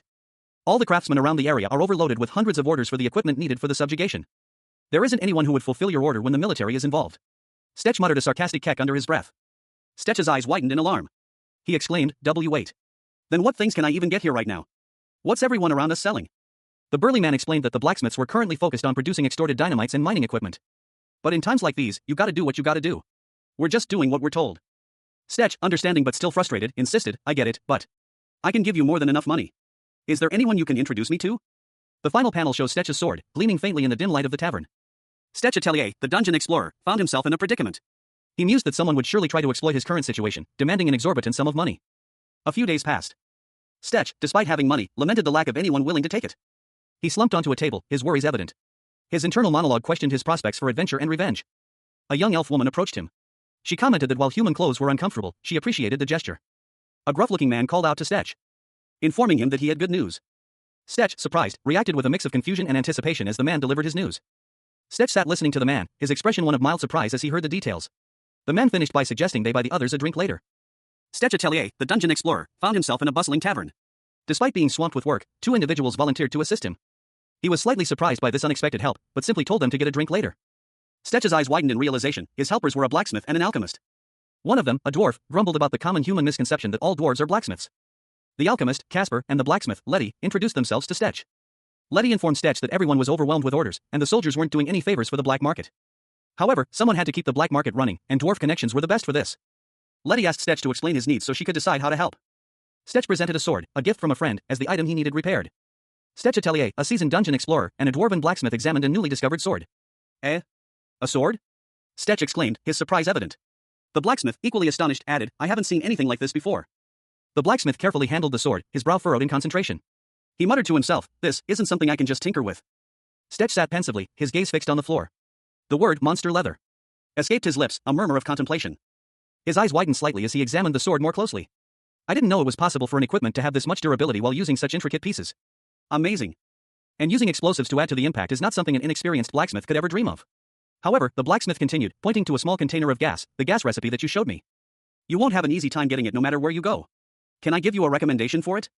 The blacksmith suggested, what if you replace the gas in the cylinders with gunpowder? Compared to the original gas recipe, it would have more firepower, be easier to obtain, and be lighter to carry. The blacksmith cautioned, still, the prices. Stetch, however, responded confidently, that's fine. We'll make good use of the money. Don't worry. Stetch Atelier, a seasoned dungeon explorer, negotiated the final details of his commission with a dwarven artisan. He requested additional defensive gear, specifically leather armor, for an upcoming expedition. A seemingly simple request, but the artisan, Letty, eyed him skeptically. She questioned his ability to complete the task. Letty agreed to craft the leather gear, but only under one condition. Stetch would have to procure the leather himself. Stetch, though initially surprised, readily accepted. He was confident in his ability to obtain the materials, and Letty assured him that she would do everything in her power to help him once he did. Stetch's confidence wavered as he realized the absurdity of his situation. He was surrounded by mines, not beasts. His concerns were further amplified by the fact that the monsters in the area were primarily rock-type creatures, making the acquisition of leather even more challenging. He muttered to himself, expressing his frustration. Stetch recalled a recent encounter from the previous day, remembering a stone-type monster. But then reconsidered, noting that the survivor of that encounter had claw marks, suggesting a beast-type monster was also involved. The dwarven artisan, however, admitted that he hadn't personally witnessed the monster, making it difficult to determine the exact type of creature involved. Stetch Atelier, a seasoned dungeon explorer, found himself in a heated discussion with a burly man. The man questioned Stetch's plan to personally investigate a dangerous anomaly in the mines, expressing doubt about his ability to handle it alone. Stetch, however, remained confident, suggesting that the creature might not be a typical leather-skinned monster, and that they wouldn't know for sure until they investigated. further emphasizing that the soldier's inability to subdue the creature was a testament to its unusual nature. He calmly assured his companion that his actions were far from reckless, he was seeking materials to craft life-saving equipment. And that the quality of the materials, particularly leather, was paramount to the success of his endeavor. A subtle smile played on his lips as he made this point, highlighting his expertise in crafting high-quality equipment. The burly man, seemingly convinced by Stetch's reasoning, grunted in agreement. He then directed Stetch to speak with a specific individual. A man who was described as a key figure in the Centigma security detail and a significant source of information for the black market. The man was currently enjoying a drink and appeared to be quite sleepy. The burly man suggested that Stetch should question this individual, as he was the one who initially brought news of the monster incident to them. Stetch approached the man, who was clearly startled by his sudden appearance. He inquired about the purpose of Stetch's visit. Stetch directly questioned the man about the monster incident in the mines. The man, visibly annoyed, revealed that it was sensitive information he shouldn't be sharing, and wondered why everyone kept asking about it. Stetch Atelier, a dungeon explorer, sat in a tavern, nursing a drink. He was being questioned about a recent mining incident. He deflected the questions, stating he didn't want to discuss the rumors circulating. The man questioning him looked distressed, his face contorted in a grimace of fear and anguish. Stetch recounted the events of the attack, explaining that helpless miners were slaughtered, and he, a soldier, had fled instead of fighting. Another man, seemingly a fellow soldier, reacted angrily to his confession. The soldier then slapped Stetch, surprisingly defending his actions and calling him a precious connection. Stetch sighed, revealing that the creature responsible was a manticore. His companion reacted with shock and disbelief at the mention of such a beast. Stetch expressed his astonishment that a manticore, a monster typically found in the Kadek deserts, had appeared in the Raksha Mountains. A miner explained that a large wall collapsed during excavation, revealing a manticore with a damaged wing. The beast quickly attacked and killed the miners. The narration emphasizes the speed and brutality of the manticore's attack, leaving no chance for the miners to react. Stetch, however, saw this as an opportunity, recognizing manticores as powerful beasts perfect for enhancing his equipment. Stetch Atelier, a dungeon explorer, received compensation for a job well done. He accepted the payment with a curt nod. Another adventurer, curious about Stetch's plans, asked if he was going to hunt a specific monster. A grizzled veteran warned that the monster, a manticore, was far too dangerous for a small group of adventurers to handle, capable of slicing through steel armor with ease. Stetch, unfazed, offered to return the money, stating he hadn't taken the job for the coins alone. He insisted that he was stronger than he appeared, a subtle hint of his true capabilities. Stetch confidently explained that his solo hunt of the manticore was a testament to his strength. The other adventurers, initially skeptical, were stunned when Stetch casually mentioned the manticore, a near-dragon-level monster. As Stetch spoke, a surge of magical energy emanated from his fingertip, surprising everyone present, leaving the other adventurers speechless with astonishment. One of the adventurers, awestruck, questioned if Stetch was a magician. Another, more cynical, realized that Stetch had been relying on his hidden abilities all along. Stetch Atelier, a dungeon explorer, sat in a tavern, a confident smirk playing on his lips as he addressed a group of burly patrons. "I'm not a magician," he stated, "but I can at least protect my body." "Any problems?" A voice cut through the air, a proposition hanging heavy in the silence that followed Stetch's words. "Then, don't you have a way to sneak into the mines?" The speaker, a man with a weathered face and a thick beard, leaned forward, his eyes narrowed in anticipation. "If you do me a favor, I'll take care of everything for you." Stetch's boots sank into the mud, the murky water clinging to the leather. The path was less than ideal. But he pressed on, his determination unwavering. The secret route was through the sewers. And though he acquired new clothes along the way, they had successfully avoided all the guards. Stetch was here. The entrance to the mines was a gruesome sight, a trail of bones and carnage marked the path ahead. A wave of nausea washed over Stetch as he gazed upon the scene. If this is what the entrance looks like, he thought, I can't imagine what he did inside. A faint, ethereal glow emanated from Stetch's hand. A reaction to the overwhelming stench of death. Gag, the smell of rotting flesh is piercing my nostrils. Damn it, it's too sensitive, deal with it. The skeletal remains of countless adventurers littered the mine's path, a grim testament to its deadly nature. A chilling observation was made, the tracks only led in one direction, suggesting a one-way trip to oblivion. Yet, despite the macabre scene, a glimmer of hope remained. One of the explorers, seemingly unharmed, voiced their belief that the surrounding area was safe. Suddenly, the focus shifted to a severed arm, lying on the ground, a grim reminder of the dungeon's dangers. The arm bore a distinctive ring, hinting at the identity of its owner. A young man with reddish-brown hair, his eyes wide with a mixture of shock and concern, contemplated the severed limb. He wondered if it belonged to a colleague. An older man with a thick beard and a stern expression approached, making a single request, the recovery of the keepsakes belonging to his deceased colleagues. The elf, seemingly unfazed by the grim discovery, carefully checked her bag, suggesting a plan to collect more items later. With a shared understanding, the two explorers continued their journey deeper into the dungeon, their steps echoing in the cavernous space. Only to be met by a terrifying sight, a monstrous wolf-like creature, its eyes glowing menacingly in the darkness. A voice, sharp and impatient, cuts through the tense silence of the dungeon. "You got anything?" A spectral image of a manticore, its glowing green eyes burning with malevolent energy, flickers into view. A gruff reply follows, "Huh? About the manticore." Stetch Atelier, the dungeon explorer, considers the question, a thoughtful expression on his face. He asks, does it have a weakness or something? Manticores have thick skin, so most weapons won't be able to pierce it. They're also somewhat resistant to magic. Stetch's companion, an elf, adds, isn't it unfair that it has resistance to both physical and magical damage? Stetch, however, remains undeterred. Well, it still does have a weakness. The underside of the wings are thin, so it's particularly vulnerable to physical attacks. The elf beside him points to the scattered bones and blood, asking, did the manticore do this too? Stetch examines a broken shovel, his brow furrowed in thought. He concludes, well, there isn't anything else that could do this around here. Another one. Suddenly, a blood-curdling scream pierces the air. Stetch's eyes widen in alarm. Stetch Atelier, a dungeon explorer, found himself in a precarious situation. A monstrous skull-like entity materialized before him, its glowing green eyes fixed on the human. The creature declared that it had been waiting for Stetch to enter its territory. The creature, though not on the level of a dragon, was still a high-tier monster, a fact that Stetch acknowledged with a grim expression. He mused that most humans would never dare to face such a creature. Meanwhile, Elena, a blonde elf with striking red markings on her face, stood nearby, observing the scene. She commented that her grandmother's 8 hours of feared training was more intense than this current ordeal. Elena's companion urged her to get up, pointing out that the real challenge had yet to begin. The skull-like entity pulsed with a sinister green energy, adding to the tension. Stetch, seemingly unfazed, simply agreed with Elena's assessment of the situation. He resolved to face the challenge head-on, declaring that he wouldn't back down, even if he lost a limb in the fight. He refused to be treated like a mere pawn. Stetch remained resolute, asserting that dying wasn't part of his plans. He had a schedule to keep. Elena, however, questioned his confidence, noting that the rumors surrounding this monster suggested it was no easy opponent. Stetch revealed a plan. He would use a steel wire to hinder the monster's movements while Elena provided support from a distance. Stetch would go in first to lure the creature out, while Elena remained at a safe distance, ready to assist. Stetch's plan was accepted. Stetch Atelier, a dungeon explorer, stood in a dimly lit chamber, a smirk playing on his lips. He muttered to himself, "Let's go greet the little guy then, shall we?" before focusing on his sword. With a whispered incantation of enchant, a green glow enveloped the weapon, imbuing it with magical energy. Stetch continued deeper into the dungeon, his eyes scanning the surroundings. He murmured, "It should be around here." Suddenly, he noticed something unusual and exclaimed, "What's that?" Peering over the edge of a raised platform, Stetch found himself staring at a large, earthen formation. Confused, he uttered a single word, "Huh?" Stetch and his companion examined the object closely. One of them questioned, "Isn't that an egg?" to which the other replied, "It seems like it." The pair discussed the rarity of the find. One explained, "A manticore needs to be at least 50 years old for it to lay an egg. It's pretty rare to see something like that." A shadow loomed over Stetch, causing him to look up in alarm. From the darkness emerged a monstrous creature, its presence filling Stetch with dread. He whispered, "Ah. I'm an addict. Addicted to my job." The manticore growled menacingly, its eyes burning with predatory intent. The beast lunged, its massive jaws snapping shut inches from Stetch's face. Terror gripped him as he braced for the inevitable. Stetch Atelier, a seasoned dungeon explorer, found himself in a precarious situation. He'd been hired by a prince to guide him through a perilous dungeon, but the prince's treachery had triggered a deadly curse, leaving Stetch seemingly lifeless. However, fate had other plans. A sentient artifact intervened, resurrecting Stetch and offering him a pact. Help the artifact, and Stetch might get his revenge on the prince. The artifact's power manifested as an automatic reflection of incoming attacks, deflecting a monstrous blow. But the respite was short-lived. A swift, unexpected attack from behind caught Stetch off guard, forcing him into a desperate defensive maneuver. He parried the blow with his blade, but the creature's attack was far from over. The creature's weapon was coated in a corrosive acid, eating away at Stetch's sword. He realized the danger and pieced together the creature's cunning strategy. It had used its own egg as bait to lure them into a trap. "Heart of a beast," Stetch muttered, recognizing the creature's ruthless tactics. Even the creature's eggs were incredibly tough, making it clear that this was a foe that couldn't be easily defeated.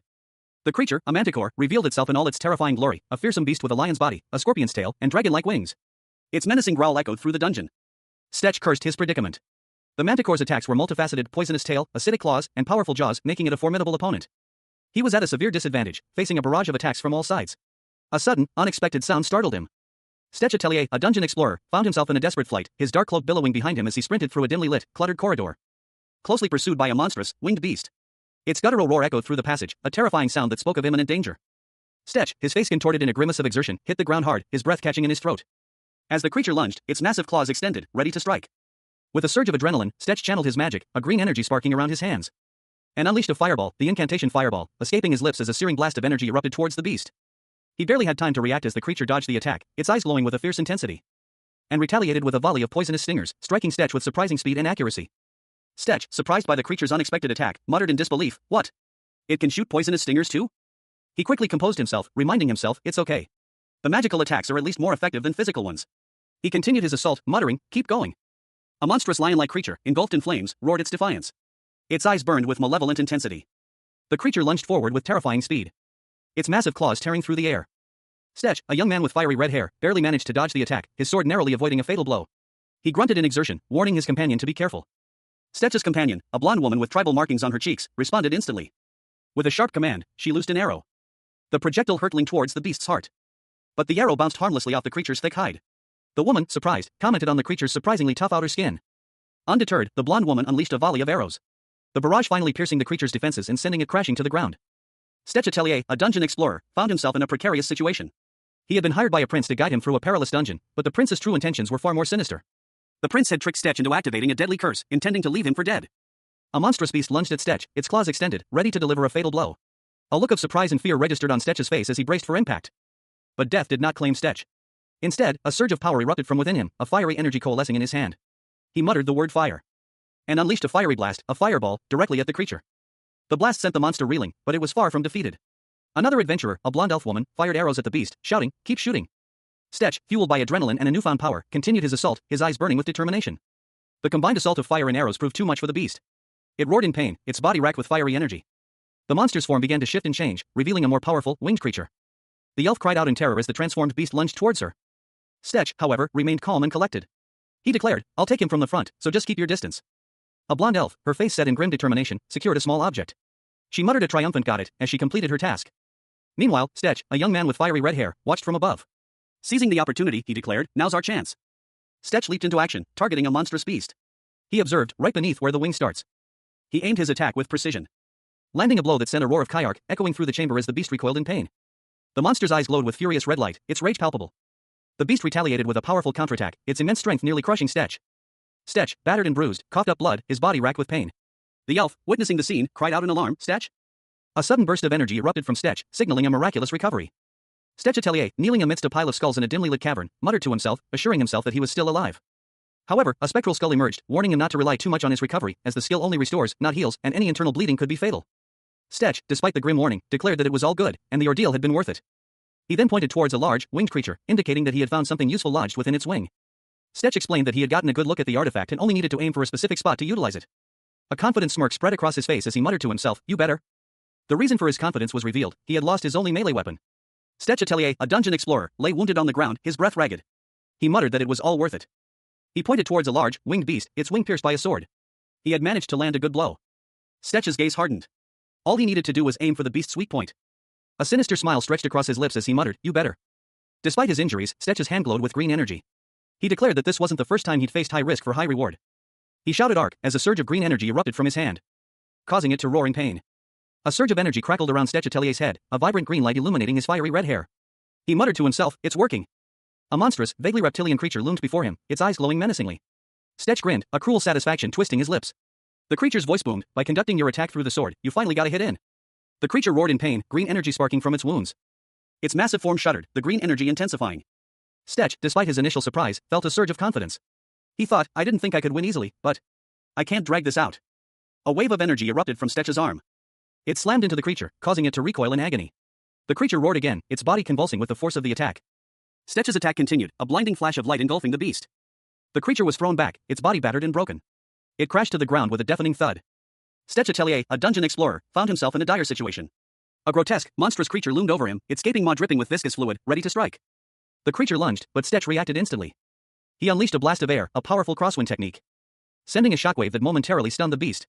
He followed up with an air burst, a whirlwind of force that battered the creature, allowing Stetch to gain some distance as he deftly maneuvered through the chaotic blast. Despite his efforts, the monster was relentless. "You're surrounded by acid." One more time, it roared, preparing another attack. Stetch braced himself, summoning another crosswind to deflect the impending acidic torrent. The impact of the deflected acid sent a shockwave through the ground. A monstrous roar echoed through the dungeon, revealing a colossal lion-like beast, its eyes burning with fury, ready to engage Stetch in close combat. A blonde elf, her face painted with tribal markings, nocked an arrow, her posture tense as she aimed her bow with deadly precision at a hulking, brown-furred beast, releasing the arrow with a sharp twang. The arrow found its mark, piercing the beast's thick hide. Meanwhile, a young man with short, reddish-brown hair, wearing dark clothing, launched a powerful kick against the same beast. But the creature, enraged, roared, its eyes blazing with fury. The elf, watching the beast's violent reaction, felt a surge of alarm. She was running low on arrows. She muttered to herself, a worried frown creasing her brow, "I don't have a lot of arrows left. If this keeps going."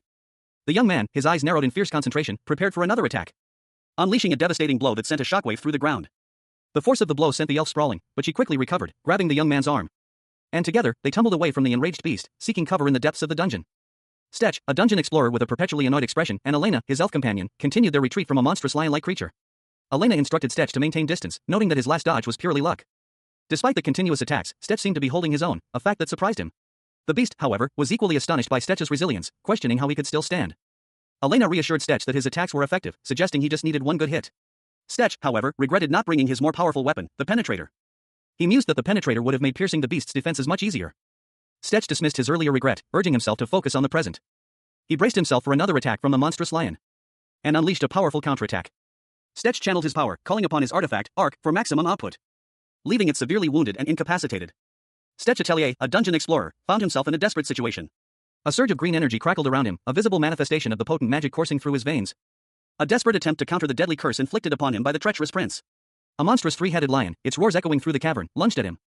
The beast's massive claws threatened to end Stetch's life, but he braced himself, a question mark forming in his mind as he prepared for the inevitable. Stetch's eyes widened in disbelief and fury as he felt the impact. A curse word escaped his lips, a testament to his shock and pain. The three-headed lion's attack was brutal, its power overwhelming. The creature's massive jaws clamped down, sending Stetch flying through the air in a blur of motion. But even as he fell, a desperate hope flickered within him. He had a plan, a last resort, and he was about to try it. Stetch landed hard, the impact jarring his body, but he was alive.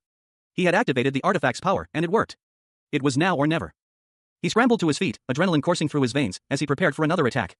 A voice cut through the chaos, warning him of the approaching danger. The warning came just in time. Stetch barely managed to dodge the three-headed lion's powerful tail swipe, narrowly avoiding a fatal blow. Stetch Atelier, a dungeon explorer, found himself in a desperate situation. An arrow pierced the air, aimed at his back, as he stumbled through a crumbling stone corridor. A determined elf, her blonde hair framing striking facial markings, stood ready with her bow, shouting to prevent something from happening. "I'm not letting you do that," she cried, her voice filled with urgency. The elf's arrow found its mark, striking her target with deadly precision. A voice, seemingly unseen, boomed, "Good job, elf. Even though you can't hear me." Despite the arrow's impact, Stetch was far from defeated. He grabbed a nearby shovel, his eyes blazing with defiance. "Anything can be a weapon if you try hard enough," he muttered, readying himself for a counterattack. With surprising strength and agility, Stetch swung the shovel, connecting with his attacker's blade in a fierce clash of metal against wood. The impact sent sparks flying. The shovel shattering upon impact, but not before deflecting the blow. He roared, "Your goddamned wings," as he launched a desperate attack, aiming for the creature's large, leathery wings. The creature, a monstrous winged beast, shrieked in pain and rage as Stetch's attack connected, tearing through its flesh. A guttural roar echoed through the dungeon. And Stetch, despite his injuries, grinned, a fierce determination etched on his face. "Ugh. Shut up," he groaned, pushing through the pain. He refused to yield. "It's not over yet," he declared, his voice strained but resolute. He pushed himself to his feet, ignoring the throbbing pain in his body. And with a renewed burst of energy, he charged forward, his movements fueled by adrenaline and sheer willpower. He swung his makeshift weapon once more. The elf watched in shock as a spectral skull emerged from Stetch's body, its glowing green eyes fixed on her. The elf gasped, her eyes wide with fear. Stetch Atelier, a dungeon explorer, gritted his teeth, his face contorted in a grimace of exertion. A fiery light blazed in his eyes as he prepared a powerful attack. He unleashed a roaring fireball. The searing blast engulfing a monstrous beast in a wave of incandescent heat. The impact leaving Stetch wounded and gasping for breath. Blood trickled down his face, staining his dark clothing. The monstrous creature, its flesh scorched and smoking, let out a deafening roar as it collapsed. A young elf woman, her blonde hair pulled back in a ponytail, rushed to his side, concern etched on her face. "Stetch, are you okay?" She offered him a small vial filled with a glowing red liquid. "Put this on your wounds and drink the rest." Stetch drank the potion, a faint green glow emanating from his body. He muttered, "Not bad." The elf watched him, a hint of surprise in her eyes. That last move was pretty impressive. Stetch Atelier, his face smeared with blood, grinned incredulously as he held up a small vial of crimson liquid. A young elf woman, her blonde hair peeking out from behind a dark hood, watched him with wide eyes. He muttered to himself, still unable to believe what had just happened. His gaze hardening as a new thought occurred to him. He would need to process the spoils of his recent victory. But a sudden, sharp pain shot through his head, causing him to recoil in surprise. The dungeon guide, Stetch Atelier, found himself staring into the gaping maw of a monstrous beast, its fiery breath scorching his face. The sheer heat causing him to stumble back. Find something, but what exactly was unclear. A wave of nausea washed over him as he wondered what was going on. A sudden, chilling presence materialized behind him. A woman, her blonde hair a stark contrast to the fiery scene, gasped, "What?" But then, a monstrous roar echoed, and the beast lunged again. Stetch, barely conscious, realized with dawning horror that the beast was still hungry, still seeking the corpses it should have consumed. A monstrous, skull-like creature loomed, its form wreathed in eerie green energy. Its unsettling gaze seemed to pierce the very fabric of reality. A voice, detached and analytical, observed, "That's true, looking at the bodies outside, its stomach shouldn't be this empty." The scene shifted to a dark, damp dungeon. Scattered remains of corpses lay strewn across the floor, a grim testament to past battles. A man with short, reddish-brown hair, his expression grim, pondered the scene, the leftover corpses all over the dungeon, the empty stomach, the egg it was protecting. He focused on the last detail, a single, unsettling thought forming in his mind, egg? Suddenly, a sharp pain shot through him. His eyes widened in surprise as a dark, shadowy mass hurtled towards him. The impact sending a jolt through his body. His vision blurred, the world around him fading into a hazy vortex. A swift, brutal attack unfolded. A woman with blonde hair and tribal markings on her face, Elena, launched a fierce strike, her movements precise and deadly. She connected with her target, sending him sprawling to the ground. He coughed, his body racked with pain, as he lay defeated on the cold, hard stone floor. The attack had left him vulnerable and exposed. Despite the pain, a surge of defiance coursed through him. He strained to speak, a desperate plea escaping his lips, "Elena." Elena, however, remained unmoved, her expression cold and unforgiving. She prepared to deliver another blow, her movements swift and merciless. The attack landed, its force sending her reeling back. The impact echoed through the dungeon, a testament to its power. Stetch Atelier, an elf with striking red markings on his face, gasped, his eyes wide with pain and shock. A cold sweat beaded on his brow as his breath hitched in his throat. Meanwhile, a man with short, reddish-brown hair and a determined expression launched a powerful punch, a swirl of energy emanating from his fist. The impact of which exploded outwards in a burst of air, a green energy wave radiating from the point of contact, sending Stetch flying backwards with a pained cry. The man, his face a mask of grim determination, muttered a curse under his breath. He realized his mistake. "I should have known that there could have been two if there was an egg. That one is the female." A monstrous creature, larger and more ferocious than its male counterpart, emerged from the shadows. Its roar echoed through the dungeon. The creature lunged, its massive paw aimed at the man, crushing the stone floor with terrifying force.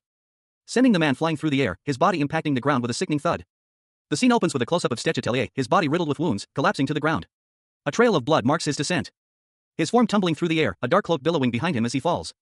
A dark, indistinct shape impacting the ground with a muffled thud.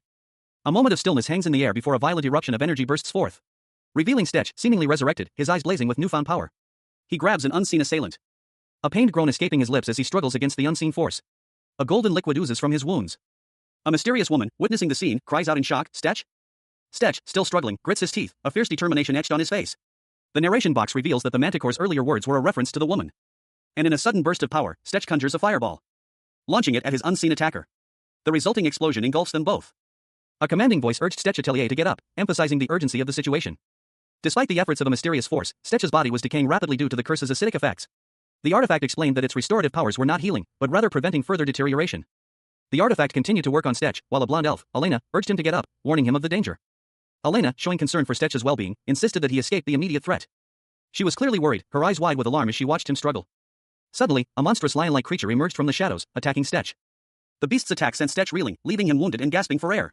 He called out to Elena. Stech, despite his injuries, drank a potion to neutralize the curse's acidic effects, his focus shifting to Elena's condition. The narration box warned that if Elena wasn't dealt with quickly, they would both die. Stech, understanding the gravity of the situation, prepared himself for battle, accepting that he had no other choice. A monstrous, wolf-like creature snarled, its guttural growl echoing through the dungeon. As Stech Atelier, the dungeon explorer, deflected its attack with a swift, precise movement, his blade whistling through the air as he countered with a technique called crosswind. The crosswind technique created a powerful gust of wind, pushing back the creature's attack. But more projectiles were launched, prompting Stech to declare, "I'll defend against those projectiles." A shadowy, skull-like entity emerged from the darkness, its eyes glowing menacingly. He then confidently stated, "No matter how big you are, as long as you're a biological monster, your sense receptors are always a weakness." With a burst of speed, Stech closed the distance, unleashing a powerful air burst technique, sending a shockwave that struck the creature, causing a massive explosion of dust and debris. Stech Atelier, a seasoned dungeon explorer, found himself in a dire situation. He was engaged in a fierce battle against a monstrous, winged creature, its claws tearing at his flesh. The beast's roars echoing through the cavern as it unleashed a flurry of blows. Dust and debris filled the air, obscuring Stech's vision. Yet, despite the overwhelming odds, a grim determination hardened Stech's gaze. His eyes burned with a fierce resolve, a silent promise of defiance.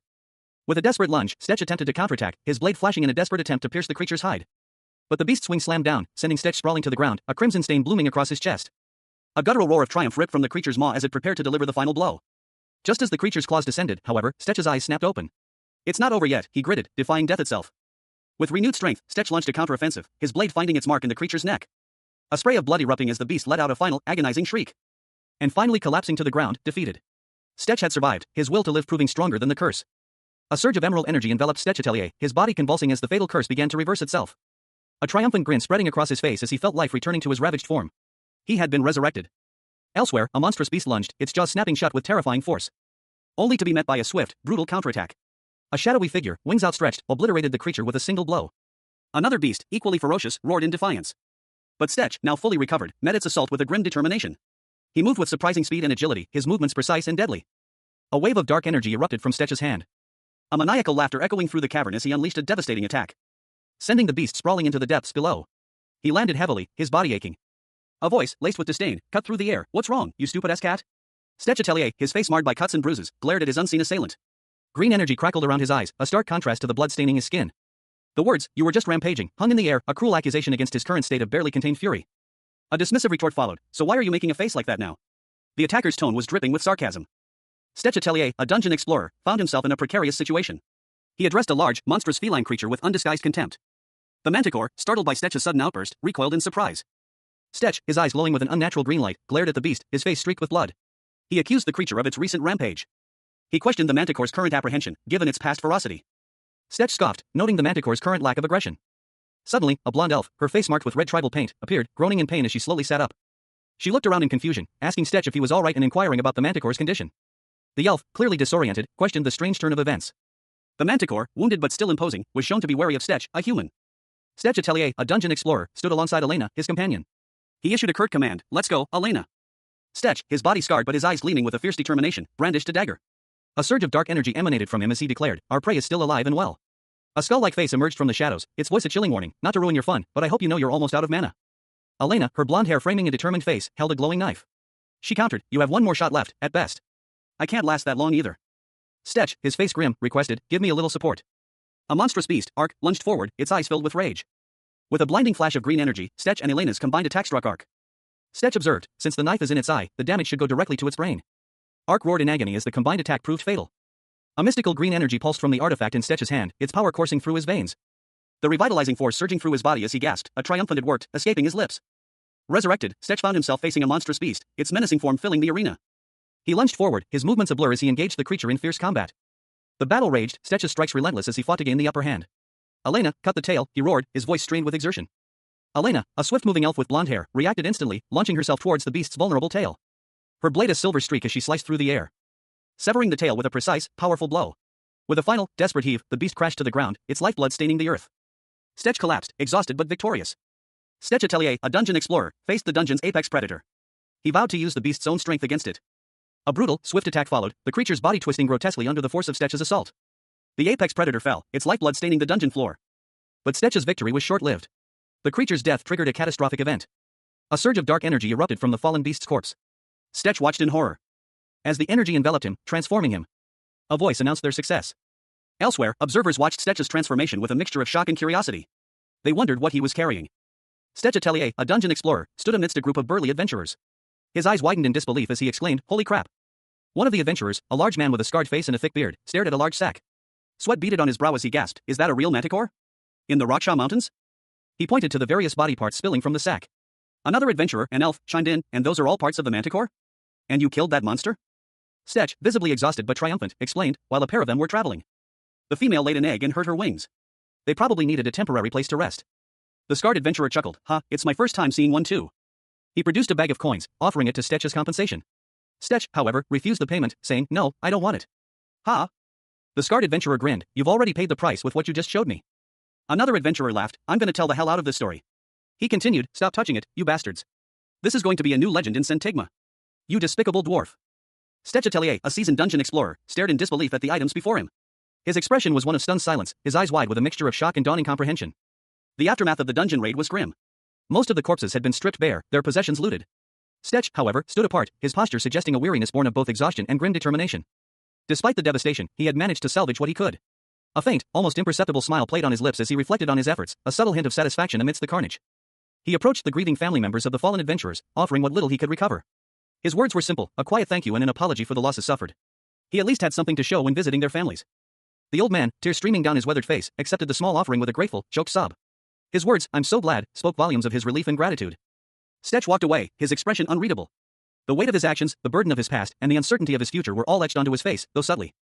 Night fell. Under the cloak of darkness, Stetch and his companion discussed their next move. He had heard rumors of a manticore egg nearby, a valuable and rare find.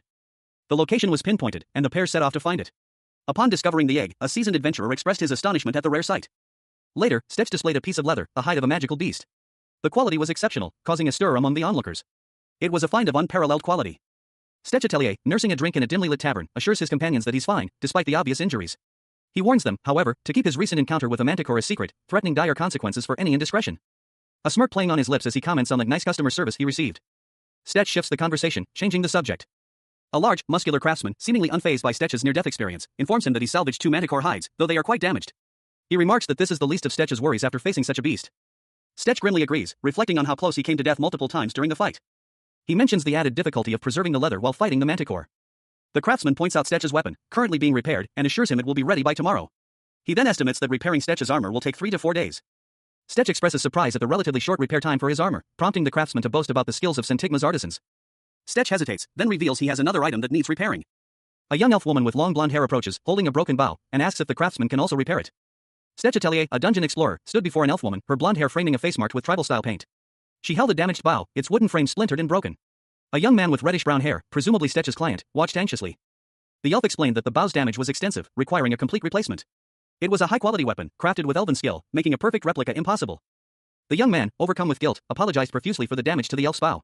His shoulders slumped, and his face was etched with remorse. The elf, however, waved off his apology, explaining that the bow was an old heirloom passed down from her grandfather. While upset, she seemed resigned to its fate. The young man's internal monologue revealed his surprise at the elf's calm demeanor. He noted her emphasis on the word grandfather, a detail that seemed to unsettle him. The young man suggested they visit some smithies the following morning to find a replacement bow. The elf, though clearly still upset, accepted his offer. As the elf left, she told Stetch to get some rest. He was left alone, a shadowy skull-like figure appearing beside him, seemingly a manifestation of his thoughts. The spectral figure commented on the elf's craftsmanship, prompting Stetch to angrily tell it to be quiet. Stetch sighed, lost in thought. The scene opens at the northern border of Veneza, where a hastily constructed barricade stands against a looming threat.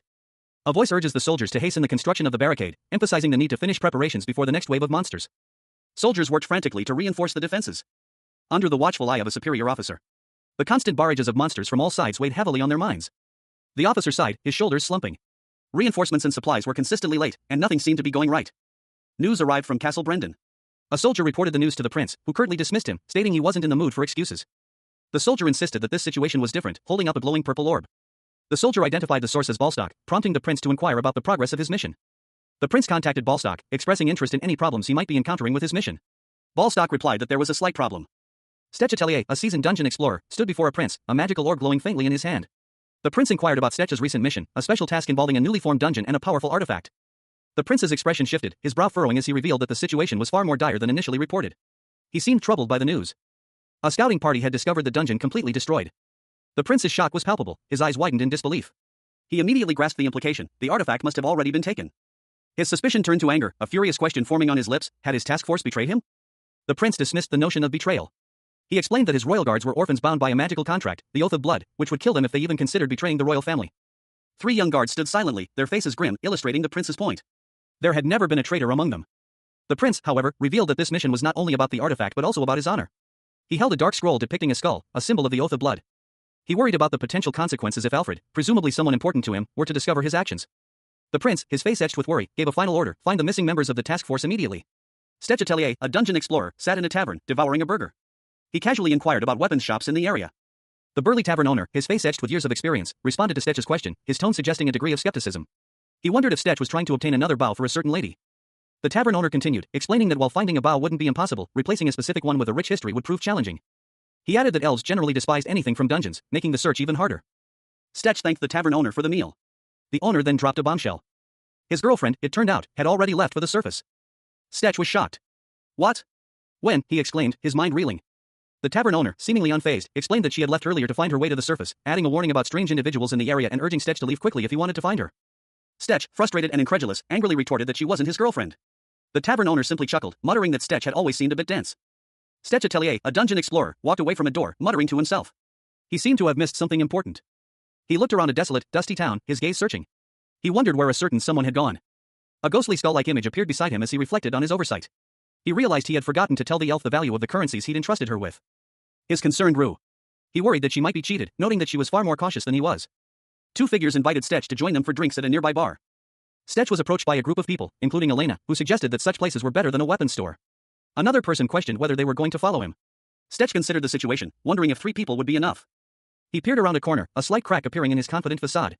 He heard a cracking sound. The group attacked Stetch, revealing their true intentions. It turned out that 3 people were not enough. Stetch, surprised, asked who they were. Stetch Atelier, a seasoned dungeon explorer, found himself in a precarious situation. He was lying on the ground, clutching a dagger, while a burly man loomed over him, clearly agitated. Ah, no one important, just ignore me, Stetch muttered, attempting to downplay his predicament. The burly man, however, was not to be ignored. He reacted swiftly, launching a powerful punch that sent Stetch reeling. The impact sent Stetch flying across the room, crashing into a wall with a resounding thud. He landed hard, coughing up blood as the man's attack left him severely injured. Stetch's vision swam, disoriented and gasping for air. He looked around, confused. Eh? A voice cut through his haze, behind you. A swift kick connected with the burly man's head, sending him sprawling. The attacker was revealed to be a blonde elf woman with striking features. She followed up with a brutal strike, sending him flying. The elf approached Stetch, concern etched on her face. Were you worried? She asked. Stetch, still catching his breath, replied, I guess I wasn't able to overpower that human in that one battle. Stetch, though injured, remained self-aware. I'm aware of my shortcomings, he admitted. That wasn't, the enemy seemed highly trained, too. Well, let's get out of here first. The scene opens with a speech bubble containing the question, what were you doing in a place like this? A young elf woman with blonde hair, pointed ears, and a curious expression poses the question. Stetch Atelier, a young man with short, reddish-brown hair, responds, internally questioning why he is even in this situation. Stetch, looking somewhat annoyed, retorts that he should be the one asking the question. The elf, whose name is revealed to be Ilara, presses him, asking why he was alone and so early in the morning. Ilara explains that elves believe ancient and important tools hold either a new life or the spirit of their ancestors. Stetch explains that he was paying his respects to his grandfather's bow with a funeral ceremony. Stetch's internal monologue reveals his suspicion that Ilara is intentionally making him feel guilty. A shadowy skull-like image appears in the background, adding to the ominous atmosphere. Stetch admits that finding a secluded place to burn the bow was difficult, taking a while. He continues, explaining that afterward, he simply looked for a new bow. The scene shifts to show Stetch and Ilara in a town square, where they encounter other people. Stetch is surprised to learn that no one else has visited the area recently. She adds that none of the places she checked had anything worthwhile, leading her to consider going back to the men who approached her earlier. Stetch Atelier, a dungeon explorer, smirked, a glint in his eyes. He had just been tricked by a prince into activating a fatal curse, but death had proven to be a temporary inconvenience. Ah, so that's what happened. Just give me a little bit. I'll find you a bow that you can be satisfied with. I promise. A shadowy, skull-like figure materialized, its form crackling with malevolent green energy. The big words hung in the air, a silent challenge. The spectral entity questioned Stetch's confidence, its voice dripping with skepticism. You really think you can find something to replace something that precious? The green energy pulsed, a visual echo of the spectral entity's power, as Stetch continued his journey. Stetch, accompanied by a blonde elf, entered a bustling city. He declared, let's stop by here first. They found themselves in a workshop overflowing with rare materials. The elf gasped, whoa. No wonder it's called the City of Mines. The whole place is filled with rare materials. The elf's gaze fell upon a collection of bows, her eyes widening in awe. These bows. Stetch, examining the bows, selected one. Do you see anything you like? He asked. The elf replied, ooh, that one looks fine and dandy. The elf, however, noticed a flaw in the chosen bow. The wooden riser has been neglected. I can hear the pieces of wood screaming in agony. The spectral entity reappeared, its voice laced with malice. You hear what now? You're never going to find one. Someone advised against worrying too much about a broken bow, suggesting that replacements could easily be found in other cities. Stetch, a young man with reddish-brown hair, apologized for his absence, explaining that he had been busy hammering away at something. An older man with gray hair, seemingly a shopkeeper, asked if Stetch was looking for anything specific. The shopkeeper paused, then added that while most of his items weren't particularly well maintained, he did have some rare artifacts hidden away. A shadowy, skull-like figure appeared beside Stetch, demanding useful information, reminding him of his supposed unique insight unavailable to humans. The skull-like figure suggested that a certain item might be suitable for Stetch's friend. Stetch received a strange, staff-like artifact.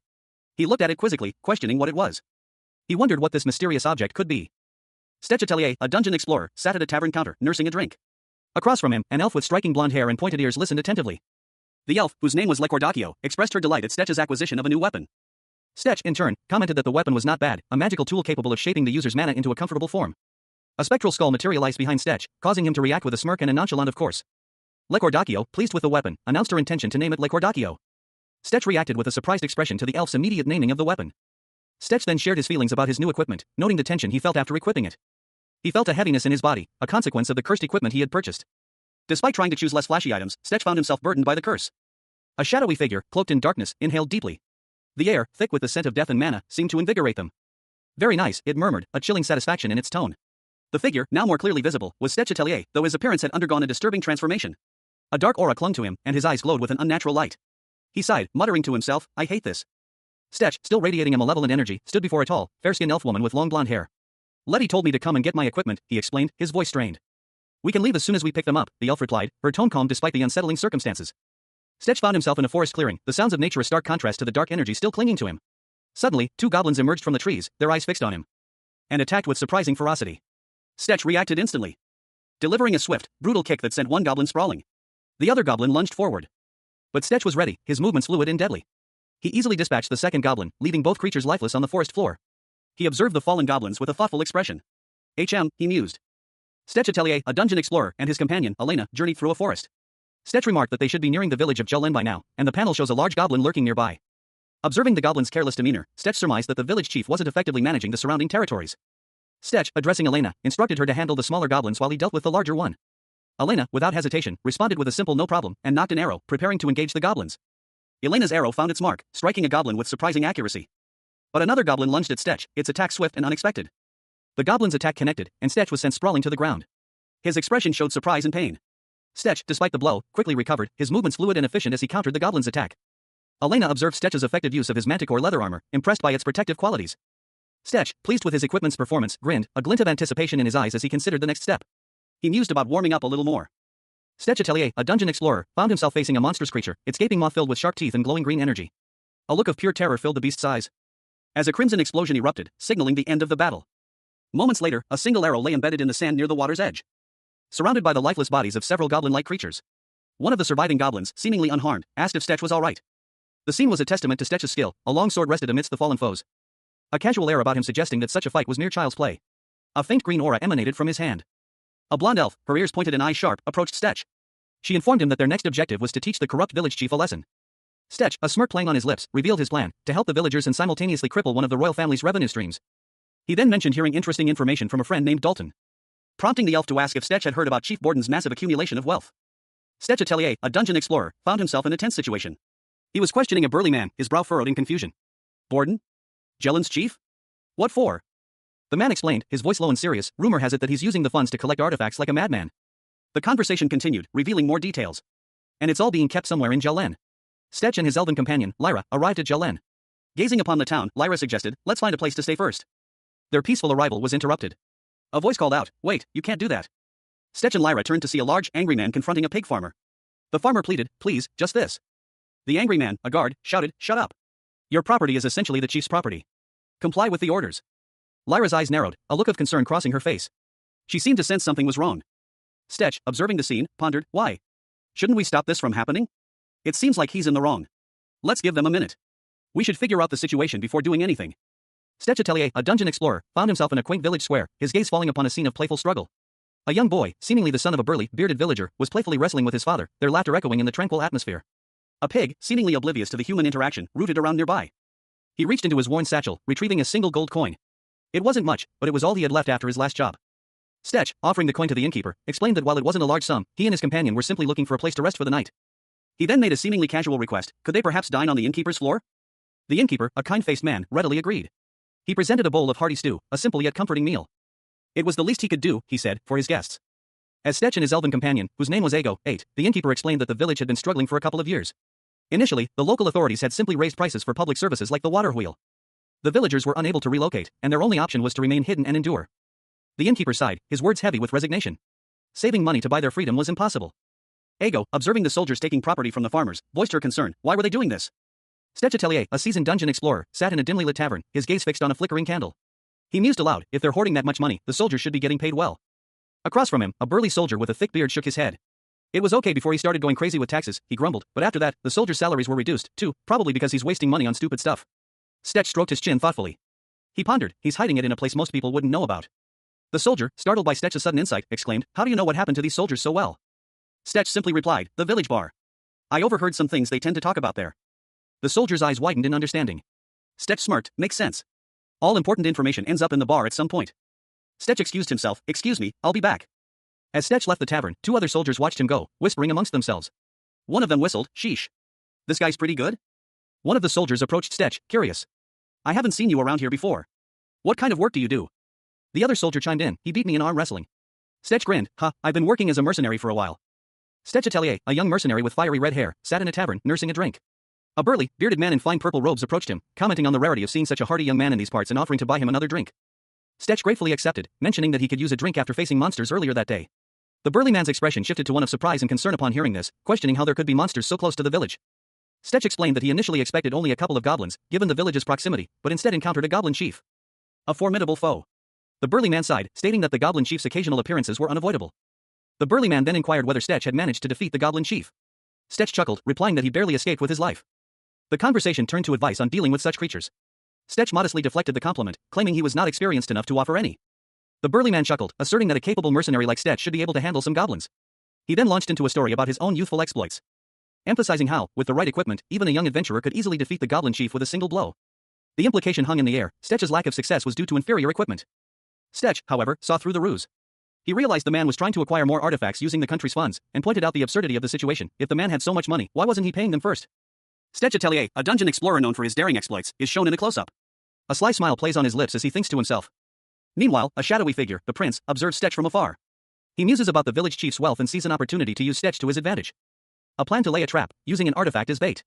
The prince is confident in his scheme, believing he has a similar artifact to offer. In a dimly lit tavern, a boisterous village chief argued with a pair of men. He complained about the excessive spending on artifacts, questioning the allocation of funds. Meanwhile, Stetch Atelier, a dungeon explorer with short, reddish-brown hair, observed the scene from a nearby table. He mused that it was about time the chief got drunk. Stetch's eyes narrowed, he wondered if the village chief truly possessed that much wealth. He saw an opportunity. A plan formed in his mind, it was the perfect time to lay the bait. If the chief was looking for a specific artifact. The three men leaned in conspiratorially, their expressions hinting at a shared secret. A powerful artifact. Stetch watched, a bead of sweat trickling down his temple. He noted that their reactions were easy to read. He'd likely buy any artifact, regardless of its condition. Stetch Atelier, a dungeon explorer, sought information from a burly, mustachioed man. He was advised to sell any artifacts he found to Grandmaster Chelsea at the castle. Stetch offered a quiet, grateful thanks. Later, Stetch and a blonde woman with tribal markings on her face met in a dimly lit street. She inquired about his progress. He reported that things had gone well, though they had gotten a little drunk. And that his companions wouldn't stop drinking. The blonde woman commented on humans' fondness for alcohol, a bitter liquid. As they walked, the blonde woman, addressing Stetch, mentioned something that had been bothering her. Stetch Atelier, a dungeon explorer, and his companion, a blonde elf, walked through a village. Stetch muttered that their pursuers were too obvious in their attempts at stealth. Stetch held a glowing, dark stone in his hand, a sentient artifact that had resurrected him after a fatal curse. He wondered who could cause such a disturbance. Suddenly, Stetch hurled the artifact at a cloaked figure, unleashing a wave of energy that shattered the surrounding area. The force of the blast sending debris flying. He demanded to know who they were. A group of cloaked figures emerged, swords drawn, surrounding Stetch and his companion. Their leader declared that they would keep this brief. The leader commanded Stetch and his companion to surrender the artifact and leave. The elf, swift and agile, launched a powerful kick at one of the attackers, sending them sprawling. She continued her assault, her movements a blur of motion as she took down multiple opponents. Stetch watched, surprised, as his companion effortlessly dispatched the attackers. He reflected on their past encounters, wondering how he ever managed to defeat her before. Stetch and his companion agreed to help the elf, and they rushed to her aid. Under the pale glow of a full moon, a scene unfolds. Stetch Atelier, the dungeon explorer, reflects on his predicament. He knew this was how it would end. Bound and surrounded by shadowy figures, Stetch demands to know their intentions. What are you guys after? One of the figures, a burly man with a prominent mustache and a bloody nose, begins to answer, but is cut short. As Stetch is suddenly attacked. A figure in dark armor bursts into the scene, swiftly dispatching the attackers with brutal efficiency. Stetch observes the rescuer, noting their speed and the coordinated nature of the ambush, the ability to mobilize a group as soon as I left. The matching outfits. He accuses the newcomer of orchestrating the entire event. You were planning this from the start. The armored figure counters, calling Stetch and his associates incompetent, but offers him a chance to cooperate. But from the looks of it, dumbass like you shouldn't be competent enough to plan something like this. Give me your hand. The armored figure explains their intentions, offering Stetch a chance before taking action. But I'm a kind person, so I'll give you a chance first. You should talk while I'm still being nice. I'm planning to do something to you now. Stetch Atelier, a dungeon explorer, found himself in a precarious situation. A menacing glint shone in his eyes as he addressed his captors, his voice laced with a chilling threat, unless you want to start eating with your other hand starting tomorrow. One of the guards, his face contorted in fear, whimpered in response to Stetch's threat. His mustache was stained with sweat and dirt, a testament to his terror. Stetch's expression shifted subtly, a thoughtful smirk played on his lips as he considered his next move. A question mark floated above his head, reflecting his uncertainty. Another guard, equally terrified, stammered out an explanation. Sir Chelsea ordered us to. Saying that Duke Borden has been spending too much on artifacts. He continued, revealing the true extent of their mission, and how we need to take as many artifacts as possible, even if we have to use force. Stetch listened intently, a thoughtful expression on his face. The guard's words sparked a realization within him, pretty wild that they don't even think to take the artifacts for themselves. He pressed further, demanding answers. And where do you keep these artifacts? And tell me everything else you know. Stetch, however, remained unconvinced. He mused, If none of you guys know anything, there's no reason for me to let y'all go. I know something suspicious. Stetch's suspicion was confirmed in his mind. The word suspicious appeared in a thought bubble above his head. He recalled a detail. There's a well near the chief guard's barracks. But it's not used as a normal well. I've seen them lower a large chunk of meat down there. Stetch Atelier, a seasoned dungeon explorer, narrowed his eyes, suspicion clouding his features. He questioned the information given to him, suspecting a deliberate attempt to mislead him with useless details. To roll around in a bunch of rotting meat? His interlocutor, a grizzled man with a prominent mustache, vehemently denied the accusation. He insisted the information was far from useless, revealing that the dungeon contained not only decaying flesh, but also fresh meat and sometimes even live, wild animals. Stetch's eyes widened slightly as he processed this new information. The mention of large amounts of food being sent down into the dungeon triggered a thought. Chief artifact, food? A sudden realization struck him. The sheer volume of food being sent down suggested a specific purpose. He concluded that the monsters within were likely being used to guard a room containing valuable artifacts. Stetch found the idea rather simplistic, even foolish. Chelsea, ever diligent, thanked him and inquired about the response from the first prince, Laptors. Borden, with a knowing smile, assured her there was no need for impatience. He revealed that Laptors had claimed the artifact was intended for his personal collection. News of a recently acquired artifact reached the ears of a powerful prince, who expressed significant interest and requested to see it personally. The prince's interest was particularly high, exceeding the value of 2 other artifacts combined. This presented a lucrative opportunity. A plan formed, sending the artifacts to the capital within a couple of days would secure their financial future. The prince stressed the importance of ensuring nothing interfered with the delivery. Meanwhile, elsewhere, a man observed the absence of the prince's soldiers. He surmised that the prince's thoroughness had left him vulnerable, creating an opportunity for a clandestine operation. A plan to infiltrate a hidden underground trove was underway. Considering the prince's reputed obsession with artifacts, he anticipated significant security measures. Stetch Atelier, a seasoned dungeon explorer, found himself staring into the mouth of a dark cavern. Skeletal remains and a multitude of sharpened stakes lined the entrance. He admitted to his companion that he was unsure what dangers lay ahead, but acknowledged that it was likely the safest and quickest route into the dungeon. His companion, a fair-skinned elf with striking blonde hair and red markings on her cheeks, questioned his plan. She voiced her concern about his lack of preparation, given the unknown nature of the creatures within. Stetch, however, calmly explained that they knew the monster was biological and carnivorous, implying a strategy based on this knowledge, and that their only real challenge would be escaping afterward. Stetch then revealed his plan to his companion, needing her help to create a distraction once he entered the dungeon. A look of determination hardened his features. He requested her assistance in creating a diversion an hour after his entry, giving her complete freedom in her approach. The elf expressed her apprehension about Stetch entering the dungeon alone, worried about his ability to handle the monster without assistance. Stetch reassured her that this was a two-pronged operation, emphasizing the necessity of her external support. He confidently asked if she could handle her part of the plan. The elf, though still slightly hesitant, ultimately agreed to help, displaying a determined expression as she held a spool of thread. Under the cloak of a moonless night, Stetch Atelier, a dungeon explorer, moved with practiced stealth through the forest. He paused, his gaze sharp, a thoughtful expression settling on his face. A sudden, heavy thud broke the silence as he spotted his target, a large wild boar. And with practiced efficiency, Stetch dispatched the beast. From the shadows emerged a young elf woman, her blonde hair catching the moonlight. "Good job," she commented, "this is bigger than I expected." The elf then proceeded to carefully examine the boar, a thoughtful expression on her face. Stetch, meanwhile, began preparing the boar for cooking, muttering about the need to mask the scent of a sleeping drug. Stetch, having finished preparing the boar, looked towards the distant castle, a grim expression on his face, and informed the elf that there was a significant security presence. Stetch Atelier, a seasoned dungeon explorer, surveyed the imposing castle walls. His gaze lingered on the upper sections, noting the comparatively sparse guard presence. He adjusted the heavy sack on his back, a grunt escaping his lips as he prepared for his infiltration. "All right," he muttered, a determined glint in his eyes. He declared his intention with a confident shout, "I'll be back." The chapter title, Infiltration, appeared, accompanied by the number 39, suggesting this is the 39th chapter of the series. Stetch scaled the castle wall with surprising agility, his movements fluid and precise despite the weight of his pack. He landed silently on the inner wall, a relieved sigh escaping him. He silently observed two guards patrolling nearby, their conversation revealing the location of a well. Stetch's eyes widened in realization. Is that the well they were talking about? He wondered, his gaze fixed on the well in the distance. He formulated a plan, a confident smirk playing on his lips. This won't even be hard as long as I get the timing right, he thought, before launching himself towards his objective. Stetch Atelier, a dungeon explorer, found himself in a precarious situation. He tumbled down a dark shaft, a look of surprise and pain etched on his face as he landed with a heavy thud. A guttural ugh escaped his lips. He peered into the darkness below, his eyes widening in horror as he saw a monstrous form emerge from the shadows. It's definitely monster shit, a big one, too. He thought, a wave of nausea washing over him as the foul stench reached his nostrils. Go down. It stinks. I'm starting to regret this a little, he muttered to himself. Meanwhile, above ground, a prince, unseen but heard, barked orders at Stetch. Shut up and go down before you get caught, he commanded.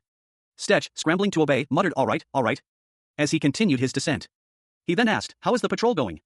A guard, his face impassive, responded calmly, don't worry, sir. Everything is quiet as usual. The prince, however, remained unconvinced. Not worrying on patrol, he questioned, his gaze sharp and suspicious. He then added, I see you still somehow have this job with that kind of mentality. He issued a new order, increased the number of guards around the castle wall. Nothing can happen before we head out to the capital in 3 days. The guards immediately responded with a crisp, yes, sir, as they moved to carry out their orders. Meanwhile, Stetch, hidden in the shadows, watched them go. A smirk played on Stetch's lips as he activated a skill. Automatic reflex flashed across the screen. And nice skill timing, he chuckled, a hint of self-satisfaction in his tone. This skill isn't supposed to be used this way, he mused. The prince, seemingly oblivious to Stetch's actions, observed the increased security detail. I'm surprised there are no riots, he commented, a hint of curiosity in his voice. Stetch, still hidden, reflected on the prince's behavior. Yeah. I don't get why he's this obsessed about collecting artifacts, he thought. Two figures were locked in a room. One of them wondered aloud how much longer they would have to remain there, while the other simply stated that all he was doing was keeping them locked up. Suddenly, a dungeon explorer, Stetch, emerged from a hole in the ground. He noted that the food had gone down, and it would take a bit for the drug to kick in. Stetch decided it was time to move. He was ready to act. Stetch fell from a great height into a dark, watery cavern. Landing hard. He suspected his nose might be broken, but he barely noticed the smell anymore. A large, monstrous creature emerged from the shadows, its presence filling the cavern with a palpable sense of dread. Stetch, surveying the scene, was impressed by the sheer scale of the creature and the surrounding environment. He mused that there was nothing money couldn't do, and decided to proceed. Stetch was confident that the drug he'd given the guards would keep them incapacitated for a few more minutes. He reflected that they would have been eaten alive if he hadn't brought the drug. He wondered how normal humans were able to keep such a monster under control. Stetch concluded that they probably had some kind of control item or secret passageway. He doubted this was a pet, and decided to avoid being stepped on. Stetch Atelier, a dungeon explorer, stood before a magically sealed door, a faint blue energy emanating from his fingertips. He murmured an incantation, his expression one of focused concentration. Assessing the security measures. It's a little shabby for the last measure of security, he mused, his gaze drifting to the intricate lock mechanism. Well, it's impossible for a normal person to even get past a monster like that. Stetch continued his assessment, his fingers dancing over the lock. With a final, decisive movement, he bypassed the security mechanism. Let's see what our greedy duke saved up for us, he muttered, a hint of anticipation in his voice. The door swung open, revealing a treasure chamber overflowing with gold coins and chests. Wow, he really filled it up, Stetch breathed, his eyes widening in surprise. A voice cut through his astonishment. Stetch, stop getting distracted and look forward, a stern command echoed through the chamber. Scattered amongst the gold, Stetch noticed several sacks and a large, red-clothed object. Forward? Stetch questioned, his gaze shifting towards the mysterious object. He cautiously approached, his curiosity piqued. As he drew closer, a gasp escaped his lips. His eyes widened, reflecting a mixture of shock and dawning realization. Stetch's attention was drawn to two items hidden beneath the cloth, a gleaming dagger and a helmet. I was wondering where these were. He thought, a sudden understanding dawning on him. But this dagger and helmet, no matter how you look at it, are not even. Stetch trailed off, his eyes fixated on the artifacts. A shadowy skull-like figure emerged from the wall, its presence adding to the growing tension. Stetch Atelier's resurrection came at a price. The sentient artifact, Memento Mortem, had resurrected him, but in exchange, it bound him to a quest. The artifact's mana limit increased from 850 to 3,250. And as a result, its active skill, Arc, evolved into Surge, granting Stetch a significant power boost. 2 new skills were added to Stetch's arsenal, including Tesla. He noted the increase in his mana limit with a pleased expression. He would no longer have to worry about running out of mana during his dungeon raiding adventures. However, Stetch's excitement was tempered by the realization that two more powerful skills, Synchro and Caesar, remained locked, each requiring a hefty 45,000 mana to unlock. A significant hurdle for him to overcome in the near future. Stetch then noticed something else. There was one more artifact left to find. He found a small vial containing a glowing purple liquid. He wondered if this was another artifact. The artifact's true form was not fixed, it could exist as a gas or liquid, as well as a solid. Stetch, after a moment of contemplation, decided to keep the artifact for now. He tucked the vial into his bag, preparing for whatever challenges lay ahead. Stetch Atelier, a seasoned dungeon explorer, trudged through a dimly lit corridor, a heavy sack slung over his shoulder. He was on his way to complete a job for the prince, a task that would soon take a dark turn. For as he rounded a corner, a monstrous creature emerged from the shadows, its menacing form filling the narrow passage. A wave of unease washed over Stetch. His heart pounding in his chest as he braced himself for the inevitable confrontation. The beast roared, its guttural sound echoing through the dungeon. Stetch, despite his fear, drew his weapon, a surge of adrenaline coursing through his veins. His eyes narrowed, a grim determination etched on his face as he prepared to fight for his life. He lunged forward, his blade flashing in the dim light, striking with surprising speed and precision. The monster roared in pain. But Stetch's attack was only the beginning. With a powerful thrust, he drove his blade deep into the creature's flesh. A gruesome sound echoing as the monster's lifeblood spilled onto the cold stone floor. The creature thrashed violently. But Stetch's relentless assault continued, his movements a blur of deadly precision. He unleashed a final, devastating blow, sending the monster crashing to the ground in a shower of sparks and gore. Stetch stood over his fallen foe, his breath ragged, but victorious. A grim satisfaction settling over him as he surveyed the scene. His mission was complete, but the consequences of his actions were yet to be fully revealed. Stetch Atelier, the dungeon explorer, found himself in a desperate situation. His sword couldn't withstand the onslaught of attacks, he was overwhelmed. He couldn't fight two enemies at once. He decided to focus on the immediate threat, gathering his magical energy. Releasing a burst of air magic. The blast sent his opponent reeling. But to Stetch's surprise, the magic unexpectedly failed. He was confused and frustrated. A voice, seemingly from the dungeon itself, explained that there were pieces of dispellium embedded in the walls, hindering his magic. These were difficult to spot. Stetch recognized dispellium, the material used to make handcuffs for magicians. He was shocked. Stetch realized the country's lack of funds was due to the dispellium embedded in the walls. His frustration turned to anger. Stetch Atelier, a dungeon explorer, found himself in a perilous situation. He was trapped in a cave saturated with dispellium, a substance known for its potent magical properties. A monstrous creature loomed before him, its massive form chained to the cave wall. A curse of death hung heavy in the air. Damn! Stetch muttered, his breath catching in his throat. His eyes narrowed, a surge of anger coursing through him. Fucking Borden, he seethed, Borden being the prince who had orchestrated this deadly trap.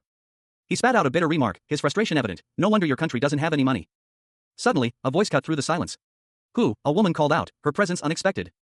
Ida unleashed a volley of arrows, each imbued with potent magical energy. The arrows flew with incredible speed and precision, defying gravity itself. Maintain velocity, LVL. 3. The text on the panel read, describing her skill. Huge bows like this were usually Aida's specialty, she mused, a hint of pride in her voice. This works too, I guess. Stetch Atelier, an elf with striking blonde hair and a determined expression, nocked an arrow, his movements fluid and practiced. He drew back the string of his bow, the muscles in his arms taut with anticipation. Releasing the arrow with a sharp whistle. The arrow, imbued with a potent magical energy, blazed across the night sky, leaving a trail of emerald light. A streak of vibrant green cutting through the darkness toward its unseen target. The arrow impacted with a thunderous explosion, shaking the very foundations of a nearby castle. Guards, startled by the sudden attack, looked around in confusion. Stetch watched from a distance, her blonde hair partially obscuring her face. Did they not notice? She wondered, estimating the distance. It must be around 400 to 500 meters. A satisfied smirk played on her lips. This bow isn't too shabby, she mused, admiring her weapon. Suddenly, chaos erupted within the castle walls. A desperate shout tore through the night, we're under attack. A commander, a stern-faced woman with short brown hair, barked orders amidst the pandemonium. What are you doing? Locate the enemy. Confusion reigned as the guards struggled to identify the source of the attack. Where is this coming from? One of them shouted. The commander, her face grim, issued a final order. TSK. Get into a defensive position. An attack on the castle walls erupted from the forest. A volley of projectiles struck the guards, sending one sprawling to the ground with a pained cry. The captain, observing the chaos, immediately ordered a response. He instructed that a minimal number of soldiers remain for security, while the rest were to pursue the attackers. His tone was sharp, his command laced with a chilling threat, kill any who resisted. Chelsea, a young woman with purple hair, watched in alarm as the situation escalated. She called out to the captain, her voice filled with concern. A soldier, clad in shining armor, rushed to Chelsea's side, urging her to retreat to safety. The danger was too great to remain outside. Meanwhile, the captain ordered the bridge raised as soon as the soldiers were dispatched, ensuring no one could sneak in. In the forest, a blonde elf with striking facial markings knocked an arrow, her eyes narrowed in focus. She muttered to herself, a quiet declaration of resolve. The elf loosed her arrow, the projectile striking its target with deadly accuracy. A critical problem arose, the bridge leading to the dungeon entrance had been destroyed, its chains severed and dangling precariously. The broken section of the bridge was clearly visible, the damage extensive and seemingly deliberate. Meanwhile, a young elf woman, her blonde hair pulled back, leaned against a nearby wall, catching her breath. She muttered to herself about the difficulty of maintaining her magical bow while simultaneously using her skills. The elf, having secured an escape route, concluded that it was now up to Stetch to proceed. Stetch found himself in a dark, cavernous space, the entrance collapsing behind him. He desperately searched for a solution, questioning if there was anything he could do in this dire situation. His mana use was severely restricted, affecting even his basic movements. A spectral skull emerged from the shadows, its eyes glowing ominously. It suggested that this predicament presented an unexpected opportunity. Stetch, enraged, retorted that the skull had plenty of time to spout nonsense. The skull then questioned if this was the reason Stetch had his special gear made, implying a deeper connection to his current predicament. Stetch Atelier, a dungeon explorer, found himself in a perilous situation. He was already engaged in a fierce battle with a monstrous creature, its massive form filling the dark, cavernous space. A surprised exclamation escaped his lips as the beast lunged. The beast's attack was swift and brutal, forcing Stetch into a desperate defensive maneuver. He barely managed to evade the creature's claws. Preparing for a counterattack. His eyes, narrowed in fierce concentration, reflected the grim determination etched on his face. With a burst of speed, Stetch lunged forward. His blade flashing in a blur of motion as he aimed a precise strike at the monster's vulnerable point. Blood splattered as his attack found its mark. Stetch roared a battle cry, "Die," as he unleashed a devastating blow. The force of the attack sent tremors through the very ground beneath their feet. A blinding explosion of light and energy erupted from the point of impact, leaving behind only a smoking crater. Stetch, however, was left reeling from the aftereffects of his attack. A moment of stunned silence followed, broken only by Stetch's muttered observation, "Whoa. Is this the effect of the salamander dust?" He then cursed under his breath, "Crazy-ass dwarf, how did he even mod it like that?" A guttural roar echoed through the dungeon, a sound that spoke of immense power and barely contained rage. Stetch Atelier, a seasoned dungeon explorer, found himself facing a monstrous creature. Its movements were slow, but each step threatened to crush him. He dodged a massive claw, narrowly avoiding a fatal blow. The beast's bite could easily tear him apart. With a swift motion, Stetch drew his sword and lunged forward, aiming for the creature's vulnerable underbelly. The blade slicing through the thick hide with surprising ease. The monster roared in pain, its attack faltering as Stetch leaped back to avoid its thrashing claws. Stetch, despite his success, felt a surge of frustration. He knew this wasn't over. He prepared for another attack, his eyes narrowed in determination. But the creature's final, desperate lunge caught him off guard. Stetch Atelier, a seasoned dungeon explorer, found himself in a desperate struggle. He braced himself against a monstrous foe, its immense form looming over him. With a fierce cry, Stetch plunged his blade into the creature's flesh. The impact sending a shockwave through the dungeon. A blinding light erupted from the wound. A searing energy coursing through the creature's body, leaving a trail of destruction in its wake. Stetch, weakened but alive, stumbled back, his breath ragged. He gripped his sword tightly, his eyes narrowed in determination. The monster's body collapsing into a heap of lifeless flesh. A cold sweat beaded on his brow as his breath hitched in his throat. He collapsed, exhausted, onto the cold dungeon floor. The smell. I shouldn't have killed him like that, he thought, disgusted by the lingering stench of the beast. Suddenly, a shadowy figure materialized before him, its voice a chilling whisper, "You got a little something on your face. And your smell." "Well, what can I do?" Stetch muttered, wiping his face. The shadowy figure responded, "Come on, let's get out of here." As they left, the shadowy figure muttered, "Curse-eating." Stetch, still carrying the loot bags, felt a growing unease. When you still have to go through the traps and the security? Damn. He thought, as the shadowy figure's words echoed in his mind, "You're going to take all that with you?" Stetch Atelier, a dungeon explorer with a smirk playing on his lips, surveyed the scene. He had just breached the final line of defense, a triumphant glint in his eyes. The thought crossed his mind, what else could possibly threaten him now? He had also devised a plan to get his revenge on the person who had wronged him. A question arose from the darkness, how so? Stetch, his face obscured by a hood, ventured deeper into the dungeon's depths. The path was littered with the remains of his previous foes, a grim testament to his power. He decided to find out how to enact his revenge first. A brief moment of reflection interrupted his grim determination. He wondered how Elena was faring. Stetch Atelier, a dungeon explorer, found himself in a precarious situation, deep within a dark cavern. He had been hired by a prince to guide him through the dungeon, but it turned out to be a trap. A smug voice echoed from the darkness, confirming Stetch's suspicions. Stetch, despite the obvious trap, nonchalantly remarked on the amateurish nature of the prince's attempt, noting the absurdity of the resources spent on such a poorly designed trap. He muttered about the excessive funds used, as he easily disarmed the trap and proceeded further into the dungeon, discovering a hidden passage that led to a surprisingly well-maintained section of the dungeon, which opened into the prince's palace. A frantic voice urged him to hurry, as a bridge had been destroyed. Stetch, now inside the palace, was concerned about the destruction of the bridge and wondered if Princess Elena was involved. His animal instincts kicked in, enhancing his senses. He was ordered to search every corner of the forest, as that was the enemy's main method of attack. Arrows rained down on a section of castle wall, breaching its defenses. A messenger, unseen but clearly agitated, reported that the attackers' numbers and identities were unknown, but that they were no ordinary foe, urging immediate notification of their superior. More arrows struck the ground near a heavy, chained gate, suggesting a hasty retreat or a diversionary tactic. Meanwhile, inside the castle, a young man with reddish-brown hair, his eyes wide with recognition, identified one of the attackers as Elena. He was uncertain of Elena's actions, but noted that the soldiers were sufficiently spaced out, suggesting a plan was in motion. A large, burlap sack fell from above, landing with a thud. The young man, now carrying the sack, believed it would allow him to move freely amidst the chaos. He emerged from a stable, the sack obscuring most of his body, causing a nearby horse to look on with curiosity. He muttered to himself that it had been a while. Suddenly, the horse reacted violently, startled by something unseen. A soldier, nearby, reacted with surprise and alarm as the horse barked wildly. Two other soldiers, witnessing the commotion, reported that the young man with the sack had just left the castle with a large amount of supplies. Stetch Atelier, a dungeon explorer, found himself in a precarious situation. He was fleeing on horseback, pursued relentlessly by a group of shadowy figures. The command, after him, echoed behind him, underscoring the urgency of his escape. He urged his horse onward, his resolve hardening. He muttered to himself, deciding to head straight to the village for safety. A young woman with blonde hair, elven features, and a determined expression appeared beside him, offering a brief assessment. Good work. You really riled them up. The woman, who appeared to be his accomplice, questioned him about his plan.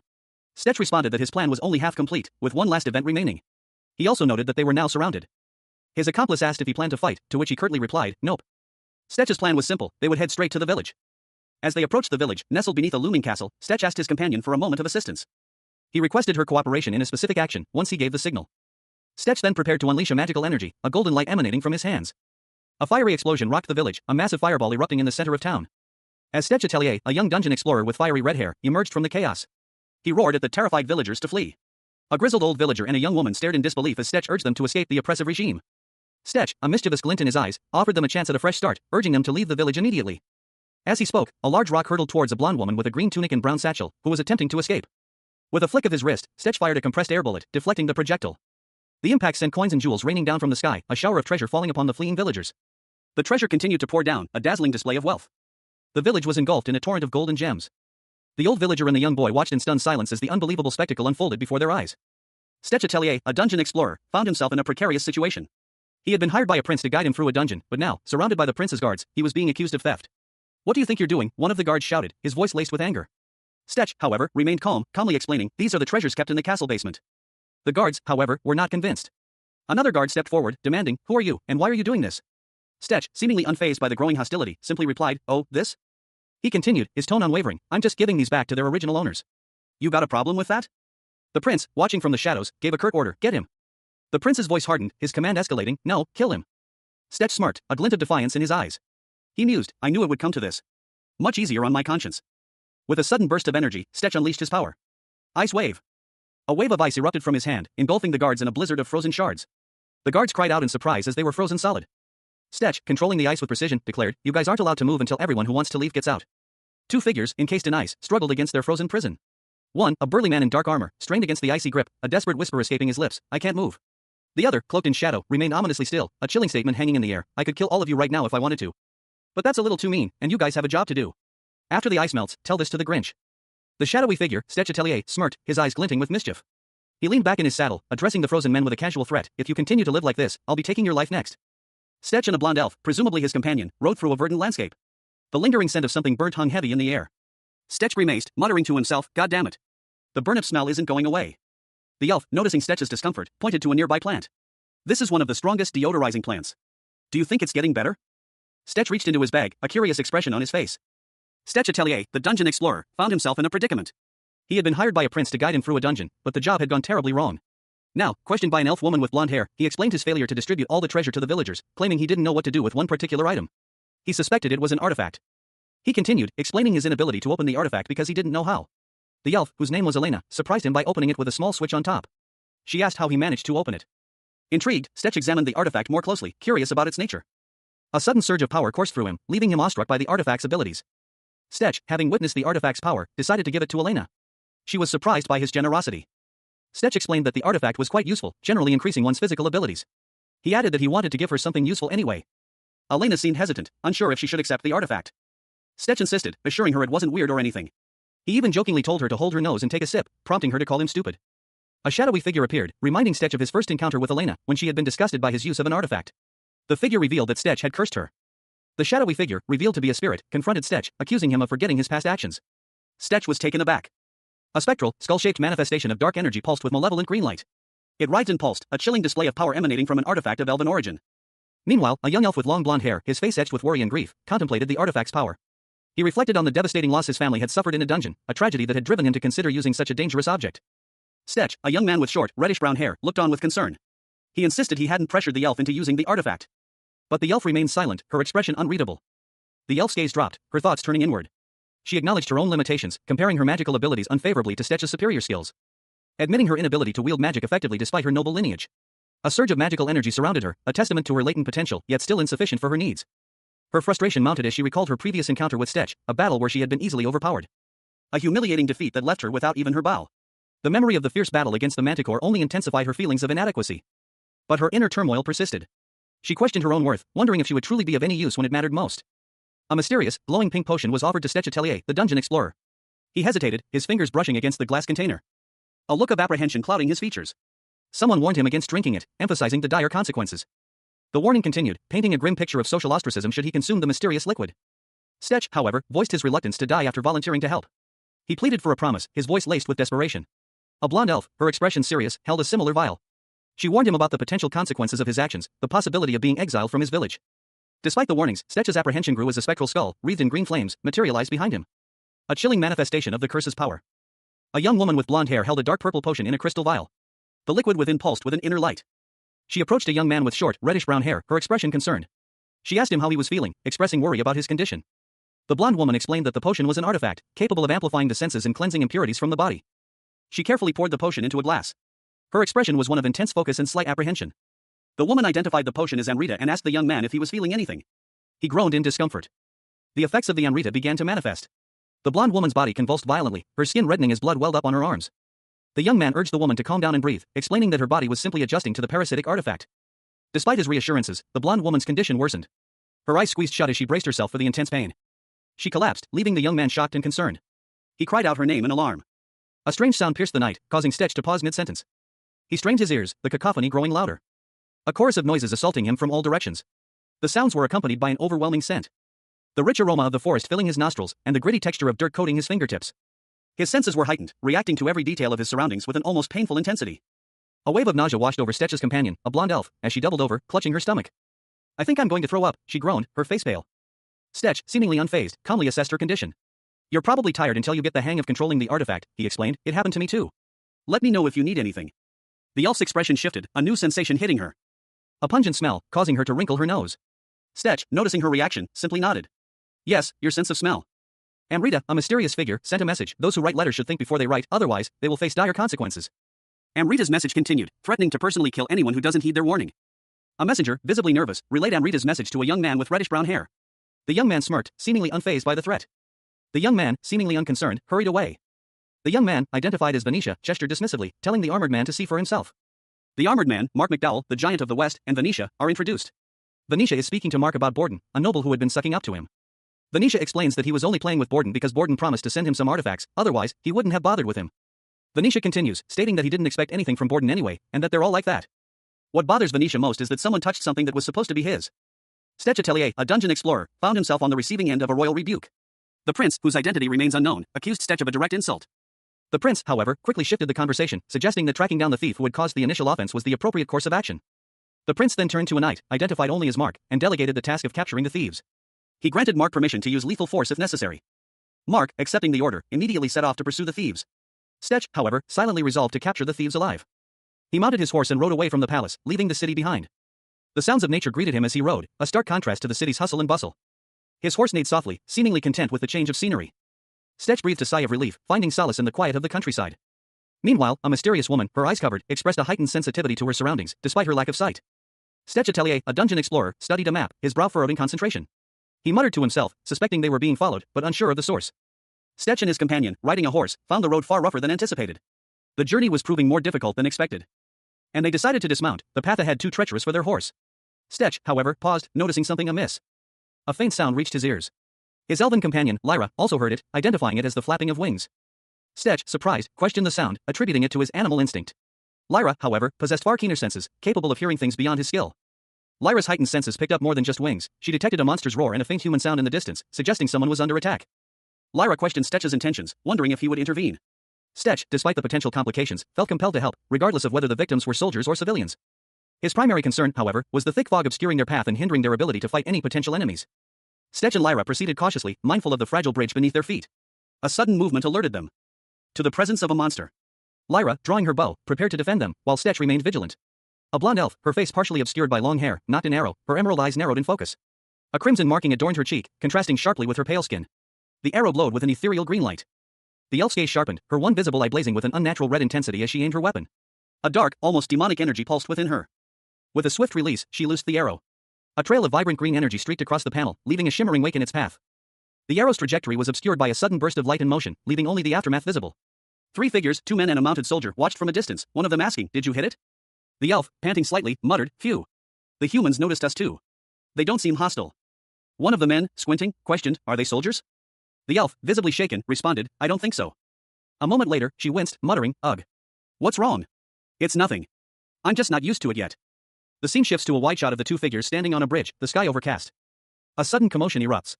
A flock of birds scatters, and several injured people are seen on the ground. One of the men shouts, "Figure out who's injured." "Here. We need more bandages." Amidst a desolate landscape, two figures lay wounded near a fallen, monstrous avian creature. One, clad in dark blue, was clearly injured, blood stained his clothes. The other, his face obscured, was similarly affected. A voice, filled with disbelief, echoed their thoughts. "Is there anyone on our side who can shoot like this? This penetration is crazy. We're the only ones here. Who shot it?" Two adventurers, appearing relatively unscathed, approached the scene. They identified themselves casually, were adventurers that were just passing by. They offered their assistance, hesitantly inquiring, "We were wondering if you needed help." "Maybe."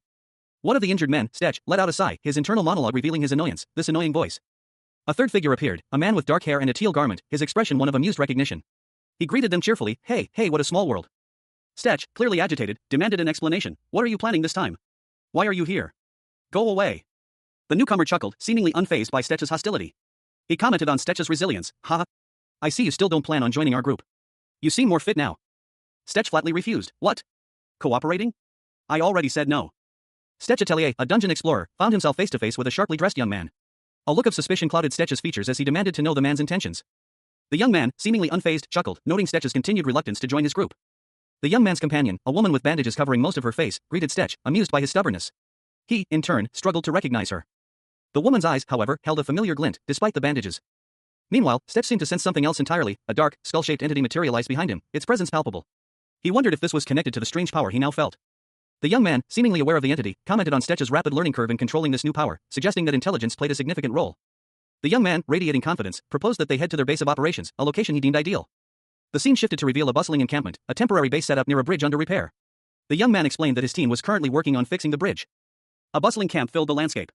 Workers toiled diligently, organizing roads and supplies. A group of figures, cloaked and serious, oversaw the operation from a slight distance. Meanwhile, Stetch Atelier, the dungeon explorer, stood apart, observing the scene. He questioned whether monster slaying was part of road organization, a wry expression on his face. A blonde woman, her eyes covered, sat nearby. A man offered her something wrapped in cloth. She accepted it with a small, almost imperceptible nod. "They're a pretty good source of protein," the man commented, adding with a grin, "Tastes like chicken." Another man approached, his brow furrowed in confusion. He asked, "Anyway, what are you guys doing here?" Stetch responded, "I thought we went in opposite directions the last time we saw each other." The blonde woman's companion retorted, "What do you care about our destination?" Stetch's companion chuckled, Relax, I know you don't like me, but hear me out." He continued, explaining that to freely travel around the area, cooperation would be necessary. Stetch, clearly skeptical, questioned why. His companion pointed out the only way to get around the Lysia Canyon was either by using the bridge or the abandoned mines, both currently inaccessible due to recent events. The bridge had recently collapsed from age, and the mines were closed due to a monster infestation. Stetch Atelier, a dungeon explorer, questioned the prince's plan, essentially asking if they needed to build a bridge before crossing it. The prince, however, dismissed Stetch's concerns, assuring him there was no need to worry. Because it wasn't just broken bridges, they could fix things quickly as long as there was a little bit left. With a sly smile, the prince then requested Stetch's help with another matter. Stetch, already suspecting what it was, wearily agreed. A surge of green energy erupted from Stetch's hand. A powerful display of his newfound ability. The panel details Stetch's new active skill, Surge, an area of effect attack with a chance to inflict paralysis and fainting. Stetch faced a flock of humango, large avian monsters. A grotesque, monstrous creature lunged from the shadows, its jagged teeth bared in a silent snarl. A blinding flash of emerald energy erupted from the creature's body. The monster's form convulsed violently as it was consumed by the intense light. Then, with a deafening shriek, it disintegrated into a shower of dark particles. Stetch Atelier, the dungeon explorer, stood amidst the dissipating energy, his dark cloak billowing slightly in the wind. A faint green glow emanated from his hand. He seemed unharmed, but a look of grim determination settled on his face. The young man's thoughts turned to the immense power Stetch now wielded, noting it surpassed even that of Ark. Stetch felt the strain of the power he'd just used, it had consumed nearly a fifth of his mana. He knew he needed to plan his attacks carefully to avoid exhaustion. Stetch, however, refused, seeing this as the perfect opportunity to test his newfound abilities. Stetch Atelier, the dungeon explorer, prepared to finish the job, requesting only support from behind. Meanwhile, a blonde elf woman, observing from afar, noted a creature flying towards them, approximately 400 meters away. Stetch channeled energy, readying a powerful attack. Unleashing a concentrated beam of green energy, which struck the approaching creature with immense force. The impact sending tremors through the air. The creature, severely wounded, fell from the sky. The elf's eyes widened as she noticed something else. A monstrous creature roared in the distance. More harpies appeared, signaling a larger threat. A monstrous, avian creature with powerful talons descended from the stormy sky, its shadow engulfing the rocky terrain below. Meanwhile, a group of adventurers, led by a young man with dark hair and teal clothing, charged towards the scene. They declared their intention to join the fray, unwilling to let the others have all the glory. The young man with red hair, among the group, commanded everyone to fall back, announcing his plan to unleash a powerful attack. As the red-haired man prepared his attack, another adventurer, a man with dark hair and teal clothing, warned everyone to take cover, sensing an imminent, powerful counterattack from the beast. The red-haired man, confident in his abilities, declared that he could handle a full-powered attack, and unleashed a surge of raw energy. The resulting blast of energy was devastating, completely overwhelming the monstrous bird, reducing it to charred remains. Witnessing the sheer power of the red-haired man's attack, the other adventurers were awestruck. one of them expressing his understanding of why they wanted the red-haired man to join their group. Following a fierce battle, Stetch, a dungeon explorer with dark hair and a determined expression, and a blonde-haired companion, oversaw the aftermath. Stetch, visibly exhausted but resolute, directed his team to tend to the wounded and check on the fallen monsters. His blonde companion, concerned, noted Stetch's labored breathing and pallor. He reassured her that he was merely dizzy. Meanwhile, another member of their party, a young man with reddish-brown hair, expressed gratitude for Stetch's efforts, noting that his friend had been visibly stressed by the battle's intensity. Stetch, despite his exhaustion, urged the group to return to their base camp. As they retreated, the devastation of the recent battle became even more apparent. The path back was littered with debris and the remnants of the conflict. 2 days passed. The group continued their journey, their pace noticeably faster than before. The absence of monsters allowed for a swift and efficient travel. They marveled at their increased speed. Stetch's companions expressed their gratitude, noting the improved conditions and the possibility of the area becoming habitable again. One of them offered Stetch bread, acknowledging that their success was entirely due to his prolonged monster suppression. They explained that monster attacks usually halted their work, sometimes for the entire day. This time, however, their progress was uninterrupted. Stetch Atelier, the dungeon explorer, voiced his concerns. The temporary reprieve from the monsters was only that, temporary. He knew the bridge would remain unusable, leaving them vulnerable. He explained that the humangos, a type of monster, take 10 years to mature and become a hunting threat again. A companion, seemingly unfazed, declared that 10 years was sufficient time. However, he quickly added that the humangos were not their only problem. The sheer variety of monsters encountered in just the last 2 days highlighted the precariousness of their situation. The scene showed a makeshift camp near a damaged bridge, with several figures huddled around a fire. The panel showed the aftermath of a recent battle, with the mangled remains of a monster lying on the ground, emphasizing the ongoing struggle for survival. Despite the challenges, the companion remained optimistic, believing that if they persevered, the bridge could be repaired and even become a source of income. Suddenly, a subordinate rushed in, announcing a serious problem. The companion, initially dismissive, questioned the urgency of the report, suspecting laziness. The subordinate insisted, stating that the pursuers had returned. The companion's expression shifted to one of concern. He immediately ordered his team to gather their equipment. Stetch Atelier, a dungeon explorer, found himself questioning the competence of his 2 assistants. Their apparent lack of urgency was concerning, especially given the gravity of the situation. His superior, a young man with dark hair styled in a topknot, seemed equally perturbed by their lack of progress. A silent exclamation of surprise escaped him. He urged them to proceed swiftly, issuing a sharp command to lead the way. The 2 assistants, spurred into action, immediately began to run, their movements suggesting a sense of urgency. Meanwhile, Stetch and a blonde woman with her eyes covered by a blindfold shared a worried glance over a meager meal. The situation appeared dire, prompting Stetch to consider his next move. He mused that if their pursuers were indeed close behind, it would be best to proceed alone, leaving his companion to monitor their current location. Stetch resolved to investigate the situation independently, instructing his companion to remain vigilant. As Stetch ventured forth, he spotted the figures of his pursuers in the distance, confirming his suspicions. Stetch Atelier and his companion peered through binoculars, surveying a military encampment nestled in a verdant valley. A sizable force, complete with wagons and supplies, was clearly visible. After parting ways with the prince, Stetch and his companion found themselves pursued relentlessly by countless soldiers. The relentless pursuit had become a grueling cycle of fighting and fleeing, leaving Stetch weary and on edge. Until they discovered that their pursuers had brought along some unexpected reinforcements. A banner bearing the insignia of a fearsome dragon was visible among the soldiers' camp, signaling the arrival of particularly formidable allies. Stetch slammed his fist onto a map, a grim realization dawning on him. Despite the danger, Stetch's scouts had managed to locate their pursuers before their position was compromised. However, the situation was far from ideal. The pursuers appeared to be exceptionally angry. The intensity of the situation was heightened by the fact that the pursuers had hired the infamous Drake's mercenary group. Stetch Atelier, a dungeon explorer, wore a grim expression. He muttered to himself, realizing that the situation had changed drastically. They would no longer be able to outmaneuver their enemies. His companion, seemingly surprised, questioned the name of the mercenary group they were facing, the Drakes. Stetch responded curtly, never. His companion, however, pointed out that the Drakes were quite well known, even audacious enough to name themselves after dragons. And indeed, they were quite famous, especially their leader, Garrett, known by many names, including Dragon Buster and Dragon Killer, as shown in a small inset panel. A blonde elf, observing the image of Garrett, expressed skepticism. She questioned whether a mere mercenary could truly be called a Dragon Killer. She quickly dispelled any notion of Garrett's prowess, revealing that his reputation was entirely fabricated. He had never actually slain a dragon. It was all for show. Stetch, however, countered that one aspect of Garrett was undeniably true: the artifact he possessed was genuinely dangerous. The elf, intrigued, asked about this artifact. Stetch revealed that it was called Spyratus, and its power was quite unique. A depiction of the artifact, Spyratus, showed a dragon-like head capable of absorbing its surroundings and firing them as projectiles. The elf questioned if this was truly impressive. Stetch explained that its strength lay in its versatility. Each shot possessed the force of a cannon, and its ammunition was limitless, as anything could serve as its ammo. The final panel shows a dramatic depiction of Spyratus firing a powerful blast. The scene opens with a discussion about a powerful individual known as Garrett. One speaker describes Garrett's abilities, noting his skill in combat, even stating that he once single-handedly raided a castle. A feat deemed impossible by another, who reacts with disbelief to the description of Garrett's prowess, a spectral skull looming ominously behind him. The conversation shifts to another character, who comments on the detailed knowledge of Garrett's capabilities. He explains that Garrett's notoriety stems from his distinctive traits, a dragon logo, a unique name, and a remarkable weapon. The speaker clarifies that his knowledge comes from rumors. The speaker then posits that Garrett's inactivity is due to a single factor: his inability to pinpoint their location. The scene shifts to a group of individuals strategizing. They discuss Garrett's continued inability to locate their exact position, highlighting their efforts to remain undetected. One of them expresses concern about Garrett's capabilities, suggesting that if he is as skilled as rumored, their current position is untenable. The conversation turns to the protagonist, who is questioned about his involvement in their conflict with Garrett. He is acknowledged as their strongest member. He affirms his commitment to their cause, but suggests a more discreet approach. The protagonist proposes a direct, albeit risky, plan to eliminate Garrett, dismissing the others as insignificant. Stetch Atelier, a dungeon explorer, found himself in a tense meeting. A sneering prince, his employer, accused Stetch of possessing an artifact capable of turning people into fools. Stetch scoffed at the accusation, a playful smirk on his face. The prince continued, implying that if such a thing were possible, they wouldn't be having this discussion. His words hung heavy in the air. But a chilling realization dawned on an unseen observer: the prince was telling the truth. The artifact's ability was phase transition, a dangerous power.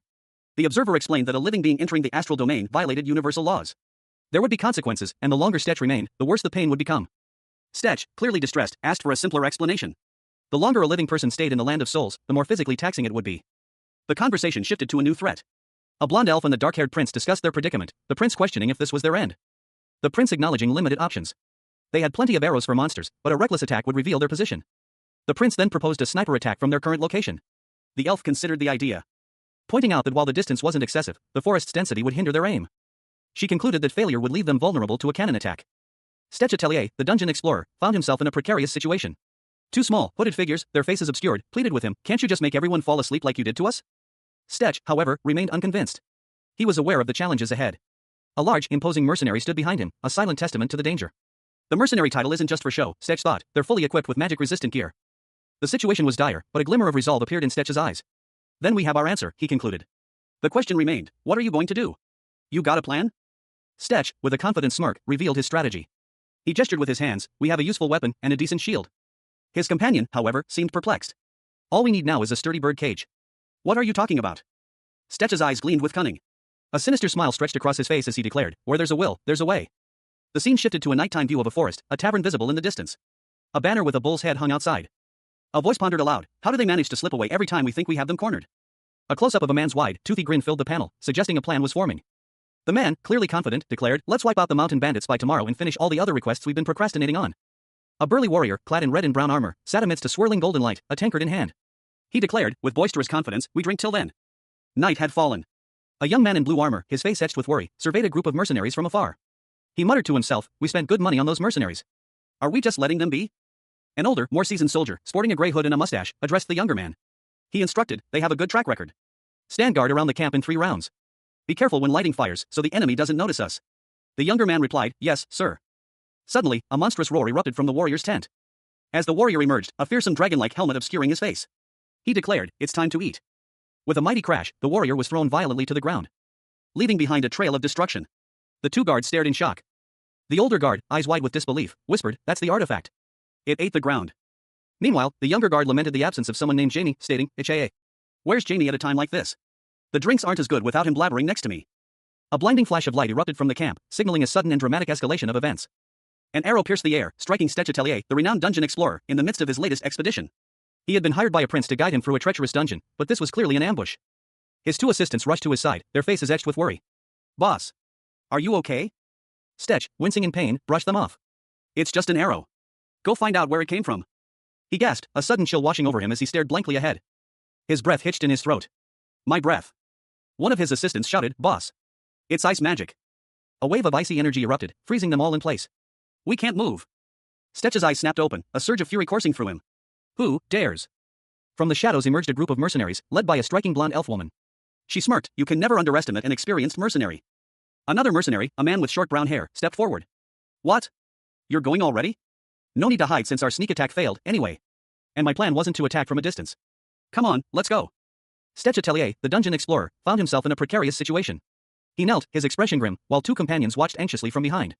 One of them muttered a comment about a certain physical attribute of their unseen adversary, while the other urged the unseen woman to keep them safe. A powerful figure emerged from the dust cloud, his face a mask of fury. His eyes narrowed, and a silent roar seemed to emanate from him. 2 figures, Stetch and another, leaped back in response to the sudden appearance of their enemy. The powerful figure watched them from below, his expression one of cold calculation. The powerful figure revealed himself fully, his voice booming with righteous anger as he accused them of treachery. A furious expression contorted the face of a powerfully built man with a thick, bushy beard. His eyes narrowed, and a guttural sound escaped his lips. 2 figures, one with dark hair and a teal cloak, the other with reddish-brown hair and dark clothing, landed gracefully after a sudden, powerful gust of wind. The bearded man watched them, his gaze unwavering. He spoke, his voice carrying an air of cold certainty, you finally revealed yourselves. The man with reddish-brown hair was surrounded by a sudden burst of ice shards, yet he remained calm. A smirk played on his lips as he said, it's nice to meet you, friends. A heavily armored man, his face obscured by a helmet with a dragon-like visage, emerged from behind the ice shards. He addressed the two figures with a question. Are you the bandits that escaped into the Lysia Canyon? He looked at the two figures, his suspicion evident. Just the two of you? The man in the teal cloak responded, a confident smirk on his face. I guess. We should be enough for you. He continued, and I prefer to be called a righteous outlaw instead. The man with reddish-brown hair scoffed. I'm no bandit. I'm merely a collaborator. Never mind. I don't want to talk about it. Garrett, a seasoned mercenary, assured his employer that the task would be completed swiftly. It'll be done before you know it, he stated confidently. The scene shifted to show Garrett, his hand gripping a staff, preparing to cast an enchantment. He muttered the word, enchant. A surge of green energy erupted from the staff, sending a powerful blow towards his target. The impact of Garrett's attack sent his opponent reeling. But he quickly recovered, his expression hardening with determination. Garrett continued his assault, his movements fluid and deadly. He grunted with exertion as he landed another blow. The mercenary's attack proved too much for his foe, who fell to the ground, defeated. A blade pierced through flesh, the impact echoing in a burst of crimson and golden light. A surprised gasp escaped the victim, as a hulking figure with blonde hair and a fierce grin loomed over the fallen man. The attacker's eyes gleamed with malicious intent. The fallen man, Stetch Atelier, felt a searing pain as another blow landed, sending a shockwave through the ground. A brutal force crushing him beneath the weight of the attack. His vision blurred, his body numb. The attacker, his face contorted in a triumphant sneer, paused, his eyes widening in surprise. He muttered to himself, questioning if what he saw was another artifact. Meanwhile, Stetch, seemingly lifeless, was surrounded by an ethereal glow. A figure, cloaked in shadows, emerged from the darkness. Observing the scene from a distance, he concluded that his adversaries were not mere amateurs. A heavily armored warrior, riding a reptilian beast, charged towards the scene, leaving a trail of destruction in his wake, only to be met with a volley of magically imbued arrows. The arrows struck with deadly precision, sending the warrior and his mount tumbling to the ground, defeated. A gruff, powerfully built man with a beard and reddish-brown fur-trimmed coat scowled, muttering to himself. He noted the presence of another attacker, the one who had loosed the initial arrow, and he wondered how this new foe had managed to approach so closely. The man reacted swiftly, but the attacker's blade was faster. A fierce clash of steel followed, culminating in a blinding explosion of light and energy. The force of the blast sent the large man sprawling, his body impacting the ground with a heavy thud. He coughed violently, blood staining his lips as he struggled to catch his breath. Two figures, clearly subordinates, rushed to his side, shouting in alarm. Below them, a young man with dark hair and a determined expression watched the scene unfold, his gaze fixed on the fallen warrior. The young man, seemingly analyzing the situation, observed the fallen warrior's position, questioning whether the impact should have caused a more significant injury, given the direct nature of the attack. He considered the possibility that the warrior had managed to mitigate the blow by stepping back at the last moment. A cruel smile stretched across the face of a burly man, his eyes gleaming with malicious intent. A bead of saliva dripped from his lips as he let out a guttural chuckle. He promised to show Stetch something interesting. The man, seemingly a powerful warrior with a dragon-like companion, raised a weapon resembling a rocket launcher, aiming it directly at Stetch. Stetch's companion, his face contorted in terror, begged the warrior to stop, but the warrior remained unmoved. The warrior smirked, noting Stetch's preparedness. Despite knowing the warrior's plan, Stetch was not fully aware of its scope. The warrior roared a warning, "Get down," as he unleashed a powerful attack. A fierce blast of energy that sent Stetch sprawling. He crashed into the water, groaning in pain as he struggled to stay afloat. The warrior watched him, his expression unreadable. The warrior lunged forward, preparing to deliver a final, devastating blow. Stetch Atelier, a dungeon explorer, found himself in a precarious situation. He was being pursued by a relentless foe, his movements hampered, as he cried out in pain. Meanwhile, a blonde elf archer, her face bearing a visible wound, observed the unfolding scene from a distance.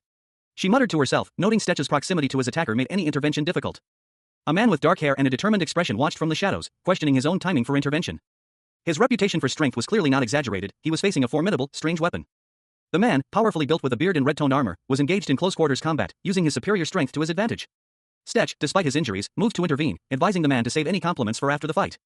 With a swift, powerful strike, Stetch's blade connected with his opponent. Stetch, realizing conventional weapons were ineffective, prepared to use a different tactic. He channeled his power, unleashing a surge of energy, striking his opponent with devastating force. Stetch Atelier, the dungeon explorer, found himself facing a formidable opponent. Sweat beaded on his brow as he realized the truth. His adversary was far tougher than he initially anticipated. The man's eyes burned with a fierce intensity, his power emanating in visible waves of green energy. The battle intensified. Stetch found himself facing a monstrous foe, a hulking brute with reptilian features and immense strength. He braced himself for the impact. As the creature lunged, its massive claws aimed to crush him. A smaller, more agile figure watched from the sidelines, urging the beast onward. Stetch, despite the overwhelming odds, displayed remarkable skill and experience. His opponent, impressed, noted his extensive mercenary background. As Stetch unleashed a powerful electric spell, the energy crackling around his hands. The sheer force of the attack surprised his foe. The monstrous creature, however, proved to be more resilient than expected. Its scales deflected the initial blast, leaving Stetch momentarily vulnerable. As its master revealed a surprising countermeasure. He calmly explained that his creature could easily block such attacks. Despite the setback, Stetch remained unfazed, a smirk playing on his lips. He acknowledged his opponent's skill, admitting that he was a formidable foe, promising a spectacular and violent end to the battle. A powerful, fiery energy crackled in the air as a booming voice echoed, promising an extravagant end. The source of the voice was revealed, a burly, bearded warrior, his arm glowing with the same intense energy, poised to unleash a devastating attack. The warrior unleashed his attack, a blinding flash of light and energy erupting from his weapon. The force of the blast shattering the ground and sending shards of ice flying. Amidst the chaos, a man in a red cloak stumbled, his face etched with shock and pain. He yelled out, his voice strained. His companions, also caught in the blast, struggled to their feet, their faces a mixture of relief and anger. One of them shouted, "Everyone, can you guys move now?" The man in the red cloak glared at his comrades, his voice dripping with contempt. "How dare you use us as shields?" Stechatellier, a seasoned dungeon explorer, found himself in a precarious situation. He and his mercenary team were fleeing a monstrous, dragon-like creature, its fiery breath scorching the ground behind them. Their pursuer, a hulking mercenary captain with a booming voice, grinned, his words echoing with malicious intent. "Let's start again." The captain, seemingly unfazed by the chase, prepared to unleash another devastating attack from the dragon-like creature's cannon-like mouth. A powerful blast erupted, sending Stech and his team sprawling. The force of the explosion leaving a massive crater in its wake. Despite the apparent defeat, Stech, miraculously, was still alive. He found himself locked in close combat with the mercenary captain. The captain sneered, "You chose close combat against my cannons? That's too bad." The mercenary captain's confidence grew with each passing moment. He observed his mercenaries falling one by one, but he remained unperturbed. Remarking, "The longer this goes on, the farther away your meat shields are getting. Taking care of my mercenaries at a time like this. I'm a great leader. Stech, however, showed no fear. A sinister smile played on his lips as he countered, "It's too bad for you, too. You guys are already in my birdcage. Stechatellier, a seasoned dungeon explorer, felt a searing pain as a green energy pulsed through his body. A scream ripped from his throat as he collapsed, his vision blurring. Magic, he gasped, his last thought before darkness consumed him. Meanwhile, a group of bandits watched from a distance. One of them warned, "There's something here. Move to the other side." The bandit leader, witnessing more electrical energy, muttered to himself, "More electricity magic? Is there another magician?" A new character, a young man with dark hair, appeared, his expression grim. "It's too late to look back," he declared. "I'm not going to let a single one of you go." He engaged the bandits in combat. "No, he did this himself," one of them exclaimed, surprised by the young man's power. "How do these nameless bandits have such a powerful ally?" A glowing green orb materialized, accompanied by a warning, "If you take a single step out of this campsite, you'll be fried alive." The text box detailed the orb's abilities, an active skill called Tesla that automatically attacks enemies within its range. The bandits were trapped. "We can't leave because of these weird orbs," one of them lamented. The scene showed multiple green orbs floating menacingly around the campsite. And the bandit leader glared at the young man, calling him a scoundrel. Stechatellier, a dungeon explorer, found himself in a dire situation. Hired by a prince to guide him through a dungeon, Stech had unknowingly triggered a deadly curse. Now, surrounded by the prince's guards, he heard their chilling declaration, they had no choice but to kill the skill user. The guards attacked Stech relentlessly, their spears aimed at his heart. One guard urged the others to stay put, protecting their boss. Despite the imminent danger, Stech's expression remained stoic, his eyes narrowed in determination as he braced himself for the onslaught. Stech deftly dodged the first wave of attacks. His movements fluid and precise as he countered with a swift strike, a burst of energy emanating from his hand. One guard, caught off guard, found himself on the receiving end of Stech's power. He was clearly surprised and in pain. The impact sent him flying backward, his body crashing to the ground with a thud. Stech, however, was not done yet. Another guard approached, but Stech effortlessly dispatched him with a swift, deadly blow. He muttered to himself, expressing his annoyance at having to deal with such weak opponents. With a final, decisive strike, Stech ended the guard's life, his movements sharp and precise. The final guard lunged at Stech, but he was no match for the skilled explorer. Stech easily deflected the attack and retaliated with a powerful counterattack, piercing the guard's body with a burst of energy. The guard let out a final, agonizing scream before collapsing. Stechatellier, a dungeon explorer, found himself in a precarious situation. An arrow whizzed past, narrowly missing him. He gasped, his eyes widening in surprise as he registered the precision of the shot. He muttered to himself, impressed by the archer's skill, wondering if she had aimed directly at his joints. The archer, a striking elf woman with long blonde hair and war paint on her face, remained poised, her gaze unwavering. Stech's internal monologue revealed his assessment of the situation. She was not only skilled but also quite intimidating. Another man, seemingly Stech's companion, appeared, confidently stating that he would handle the situation. He warned his partner to avoid any reckless actions. Their opponents, a group of bandits, were clearly angered by this display of arrogance. One of them roared, enraged by their blatant disregard for his authority. The bandit challenged them to a fair fight, demanding they fight honorably. Stech's companion, however, scoffed at the notion of a fair fight, his expression twisting into a smirk. He countered that in a life-or-death duel, such notions were irrelevant. He prepared to unleash his power, a green energy gathering in his hand. The bandit, clearly surprised by this unexpected display of power, watched as Stech's companion prepared to attack. He declared that a fair fight was merely an invitation to death. The bandit, however, was not without his own skills. He countered that Stech's companion's skill was useless against him due to a cooldown period after use, and he would need to aim for a specific moment to attack. Stech's companion, undeterred, prepared for his counterattack, a swirling green energy forming in his fist. A powerful gust of wind erupted from Stech, the dungeon explorer, as he unleashed an airburst technique.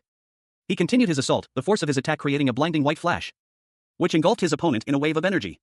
Stech himself was taken aback by the sheer power of his attack. He wondered what had caused this sudden surge in strength. Meanwhile, onlookers watched in disbelief, questioning the source of Stech's newfound power. The scene shifted to reveal the antagonist, who smirked, revealing that he had been intentionally holding back his power. He declared that he would not avoid a direct confrontation. Stech, observing the antagonist's actions, muttered about his scheming. The antagonist then commanded his forces to attack Stech. Stech was subsequently overwhelmed and thrown into the water. Stechatellier, a dungeon explorer, plummeted through the air, a whirlwind of teal and blue energy trailing behind him. His descent interrupted only by the monstrous silhouette of a dragon-like creature, its crimson scales gleaming amidst the swirling energy. A dismissive TSK escaped the beast's maw. Stetch, despite his precarious position, braced himself, muttering one more as he prepared a counterattack. Unleashing an airburst technique. A blinding column of light erupted from his hands. The force of the blast engulfing both him and the dragon in a brilliant white flash, leaving behind only the lingering energy and the impact crater where they once stood. The dragon, battered but not broken, roared in fury, its eyes fixed on Stetch. Who the hell is this guy? He realized, he's right. It's not the time to be holding back. The dragon, emboldened by its rage, declared, all right. I'll show you. A swirling vortex of dark green energy hurtling towards Stetch. Stetch Atelier, his face contorted in a grimace of disbelief and fury, stared at the source of his predicament. His eyes, wide with shock, reflected the harsh reality of his situation. A blinding green energy erupted from the cursed artifact, engulfing him in a wave of searing power. A guttural roar escaped his lips as the force of the curse threatened to consume him. Two figures watched from a distance, their expressions a mixture of shock and concern. One, with dark brown hair, clenched his fists, his face grim. The other, with dark green hair, muttered a word of disbelief, dang. The green energy subsided, leaving behind only the smoking remnants of Stetch's form, seemingly lifeless. Stetch coughed, blood trickling from his lips. His vision swam, but he could make out a faint glimmer in the distance. A sword. A wave of despair washed over him. A sword. Am I going to die? Me, he wondered, his thoughts a mixture of disbelief and resignation. Even with the strongest weapon, I'm going to die without being able to lift a finger? The thought was unacceptable. A surge of defiance coursed through him. Unacceptable, he thought, his will to survive flaring up against the encroaching darkness. A shadowy figure emerged from the depths of the artifact, its eyes burning with an eerie green light. Yo, Stetch. Dodge, it warned. Reacting instinctively, Stetch rolled away just as a powerful blast of energy, labeled Crosswind, ripped through the spot where he had been moments before. A blinding flash of light erupted from Stetch's hand, leaving him momentarily stunned. What? He exclaimed, his eyes wide with disbelief. A surge of confusion washed over him as he realized the sheer power that had just coursed through his veins. A hand cannot be capable of this. Another wave of energy, even more potent than the first, tore through the air, sending Stetch sprawling backward as a monstrous roar echoed around him. He had clearly unleashed something far beyond his control. A hulking figure emerged from the chaos, its features obscured by shadow and rage. It bellowed, its voice a terrifying blend of fury and pain. Stetch, still reeling from the blast, could only manage a desperate plea, hey, can you do something about this? Stetch's eyes narrowed as a chilling realization dawned on him. Wait a minute, this wasn't part of the... The monstrous creature lunged at Stetch, its claws extended, ready to tear him apart. Ah! A metallic clang echoed as something deflected the attack. The creature recoiled, momentarily stunned. The creature glared at Stetch, its eyes filled with a mixture of confusion and pain. Something went inside. A small, glowing arrowhead embedded itself within a mysterious artifact. Stetch Atelier, the dungeon explorer, found himself in a dire situation. His eyes, wide with a mixture of shock and disbelief, reflected the harsh reality of his predicament. A blinding flash of light erupted around him, the aftermath leaving only scorched earth and the lingering scent of ozone. Panic seized him as he stumbled, his movements clumsy and uncoordinated. Meanwhile, a blonde elf woman with pointed ears watched from a distance. Her expression was one of cold calculation. She observed Stetch's desperate flight, a grim understanding dawning on her. Losing composure as a ranged weapon user is the same thing as giving up your life. Stetch Atelier, the dungeon explorer, found himself in a dire situation. His eyes, wide with shock and pain, reflected the intense heat of the explosion engulfing him. A fiery blast that consumed him completely. Moments later, Stetch's foot touched the ground, his body still reeling from the near-death experience. Losing his composure as a ranged weapon user was as good as giving up his life, he realized. A grim truth that dawned on him as he watched a blonde elf, her expression cold and calculating, observe him from a distance. Nearby, a monstrous creature lay burning, a testament to the ferocity of the recent battle. Now, it was time to finish things up. Stetch, the elf, and another warrior moved to complete their mission. They approached a group of men, their faces grim, who watched the scene unfold with apprehension. Elsewhere, a group of men worked diligently, seemingly unaware of the recent conflict. Hurry up! We're almost done with the restoration. Stetch Atelier, a dungeon explorer with fiery red hair, stretched his body with a triumphant grin. Beside him stood a blonde elf woman, her expression a mix of amusement and concern. Ag! It's finally done, Stetch exclaimed, his voice laced with exhaustion. The elf, seemingly his companion, voiced her worry. Aren't you overworking yourself? Standing guard right after the big battle. Stetch, however, shrugged it off. It's more work for the people doing the actual repairs, anyway. A gruff-looking man with a masked face approached, his words curt. Heading out now? Good work. Go talk to the boss after you take a break. He added a final instruction, his gaze lingering on the elf. And bring the woman with you. Stetch and the elf exchanged confused glances. A question mark floated above the elf's head, mirroring her uncertainty. The elf muttered something unintelligible as Stetch turned to leave the camp. Stetch arrived at a large tent, where a man with dark hair awaited him. Yo, why'd you call? The man, seemingly their superior, greeted him with a smirk. Wow, you came so early.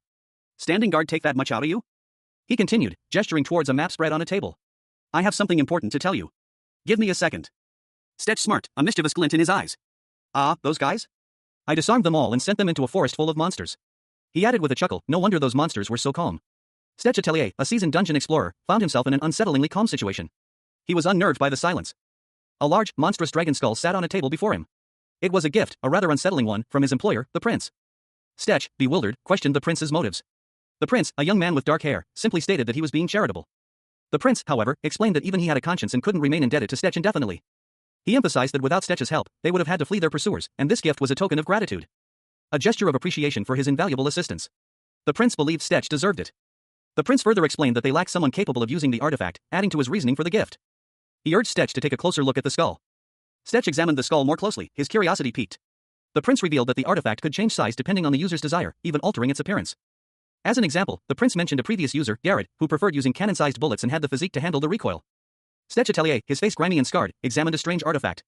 Its size had expanded to accommodate his own growing power. He mused that wasting bullets on such a powerful item would be foolish. Standing beside him, Elena, an elf with striking blonde hair and pointed ears, questioned whether this applied to them as well. A shadowy figure, seemingly the sentient artifact, suggested giving the item to Elena. Stetch, initially confused, questioned the artifact's unusual generosity.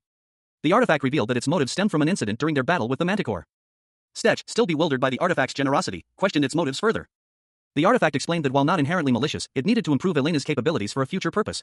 It considered this an investment. Stetch, accepting the artifact's explanation, wondered about the practical implications for Elena, questioning whether she would even use a non-bow weapon. The artifact instructed Stetch to give Elena the spy ratus first, before proceeding with other plans. Stetch approached Elena, requesting that she put away her bow. He then presented her with the artifact.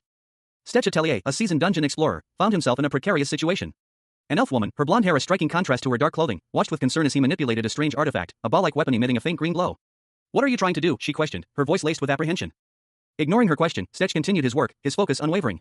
He finally grasped the artifact, a strange energy coursing through him. "Oh, how does it feel?" he murmured to himself, a hint of surprise in his tone. The elf watched, her eyes widening slightly as Stetch tested the weapon's weight. "Nothing, really.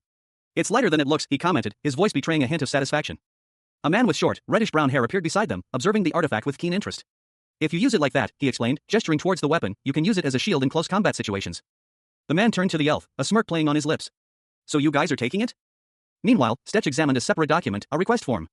"Is this for me too?" he wondered, his brow furrowed in thought. The man chuckled, explaining, "It looks like a request form from the guild."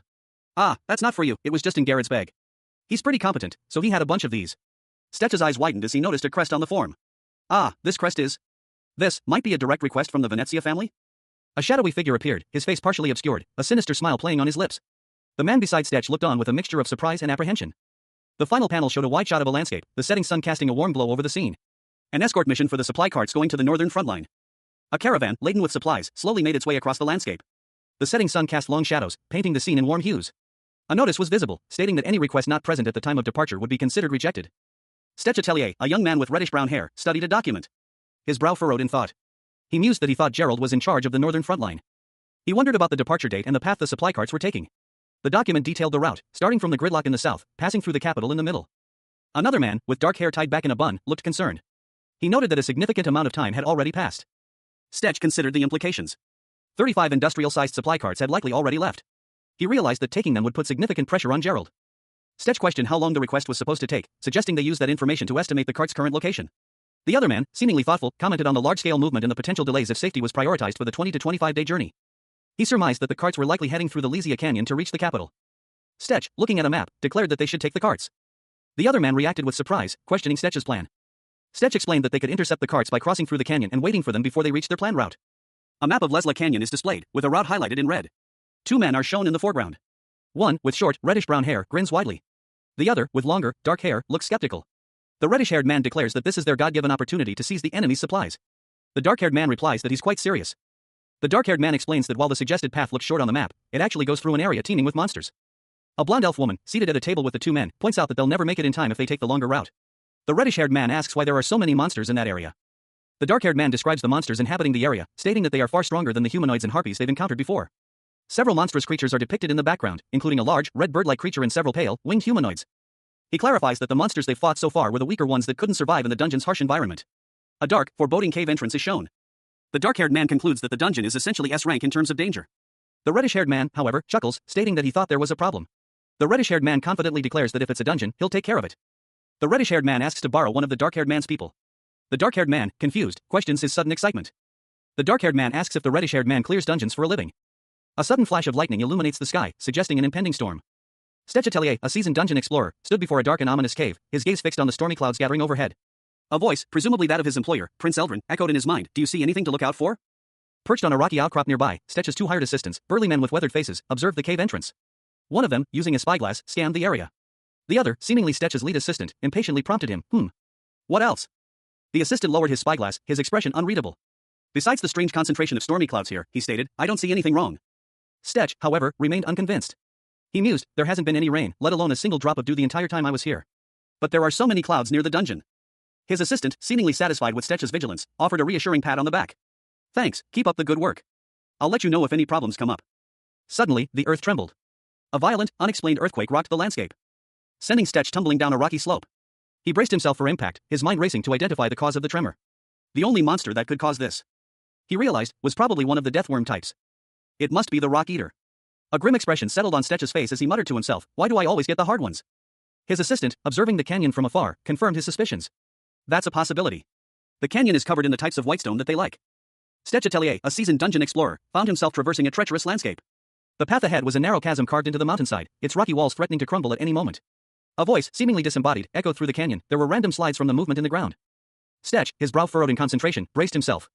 A premonition of danger washed over him. He sensed that things were about to become significantly more challenging.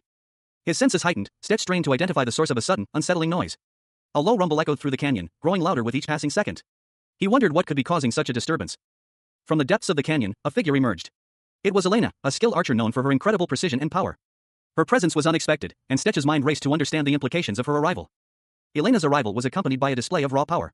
A wave of green energy erupted from her, shattering a large boulder with a single shot. Stetch watched in astonishment, questioning the extent of her abilities. Stetch's eyes widened as he witnessed the sheer force of Elena's shot. He muttered to himself, marveling at the skill required to achieve such a feat. He realized that this was a level of archery far beyond anything he had ever seen. He silently acknowledged that Elena's skill was exceptional, a true testament to the mastery of her craft. Regular archers simply couldn't match her power and precision. Stetch Atelier, a dungeon explorer, stood alert, his brow furrowed in concentration. A sudden noise pierced the quiet of the forest. He muttered to himself, questioning the source of the disturbance. His eyes widened as he recognized the sound and called out a name, Elena. From a distance, Stetch witnessed Elena unleashing a powerful skill. A wave of green energy erupted from her, taking the shape of a skull. The force of the attack was so immense that Stetch was left speechless, his jaw slack. He thought to himself that this was a truly impressive display of archery. Stetch continued to observe, his mind racing. He noted that regular archers couldn't possibly crack boulders with their arrows. Elena prepared to unleash another attack, indicating that she was ready to strike again. Stetch urged himself to pay close attention to Elena's technique. He noticed something peculiar, she wasn't using an arrow. Stetch wondered if she was already using some kind of advanced skill. He observed that she had created the projectile by condensing impurities from the air. He thought it was a remarkably strong technique. Stetch Atelier, a dungeon explorer, watched in disbelief as the elf archer, Leora, knocked an arrow that glowed with an unnatural green energy. He muttered to himself, questioning if she could possibly shoot something so heavy.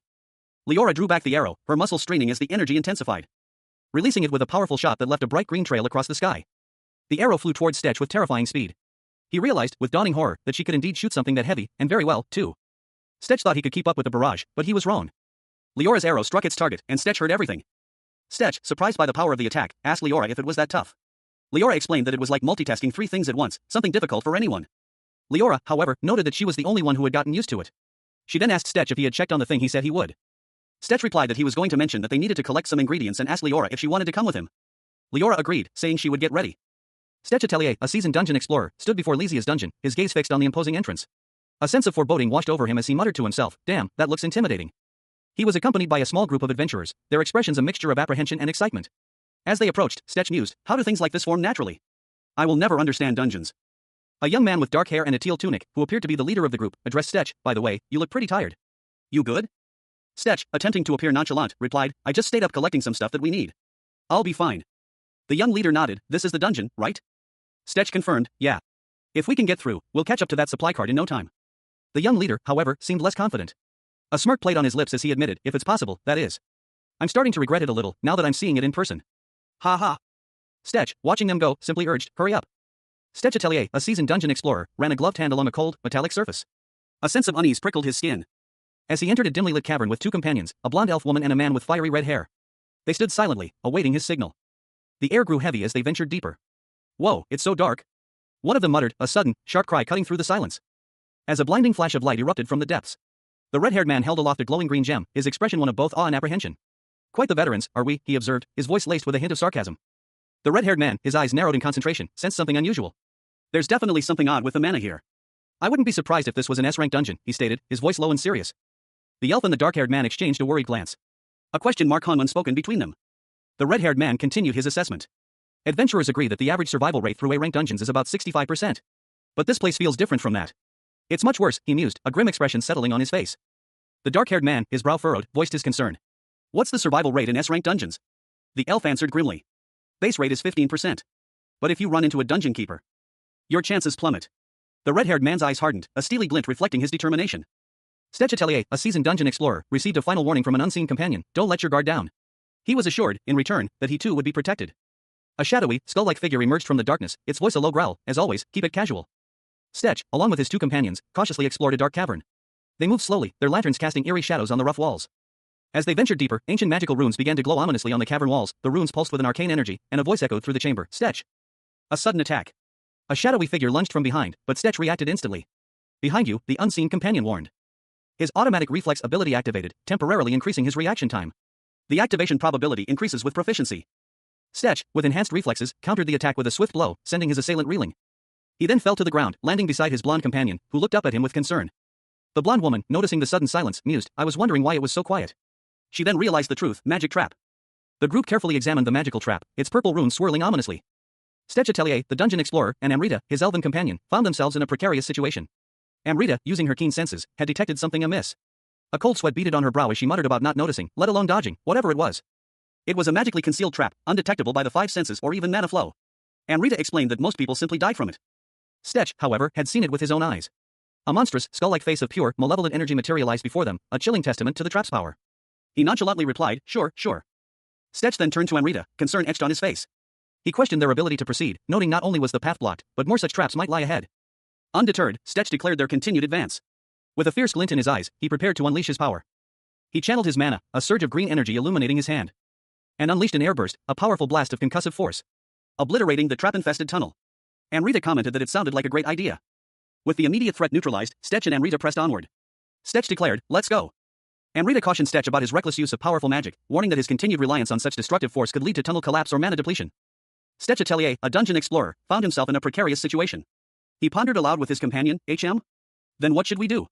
Dig a tunnel underground or something? His companion responded, I don't think there's a better way. A diagram then appeared, illustrating how magic traps detect the life force energy emitted by living beings. The image showed a ghostly figure, seemingly unaffected by the trap, suggesting a method to bypass it. The explanation continued, by completely hiding one's life force, it was possible to pass unnoticed. Stetch's companion then asked, do you still have those rings under your gloves? Stetch, wearing rings identified as cursed items, replied, I always. He then activated a skill called Curse Aura, a purple energy emanating from his hands. Stetch's companion reacted with surprise, exclaiming, whoa, what? Are you good? I feel a little sick. Stetch, seemingly unfazed, commented, I guess I'm getting more bang for my buck. I'm fine. I'm gonna test something. He instructed his companions, stay here for a bit. Stetch approached a magical trap, stating, there. I see a humongous magic trap over there. Go in. Stetch, however, seemed apprehensive, muttering to himself, easier said than done. Stetch Atelier, the dungeon explorer, lay sprawled on the ground, his body lifeless. A faint purple glow emanated from a magical symbol etched into the stone floor beneath him, a chilling testament to the curse that had been unleashed.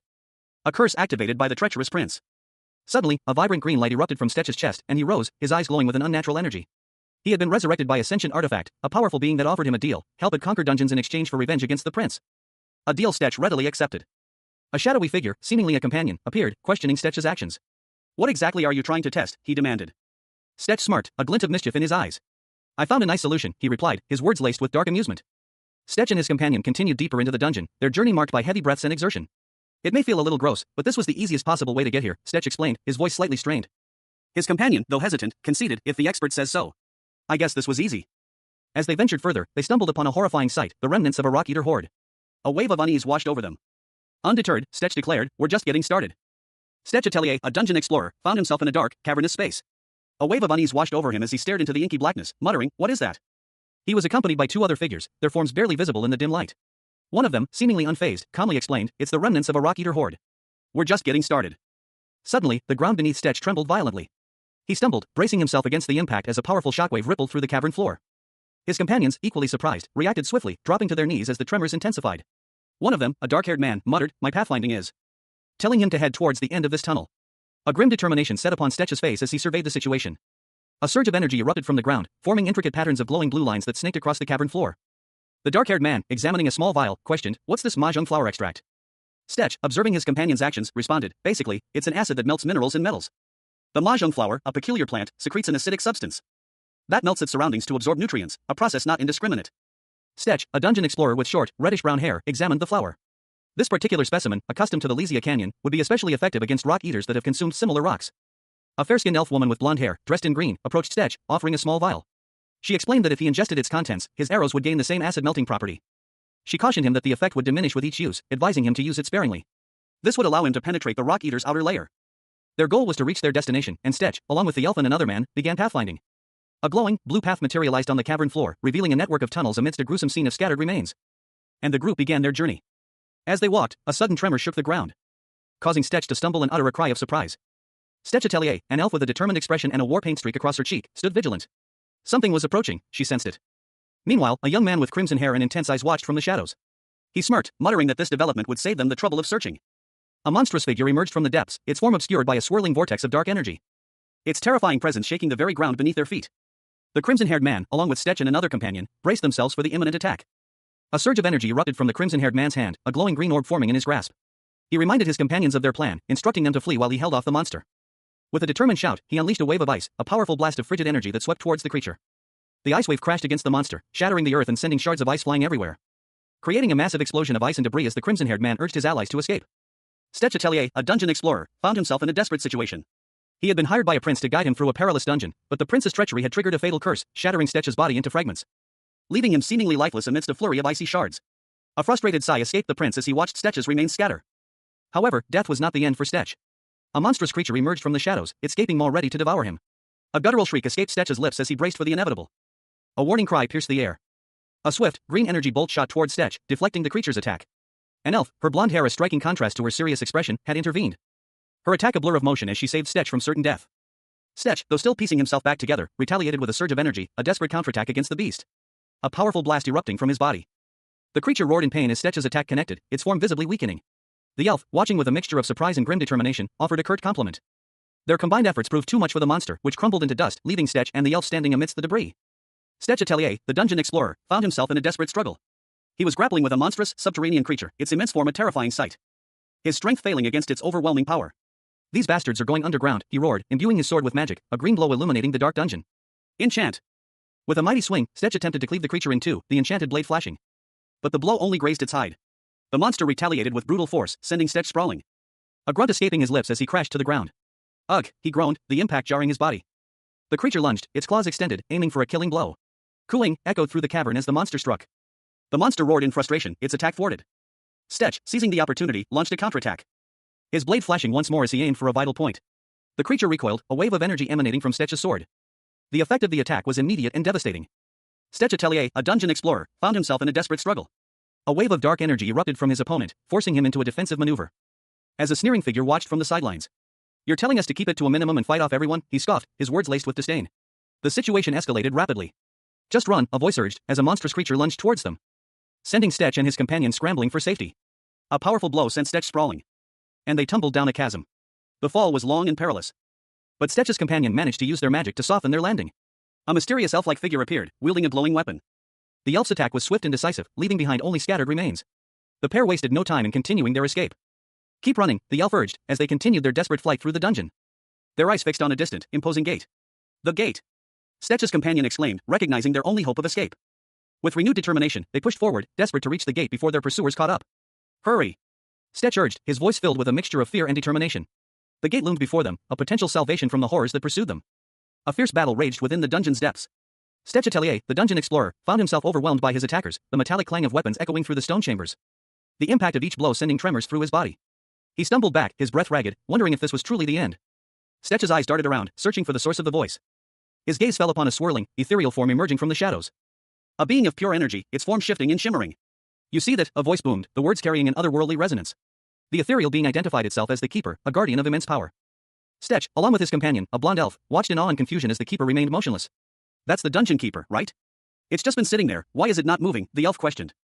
Stetch, ever the pragmatist, suggested a course of action. Shall we try aggravating it? With a determined glint in his eyes, Stetch moved to provoke the Keeper, his action swift and decisive.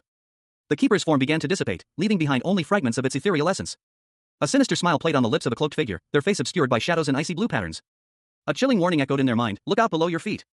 From the ground, a massive, icy blue spike erupted, aimed directly at the unsuspecting figure, who barely managed to react in time, a look of shock etched on their face. With a grunt, the figure deflected the attack with their sword, the ice shattering into 1,000 pieces. The resulting explosion sending debris flying. A smirk spread across the figure's face as they mused, just how strong are S-rank dungeon keepers? The figure's hand glowed with an eerie green light, seemingly absorbing the remnants of the shattered ice. Stetch Atelier, a dungeon explorer, unleashed a fireball. the intense blast shattering the surrounding ice formations, leaving behind only rubble and debris. He smirked, confident in his abilities. Alright, he mused, let's see just how strong these S-rank dungeon keepers truly are. Stetch found himself dodging a sudden attack, the icy shards narrowly missing him. He was surprised. He can unleash an attack like that without any preparation.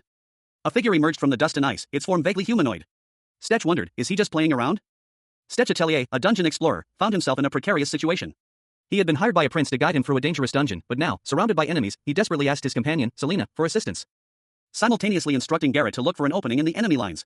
The weight of the battle, and the realization that this fight was finally here, bore down on them. A bead of sweat trickled down Stetch's temple as he braced himself for the coming onslaught. He knew this was a fight for survival. Meanwhile, Selena, the elf archer, nocked an arrow, her expression grim and determined. She prepared to unleash her deadly accuracy. The battle raged, and Stetch found himself overwhelmed. A wave of icy energy washing over him, leaving him vulnerable. But then, with a surge of adrenaline, Stetch rose to his feet, shouting, "Let's go!" He channeled his inner strength, preparing a powerful counterattack. A golden orb of energy formed in his hand, releasing a devastating fireball that tore through the air. The intense heat clashing with the lingering icy energy. The resulting explosion was earth-shattering. A blinding flash of light erupted from the center of a grand hall, the source of an immense magical energy surge, leaving behind only scattered debris and a lingering aura of chaos.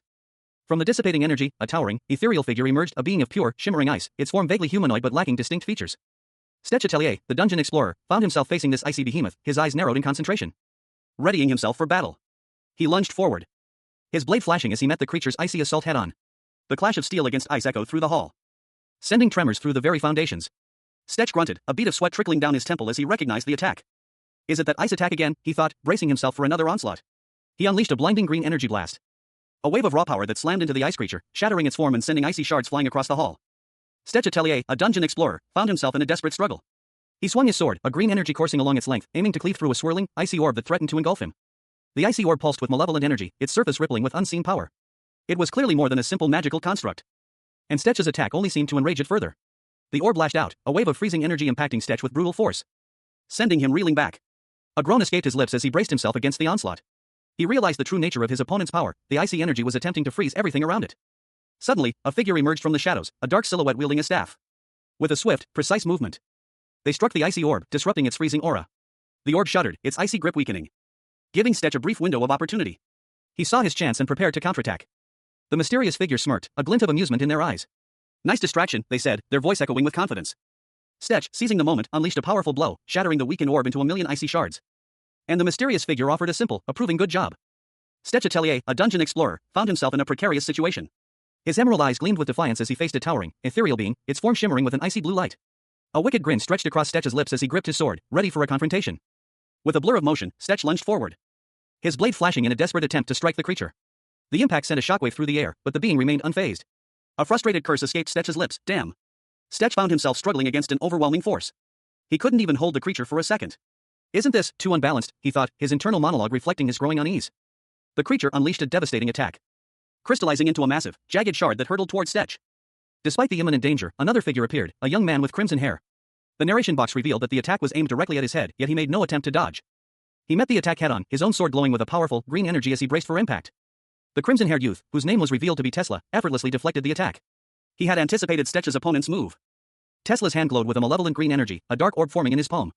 He seemed threatened by the power he wielded. Stetch Atelier, the dungeon explorer, found himself in a desperate situation. He was facing a monstrous creature, its icy breath forming shards of crystal around them, while simultaneously dodging a barrage of magical projectiles. He shouted at someone named Garrett to move, his voice filled with urgency. As a blonde elf, her face grim with determination, unleashed a powerful green energy blast from her bow, aiming to aid Stetch in his struggle. The blast struck the creature, causing it to recoil in pain, its form momentarily obscured by a blinding flash of light. Taking advantage of the opening, Stetch launched a swift counterattack, his movements a blur of motion as he closed the distance. A surge of green energy erupted from his hand, a powerful wave of magical force that crashed into the monster. The impact sent the creature flying backward, its body momentarily silhouetted against the intense green light, leaving a trail of shattered ice and stunned silence in its wake. Observing the scene from a distance, a new character, a young man with crimson hair, watched Stetch's movements with a critical eye. He muttered to himself, his thoughts focused on the precision and power of Stetch's attack. His internal monologue questioning the nature of Stetch's abilities and the potential implications of such power. Suddenly, a new wave of icy energy erupted from the seemingly defeated creature, striking Stetch with brutal force. He was sent flying, his body impacting the ground with a sickening thud. Stetch Atelier, despite his weakened state, lunged forward with a desperate attack. His blade, a shimmering streak of azure energy, sliced through the air. A desperate cry escaping his lips as he connected with his foe. He couldn't believe he still managed to attack in such a condition. But it was enough, just one blow was all he needed. He gritted his teeth, his eyes burning with determination. If he could just land one more decisive hit, he knew he could turn the tide of the battle. He braced himself for the final strike. With a final burst of strength, Stetch unleashed a devastating blow, sending his opponent reeling. A shockwave of energy erupting from the point of impact. The creature shrieked in pain as the attack connected. Stetch commanded his attack to explode, aiming for a final, decisive strike. The energy coalescing into a blinding flash of light. The resulting explosion rocked the dungeon. Meanwhile, a blonde elf with pointed ears and warpaint watched from the shadows, her expression a mixture of surprise and concern. Stetch Atelier, sweat beading on his brow, stared in disbelief. His eyes widened, reflecting the grim reality of his situation. A question hung heavy in the air: did they succeed in their deadly scheme? The icy form of the creature before them cracked ominously. A crack that spread like a spider web across its surface, heralding its imminent demise. A blinding flash of light erupted, leaving behind only scattered fragments of ice and a lingering aura of intense energy. Two figures watched the spectacle unfold, their faces etched with shock and confusion, as remnants of the creature's destruction swirled into a vortex of fiery energy. A swirling inferno that grew in intensity, consuming everything in its path. From the heart of the flames, a figure emerged, cloaked in fire, its form both terrifying and majestic. It stood amidst the ruins, a silent testament to the power unleashed. One of the onlookers, his eyes wide with disbelief, could only utter a single, stunned question: what the hell is that? A blinding flash of light erupted, engulfing the scene in an inferno of searing heat, leaving two figures silhouetted against the fiery maelstrom. One, with crimson hair, stared in disbelief, while the other, dark-haired, watched with a mixture of shock and concern. The air crackled with raw magical energy. A wave of intense heat washed over them as the fiery explosion intensified. The red-haired man, Stetch, reacted instantly, shouting to his companion as he braced for impact. He focused his energy, muttering the word air, as a protective barrier formed around them. The magical barrier deflected the brunt of the blast, but the sheer force sent tremors through the ground. A nearby elf-like woman watched in awe, her eyes wide with disbelief at the sheer scale of the magical energy unleashed. As dust settled, a figure emerged from the heart of the explosion, engulfed in flames. The elf whispered, wondering if this was the legendary keeper. A blinding flash of light erupted from the heart of the dungeon, engulfing Stetch Atelier and another figure in a fiery inferno. Transformation? Evolution? Stetch wondered, his mind reeling from the sudden, intense heat. The light subsided, leaving behind only swirling smoke and embers. A woman, her blonde hair disheveled, watched in shock as Stetch was propelled from the inferno by a mysterious force. He landed heavily, coughing and groaning. "You are okay," she breathed, relief washing over her features as she rushed to his side. Stetch, however, was far from okay, a deep pain pulsed through his body. She knelt beside him, concern etched on her face. "But why are you alone?" she questioned, her voice laced with worry. The prince, who had hired Stetch, was nowhere to be seen. Stetch winced, pushing himself up slightly. "Ugh, he used the air skill to push me out of the fire." A surge of green energy coursed through his body as he recounted the events. A burst of power propelled him away from the flames. "And when I gained consciousness, I was laying here."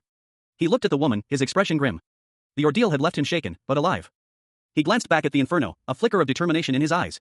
"But I wouldn't be too worried. If I know him at all. He definitely has a way to survive in this fire." Stetch's eyes narrowed, a chilling realization dawning on him. A sinister smile played on his lips as he began to formulate a plan for revenge. Stetch Atelier, the dungeon explorer, lay dying, his body ravaged by a fatal curse. A horrified whisper escaped his lips, "No way." Nearby, a young elf woman, her eyes wide with shock and grief, watched in disbelief as the flames consumed Stetch. She gasped, did he sacrifice himself for Mez? The elf, whose name is Amrita, could sense everything around her, thanks to her unique abilities. However, one vital sign was missing. She thought, what's going on? I can't hear anything. I can hear everything using the Amrita, but I don't hear Stetch's heartbeat. Is this really the end? Amrita reflected on her failure to prevent Stetch's death, filled with self-reproach. She thought, I should have blocked it. I couldn't do anything but watch again. Overcome with doubt, Amrita questioned her own strength. Her inner voice echoed, am I still not strong enough? Amrita's face was etched with sorrow as she whispered a silent apology. She mouthed the words, I'm sorry, Stetch. Stetch's body, though seemingly consumed by flames, began to glow with an ethereal light. A faint stirring of life within the ashes. Amrita, startled by the unexpected movement, cried out, hey, miss. Get a hold of yourself. Now's not the time to break down. Stetch Atelier, the dungeon explorer, cursed and left for dead by the treacherous prince, found himself in a dire situation. His companion had lost her nerve, and their dungeon-clearing mission had already failed. Despite the setback, Stetch's resolve hardened. He knew their primary objective had shifted. Now, saving the surviving members of their party became paramount. He gripped his dagger, his expression grim. He considered his options, his gaze falling upon a powerful foe. Could he escape even if he used his Terran Carp? The enemy's fiery presence posed a significant challenge. How could they possibly avoid his flames? Even if they managed to evade the immediate threat, the lurking rock eaters outside the dungeon presented another formidable obstacle. But Stetch quickly dismissed these concerns, realizing that strategic thinking would have to wait. Now was the time for action. Stetch felt a pang of guilt. He should be moving, acting, but instead, he found himself paralyzed by indecision. What was he doing? The scene shifted to show a desperate struggle. A figure was engulfed in flames, their form barely visible amidst the inferno. An elf woman, her face etched with terror and desperation, watched the unfolding chaos with wide, fearful eyes. The fiery figure turned, revealing a glimpse of its form before being consumed by a wave of green energy. The scene ended with a dark, ominous shadow. A passive skill activates, its title emblazoned across the panel, Restrained Soul. Death cannot stop you. Stetch Atelier, the dungeon explorer, is shown amidst a surge of green energy. A shadowy figure, seemingly the one who hired him, asks, you done? His face contorted in pain, Stetch clutches his chest. A shadowy figure, cloaked in darkness and fire, approaches. The figure extends a hand, emanating golden flames. A beam of light erupts from it. Stetch, now seemingly empowered, counters with a blast of green energy, shouting crosswinds. The two energies collide in a spectacular display of power, leaving Stetch standing amidst the chaos. Stetch grins, stating, "My mana ceiling has exploded since then." Stetch Atelier, a seasoned dungeon explorer, found himself in a precarious situation. He was caught in a powerful magical gust, a sudden crosswind of immense force. The raw magical energy buffeting him relentlessly. The sheer power of the blast threatened to tear him apart, sending him sprawling across the stone floor. The impact knocked the wind out of him, leaving him gasping for breath. As the dust settled, Stetch glared at his broken sword, a surge of bitter anger coursing through him. "Fucking bastard," he muttered, his voice laced with venom. His clothes were scorched and tattered, the magical blast having left its mark. He stood, his body aching, but his eyes burning with a fierce determination. Nearby, a young woman and a man watched him with a mixture of shock and apprehension. The woman, her blonde hair framing a face etched with concern, stammered, "What? How did you? What are you? Are you even human?" The man, his expression a mixture of fear and disbelief, could only stare, speechless. Stetch, ignoring their questions, focused on his own internal turmoil. He felt a strange power surging within him, a power he didn't understand but instinctively knew he could control. He looked down at his hands, a flicker of understanding crossing his face. He had survived the curse, somehow. The man, seemingly recovering from his shock, offered a hesitant apology. "I didn't trick you on purpose or anything. Sorry." A mystical, fiery orb pulsed with energy within a stone chamber, its light illuminating swirling clouds of smoke. A voice, disembodied yet authoritative, declared that the keeper of this place must be dealt with first. Stetch, a dungeon explorer with dark hair and a stern expression, acknowledged the importance of dealing with the keeper first, but questioned the order of operations. He pondered the unusual nature of the situation, noting that dungeons typically only have one keeper. A second, icy entity materialized, its form shimmering with glacial energy. Stetch, surprised by the presence of two keepers, leaped back as the two entities began to stir. A companion, a man with reddish-brown hair, shared Stetch's astonishment at the unexpected development, questioning what could have caused this unusual situation. The situation was clearly dangerous. They needed a plan. Stetch and his companion devised a strategy. Stetch would take on the Firekeeper, while his companion would handle the Icekeeper. They had to keep the two entities separated. Stetch's companion expressed concern about his ability to handle the Firekeeper alone, but Stetch was already engaged in combat. The Firekeeper lunged, flames erupting from its body. Stetch countered with a powerful ice wave, the frigid blast freezing the air around him. A clash of elemental forces erupted in the heart of the dungeon. A torrent of icy blue magic collided with a wave of searing orange flames. The raw power of the opposing magics visibly clashing. One combatant, Stetch, a dungeon explorer with fiery red hair, grimaced. He muttered to his partner that their skills were incompatible, urging them to continue their assault. Stetch, his face set in grim determination, channeled his remaining energy. He activated a dark, pulsating artifact, whispering the incantation, Curse Devourer. The artifact pulsed with malevolent green energy, its power coursing through Stetch's veins, absorbing the mana from a cursed item to boost one of his skills. A narration box explained that he had 2 charges left of the Curse Devourer ability. Another narration box detailed the effect of the Curse Devourer ability. It would enhance his Ice Wave skill into a devastating avalanche. With a battle cry of avalanche, Stetch unleashed the enhanced spell. A colossal wave of glacial ice erupting from his hands, engulfing his opponent in a blizzard of freezing destruction. As the ice subsided, Stetch called out to his allies, Garrett and Elena. A blinding flash of light erupted from the center of the dungeon, accompanied by a booming voice that echoed through the stone chambers, separate the two. The source of the light seemed to be some kind of magical energy, swirling and chaotic, threatening to consume everything in its path. Meanwhile, Stetch Atelier, the dungeon explorer, found himself caught in the crossfire, his eyes wide with a mixture of fear and determination. A shadowy figure emerged from the darkness, their hand outstretched, a glowing blue snowflake forming in their palm. You're coming with me for a 1v1, they declared, their voice laced with a chilling confidence. A swirling vortex of fire and energy erupted in the center of a grand hall, its intense heat warping the very air around it. As a desperate cry pierced the chaos, Garrett, Elena. Stetch Atelier, the dungeon explorer, found himself caught in the heart of the magical maelstrom. A wave of searing heat washing over him as he struggled to maintain his footing. Elena, a skilled archer with striking blonde hair and sharp features, aimed her bow, preparing to fire a shot to separate the two forces. A blinding flash of light erupted from Stetch's hand. A raw, untamed energy coursing through his veins as he unleashed a powerful counterattack. The force of the blast throwing him back, a look of pained surprise on his face. Despite the pain, Stetch clutched a glowing blue crystal, his eyes burning with determination. A shadowy figure, cloaked in darkness, loomed over Stetch. He issued a challenge, his voice echoing with menace. You're coming with me for a 1v1. The challenger revealed himself, a towering, crystalline humanoid, radiating an icy aura. His form shimmered with an ethereal light, his features obscured by a mask of ice. The creature unleashed a blast of freezing energy. Stetch, however, met the attack head-on, his movements a blur of motion as he deflected the icy assault. A brilliant flash of light erupting as his blade clashed with the ice. The crystalline foe staggered back, surprised by the force of Stetch's counterattack. Ice cracked across his body. Stetch, panting slightly, noted the creature's resilience. He's so damn hard. He pressed his advantage, launching another fierce assault. His blade danced, a whirlwind of steel and energy, aiming for the creature's weak points. A monstrous, ice-like creature, its form vaguely humanoid but undeniably alien, let out a guttural growl, its icy body radiating a chilling aura. Suddenly, a blinding green energy erupted from an unseen source, striking the ice creature with immense force, sending it reeling back in pain, its icy form cracking under the assault. Seizing the opportunity, a blonde elf woman with striking features emerged from the shadows, her green eyes blazing with determination. A wave of turquoise energy surged from her, aimed at the wounded creature. Meanwhile, a dark-haired man in a teal robe launched himself at the creature, landing a powerful blow that sent shards of ice flying. The ice creature, weakened and battered, struggled to maintain its form. The man grunted in exertion as he delivered a final, crushing blow, shattering the creature into a million icy fragments. Stetch Atelier, a dungeon explorer, found himself in a precarious situation. He was desperately trying to protect a woman from an unseen danger, shouting a warning as he braced himself for impact. A powerful blow sent a shockwave through the air. A blonde elf, wielding a glowing blade, appeared, her expression grim. The elf's attack shattered the stone floor, sending cracked spiderwebbing across the surface. A wave of icy energy erupted from her blade, freezing the surrounding area. The elf moved with deadly grace, her movements precise and lethal. Stetch, realizing he couldn't handle the situation alone, gritted his teeth. He muttered to himself, acknowledging his limitations. And prepared for a desperate counterattack, unleashing a torrent of energy. Stetch's attack collided with the elf's icy magic, creating a blinding explosion of energy. The force of the impact sent him reeling back, a curse escaping his lips. The elf, momentarily stunned, stumbled back as Stetch's attack sent shards of ice flying. Seizing the opportunity, the elf prepared for another attack, her blade glowing menacingly. A fierce battle raged within the dungeon's icy depths. Stetch, an elf with long blonde hair, braced herself against a monstrous, crystalline creature. Its form was vaguely humanoid, but its surface shimmered with an unnatural, glacial sheen. The creature unleashed a wave of freezing energy, sending Stetch sprawling across the cold stone floor. She quickly recovered, leaping to her feet and retaliating with a powerful blow. Her blade sliced through the air, shattering the creature's icy defenses. But the creature retaliated with a swift counterattack, its icy claws raking across Stetch's armor. A searing cold pierced her defenses, and a look of pain contorted her features. She gritted her teeth, a cold sweat beading on her brow as she realized the extent of the creature's power. It just got colder, she thought, her arm already beginning to freeze solid. My arm is frozen and I can't move. Icy tendrils erupted from the creature, ensnaring Stetch in a prison of ice. From a distance, a voice shouted, Garrett! Go get Selena and take cover. As the icy tendrils tightened their grip, Stetch's vision blurred, and she felt herself losing consciousness. A fiery explosion rocked the chamber, sending Stetch Atelier reeling backward, a cry escaping his lips as a wave of icy energy washed over him. The intense heat of the explosion continued to spread, revealing a monstrous, pulsating flower emerging from the heart of the inferno. Suddenly, a shard of ice erupted from Stetch's chest, shattering outwards in a dazzling display of energy. The force of the blast sent Stetch flying. He crashed to the ground, the ice shard embedding itself into the stone floor. A young elf woman rushed to his side, advising him to focus on his breathing, noting that this was his first time experiencing such a transformation. Meanwhile, a colossal serpent-like creature emerged from the shadows, its gaze fixed on Stetch. A voice, sharp and demanding, cuts through the air. What are you looking at? Stetch Atelier, a dungeon explorer with fiery red hair, launches a swift attack against a hulking, fire-wreathed manticore. His movements are a blur of motion, a whirlwind of power fueled by some unseen force. A skull-shaped symbol glows menacingly green behind him, and a voice booms, with your current buffs, you can crush steel with your bare hands. The voice continues, its tone urgent. Don't back down and get close.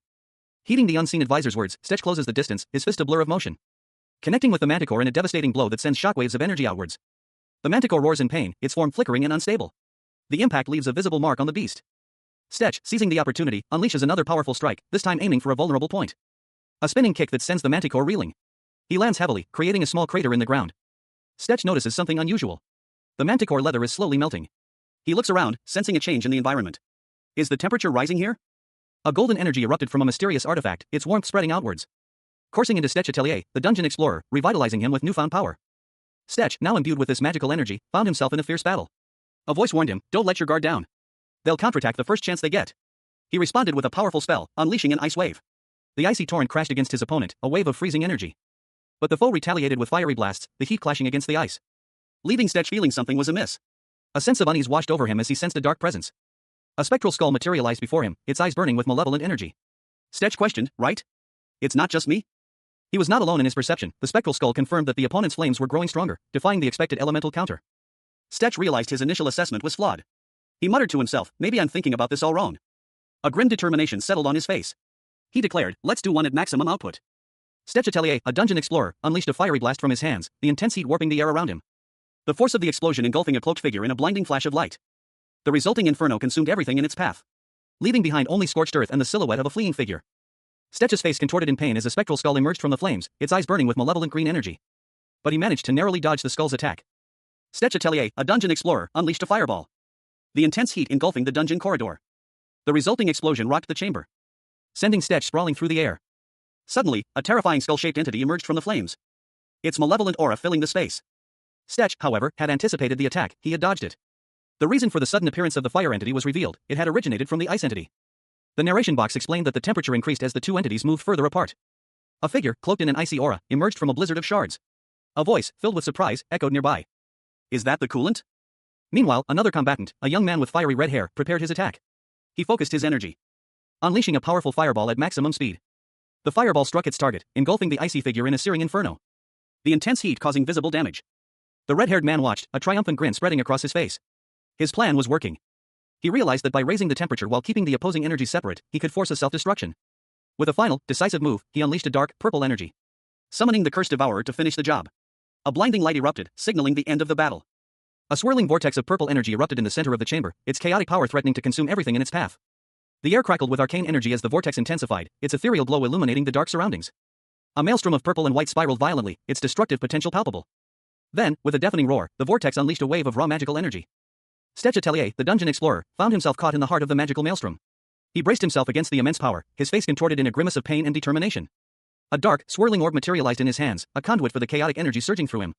With a surge of power, Stetch channeled the energy, unleashing a fiery blast that engulfed his surroundings. The intense heat seared his skin, but he pressed on, his resolve unwavering. A wave of searing pain washed over him as he struggled to maintain control. But even as he cried out in agony, a grim determination hardened his features. He was not going to die here. A powerful, fiery energy erupted from Stetch Atelier, engulfing him in a maelstrom of purple and orange flames. As he desperately fought against the monstrous creature, a voice, filled with urgency, cut through the chaos. The ice monster is breaking free from its shell. Don't let it get back in. Stetch, his face contorted in exertion, unleashed a furious burst of speed. But the distance proved too great. He gritted his teeth, a frustrated curse escaping his lips. Damn it, what am I supposed to do at this distance? He spotted an elf, seemingly injured, lying nearby. And without hesitation, approached her. He urgently requested, "Miss, let me borrow that for a second." He examined the strange device, a weapon unlike any he'd seen before. A powerful blast erupted from the weapon, sending a shockwave through the dungeon, striking the monstrous creature with devastating force. The recoil, however, proved too much. And Stetch stumbled, his stance broken. He groaned, "Ugh, the recoil broke my stance." Stetch Atelier, the dungeon explorer, found himself in a desperate situation. He stumbled backward, his face contorted in pain, as an unseen force pressed down on him. A mysterious woman with blonde hair and striking facial markings stood before him, arms crossed, a look of grim determination on her face. Stetch wondered if he could withstand her attack, a cold sweat beaded on his brow as his breath hitched in his throat. He questioned whether he could truly block it with his current defenses. The woman, seemingly unfazed by his apprehension, prepared for battle. A golden energy pulsed beneath her hands. And with a swift motion, she unleashed a powerful gust of wind. The skill's name, Gust Wind, was displayed, along with its description, a whirlwind attack that temporarily incapacitated enemies. The resulting whirlwind engulfed Stetch. A fiery vortex of energy swirling around him as he braced for impact. The woman's attack was fierce, but Stetch managed to partially deflect it. The blonde woman watched, surprised by Stetch's resilience. She wondered if this unexpected strength was also a consequence of the Amrita. Stetch, however, was not unscathed. He staggered, a pained groan escaping his lips as he felt the full force of the attack. But he remained standing, his resolve unbroken. The woman's attack, though powerful, had failed to completely subdue him. Seizing the opportunity, Stetch launched a counterattack, striking the woman with a swift, powerful blow that sent her reeling. "How was your brief taste of hope?" he taunted, his voice dripping with sarcasm. Stetch Atelier, a dungeon explorer, found himself in a dire situation. He braced himself, a grim smile playing on his lips as he muttered, "Time to get fucked." A dark energy erupted from his opponent, engulfing him in a vortex of purple flames. The attack, a spell called Inferno, intensified, threatening to consume Stetch entirely. But Stetch, far from succumbing, met the onslaught with a defiant glare. His body began to crackle with a similar purple energy, a counterattack forming. A guttural roar escaped his lips as he unleashed a wave of retaliatory power. The resulting explosion sent Stetch flying backward, leaving him battered and bruised but still alive. He collapsed, kneeling amidst the chaos. A faint, ethereal glow emanated from a nearby object, a mysterious artifact. The artifact pulsed with energy, a beam of light extending toward Stetch. The light enveloped him, and he rose, stronger and more powerful than before. His eyes burned with a newfound intensity. A purplish-black miasma swirled around Stetch Atelier, the dungeon explorer, as he lay collapsed near a waterfall. His body was still, lifeless. A faint wisp of smoke escaping his lips, the only sign of life remaining. A cold sweat beaded on his brow. Nearby, a blonde elf woman with pointed ears and red markings under her eyes watched with a mixture of concern and anticipation. Her own brow was furrowed, a bead of sweat trickling down her temple. Stetch's eyes flickered open. He looked up at the elf, a smirk playing on his lips. "Did we get it for real this time?" The elf nodded, a sense of relief washing over her. "It's done." Back in the dungeon, the elf and Stetch stood before a large, imposing doorway. The elf questioned, "What do we do now?" Stetch, ever the pragmatist, suggested, "Go get the artifact." Another man, with short, dark hair and a determined expression, interjected, "I don't see any other routes that just opened up." Stetch Atelier, the dungeon explorer, examined the broken remains of a dark orb, its core glowing ominously. He wondered if this was the dungeon's artifact, the very thing that had been holding something back. He decided this was it. Stetch turned to leave, muttering that he didn't want to stay any longer than necessary. As Stetch reached for the artifact, a strange green glow emanated from it. He recoiled, questioning what it was. The green glow intensified, and a dark, pulsating orb emerged from the artifact, seeping into Stetch's hand. He gasped in surprise. Stetch felt a strange sensation, a premonition of something amiss. He paused, commenting that he had a funny feeling about this. A skull-shaped emblem blazed to life within the orb, and a voice, seemingly from the artifact itself, asked him what was going on. Suddenly, a blonde elf woman appeared, her eyes wide with shock and alarm. She questioned what was happening. Stetch, equally startled, exclaimed that something was happening again. The orb pulsed violently, causing Stetch intense pain. He demanded to know what was going on. The orb's power surged, and Stetch realized it was suddenly casting a curse. He was horrified. Stetch Atelier awoke with a gasp, disoriented and confused. "What's this?" "My head." He mumbled, his mind struggling to grasp his surroundings. He found himself sprawled on the cold, damp ground, a crimson stain blooming across his chest. Two figures loomed over him, their expressions a mixture of shock and concern. One, a woman with long blonde hair, gasped in alarm. The other, a dark-haired man, seemed equally distressed. The scene opens on a dreary, rain-swept landscape. A rickety wooden bridge spans a chasm, leading to a crudely constructed camp nestled amongst the rocks. The air hangs heavy with the scent of damp earth and impending doom. Inside a small tent, Stech Atelier lies unconscious on a makeshift bed, his dark hair splayed across a rough-hewn wooden table. A deep exhaustion settles over him, his breathing shallow and ragged. Elsewhere, 3 figures huddle around a table in a dimly lit tavern. 2 are cloaked and masked, their identities obscured, the third is a young man with a thoughtful expression. A tense silence hangs in the air. One of the cloaked figures produces a small, leather-bound cylinder, its surface marked with several X's. It seems to be some kind of potion or strange artifact. Stech stirs, groaning softly as he slowly sits up. He glances around the tent, his eyes filled with confusion and disorientation. He rises shakily to his feet. Then exits the tent, leaving the mysterious cloaked figure watching him from behind. A voice calls out from inside another tent, "Are you in there?" A blonde elf woman with striking features peers out from the tent's opening, her expression a mixture of concern and curiosity. She seems to be expecting someone. She then adds a thoughtful afterthought, "Caring for him is good, but don't forget to take care of yourself too." Stech Atelier, the dungeon explorer, lay unconscious. A young woman with blonde hair and pointed ears, his companion, watched over him, a bottle of dark liquid in her hand. She had been tending to him for 5 days already, her concern evident in her posture. He remained still, his chest rising and falling slowly. She knelt beside his bed, her worry palpable, she wondered if he would ever wake up. His condition was improving, but not yet. The improvement was only relative to his state on the first day. A significant amount of dark red mana still coursed through his body. The problem stemmed from his inability to properly process the strange mana he had absorbed from the artifact that resurrected him. She frowned, her gaze intense as she contemplated the lingering effects of the artifact's power. Although she knew this, they couldn't afford to wait any longer. It had already been 5 days, any further delay would cause them to miss their chance to loot the supply carts. She knew of a method to accelerate his recovery, though its effectiveness was uncertain. Stech Atelier, a seasoned dungeon explorer, found himself in a peculiar situation. He had been hired by a prince to guide him through a dangerous dungeon, but the job had gone horribly wrong. The prince, it turned out, had tricked Stech into activating a deadly curse, leaving him seemingly lifeless. Now, Stech lay in a bed, seemingly lifeless, while a blonde elf woman and a dark-haired man watched over him. The man, concerned, voiced his apprehension about rushing into action without caution, suggesting that such haste could lead to further complications. The elf, however, had other plans.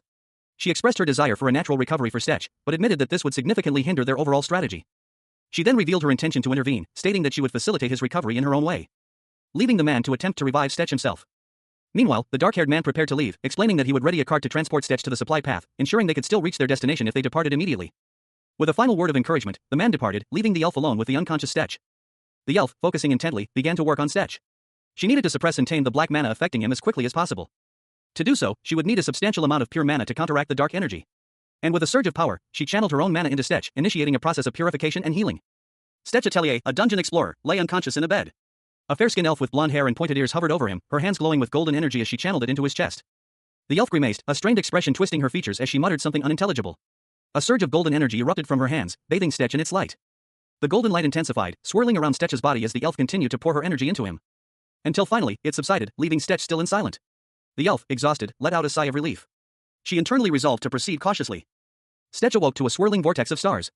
Disoriented, he found himself questioning his surroundings and his own identity. He wondered where he was and what his name was, his mind a blank slate. Memories flooded back, fragmented and unclear, of a life he could barely grasp. A green, skull-shaped mark pulsed on his hand, a symbol of his resurrection. Stech Atelier, the dungeon explorer, found himself in a dire situation. His body, ravaged and lifeless, lay sprawled on the cold stone floor. A malevolent green energy pulsed around him, a grim testament to the fatal curse he'd unwittingly unleashed. But death did not claim him. A sentient artifact, its presence marked by the swirling green energy, had resurrected Stech. He clutched his arms, a mixture of confusion and dawning awareness in his eyes. He muttered, "I'm a pawn in a deadly game orchestrated by the prince." The memory of his betrayal flashed before him, the prince's deceitful smile, the curse's activation, and the ensuing chaos. Now, surrounded by the spectral echoes of his demise, Stech saw an elf archer aiming her bow at him. A grim reminder of his vulnerability.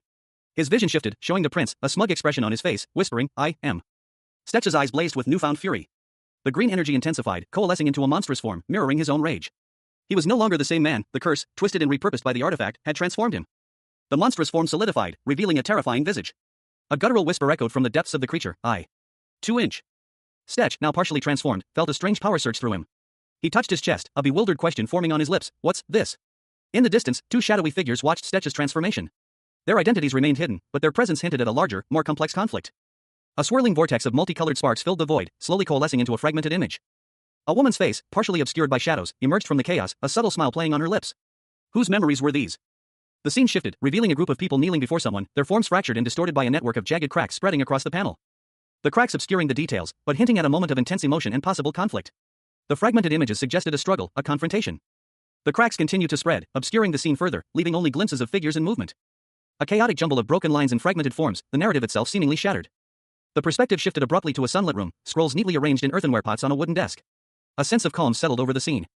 A young man with blonde hair slumped over the desk, fast asleep. He seemed exhausted. The camera angle shifted, revealing a complex magical sigil etched into the floor beneath the desk. The young man stirred slightly. He awoke with a start, rubbing his eyes in confusion. How did he fall asleep? Stechatellier, a seasoned dungeon explorer, stood in a grand hall, his expression one of bewildered confusion. A faint golden light illuminated the scene, casting long shadows. As he looked around the opulent chamber, his gaze fell upon a richly decorated table, where a prince and several other figures were gathered. He muttered a questioning "huh?" A smirk playing on his lips. The man's features were sharp, his blonde hair falling to his shoulders, and he wore round spectacles perched on his nose. This was the alchemist, Professor Eldrin. Meanwhile, in another part of the room, Prince Elian, his red hair neatly styled, stood with a smug expression. He declared, I did it. A triumphant grin spreading across his face. Beside him, a large, bearded man, seemingly a guard, echoed the prince's words, I really did it. And a female elf with striking teal hair watched them with a calm, almost bored expression. She simply stated, finally. Professor Eldrin, his face alight with manic glee, exclaimed, I finally created life. But his excitement quickly turned to confusion as he observed the lack of reaction from his creations. He questioned, why isn't there any reaction? Professor Eldrin, his expression shifting back to a knowing smirk, explained, because I didn't name them yet, they don't have egos yet. With a confident flick of his wrist, he gestured towards a small, glowing orb of light. A compassionate elf, Destra, stood before an unseen individual, her expression serene and composed. The word Destra shimmered into existence before her, seemingly conjured by magic. Destra's serene facade cracked, replaced by a look of intense concentration and worry. She seemed to be struggling with something. Meanwhile, in another location, a stout dwarf with a thick, blonde beard appeared. The words your name is Axon. A stubborn but righteous dwarf floated into view, seemingly describing him. A golden light enveloped Axon as a hand reached out, seemingly touching his chest. The name Axon appeared in golden script. Axon gasped, his eyes wide with surprise and perhaps a touch of fear. He seemed overwhelmed by the sudden event. Next, a determined-looking human with reddish-brown hair appeared. The words your name is Kayan. An unyielding and determined human appeared next to him. A golden light enveloped Kayan as a hand touched his chest. The name Kayan appeared in golden script. Kayan looked around, a mixture of confusion and wonder in his eyes. A speech bubble above him simply read, Welcome to the world. A booming voice echoed through the chamber, I am your master and creator. Kneeling before the voice, a figure with spiky blonde hair remained unseen, his back to the viewer. Amongst a group of onlookers, one with reddish-brown hair asked, Will you entrust us with your name as well? The creator paused, a thoughtful expression on his face, before beginning to speak. His words hanging in the air, My name is. 500 years later, a lone figure's armored boot touched the ground. The figure, a man with reddish-brown hair, let out a sigh of relief, phew. I haven't been here in a while. He adjusted his gear, seemingly pleased to be back. A gruff voice called out, Hey. It's been a while, fidgety. How many years has it been? Stechatellier, a seasoned dungeon explorer, stood before a hulking figure, his features obscured by shadow. The man was clad in heavy armor, a large shield clutched in his hand, his posture suggesting a recent struggle. A tense silence hung in the air as the two men faced each other. The larger man, Axon, scolded Stech for carrying unsuitable items, his words laced with contempt. Stech, however, remained defiant, his expression hardening. Axon, seething with anger, challenged Stech, daring him to make a move. His words were a clear provocation, a spark threatening to ignite a full-blown conflict. Stech, unfazed, accepted the challenge with a smirk. He gripped his sword, preparing for battle. The clash began with a roar, a flurry of blows exchanged between the two warriors. Axon's strength was undeniable, but Stech's agility and skill proved to be a formidable match. Axon, enraged by Stech's defiance, vowed to punish him. With a mighty swing, Stech's blade connected with Axon's armor, the impact sending shockwaves through the air. The force of the blow was immense. The clash of steel echoed through the forest as Stech's sword pierced Axon's defenses. A brilliant flash of light erupted from the point of impact. A mysterious energy pulsed from the wound, a strange symbol glowing faintly. Axon's sister, a young woman named Axton, arrived on the scene, her voice filled with alarm as she witnessed the aftermath of the battle. A young woman with teal hair, clad in dark armor and wielding a glowing sword, addressed someone unseen. She urged them to move their fight to a more secluded location. Two men, one with reddish-brown hair and the other with blonde hair, stood amidst a dimly lit space. They were clearly not fighting seriously, as one of them pointed out. One of the men called out to the other, urging them to hurry. The two men, still in casual conversation, walked towards a quaint building with a tower. The scene was peaceful and idyllic. An older man with glasses, his face partially obscured by shadow, observed the scene from a distance, a subtle smile playing on his lips. A sudden, sharp exclamation punctuated the quiet observation. An older man with long white hair and glasses appeared, remarking on the passage of time. He smiled warmly, a gesture of contentment and perhaps a hint of anticipation. The scene opens on a quaint, idyllic village nestled amidst rolling green hills. A charming, rustic building stands prominently, its architecture hinting at a blend of medieval and fantasy elements. The camera focuses on the building's entrance, where two figures are seen approaching. One of them offers an apology for their late arrival. They explain that they understand the other party's busy schedule. Inside, a cluttered study reveals a group of individuals, an older man with long white hair, a woman with dark hair and a pointed ear, a stout man with blonde hair, and a younger man with reddish-brown hair. The older man comments on the mess, promising to fetch some fruit. The dark-haired woman, addressing the older man as father, remarks on the state of the study, questioning if he's been living like this since they moved out. The older man chuckles, explaining that he hasn't had to clean since he's been living alone. A burst of magical energy erupts from the woman's hands as she begins to magically clean the room. The books and papers flying into their proper places. The other two men also express their surprise at the sudden cleaning spree, with one commenting that it looks clean enough to him. An elf woman with striking teal hair, adorned in a dark top and a flowing scarf, stood amidst a collection of ancient books. Her expression was one of annoyance, a slight frown furrowing her brow as she snapped, "Stop bothering me." Outside, a small, quaint building nestled against a rocky cliffside. The words, "You want me to flatten your mouth too," hung in the air, a clear threat. 500 years ago, a man created 3 people. From the list of near omnipotent powers. The strongest traits that they've inherited is. 3 figures stood, each emanating a different colored aura, a man with red hair and a red aura, the teal-haired elf woman with a blue aura, and a large, bearded man with a golden aura. They were clearly powerful. The power of creation. The 3 people who took after their creator had a strong affinity for creation. And created life forms in their likeness. And those creations prospered to soon fill the empty world. It didn't take very long for those 3 to be worshipped as gods among their creations.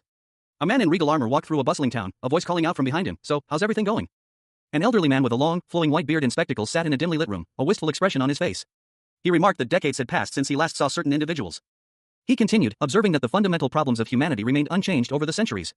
Meanwhile, in a different setting, a group of adventurers, a man with fiery red hair, a woman with striking blue hair, a burly man with a blonde beard, and a 4th individual, sat around a table, discussing their work. The bearded man explained that their work had become significantly more challenging due to the recent emergence of monsters in the region.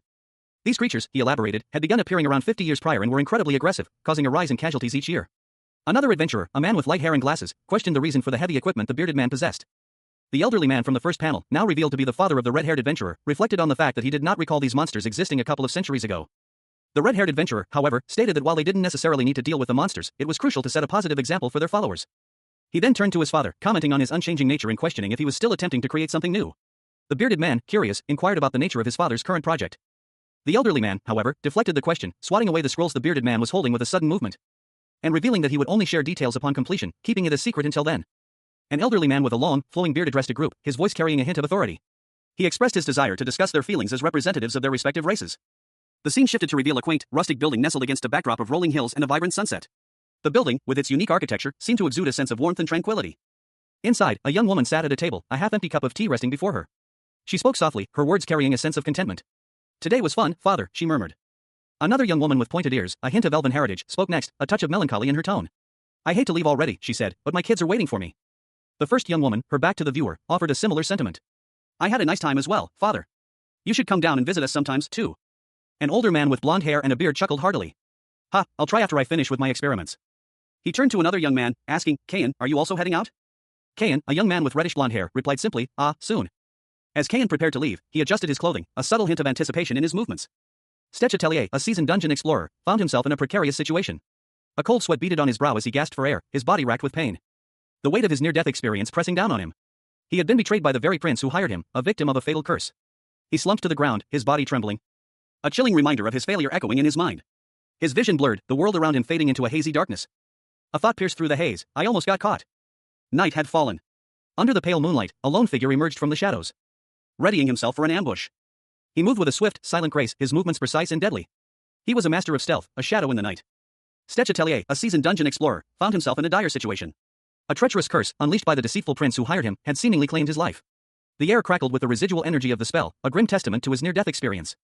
A chilling silence descended upon the dungeon. His vision blurred, and the world faded to black. However, fate had other plans for Stech. A radiant golden light enveloped him as he lay unconscious. A mystical energy pulsed, emanating from a powerful artifact. A striking elf-like woman, her face etched with concentration, channeled the artifact's power, her hands hovering over Stech's chest. A golden aura intensified, swirling around Stech's body. The elf's brow furrowed in exertion as she poured her energy into the process. A skull-shaped emblem glowed ominously on Stech's palm, a mark of the artifact's power. The elf watched, her expression a mixture of hope and apprehension. A elf clenched her fists, a surge of energy erupting from her feet. She was struggling to control the immense power she was wielding. A wave of intense energy washed over Stech as the elf continued her efforts. The room was filled with the sound of crackling energy and the elf's strained breaths. The golden light intensified, culminating in a blinding flash. When the light subsided, Stech lay still, his chest rising and falling steadily. Stech had been resurrected, but the elf's face was etched with worry. She had done something extraordinary, something that went against the natural order. Absorbed with its own consciousness. She thought, a tremor in her voice. "No, what am I even thinking?" Two women, one blonde and the other with dark hair, stood near a prone figure. The blonde woman, looking concerned, asked if the man would wake up soon. A man with dark purple hair and teal clothing watched intently as a woman with long blonde hair tended to the injured man. He cautioned her that this was a sensitive operation and she shouldn't rush him. The purple-haired man sighed, muttering to himself that he wasn't in the mood for this. He decided he wouldn't keep them company any longer. The purple-haired man departed, leaving the two women with the injured man. A horse-drawn carriage sped away into the night. One of the women, the one with dark hair, suggested that the purple-haired man take a break. He agreed, telling her to take care of things. The blonde woman then asked the purple-haired man how he was feeling. He seemed to be in some distress, clutching his side. The blonde woman's expression showed concern. She urged him not to push himself too hard. Back in the room, the blonde woman continued to tend to the injured man. He reassured her that everything was all right. Stechatellier, a dungeon explorer, lay in a bed, his eyes closed. A cold sweat beaded on his brow as he muttered to himself, "Brain, you idiot." A voice echoed in his mind, urging him to wake up. Hurry and wake up. Stetch slowly opened his eyes, his expression still clouded with confusion. Meanwhile, outside, one of Stetch's subordinates shouted, "Boss! There's a strange sound coming from the forest." Stetch, still groggy from his awakening, reacted with a puzzled, "Huh? What sound?" A monstrous, shadowy figure emerged from the forest, causing a commotion. The creature's sudden appearance startled Stetch and his subordinate. Stetch, now fully alert, gripped his sword, noticing something was amiss. There's something there. A shadowy, dragon-like creature emerged from the forest, its presence filling the scene with an ominous aura. But as the battle was about to begin, Stetch noticed something peculiar in the distance, causing him to pause in confusion. Ha! A caravan travels along a dusty road. Suddenly, a bright blue energy streaks across the path, alarming the driver, who shouts to his boss about the approaching energy. A woman observes the approaching energy with intrigue, commenting on how lucky she is to witness such an event. She finds the source of the energy to be quite cute. The source of the energy is revealed to be a powerfully built blonde man with a scar across his face, riding in a carriage. He confidently remarks that his suspicions were correct. A man with blue hair confronts the blonde man, questioning if they are after his bounty. The blonde man smirks and replies that they are not. The blonde man explains that they are actually searching for the missing Garrod mercenaries. The carriage speeds away, leaving a trail of dust. The blonde man comments on how a group as famous as the Garrod mercenaries wouldn't simply vanish without a trace. The blue-haired man is surprised by their knowledge of their location en route, realizing that someone must have tipped them off. The blonde man reveals their true intentions, stating that they only need the blue-haired man's heart still beating, even if it means losing a limb or two in the process. The blonde man warns the blue-haired man to behave himself. Stetch Atelier, a dungeon explorer, found himself in an unexpected predicament. He had been hired by a prince to guide him through a dangerous dungeon, but the situation was far from straightforward. The prince explained that their mission was to locate a group of missing mercenaries, a renowned team that wouldn't simply vanish without a trace. A fact that only heightened the mystery surrounding their disappearance. As they ventured deeper, a growing unease settled upon Stetch.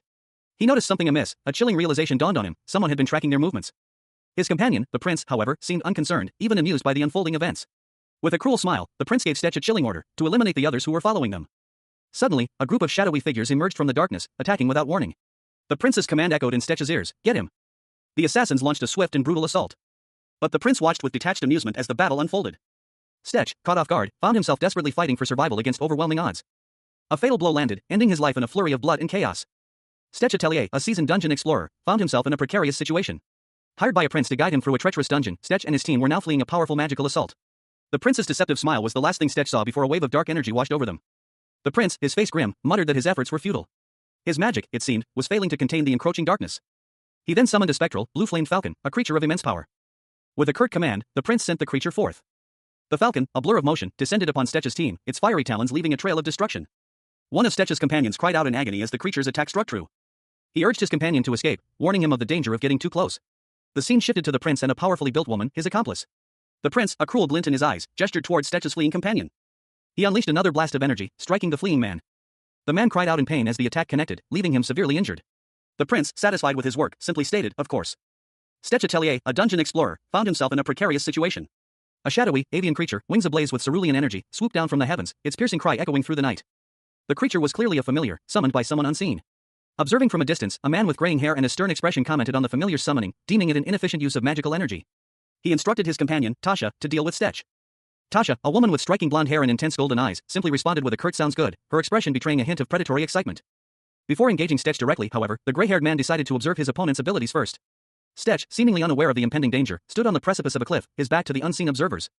A sudden burst of energy erupted from him, a teal wave of magical power emanating from his body. The observers reacted swiftly. Two figures, cloaked and armed, launched themselves at Stetch from the shadows, engaging him in a fierce, close-quarters battle. Stetch, despite being outnumbered, fought back with surprising skill and ferocity, his movements a blur of motion as he parried blows and countered with his own attacks.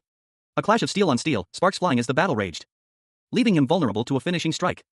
Stetch Atelier, a dungeon explorer, felt a searing pain as a blinding light engulfed him.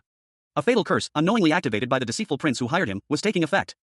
His vision blurred, the world dissolving into a kaleidoscope of colors as he felt his life force draining away. A sharp, piercing sensation tore through his chest as he collapsed. But death did not claim him. A sentient artifact, pulsating with ethereal energy, resurrected Stetch, offering him a pact, revenge for his betrayal in exchange for a life dedicated to dungeon raiding. Now reborn, Stetch found himself facing two shadowy figures, their faces obscured by dark hoods. They spoke of a change of plans, a sudden shift in their mission. One of them questioning whether they should take him alive. Stetch, however, had other ideas. With a defiant grin, Stetch drew his twin blades, a fierce glint in his eyes. He challenged them, daring them to try and take him alive. From a distance, a blonde woman with pointed ears watched the scene unfold. She addressed the assassins, advising them to change their target. To aim for the cart Stetch was protecting, as it was clear he was desperately trying to shield its contents. Stetch, however, cursed under his breath, realizing the true danger he faced. The assassins were not after him, but after something he was guarding. The assassins, having successfully changed their target, smirked, ready to strike. Stetch Atelier, a dungeon explorer, found himself in a desperate struggle atop a stone edifice. His teal cloak billowed behind him as he parried a blow from a cloaked assailant wielding a staff, a grim expression etched on his face. The staff whistled past, narrowly missing his head as he countered with a swift strike of his own, sending his opponent sprawling. Below, an elf woman with striking blonde hair knelt beside Stetch's fallen form, her hands glowing with an ethereal light as she channeled energy into him. A surge of energy coursed through Stetch's body. A blinding flash of light erupted as he was violently thrown back, landing hard, his attacker groaning in pain and confusion. Ah, how? Stetch, seemingly unharmed, glared at his foe. No matter how many of you come. He drew his sword, a surge of power emanating from the blade as he prepared to strike. With a swift, decisive movement, Stetch lunged forward. Stetch unleashed a furious attack, his words echoing the intensity of his assault. Fuck you now. A bloody spray erupted across the panel, marking the brutal end of a battle. A young elf woman, her blonde hair cascading down her shoulders, watched the scene unfold with wide, shocked eyes, her expression a mixture of disbelief and horror. A dark, ominous energy pulsed from the fallen figure, a chilling aura that seemed to seep into the very air itself. Meanwhile, a young man with dark hair and a teal shirt apologized, explaining that he had been trying to avoid distracting the elf. The elf, however, swiftly moved to disarm the young man, her movements precise and deadly, her grip tightening around his weapon as she effortlessly disarmed him. With a swift, decisive motion, she plunged her blade into the young man's back, sending him sprawling to the ground. Blood splattering across the snow-covered ground as he collapsed. A sinister smile crept across the young man's face as he lay dying. The elf, seemingly unfazed by her actions, offered a curt, almost mocking, "Nice, miss," before turning to leave. A large, wicked-looking axe, glowing with an ominous red light, cleaved through the air. Its trajectory aimed at a blonde woman with a fierce expression, her golden hair pulled back in a ponytail. She wielded a similar weapon, a battle axe, with practiced ease. "But don't act cute at all," she sneered. Observing from the shadows, a cloaked figure whispered to his companion, "Boss, I think she's up to something." The cloaked figure's face was contorted in a grimace of worry. He hissed, "I can tell." A sudden, violent energy erupted from the blonde woman. A crimson wave of power that tore through the surrounding area, sending shockwaves that shattered the earth and sky. The force of the blast sent a horse-drawn carriage flying, its occupants screaming in terror. Ah! Two figures, a man with dark hair and a teal tunic and a blonde woman with elf-like ears, were caught in the blast's aftermath. The man, clutching his head, looked at the blonde woman, then at his companion, and said, "Can you take care of that guy? I'll do something about that woman." Stetch Atelier, a seasoned dungeon explorer, lay on the cold stone floor, his life ebbing away. A golden light pulsed around him, a stark contrast to the grim reality of his situation. He had been betrayed by the prince, who had tricked him into activating a deadly curse. It seemed, at that moment, that he was at a distinct disadvantage. But even as darkness threatened to claim him, a flicker of defiance ignited within Stetch's eyes. He refused to accept defeat. "No. Not yet," he silently vowed, his will pushing back against the encroaching void. A powerful presence, unseen yet felt, seemed to respond to his stubborn resolve. "Are you trying to fight back?" a voice echoed in his mind, a challenge and a promise. Suddenly, a shadowy figure emerged from the darkness, wielding a massive battle axe that crackled with dark energy. The air itself seemed to vibrate with the weapon's malevolent power. "You seem to have forgotten," the figure hissed, its voice dripping with menace, as it prepared to strike the weakened Stetch. The terrifying power of the artifact that had chosen him. A surge of energy erupted from Stetch's body, pushing back the darkness and defying death itself. With a roar, the shadowy figure lunged forward, bringing the axe down in a devastating arc. But Stetch was ready. He had been given a second chance, and he would not waste it. He met the attack head-on, his body crackling with newfound power. The clash of steel echoed through the chamber as Stetch's unexpected counterattack sent the shadowy figure reeling. "But I'm fine with just taking your head back," Stetch declared, his voice filled with newfound confidence. Observing the battle from a distance, another figure watched in disbelief. "Damn it! Does it even make sense that she can swing something like that?" he muttered, his eyes wide with astonishment at the sheer power displayed by the shadowy figure. Stetch, however, was acutely aware of the danger. "I'll die if I block it, even if I'm lucky, I won't have any limbs intact. But if I dodge it using Terrancarp, he thought, calculating his options with deadly precision. "There's a chance." The observer watched, his heart pounding, as Stetch prepared to execute his daring maneuver. "One of those two will definitely die," he whispered, bracing himself for the inevitable. Stetch felt a surge of power coursing through his veins as he prepared to unleash the full potential of the artifact. He began, a sense of grim determination settling over him.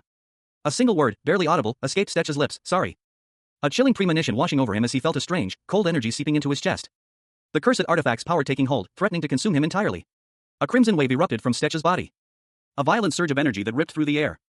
A blinding light engulfed him, signaling the activation of a powerful artifact. The air bullet technique unleashed its full potential. A concentrated blast of energy tearing through the battlefield. Stetch Atelier awoke with a start. He had overslept. A strange green energy pulsed from his hand, a lingering effect of the curse, perhaps? He felt a surge of power, a newfound strength coursing through his veins.